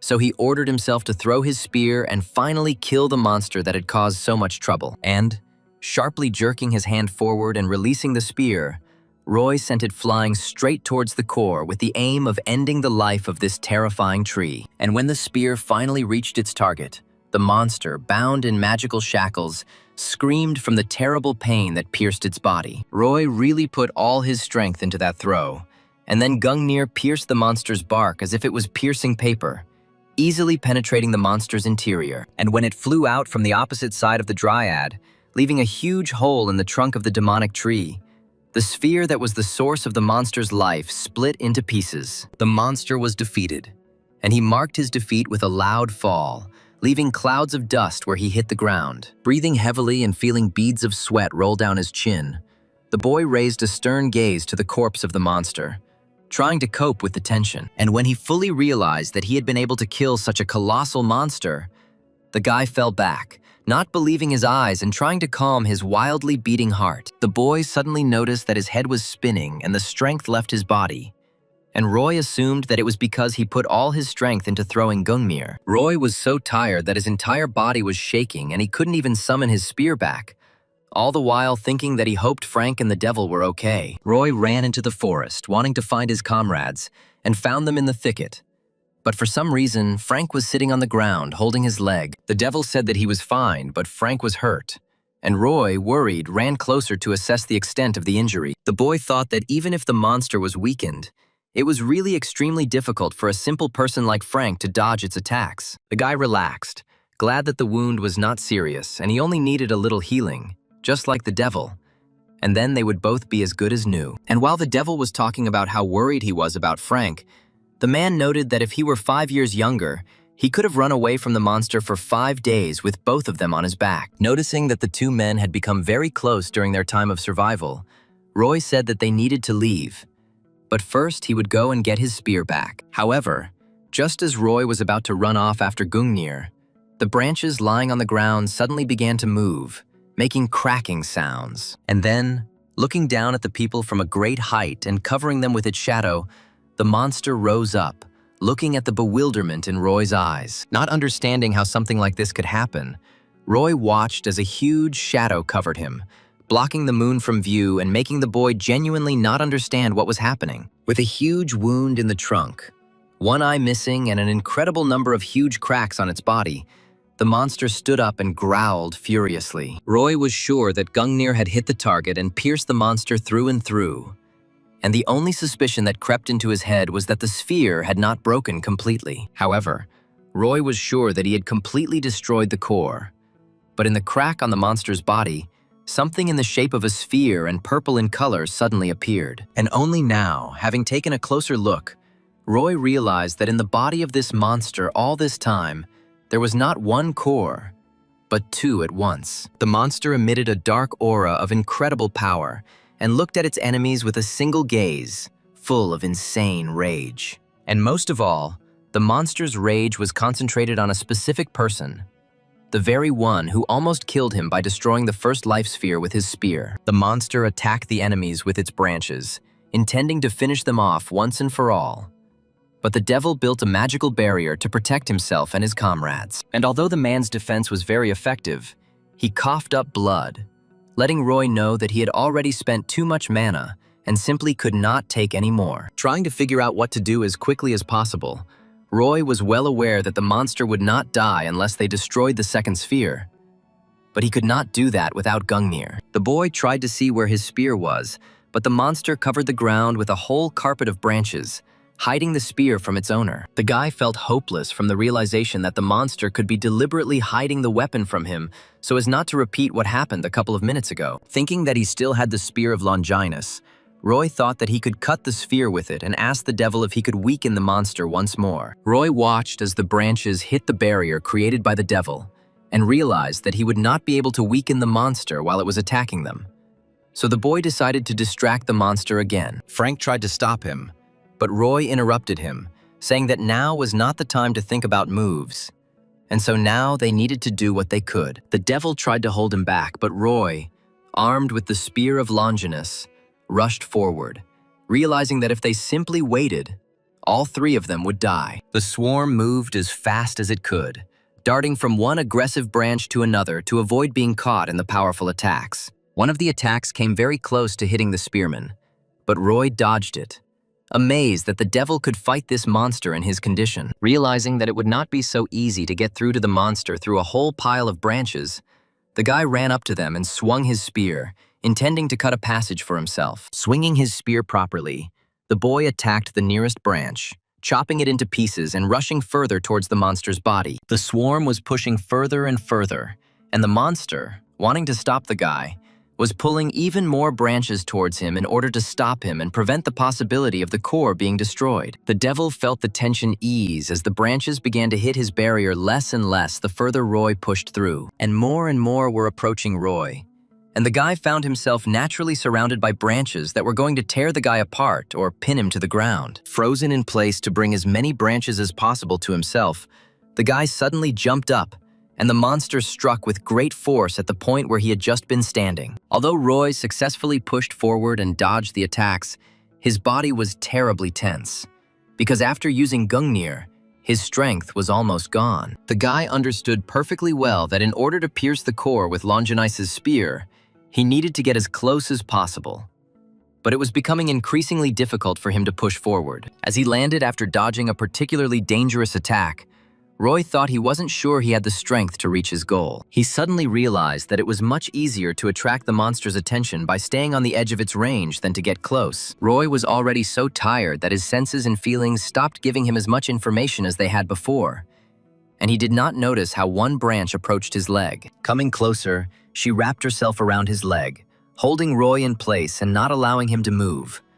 And the boy looked up, realizing that this was the best moment for the monster to attack. However, at that very moment, the magic chains burst out of the ground again, rushing to bind the monster's body, preventing it from moving freely. And Roy, to whom several branches had already gotten so close that they left him no chance to evade, found himself tied up in a chain. Seeing the devil's magical chains holding the branches from moving and them drooping in weakness, Roy knew he had to act as soon as possible. Having cut the branch wrapped around his leg, Roy realized that the devil probably didn't have much strength to maintain the spell for long, and therefore he had to hurry. Roy made his way through the frozen branches with all the speed he had left, and the boy jumped onto one of the thickest branches to get to the monster's body. Looking at the cluster of branches that were tied with chains, Roy noticed that there were fewer of them than last time, and they were not nearly as thick. However, the devil's magic was more limited this time, and this time the chains only bound the branches of the monster, but its main body was free. The guy rushed forward, trying to calculate how to get to the monster's weak spot with the greatest efficiency. He had already seen the hole with the core sticking out of it, and allowed himself to believe that now everything would work out, and he would be able to kill the monster for good. Jumping from the ground, the guy soared into the air and found himself as close as possible to the monster's weak spot, realizing that now was the best moment to attack, and it was impossible to fail. Having swung the spear properly, the boy swung it, attacking the weak spot with the last remaining strength in his tired body. However, behind the guy's back there was suddenly a loud clanging sound that did not bode well, although Roy could not be distracted from his last attack. And this turned out to be his mistake, because at the very moment when the spear was about to break the core, one of the branches rushed towards the guy with great speed, and for the first time in this very long fight, Roy lost the initiative and was hit by a powerful blow, which was so powerful that the guy flew to the side, crashing into the ground. The landing was so painful that the boy spat out blood from the pain, and shards of rock flew into the air around him. The boy lay in the small crater created by his landing, coughing up the blood that had suddenly filled his throat as he looked up at the terrible scene. Breaking the magic chains one by one, the monster freed its branches and, seeing that its enemy was wounded, threw all its branches towards him so as not to let the guy catch his breath. Trembling with tension, Roy clenched his hand on the hilt of Longinus's spear, thinking that he was sure that it would be enough, and he just needed to get closer. But he was wrong. A whole horde of branches of the demonic tree rushed towards him, and the guy realized with each passing moment that his chances of evading were getting smaller. But even understanding that it was absolutely necessary to dodge, the guy couldn't force himself to move, and despair splashed in his eyes. However, something suddenly happened that surprised the guy, because the branches did not reach their target, crashing into an unexpectedly appeared obstacle. In front of Roy, with his hands raised higher, stood the devil, who had created a magical barrier with the last of his strength, which urged the guy to run as quickly as possible. Feeling a trickle of blood trickle down his lips, the man thought that this student was able to achieve incredible power in his early 20s, and it surprised him. The old man knew that this guy could become truly great and surpass even the 5 legendary heroes. But now he was in danger, and the devil would save him even at the cost of his own life. Turning towards him, the man used all the strength that was left in his old body to make his voice more commanding and ordered the boy to run away. But he refused. Trembling with pain all over, Roy pressed his spear into the ground and, leaning on it, tried to rise, noting that he was not going to run away and leave the man here to die. The devil tried to reason with the guy, because he saw that the spearman was at his limit, and therefore the next attack could kill him, and he cried out, claiming that it was not the time to show character. While the boy, clutching the shaft of his spear as tightly as he could, rose up, trying to cope with the tension in his body, the man cried out that he still didn't have much time left. The old man, who had once been a real hero, but now did not have enough strength to deal with the monster alone, tried to convince the boy to face reality. In turn, looking up at the man, he clenched his jaws in pain, asking why he didn't run away himself. And the man saw that blood was flowing from the corners of his mouth. Staring at the old wizard, who was struggling to hold back the terrible blows of the branches, Roy asked him why he hadn't left Roy and Frank here to die. The old man stared at the boy in amazement, and Roy noted that if the man had wanted to leave them, he could have done so a long time ago and saved his life. Shaking but rising to his feet, the boy, leaning on the spear of Longinus, asked why the wizard, even in such a hopeless situation, was trying to sacrifice himself. Roy tried to take a step, but his body responded with such severe pain that the guy simply could not bear it and wheezed, collapsing. But even after falling to the ground for the second time, Roy did not let go of the spear and pressed its tip into the ground, intending to use it as a support to rise again. And while the devil held back the branches' crushing attacks with his barrier, Roy breathed heavily, coping with the pain that gripped his chest. Straining his body again to try and stand up, Roy coughed again, spitting out blood and thinking that, as the devil had said, the best solution would be to just run away. He understood that the best solution for him personally would be to run to Frank and escape with him, allowing the devil to cover their backs. Unable to lift his head, Roy also thought that there was a worse solution. And in this situation, it was trying to engage the monster in another fight. He understood that he already had the answer to this simple problem. But for some reason, he could not allow himself to run away. And the guy felt someone's presence nearby. He realized that he not only did not want to, but did not have the right to escape. And, looking up, he saw in front of him the silhouette of Hercules, asking what the power of the swarm was. Roy remembered listening to his first lecture, in which the hero said that he emphasized the importance of muscle strength, but that was not the strength he wanted to teach his students. Roy remembered how after a grueling workout with a ton of weight in his cabeces, he turned on a lecture from Hercules, who said that strength was nothing more than physical might. And although Hercules insisted on its importance, he admitted that its concentration was not in the muscles, and the hero thought that someone would definitely ask what strength was according to the teacher. At this point, Roy was feeling exhausted after a terribly difficult workout and looked up at the screen when he noticed that Hercules had suddenly gone silent. However, it was clear that the hero had not fallen silent just like that, but was clearly collecting his thoughts before telling his students something truly important. And then he spoke, claiming that he had walked the path of redemption, because once, unable to overcome the madness sent by Hera's curse, he killed his beloved wife and children with his own hands. Yes, Hercules was powerful, but he could not cope with the mental threat and was ready to go to extremes. But he set out on the path of redemption through 12 trials. The Delphic oracle convinced him that this was the only way he could atone for his terrible sin. And Hercules passed the tests with all zeal, becoming famous with each new feat. But the glory for his accomplished feats was outweighed by the ridicule of people who noted that he did not deserve to be considered a hero, since he killed his wife and children with his own hands. And the young man agreed with them, and therefore even began to think about extremes again, but continued to move forward, because only through sacrifice could he atone. He knew he had to fight again and again to protect others, perhaps at the risk of not returning after another hard fight or difficult test, but only by sacrificing himself for others and fighting not for himself, but for defenseless people. Will he be able to not earn someone's forgiveness, but forgive himself? And only by forgiving himself, Hercules was able to become a hero for himself and for others.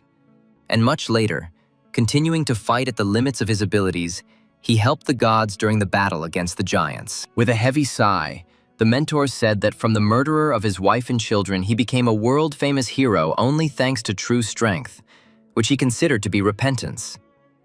Looking up at the viewer, the demigod added that when his students said they were going to do something or become someone, the others would shake their heads and say it was impossible. Now, kneeling, exhausted, and in terrible pain, Roy remembered how Hercules had insisted that those around him would have 100,000 reasons for his failure. But now the boy seemed to hear the great Greco-Roman hero standing in front of him and saying that all these cries and contempt were absolutely unimportant. Hearing the hero's words as if right next to his own ear, Roy, trembling from the incessant pain, raised his first leg, wanting to stand up at all costs. Hercules said that there would be hundreds of thousands of reasons given by others why Roy wouldn't be able to do something.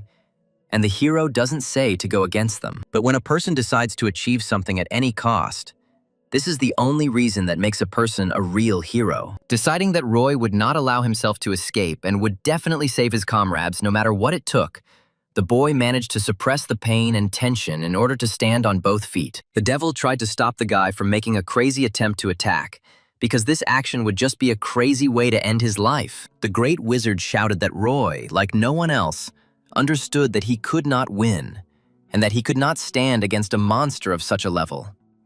But Roy did not argue. He knew he probably had no chance of winning, and the devil continued to coax him, while a sticky fear squeezed the guy's throat, and the whisper of doubt sounded in his ears. But at the same time, Hercules' supportive voice broke through his consciousness, encouraging and giving him confidence, because the man asked him to remember one thing. He asked his student, despite all the difficult thoughts, despite all the persuasion, despite the absolute certainty that nothing would come of it, to take a step forward. He asked him to keep going, and Roy, realizing that the actions of a 28-year-old student looked like youthful zeal in the eyes of the wizard, continued walking. The guy also understood that some 28 years for an old magician was an insignificant time, but for a spearman, it was a whole life.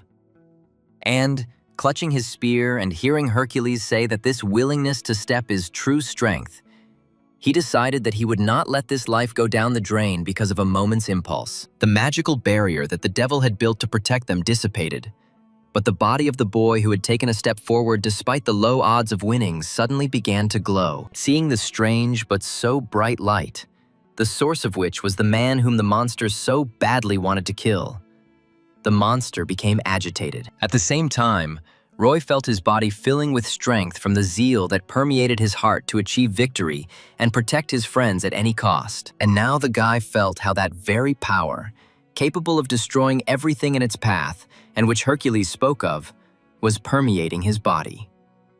Although the monster felt uneasy due to the enemy's sudden recovery, it still used several branches at once to attack him. In turn, Roy, tightly gripping the handle of his spear, swung it, attacking the branches that were about to tear him apart and chopping them into small pieces. And the boy felt how his zeal and willingness to die so that his comrades could live gave him even more strength so that he could continue to fight. And although the pain still pierced his body, the guy, clenching his teeth, endured, not allowing it to knock his body off his feet or saturate his mind with fear and uncertainty. Cutting branch after branch and rushing forward, not allowing obstacles to stop him, Roy got very close and jumped, getting ready to reach the core for the second time. The force of the subsequent blow was so great that it simply raised clouds of dust and shattered stone fragments, and the sound spread over a huge distance. Standing at a distance from the action, the devil raised his hands, shielding himself from the possible blast wave and trying to stay on his feet after a strong gust of wind. In horror and panic, the legendary wizard pulled his hands away as the wind died down, trying to figure out what exactly had happened when Roy rushed towards the monster. And, to his great surprise, the little guy, whom he had just persuaded to abandon him and run away, since his strength would not be enough to win, broke through the monster's defense and destroyed the core. Realizing that the boy had managed to defeat the monster that had terrorized their group for so long, the devil allowed himself to smile, although he could not believe in their success. However, Roy, still in the air after the powerful blow, suddenly began to fall forward, and the smile disappeared from the old man's face when he realized that the boy was falling. Barely having time to react, the man used magic to create a levitating safe sphere around the guy and prevent him from falling. The fight began at sunset and lasted until dawn, and Frank, illuminated by the rays of the sun, hobbled to his comrades, excitedly shouting Roy's name. The devil sat over the unconscious spearman and said that the wound was not superficial, but it did not look like the guy's life was in any serious danger. The man said that the loss of consciousness was probably a kind of payment for the fact that he used a force beyond his capabilities. And Frank agreed with the magician. Sighing, the old man suddenly lowered his gaze and sadly noted that he was ashamed of this, but during the fight he had become truly scared. And Frank looked at his friend in bewilderment. Frank asked why the country's great hero would be afraid of a monster when he spent days screaming about how he had lived out his life.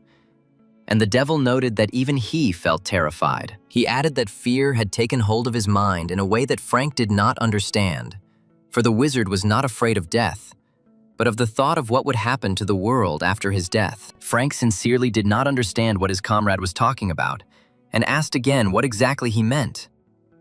And the devil sadly looked away. The man looked sadly at the sky, and clearly remembering the horrors of the first dungeon breakthroughs, the Berserker Giant and the Order of Truth said that the world was far from safe. And even though the man thought he wasn't afraid of death, on its threshold he began to worry that he would leave this world and its inhabitants in danger if he died now. The man's mind was filled with memories of lying in a hospital bed after yet another injury, watching blood flow down his shaking hand. Frank asked if this was the reason the devil accepted the apprentice, and the wizard nodded, noting that Daisy had done well and exceeded his expectations, but he still couldn't let go of the darkness. Looking up at the sky, the man noted that this darkness filled his heart and he couldn't get rid of it.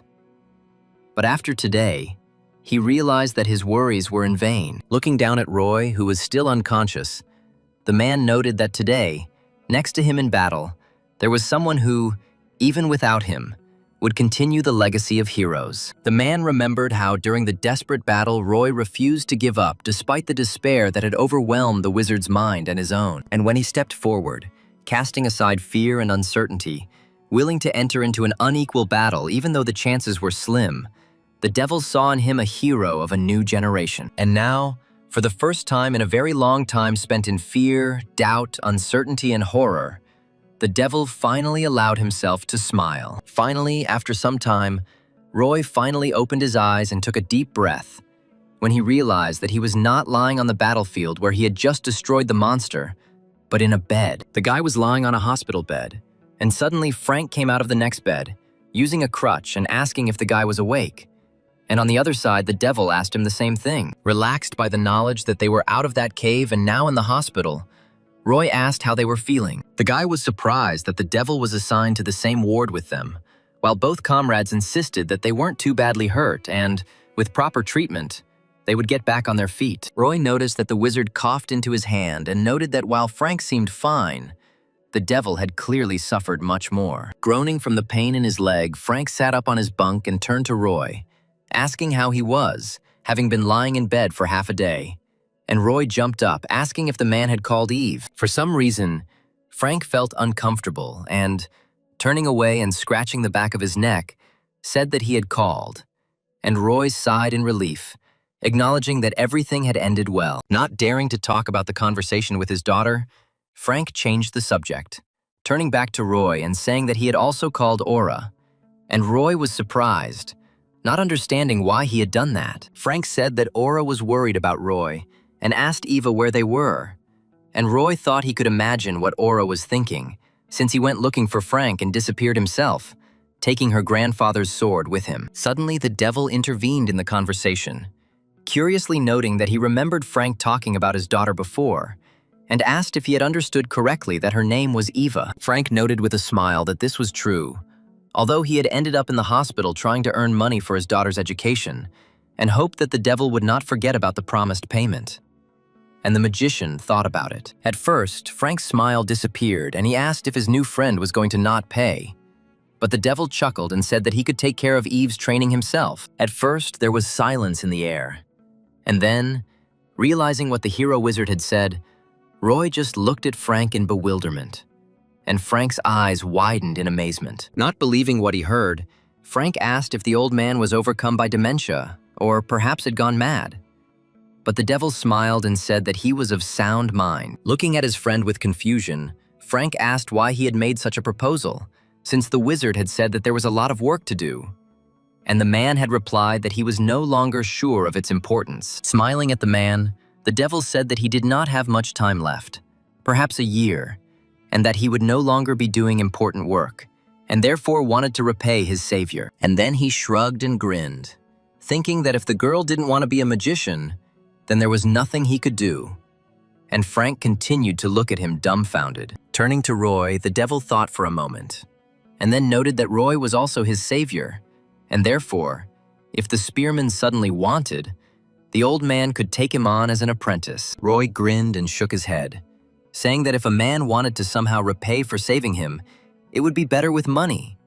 And the devil laughed heartily. The devil smiled and noted that it was easy to pay the guy for his life, but asked the guy to name his price.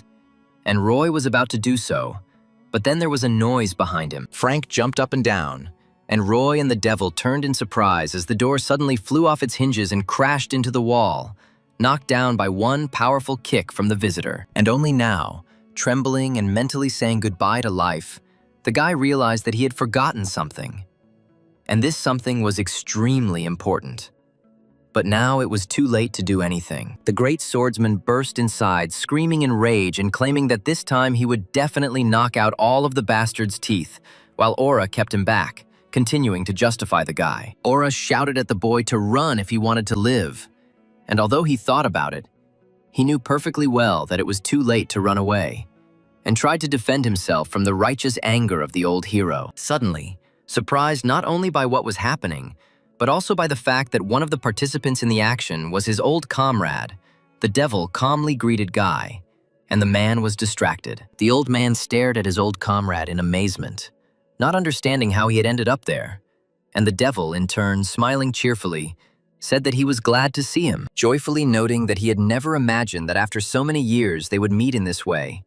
The wizard recalled that when they were young, They spent all their time with each other. Still surprised to see his comrade in arms in such a situation, Guy said that he was doing generally unchanged, and then asked what his friend was doing there. The old man replied that he had almost died in a fit of passion, and Guy was extremely surprised by this, noting that his friend seemed to have truly outlived his time, although he noted that he thought he was pretending. While they were chatting, the spearman asked Aura where Eva was, and she replied that the girl was still on her way.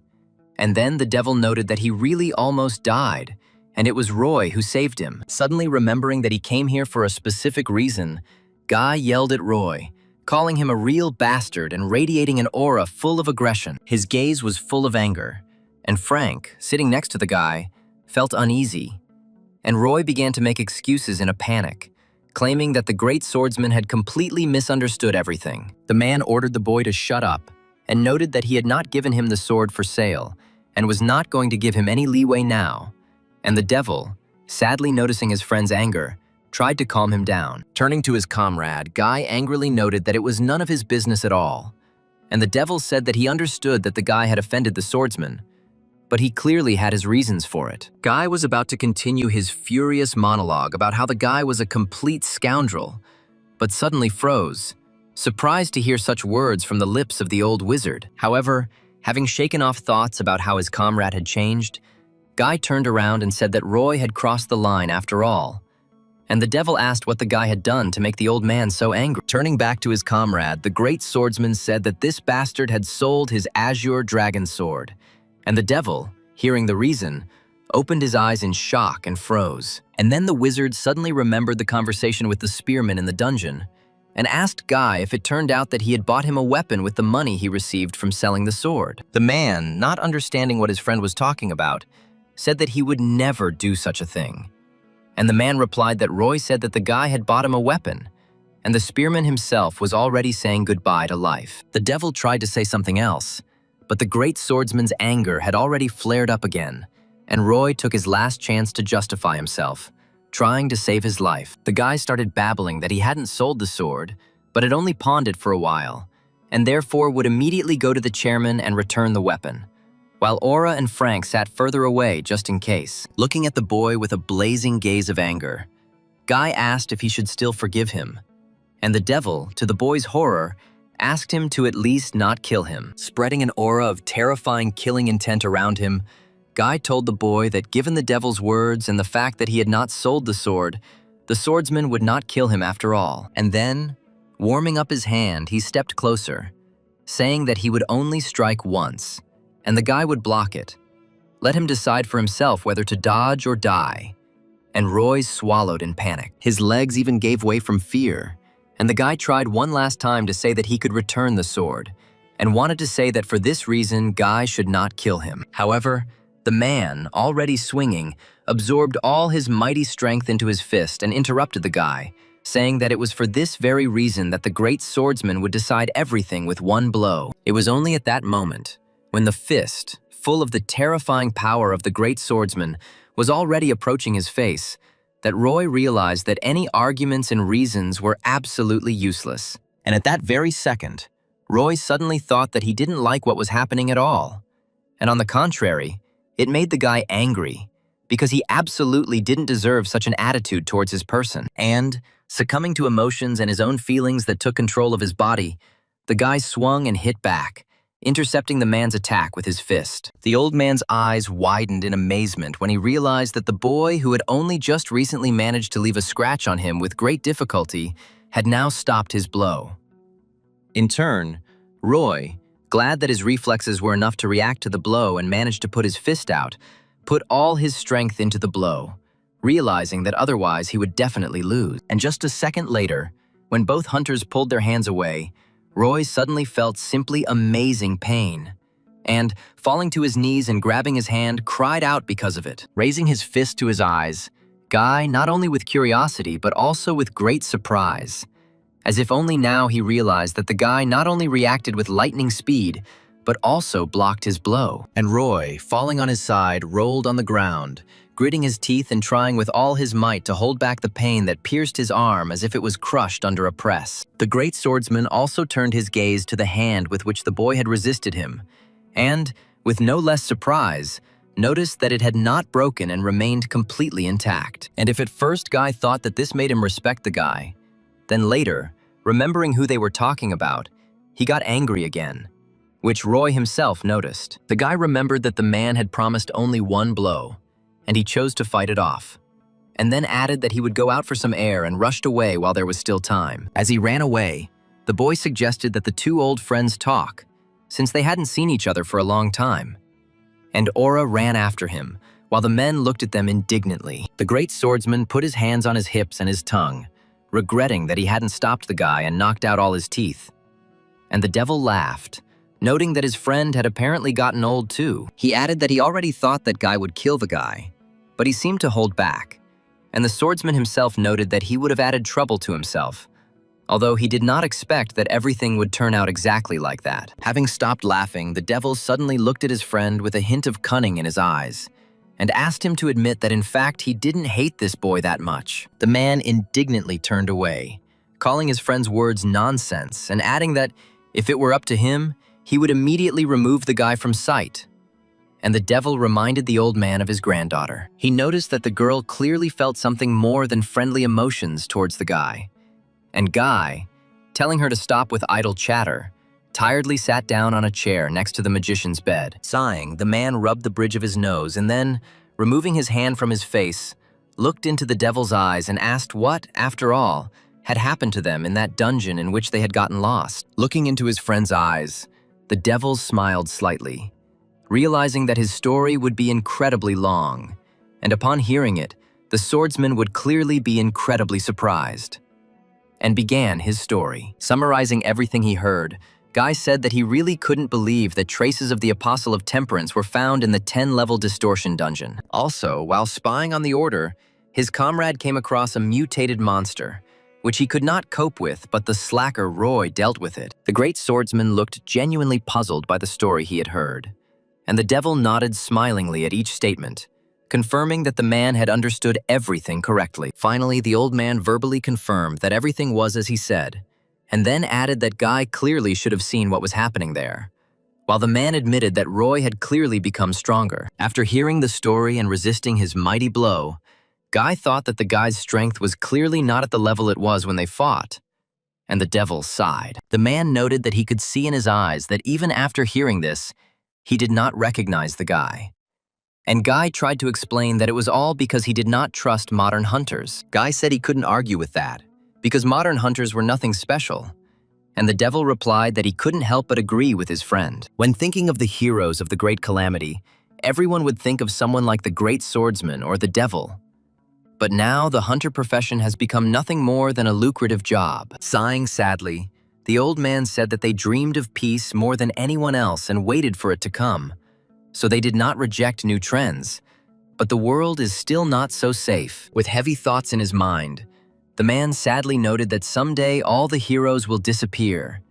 And he is not sure that if a threat arises, the world will have the strength to fight back. The swordsman also added thoughtfully that perhaps this was the true goal of the Order of Truth. And the devil sighed, noting that he had something to say to his old comrade in arms. He said he couldn't help but agree with his friend's opinion of modern hunters, but added that sometimes someone who seemed to be nothing was capable of doing the impossible. The man noted that their age was coming to an end, while at the same time on the street Roy stopped, catching his breath, and Aura ran towards him at full speed and Frank hobbled. In a rage, the girl grabbed the boy by the collar of his hospital gown and demanded an explanation of what he had done with the Azure Dragon Sword, while Roy prayed for them to leave him alone. And while they were arguing with each other, and Frank was trying to intervene, wanting to stop their swearing and let the guy speak out, someone suddenly approached them. All three of them stopped arguing and turned to look at the man who had approached them, and their eyes reflected surprise.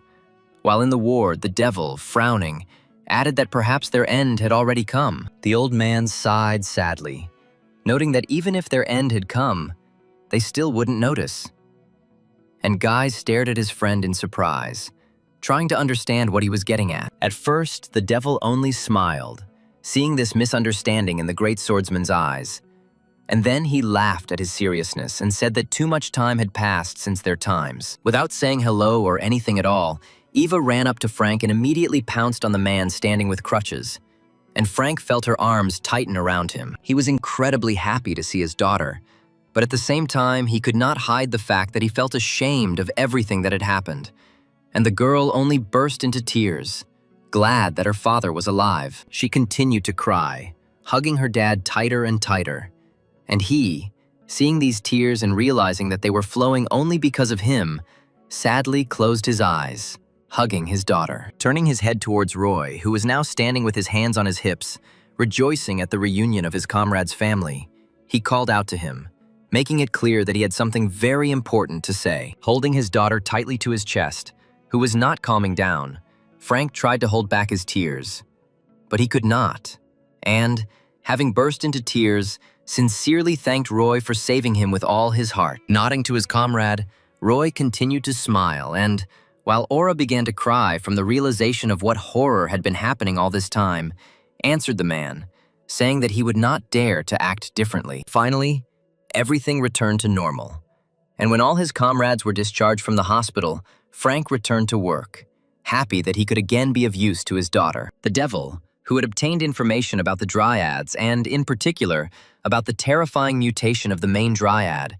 pleased Daisy with the fact that now they could study a lot. In turn, Roy returned to the academy, where he could continue his studies not only with Aura and Harry, but also by taking courses from Hercules and Zhang Xianfeng. And although it seemed that everything had returned to normal, something had changed. Because immediately after the meeting, Frank took Eva to the ward and introduced her to the devil, with whom they became friends. Having learned that the old man wanted to take her as his student, the girl was terribly surprised. And then, realizing that this was not a joke, she began to bow vigorously, claiming that she would definitely try. In turn, Roy received 10 million from him for saving the devil, although the guy actually named this price, being sure that the hero would refuse. The man said he was a little sorry he couldn't give him more, but insisted that Roy take what was offered and spend it as he saw fit. Roy had to spend a full 500,000 to return the azure dragon sword to the great swordsman, even though the man threatened to kill him in the process. And although the guy initially wanted to simply save his comrade, he managed to simultaneously obtain Gungnir, a whole 9.5 million, and increase the progress of the Hercules course. And when the guy returned to the academy, arguing that due to his almost 50% progress in the course, he was able to withstand Guy's blow, he was met there by a joyful Harry. Approaching him, Roy saw that the guy was training and asked how he could not visit his friend. And Harry noted that he was very worried, but Aura convinced him that everything was fine. And while the master weaponsmith insisted that he was sure that Roy would definitely get out due to his strength, and the spearman chuckled at this, Aura entered inside and greeted them. Smiling happily, the girl said that she was very happy to see Roy, and asked if he had fully recovered, to which the guy replied that his body was completely healed. And when Harry saw Aura, the boy immediately walked up to her and handed her the Dark Star book he had been studying from, and asked her if she could get him one specific thing. Roy had just started training when Aura, after taking a good look at the page from the book, said that she could easily get what she needed, making Harry incredibly happy. Roy was moving around, doing crunches with a ton of weight in his hands, thinking about how the academy was starting to feel like home.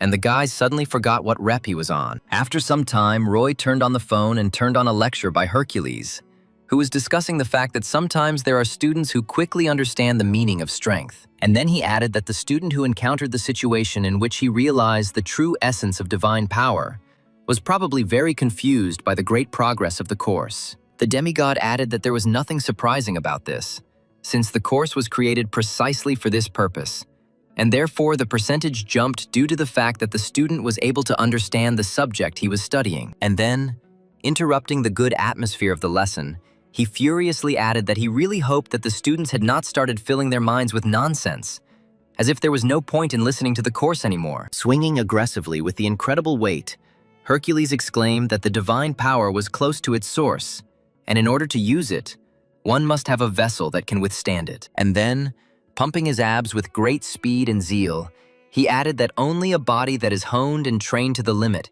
can withstand such unbridled power. Showing off his huge muscles, Hercules noted with satisfaction that this was the very reason he had mentioned the importance of muscles in his lecture. The heroes said that it was because of this that the real course would only begin now. And Roy realized that he could now use the mighty force, but his body would not be able to withstand it yet. However, perhaps due to the huge progress, Roy finished the tasks much faster and even had time left.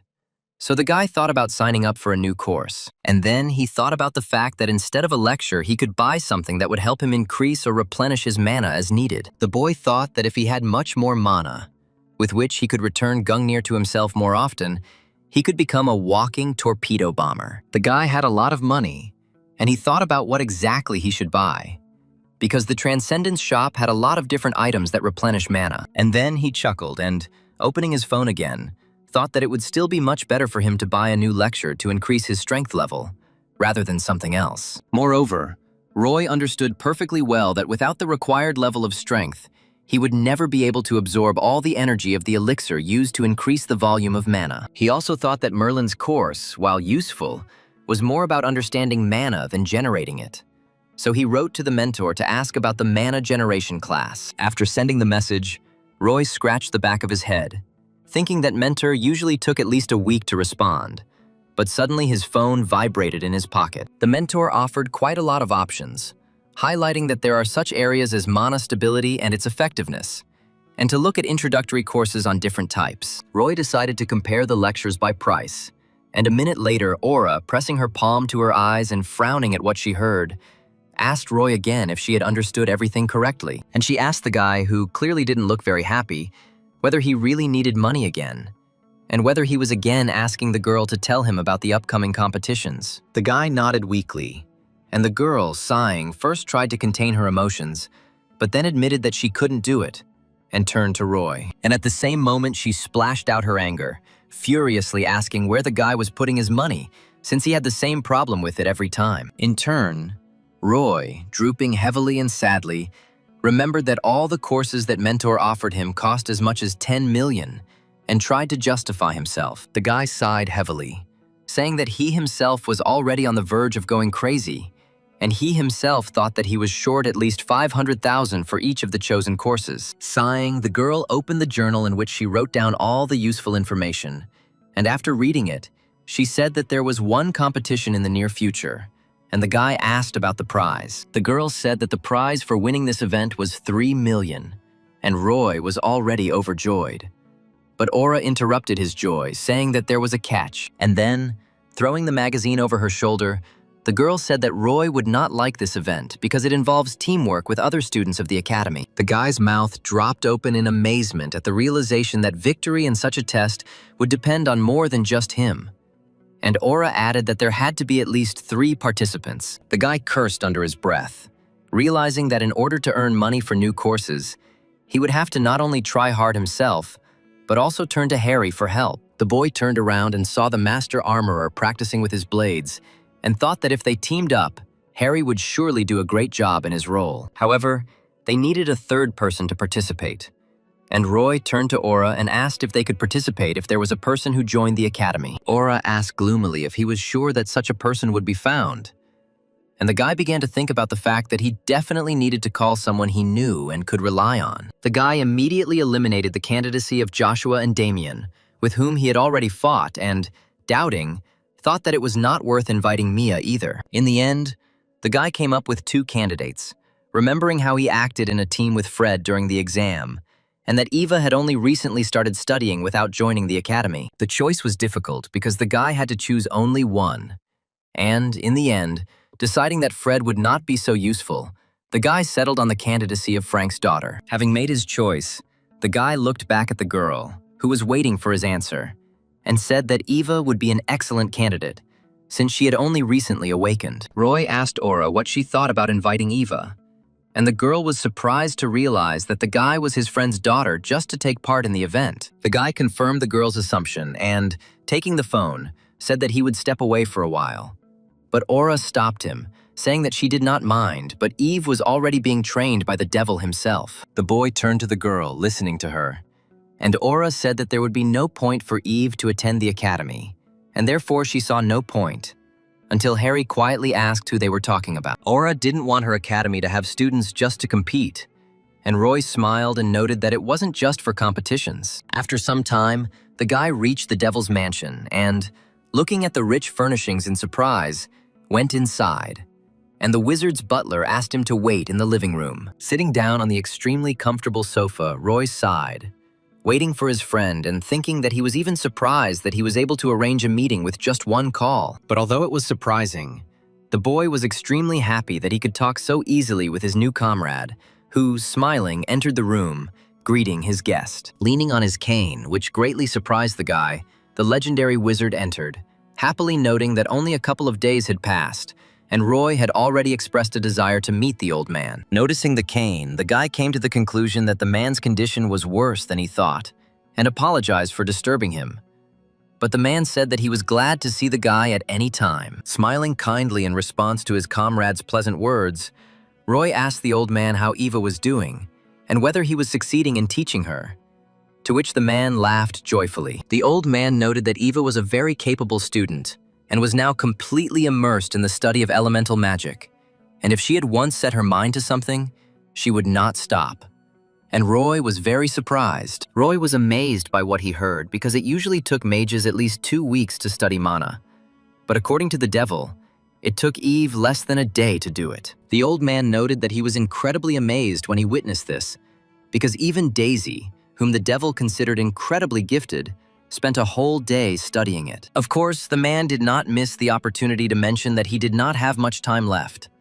But devoting time to the students turned out to be quite fun. Changing the subject, Roy decided to talk to the devil about a topic he considered quite important, and told him about how Darkstar told him about the Order of Truth's surveillance. The man grinned and said that he now understood why he couldn't tear himself away from them, and then happily noted that this was the first time he had heard of Darkstar having an apprentice. Roy noted that the great assassin had deliberately distanced himself from his student because he was wary of surveillance, and mentioned that the Order of Truth might mark Eve through the devil as well. Of course, the girl herself is of no value to the Order of Truth, but they can target the devil and use her for their own purposes. Seeing that the man was thinking about the boy's quite serious words, Roy added that if he was involved in the training, it would not be so easy for them to get to Eva. Chuckling and sighing, the man realized where Roy was going with this, and voiced his assumption that Roy wanted Eva to join the same academy as him. Roy added that, of course, this would shorten their training time, but the devil should think about his and Eve's safety, and the man really thought about it. At the same time, the guy thought that Eva was Frank's daughter, and for the guy, she was like a younger sister, and therefore he wanted to propose it in any case, and without competition. Stroking his beard, the old man noted that since Darkstar had come to such a decision, the magician should not have made hasty decisions just because there was no time left. Roy smiled when he realized that the old man was thinking exactly in the direction he was heading, and asked the magician, clarifying whether this meant that he agreed. Sighing, the man looked back up at Roy, and even though he knew it would be harder for him to train Eva if she was at the academy, he still said he agreed. As he was getting ready to get up, the man said that he was, of course, a little sorry to do this, but he should not hold Eva back, at least for her own sake. And after some time, together with Eva, Roy already reached the academy, reasoning that, if you think about it, accumulating experience and practice is also one of the effective ways of training. Holding an unusual staff in her hand, Eva greeted them timidly but happily, and Aura greeted them back, happy to see her friend.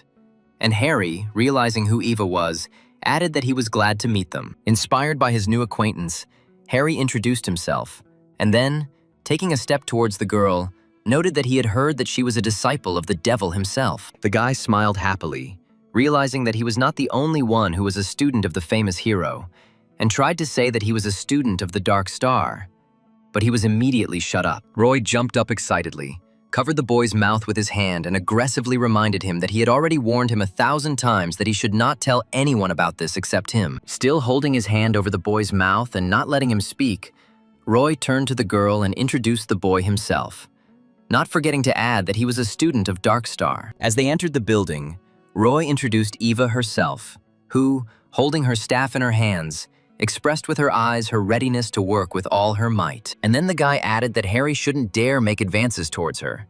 And Eva, terribly embarrassed, hit the guy on the back with her palm, demanding that he not treat her like a child. Roy then turned to Aura and reminded her that they had talked about the team competition this morning, and, pointing to Harry and Eva in turn, said that they were ready. Harry threw his hands up in joy, noting that this would be fun, while Eva nervously noted that she wasn't sure she could handle it, and Roy assured her that everything would be fine. Roy also added that they still had time to train, and she had him with Harry, and the killer's apprentice chimed in, noting that Roy was a real monster. Harry, giving the girl a friendly nudge in the side with his elbow, said that they might not even be needed.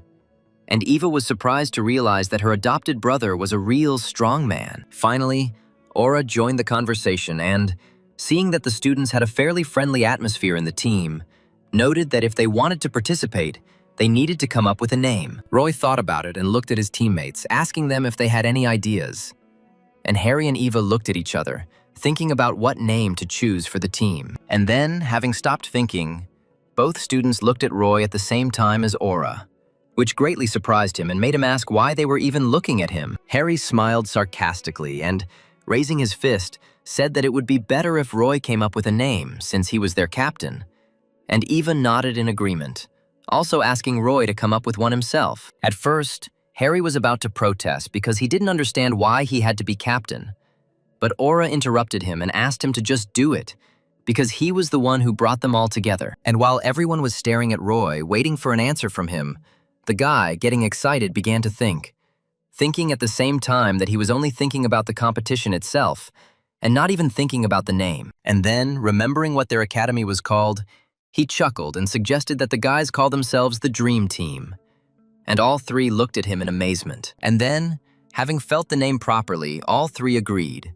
And Harry, always smiling happily, said that this is what they would call themselves, and even noted that the name had meaning. In turn, Aura voiced that the team in this case would be called the Dream Academy Dream Team.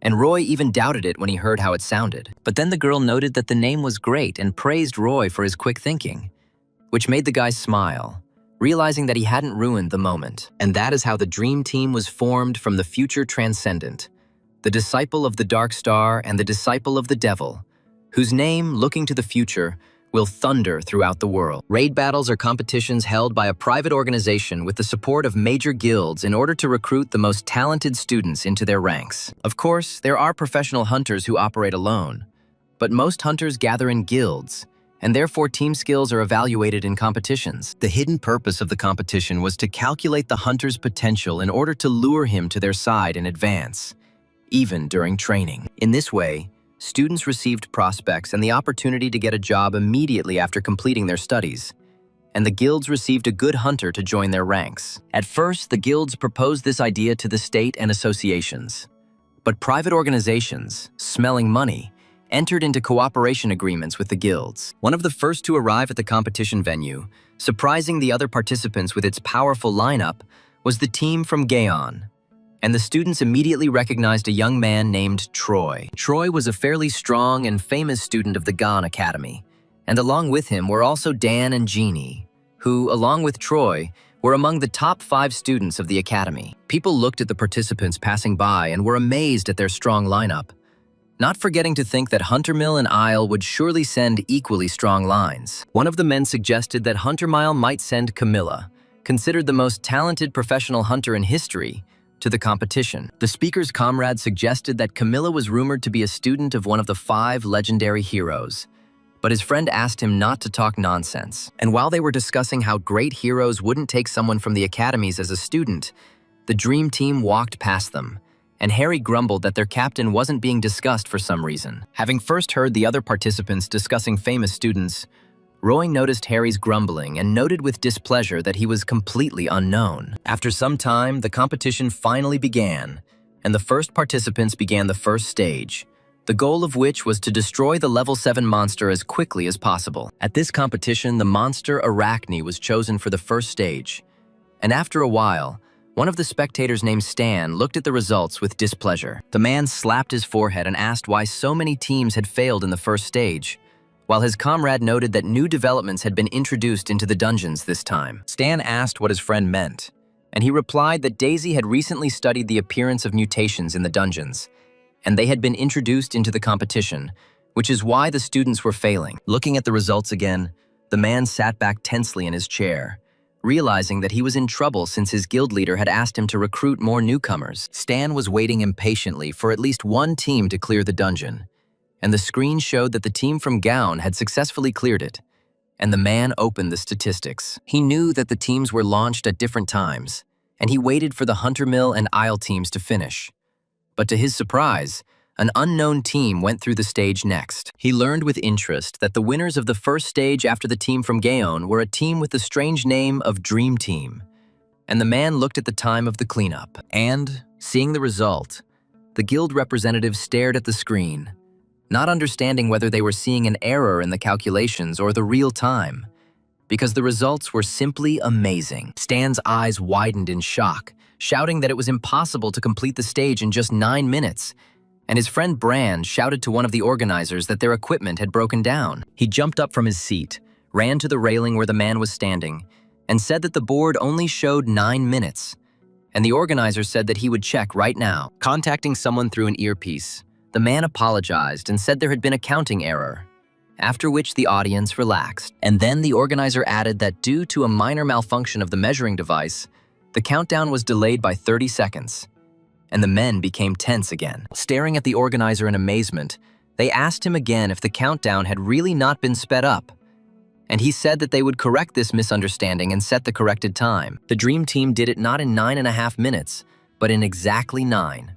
And now, surprising everyone around them, they emerged from the dungeon, feeling that they had just warmed up well. A few minutes ago, Roy, along with Harry and Eva, were fighting against a monster called Arachne, which was a great danger to most of the students. However, Roy, seeing one of the huge spiders running towards him, uttering a terrible cry of rage with one light wave of his hand, cut it in 2 halves. Slightly disappointedly noted that Professor Arachne from the Academy of Transcendence, who teaches weaving, would be horrified to learn that such a creature was named after her. Thinking that it would be best to save Gungnir for later, Roy turned and noticed 2 more spiders approaching him across the ceiling. Stretching their abdomens towards him, the spiders threw clumps of web at him, which caused huge problems for the other participants. Roy remembered reading somewhere that the web of the monster Arachne was very strong and elastic, and even B-rank hunters had a hard time dealing with it. However, the boy was also well aware that he was far from an ordinary hunter, and he tightly gripped the shaft of his precious spear of Longinus,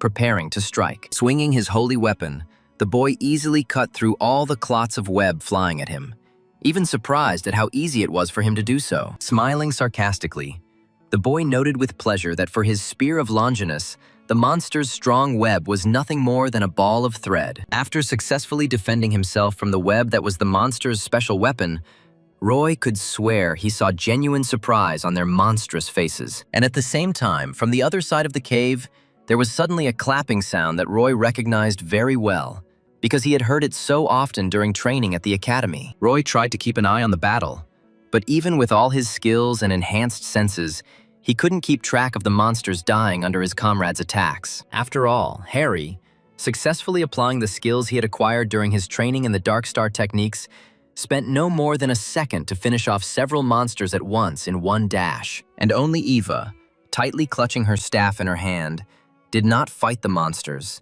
but watched with incredible surprise in her eyes as her friends fought. She kept her eyes on them, amazed to see that they were both simply incredible, and the girl sincerely doubted that they needed her at all. She saw how Harry fought with such enthusiasm and a smile, and how Roy thought about his own during the fight, and she was amazed that they fought such strong monsters without any effort at all. Stretching her arms forward and closing her eyes, the girl thought that not only could she not, but she simply had no right to stand aside, and therefore had to fight with them. The girl understood that during their training with the devil and at the Dream Academy, she had only learned a couple of spells, but she still charged her staff with mana, which caused it to glow. For a few seconds, while her allies fought the monsters without straining themselves, the girl concentrated on one of her spells, and then opened her eyes, realizing that she was ready. She absorbed the mana that filled her staff and poured it into the ground, causing the magic to take the form of terrifying tentacles that pierced the stone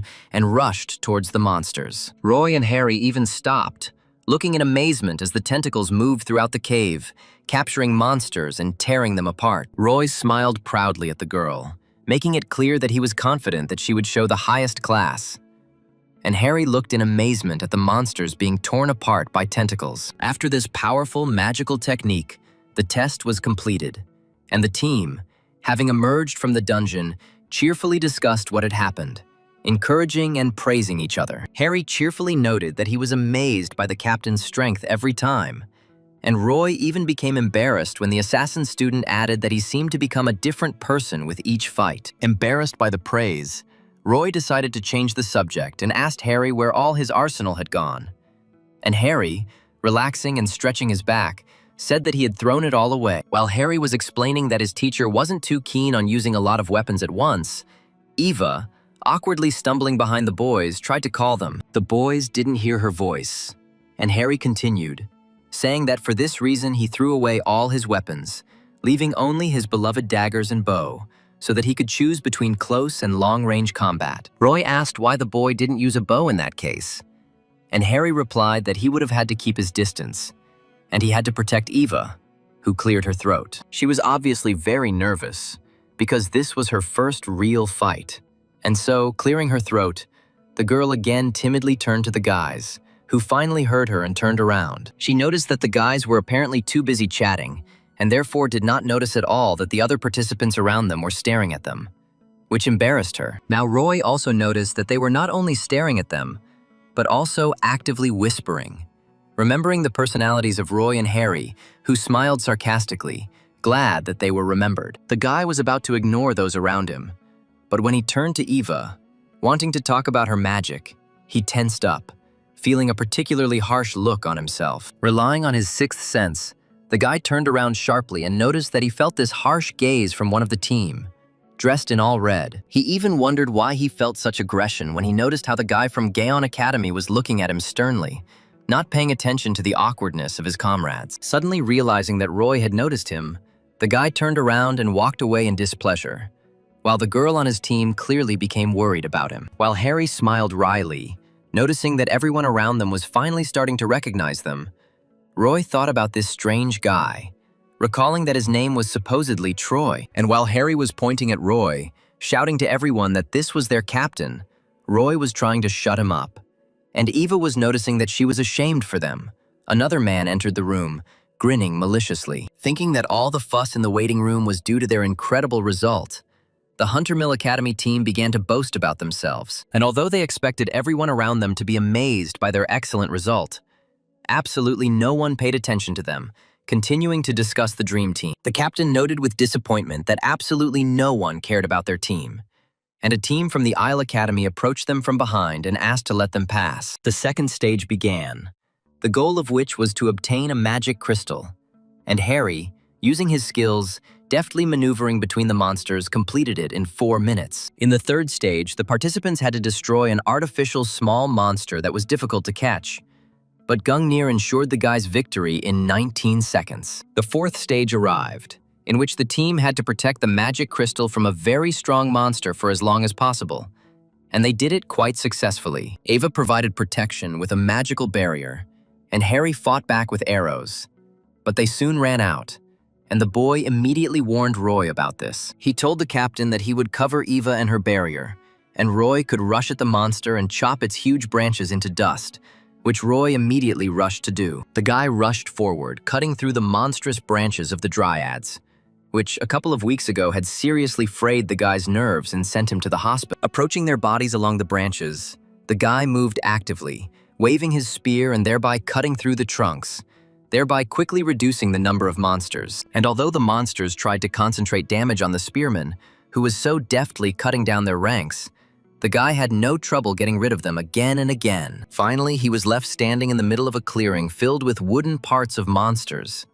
Roy understood that according to the conditions of the test, they were constantly reviving, but now it would be easier. Suddenly, feeling something unusual, the guy looked up at the sky and, thanks to his sixth sense, felt a huge force concentrated in one point. Roy couldn't see the source of this power, but he clearly understood where it was, thinking about how he could clearly feel the enormous concentration of mana from this source. Thinking about it, the guy thought that in this test, something so strong couldn't just happen.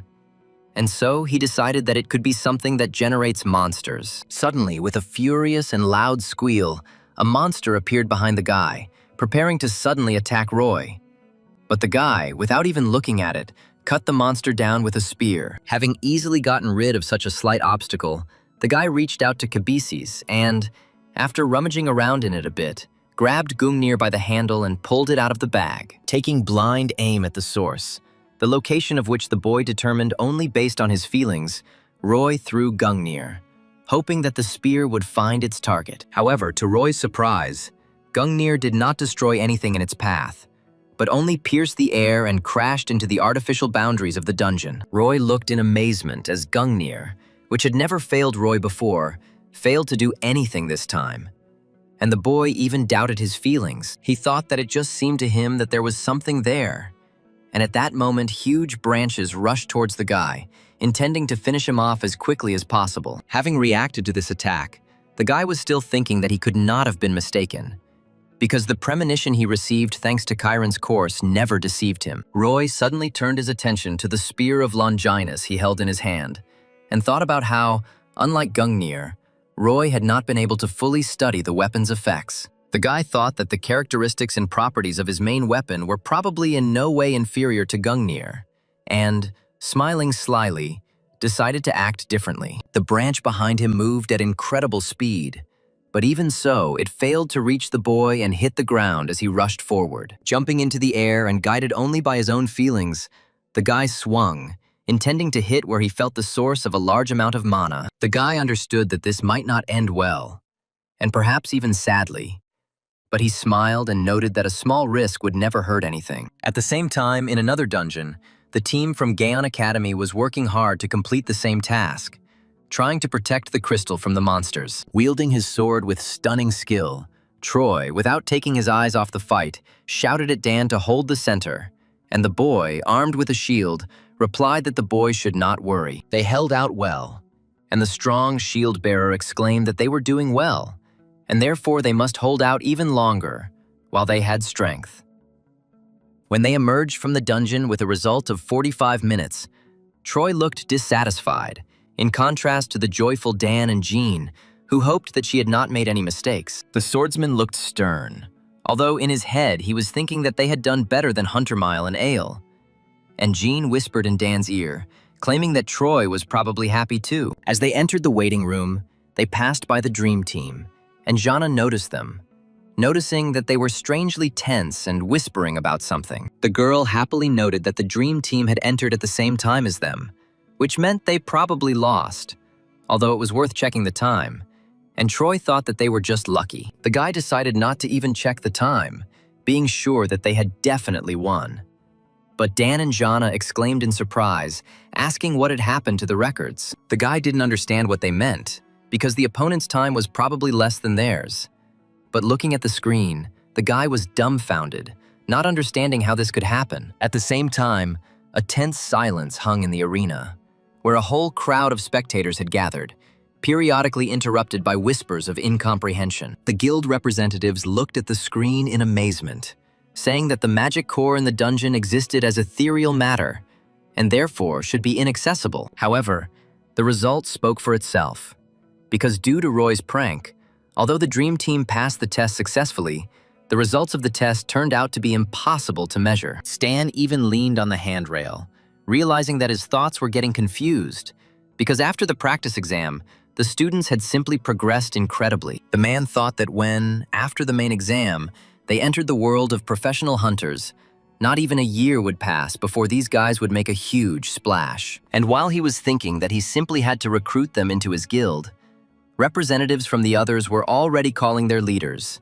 asking how much they could offer. At the same time, Roy, standing in front of his comrades in bewilderment and holding the spear of Longinus in his hand, was thinking about what had happened a few minutes ago. Of course, when Roy acquired the spear, several completely different situations happened to him, based on which the guy concluded that his spear ignored mana. But then he remembered how he killed the giant dryad, and thought that Gungnir probably had the same effect, but for some reason it didn't affect the dungeon core. The guy, of course, assumed that there was probably a difference in levels between his two copies, but he didn't think that it would be so significant when he attacked the core. Gungnir, which the boy thought should easily pierce him, flew past, but the spear of Longinus cut through it like a knife through butter. And now, frowning, the guy was thinking about how he could figure out the difference in the indicators of his two copies, while simultaneously thinking about how his prank would affect their results. And while the guy, not paying attention to anyone around him, was thinking about his own, Harry noted that he thought that Roy had simply killed all the dryads,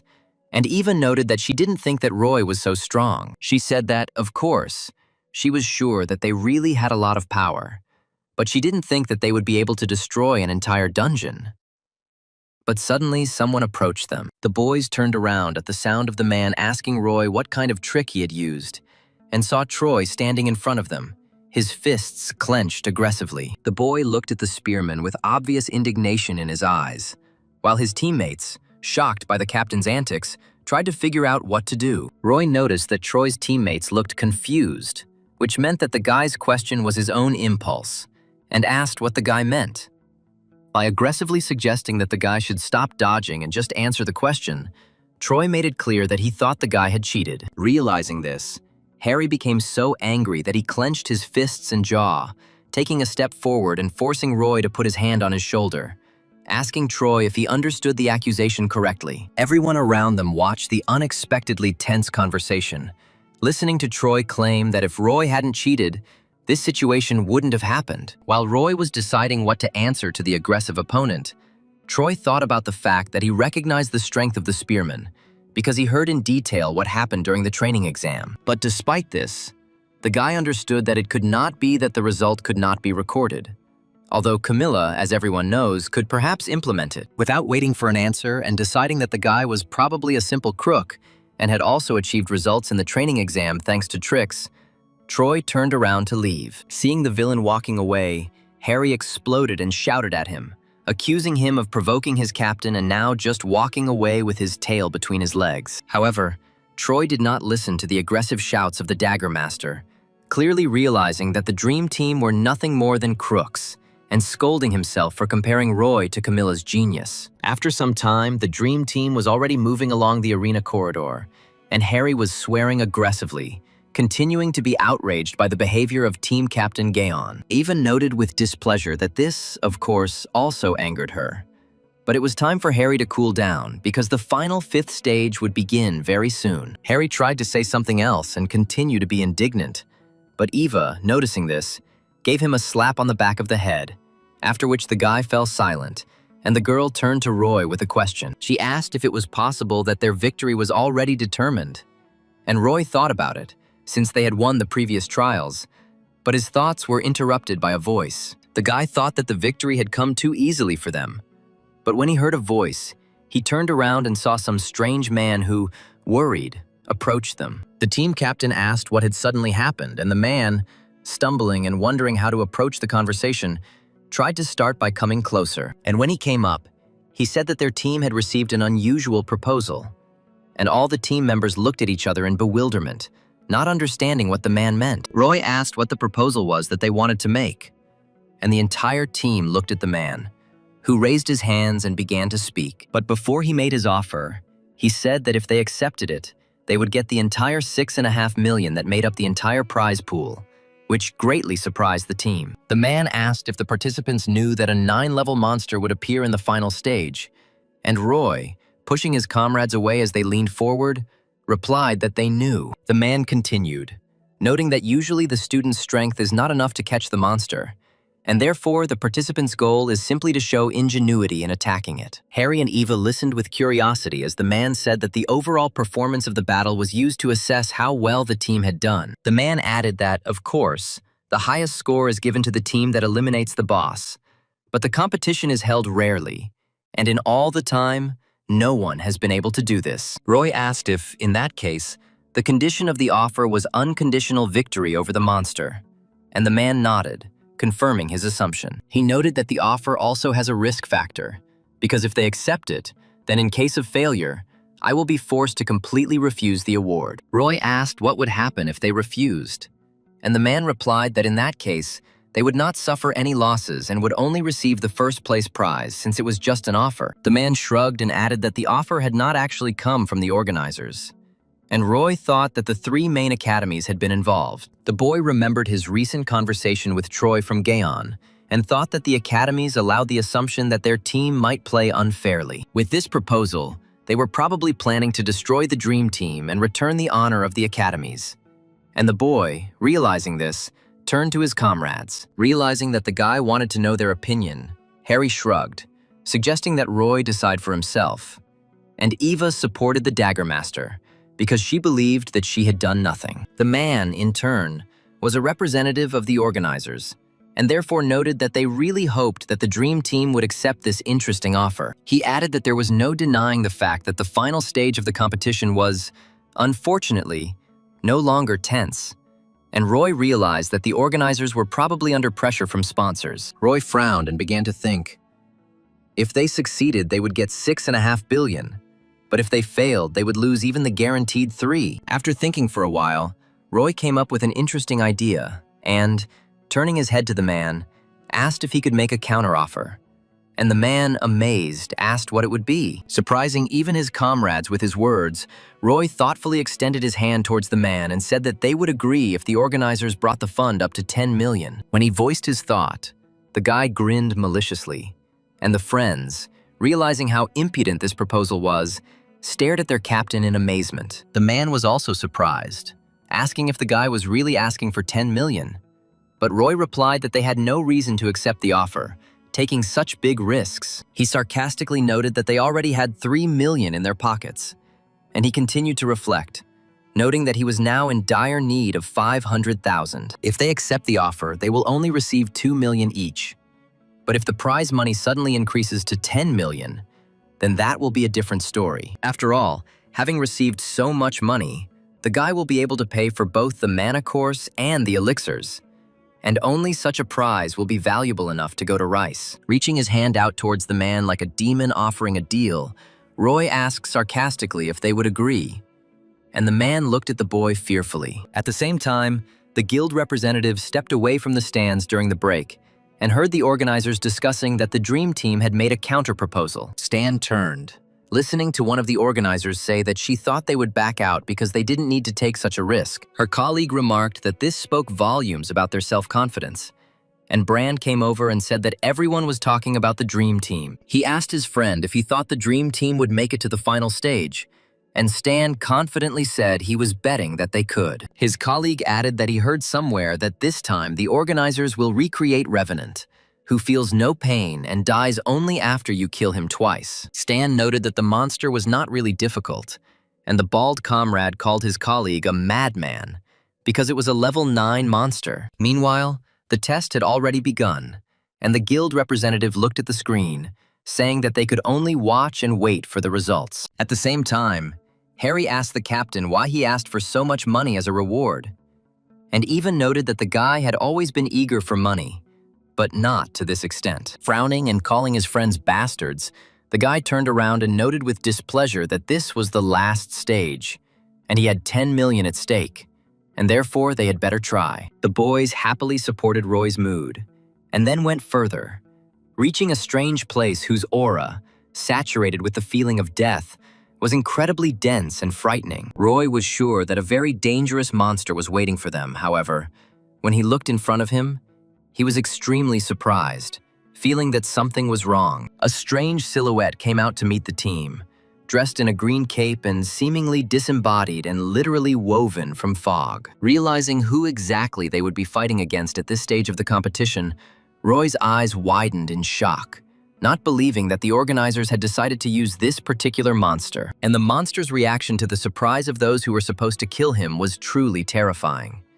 Because the monster grinned cruelly, believing that he would kill his enemies without much effort. Even the audience, who had been absolutely certain that Revenant would appear before the Dream Team, stared at the screen in shock, realizing that their enemy was the Draugr himself. People simply did not believe that the organizers had put up a Draugr because this monster was at least level 10 in strength, which meant that they were going to kill the entire team. But what most outraged the guild representatives was the fact that Draugr was a mental-type monster, and the creation of such is strictly prohibited. Stan, realizing how terrible it was to have such a monster in the test, jumped over the fence, wanting to do something. While he was running towards the organizers, he thought that creating a 10-level monster was not such a big problem, since the students would not be in danger of dying from the damage inflicted by such a monster. However, there was only one type of damage that could kill a student when recreating a monster, and that type was mental, since all such damage was taken by the brain. A normal attack might have been a sham, but only mental damage is perceived as real by a person, and therefore the Dream Team was now in terrible and real danger. This type of damage was banned when it killed students. And now, having met a level 10 monster, Harry grabbed his head, feeling terrible mental pain. Tears ran down Eva's cheeks as she screamed for her father not to die, and the visions caused such intense pain that it was simply unbearable. And only Roy, barely holding on, retained at least some sobriety of mind. Although everyone who followed the progress of the competition was sure that a terrible death awaited the Dream Team. At the same time, Stan burst into the command room and shouted, demanding that the panicking organizers get the participants out of the dungeon right now. One of the workers, stumbling with excitement, said that they were overloaded and could not be reached, and Stan demanded that the magic core be destroyed or the magic supply cut off. The young organizer babbled that in that case, the costs of recreating the monster would be wasted. But Stan clenched his fists in rage. In the terrifying rage that filled Stan's mind, he screamed at the men, calling them psychos and demanding that they save the participants from certain death right now. Horrified by the other man's rage, the organizers immediately rushed to the main console, intending to carry out the order of the man, who suddenly grabbed his head and cursed. And while he was watching the men's actions, trying to somehow cope with his panic, he asked out loud what Daisy had studied that such a monster had appeared. The man looked out the glass of the command center, looking at the screen and praying that the participants were still alive.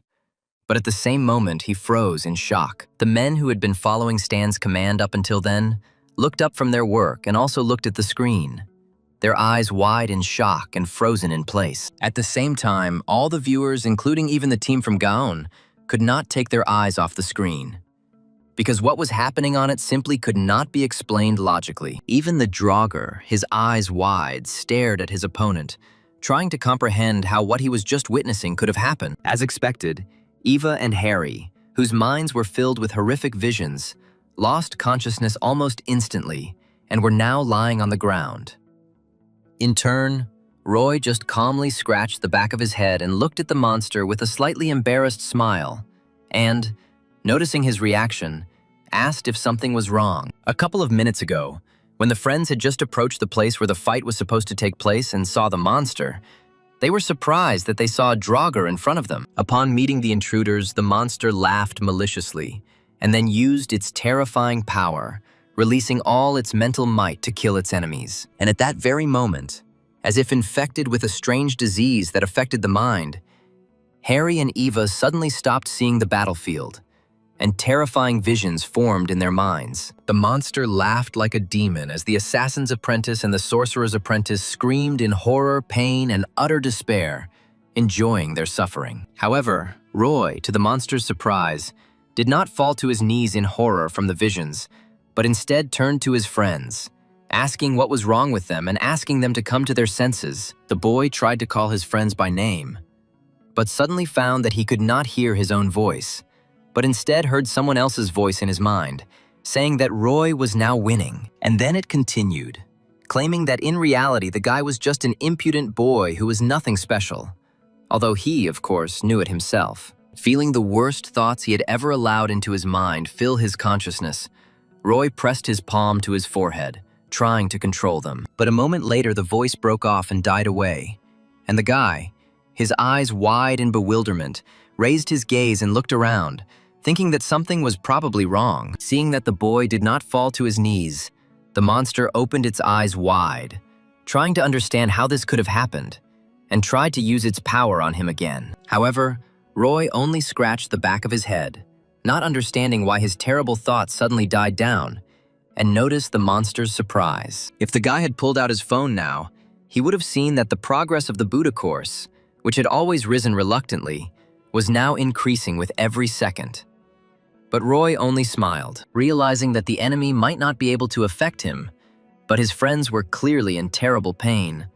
Roy decided to act and intercepted his spear. Pushing off from the spot where the boy stood, Roy rushed towards the monster, who still did not understand why the spearman was not writhing in pain. Seeing the enemy rushing towards him, the Dronzer cried out in despair and used his power again, putting much more of his magic into it. The frightening voice returned to the boy's mind again, saying that without the Transcendent Academy, the boy was nothing and was just an empty shell. Feeling a terrible pain in his mind, Roy realized that he was hearing the voice not of the Dronzer, but of his own fears and doubts, born in his subconscious. The guy felt the darkness permeating his consciousness, but then his voice was replaced by another, calmer one, the owner of which hoped that the guy was not limiting his consciousness. Until that very moment, Roy had felt the darkness of despair holding him in place.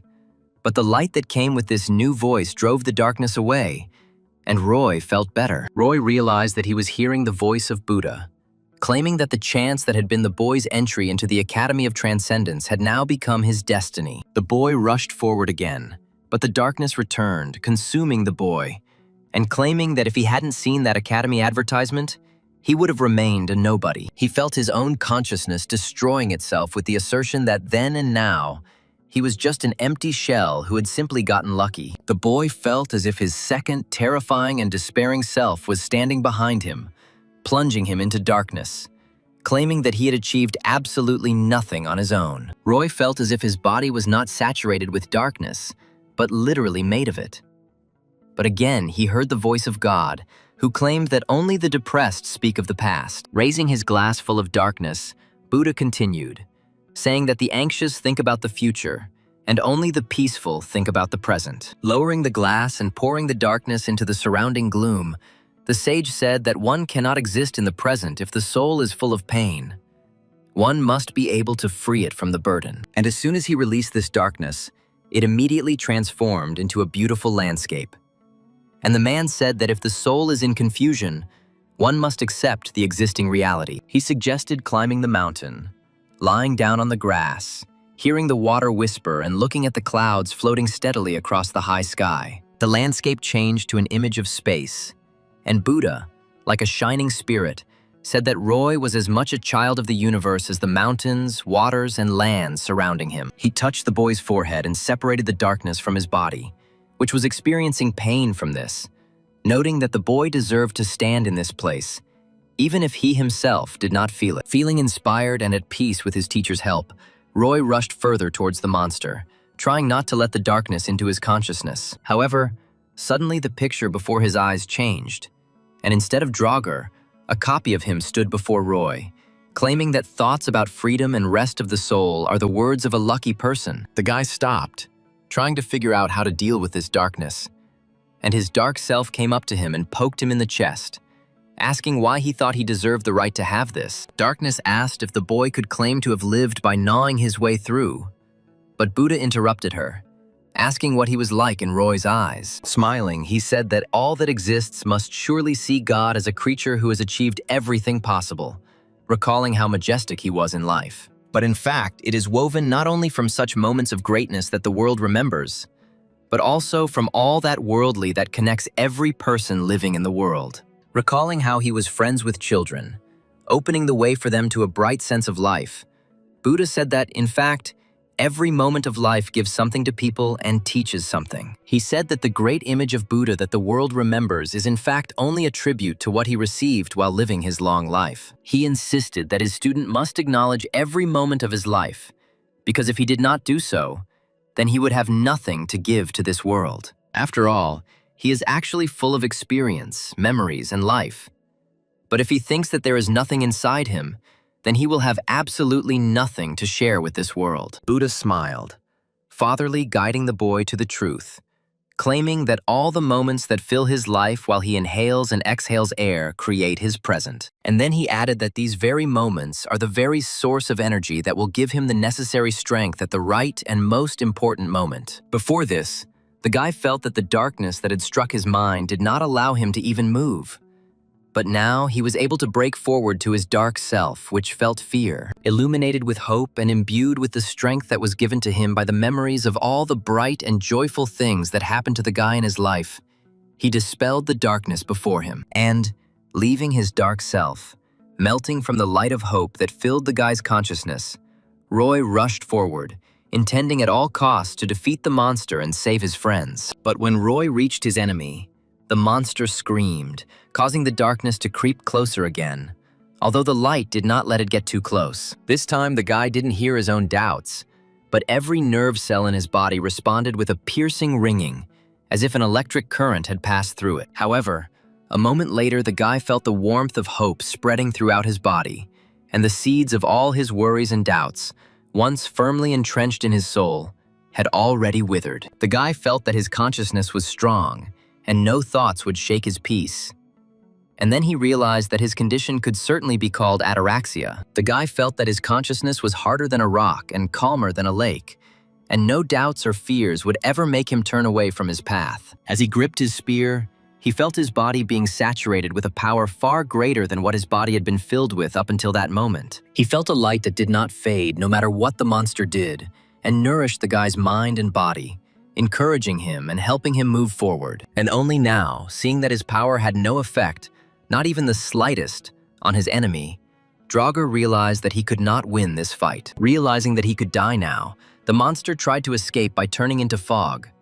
But Roy was already close and noticed this action perfectly. Smiling at his opponent, Roy, swinging the spear of Longinus, firmly said that it was too late to try to escape, and the boy would never let the monster go. Making a final dash towards the monster, Roy swung his weapon and pierced the ethereal silhouette, piercing the monster's heart with the tip of the spear. And the death of the monster instantly released incredible amounts of energy, which, coupled with the force that the guy put into the blow, began to tear the battlefield apart. And it was this collapse that turned out to be so powerful in magical terms that it instantly destroyed the magic that was used to monitor the progress of the battle. Sitting in the command center, the organizers and Stan stared at the blacked-out screen, refusing to believe what they had seen before. One of the workers started calling somewhere. The second tried to figure out what had happened to the system. And Stan just stared at the screen in amazement, not saying a word. The only question in his head was how Roy had managed to deal with the Dronzer, since even none of the active hunters present at the competition could have handled it. The man tried to understand how something like this could happen, because this level 10 monster was so strong that only a legendary hero could handle it. His power was simply terrifying, and it was for this reason that all 8 dungeons with Drongers that appeared in the country in the past could only be cleared by the legendary Light of the Soul. But surprisingly, it took only one blow for a simple student, albeit an incredibly gifted one, to deal with such a nightmarish monster. At first, Stan accepted what had happened, sighed in relief as the panic began to leave his mind and heart, and then laughed, realizing that his Roy guild simply couldn't handle it. At the same time, in the contestants' waiting room, Troy couldn't stop staring at the blacked-out screen while the other contestants argued heatedly about what had happened. The guy simply couldn't believe that the one he had recently thought of only as a crook had managed to deal with such a terrifying monster. The guy understood that a level 10 monster that used mental damage could only be destroyed by an S rank, and even Camilla wouldn't be able to handle it. And only now, still seeing before his eyes that very moment when Roy killed the Dronzer, Troy realized that he would never in his life reach this guy. At the same time, Roy pressed his spear into the ground and trembled with his whole body from tension and terrible fatigue, glad that he had not passed out, as he had after the fight with Dryad. Realizing that his mind had changed during this fight, Roy took out his phone and, breathing heavily, was amazed that in the last hour the progress of the Buddha course had increased by a whole 15%. Rejoicing at this progress, Roy thought that Dronzer, despite his death, had turned out to be a very good assistant, although the guy's strength had completely left him. And while the guy was thinking about this, coming to his senses, Harry suddenly woke up, jumping up and loudly asking where he was and what was happening. Eva also woke up, however, sitting down on the ground with great heaviness. The girl grabbed her head, letting out a groan of pain and fatigue that her mind was experiencing. Leaning heavily on his spear, which the boy held, squeezing his hand on the shaft with all his might, Roy hobbled towards his friends, asking how they were, and striking them with his tired appearance. At first, they simply asked if he was all right. But then, looking around, they cried out, asking if he meant to say that he had defeated the Dronzer single-handedly. Roy smiled at his friends and asked them to help him get out of the dungeon first, and they immediately grabbed him by the arms, helping him get to the portal leading to the exit. As soon as they got out, Roy, whose adrenaline was starting to wear off and whose head was splitting with pain, heard someone shout, announcing that their team had made it out. And at that very moment, the Dream Team found itself surrounded by a whole crowd of guild representatives, all vying with each other to invite Roy to their ranks. Some shouted that they would cover all the expenses for his next raids, while others even begged him to become their leader. And Roy and his friends recoiled from such pressure. People were pushing and interrupting each other as they made their way to the Dream Team, asking them to at least take a business card, when suddenly a man appeared behind them and started shouting at the people. He demanded that all the guild representatives step away from the students who had just experienced a terrible mental attack and allow them to receive medical attention. The organizers' representatives began to hold back the audience's impulse, while a frightened Eva, a puzzled Harry, and an indignant Roy moved after one of the organizers. They were brought to a restroom where they could catch their breath and get the help they needed. And after a while, Aura burst into the room, her face reflecting panic. Slightly frightened by the door opening suddenly and the girl's scream, the guy, who had just grabbed a bottle of water, greeted his girlfriend. Running inside, the girl, whose mind was simply overflowing with excitement, asked if everything was okay, and Roy told her not to worry because everyone got off easy. And then he pointed to Eva and Harry sleeping in the neighboring beds, who had passed out from fatigue. But they were examined and said that there was nothing serious. The girl, having relaxed a little, sighed and, turning back to Roy, asked him how he felt. And the guy replied that everything was fine with him. He added that he had also been examined and only found to be slightly unwell, but otherwise nothing serious. And only now had Aura finally calmed down. While the guy was struggling to open a bottle of water, the girl thought that she couldn't find a place for herself, thinking that something terrible would definitely happen to Roy and the other guys. She noted that it was no longer possible to regard the guy as a student, although he had not yet confirmed his strength with an exam. And at this time, Roy, having overdone it, broke the bottle, spilling water on himself. And while the boy licked the water off his hand, upset about what had happened, Aura thought that in just a couple of months, Roy would finally become a professional hunter. She thought back to the day they first met and talked, and noted that, although it had been relatively recent, Roy had become incredibly strong in that time. The girl thought that she also had certain plans for him, and there was nothing surprising in the fact that he was getting closer to his dream, and she should only rejoice. And then, pressing her hand to her chest, the girl realized that she could not rejoice because of a feeling in her heart that was incomprehensible to her and very complex. Seeing the girl looking at the guy with sadness in her eyes and holding her hand on her chest, Roy looked up and became a little worried about her. With a little concern in his voice, Roy asked if she was okay, but Aura only smiled and said that she was okay, although in her mind she knew that it was a lie. And while Roy was trying to figure out what was going on and why Aura was upset, there was a knock behind him, and the guy turned his attention to the front door. And when it opened, a man entered, asking for forgiveness for interrupting the conversation. And Roy, like Aura, was extremely surprised to see him. The chairman of the Professional Hunters Association, Roland, entered the room and, smiling, greeted first Roy and then Aura. The girl greeted him back, noting that they hadn't seen each other for a long time, and Roy asked how he ended up there, to which Roland replied that he had heard news and was worried. Roy chuckled a little and thought that the appearance of the Draugr was probably a mistake, so he asked if the chairman had come because the Draugr himself had appeared in the dungeon. Hearing this question, Roland recalled how Roy had come to his office with the Azure Dragon Sword in his hands on behalf of the Great Swordsman, who did not trust his weapon to anyone. Having received a report about the accident at the raid battle, due to which the Draugr appeared and even turned against the swarm, the chairman had already begun mentally preparing for his death. But now, seeing that this kid, who was apparently important to the Great Swordsman, was not only alive, but had also single-handedly dealt with the Draugr, the man was able to smile. The man's eyes flashed, and he thought that he finally understood why the Great Swordsman treasured this young man so much that he even trusted him with his legendary weapon. At the same time, while in his family estate, Guy Bowers suddenly shuddered, noting that his skin had unexpectedly started to crawl, and Robert said that it was chilly today. Chairman Roland also noticed that Roy was in the company of the hero's granddaughter, whom he cherished like the apple of his eye, and who asked the boy how he knew the chairman. Flustered by the question, Roy stuttered as he said that he was the one who had recently lent the Azure Dragon Sword, and the girl looked down at the guy with disdain. Deciding to change the subject, which was clearly unpleasant for the spearman, Roland asked how the guy was feeling and if he was hurt, to which Roy said that he got off with only a couple of bruises. Getting up from his bunk, he turned to the man and, remembering that the Draugr had probably appeared in the dungeon due to a mistake, asked the man how this had happened. He explained that he meant the fact that it was Draugr that had appeared instead of Revenant, and the man's gaze directed at Roy became more serious. Roland sighed, first thinking about how to put it better, and then said directly that the dungeon core had overloaded, and the boy was taken aback by this answer. It was so unexpected that the guy even sat back down on his bed.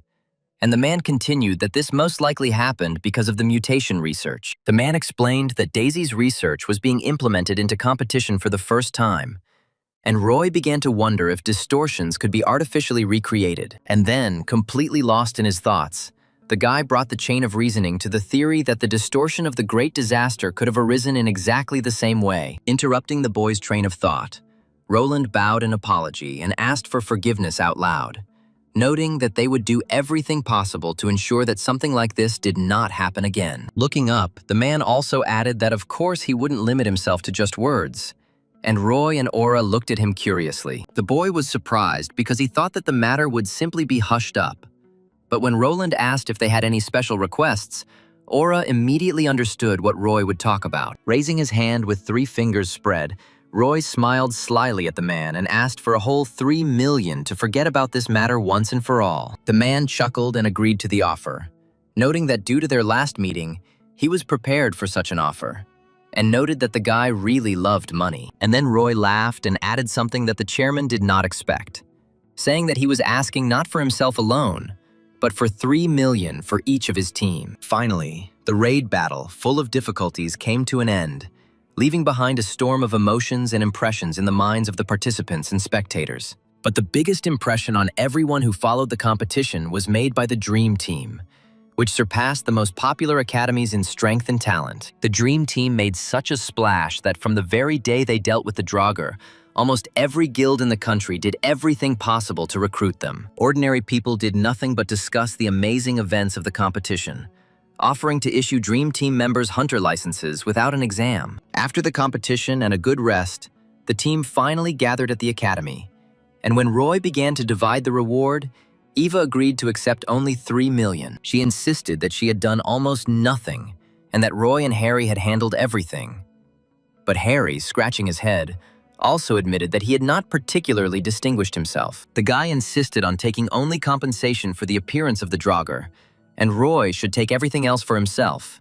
And Eva supported the Dagger Master. And although the guy wanted to share with them honestly, he could not refuse such generosity on their part and, smiling happily, hugged his comrades tightly. When the guy finally got all the money he needed, he immediately transferred 3 million to his friends. And without counting for long, he realized that he had saved up a whole 22.5 million. And although up until this point, the guy had been thinking about various other courses and the possibility of acquiring mana elixirs, now he realized that he was only a little short of Sun Wukong's course. Walking along the corridor of the academy, the guy decided to go into Aura's office and ask her if their academy had risen to the first league, which the girl confirmed. Delighted by this information, Roy asked if they could now go on raids on 6-level dungeons.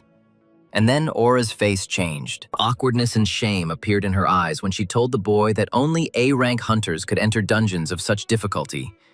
And Roy understood what the problem was. The girl felt very awkward in front of the guy because she was only a B-rank hunter.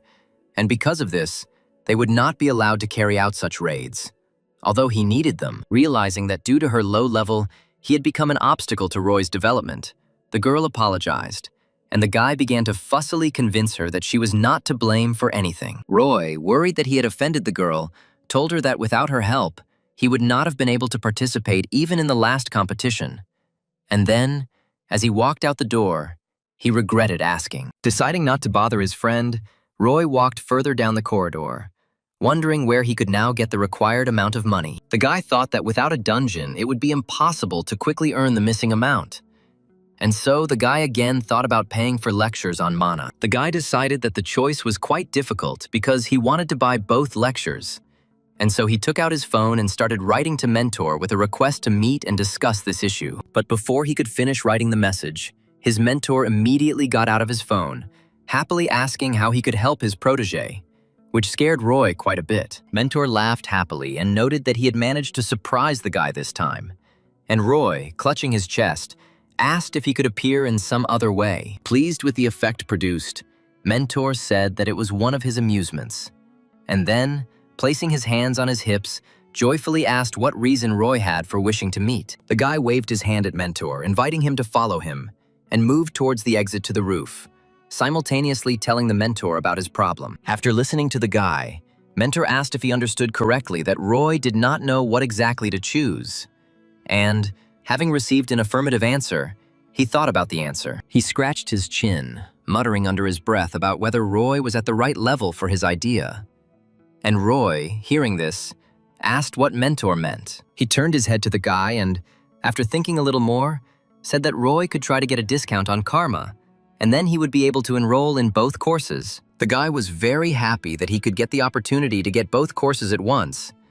But he asked again what a Karma discount was, but did not receive a clear answer. But then, noticing that his words did not give Roy understanding, Mentor replied that right now an event was taking place that offered a discount on the Karma calculated for the student. The guy realized that this was something from the category of seasonal discounts in stores, and, surprised, noted that he did not expect that the Academy of Transcendence had something like this. The Mentor said that this doesn't happen often, and then Roy asked how much he was entitled to.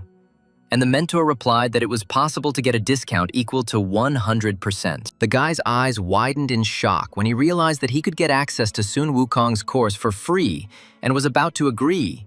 But Mentor slowed down his pressure. Mentor pointed a finger at Roy's forehead and said that of course he couldn't get a discount that easy. And the guy rolled his eyes. Turning back to the Mentor, Roy asked what he needed to do. And the Mentor, again placing his hands on his hips, replied that there was an event going on to support the top students. Roy continued listening, and Mentor said that this event allowed them to help those who scored the highest on the practice exam. And Roy remembered his grades with horror. Realizing that the guy had only managed to get past the first stage in one aspect that time, he was very upset, and Mentor, noticing such a reaction, was surprised. Roy thought that he was now studying with Zhang Sanfeng and Hercules, and had made incredible progress in the Buddha course, and would therefore get more points when he tried again. But the guy got even more upset when he realized that he was nowhere near the title of excellent student. And Mentor corrected himself, saying that he had expressed himself a little incorrectly. Smiling and drawing the boy's attention to himself, the Mentor said that he was talking more about those students who showed a growth trend. And Roy felt hope. The Mentor explained that the discount percentage was literally equal to the percentage of improvement in the practice exam grades, meaning Roy only needed to get 60 points for the full discount. The Mentor summed up that they would be based on past grades, so it wasn't necessary to get a perfect score.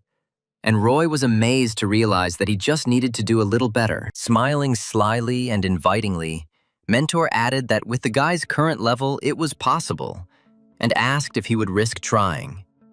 And Roy looked up at him. Joy lit up his face as the boy admitted that he simply had no right to miss such a great chance, and told Mentor that he would definitely take the risk. Deciding to give it a try, Roy headed to the park where he liked to train, acquiring a gilded ingot along the way, which he planned to use to distract the dragon Fafnir. While the guy was remembering how the last time the mighty dragon ran after the ingots that the guy threw like an obedient dog, Mentor was doing something on his phone. When he finished filling something out, Mentor handed the phone to Roy, and the guy noticed that this time, the exam cost a whole million. Calculating that in that case he would only have 21.5 million left, Roy began to consider how much of a minimum discount he should receive. And after a couple of seconds of brainstorming, Roy came to the realization that he had to improve his result by at least 20.3 units. Inspired, Roy pressed the button to pay for the practice exam and watched as the windows on the screen changed one after another, forming tasks and stages for the student. Realizing that in a few seconds he would again meet the monster that had badly mauled him last time,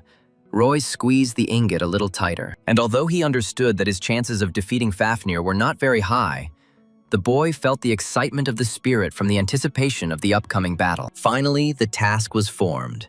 And at the same moment, a monster burst out of the guy's phone, quickly beginning to increase in size. The guy instantly reacted to the appearance of the monster and, handing the phone to Mentor, who hurried to a safe place, began to act. Expecting that this time the formidable dragon would use its mighty flame, Roy immediately threw the ingot, wanting to distract the monster and get a couple of seconds to react. And while he was running, even slightly overtaking the thrown ingot, Roy stuck his hand into Cabesus and snatched the Spear of Longinus from it, intending to enter the battle as soon as possible. Running around the monster, Roy grinned, realizing that the first stage of the planned battle had been successful, and he had probably gotten a couple of seconds to maneuver. But when the boy glanced at the dragon, wanting to make sure that he was distracted, he was amazed that he saw not Fafnir, but another monster, roaring with anger with 7 heads at once. At first, the boy slowed down, looking at the monster with surprise in his eyes and not understanding why it was him in front of him and not Fafnir, for whom he had long been prepared. But a second later, Roy redistributed his thinking priorities and realized that in front of him was not a simple monster, but a real Hydra from the myths about Hercules. Roy even allowed the thought that he was wrong, and it was actually Fafnir, who had gained weight and grown 6 more heads.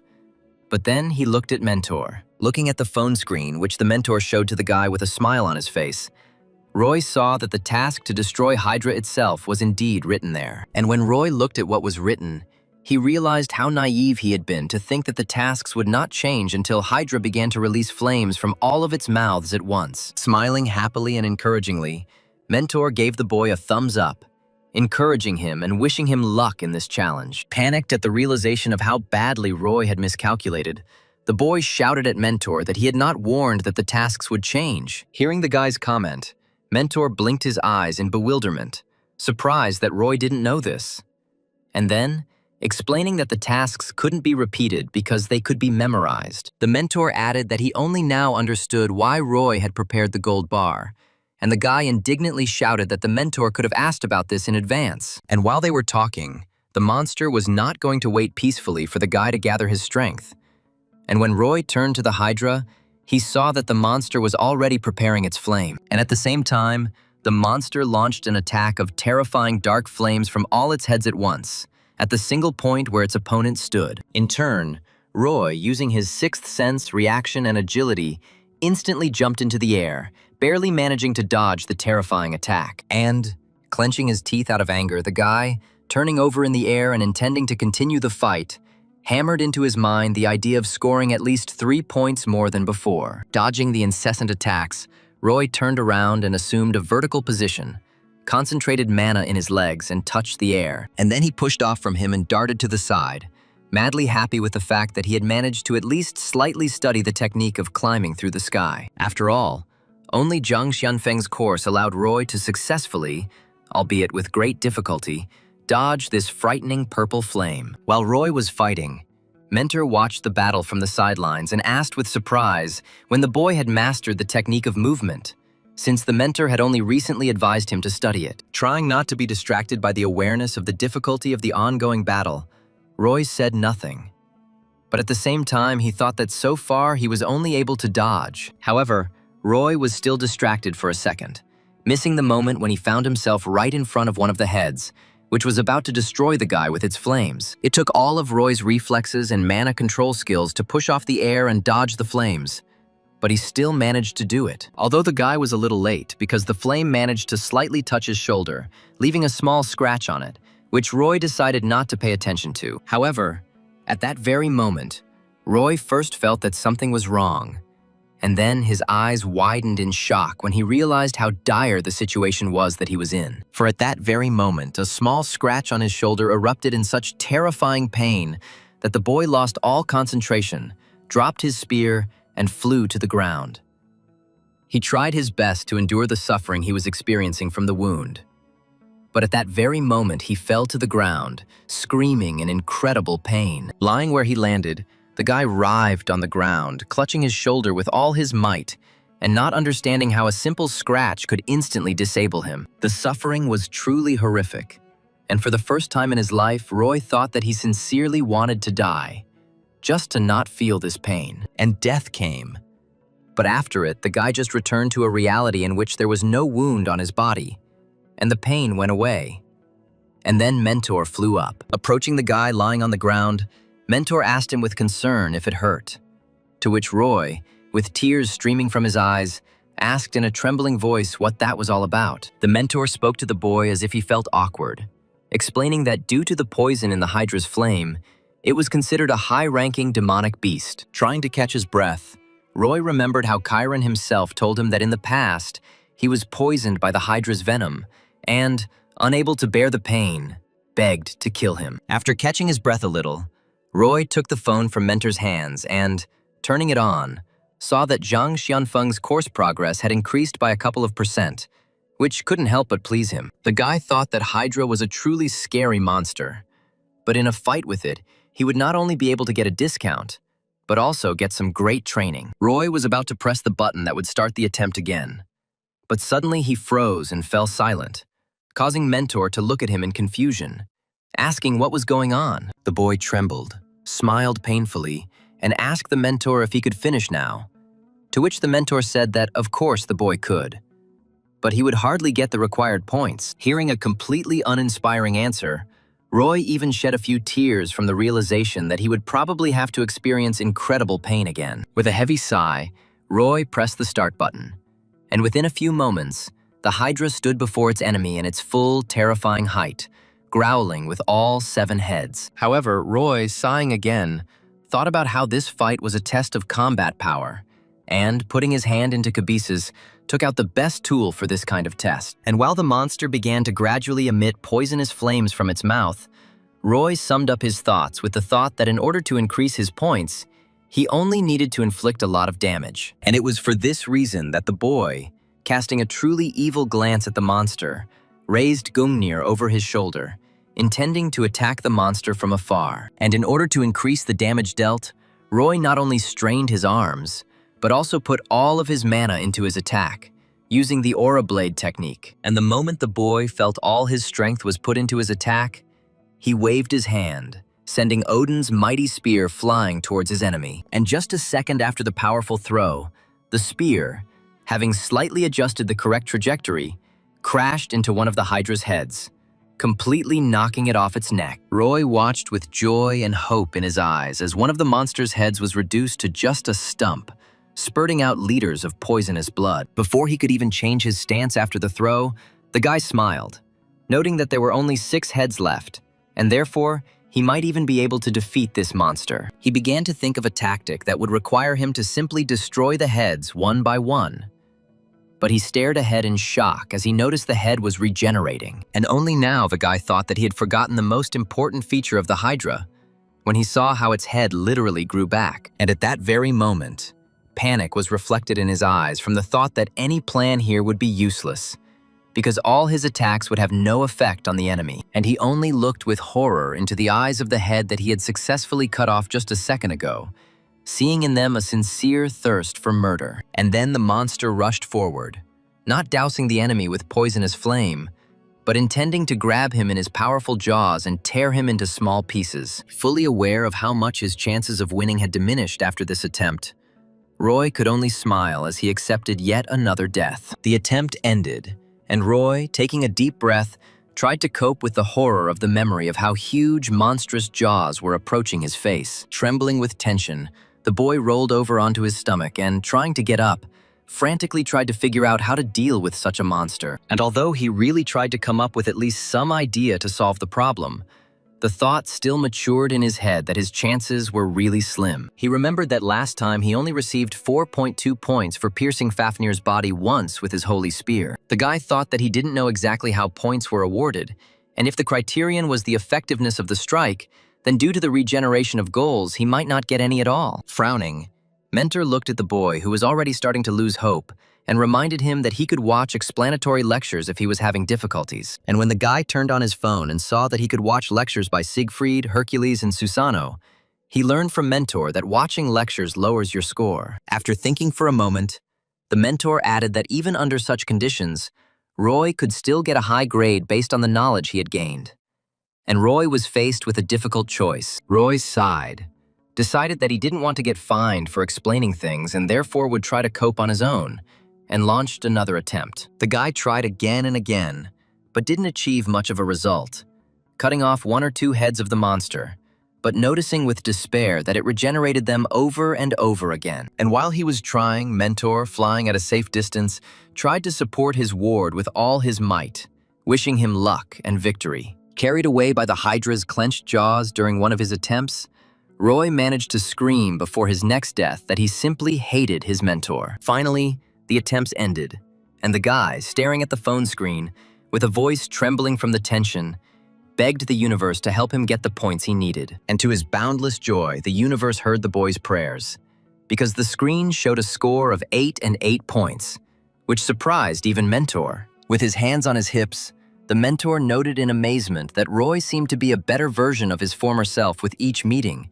and even added that he considered him his best student. The guy managed to get embarrassed, but Mentor interrupted his joy, adding that his speed of progress was, of course, amazing, but his level was simply at rock bottom. The mentor laughed, adding that it was better to tell the truth to someone's face than to curse them behind their back. And Roy, deciding to change the subject, was pleased that he had achieved an even greater promotion. Having been inspired and promising himself that he would definitely try even better, just 9 days later, Roy again experienced the overwhelming despair. The oppression in his mind was so strong that he even fell to his knees, unable to cope with the thought that what had happened to him had actually happened. And while Mentor, flying very close, grinned maliciously, throwing a satisfied glance at the guy, Roy desperately exclaimed that it was all over. And 9 days before that, the guy showed up at the park again, planning to take the endurance test. But he didn't even expect it to be so difficult. The guy had to, instead of embodying Atlas, who was about to leave for the Golden Apple, hold the heavens on his shoulders for a whole hour. For this test, the boy received a bonus of only 2 and 2 points. And 3 days later, he showed up again, getting ready to begin the test of adaptability, where he was met by Argus. Roy had to use his wits to beat the many-eyed giant in a game of staring, but every time he closed one eye, another opened. The boy tried his best until his eyeballs turned red and tears ran down his cheeks, wondering only if Argus really had 100 eyes. Having received only 1 and 9 points, Roy returned 3 days later for the mana test, meeting there with the Archlich, who had to drain the boy's mana for 10 minutes. The monstrous undead lord commanded the boy in a terrifying voice to kneel before the inevitability of defeat and began to absorb the boy's mana. But literally a moment later it ended, and Roy explained to the surprised monster that he had not yet completed the course on mana, and because of this, the guy received a bonus of only 4/10 of a point. And after all these trials, Roy, returning to the training site, stood on his knees in despair, realizing that for 4 stages he had received only 9 and 1 bonus points. Looking up at Mentor, Roy asked if he understood correctly that if he couldn't raise his points to 50%, he wouldn't get a discount at all. The mentor replied with a smile that Roy understood everything correctly, and the boy, pursing his lip in despair, came to the final realization that he was in a terrible situation. And while the guy was raising his phone to his eyes, and Mentor was suggesting that they start today's test as soon as possible, Roy was already regretting that he had spent money on the training exam. However, the guy realized that it was too late to stop, and so he launched the next test and saw the Archlich, already familiar to him, whose requiem he had to listen to for a whole half hour. Seeing who he would have to impress with his song, the Archlich rattled his bones in displeasure, noting that he hoped that the guy would not disappoint him this time. Remembering that the boy had easily passed the first level of the mental power discipline last time, Roy decided to score as many points as possible for this test. And when the boy was ready, the Archlich began to spread his music, which would have driven a simple man to despair. But the monster was surprised this time. The Lord of the Dead, noting before disappearing that he was amazed, was unable to defeat the guy who had recently shown an incredibly insignificant result. The guy was glad that this time the result of this test was no worse than the last one, and he concentrated, preparing for the second level. And if before Roy only had to endure the mind-altering music, this time he had to drive a real demon out of his mind in 1 hour. The monster that had come from the 9th circle of hell itself began to whisper in his mind, claiming that they were now one, and Roy tensed. The demon was about to say that Roy would never get rid of him, but the guy relaxed, calmly patted his ear and literally pushed the monster out of his mind. The guy shrugged when he realized that this test was even too easy for him.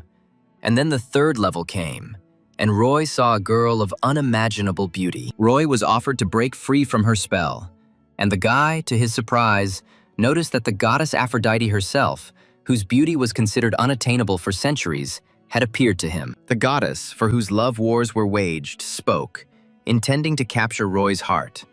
But he only calmly asked if she was cold. The third stage of the discipline was successfully overcome, and Mentor cried out in confusion, wanting to understand how something like this could happen, because Roy was incredibly weak up until this point. Turning to his absolutely stunned mentor, Roy calmly shrugged, noting that he himself did not know how he did it, and adding that all this was simply bearable for him. The next stage began, in which Roy had to endure the screams of the martyrs of the Buddhist hell of Avicii for a full 30 minutes. At that very moment, the suffering souls began to scream, begging the boy for salvation from this hell, or at least for the mercy of murder, so that they would no longer experience this suffering. Other souls, crawling towards him with their last strength, bursting into tears from horror and pain, told the guy that it was he who was to blame for their death and ending up in Avicii. The martyrs clung to him, begging him to take responsibility for what had happened to them and not to leave them to continue to suffer in pain and horror. One of the sinful souls even managed to stand on both of her feet and,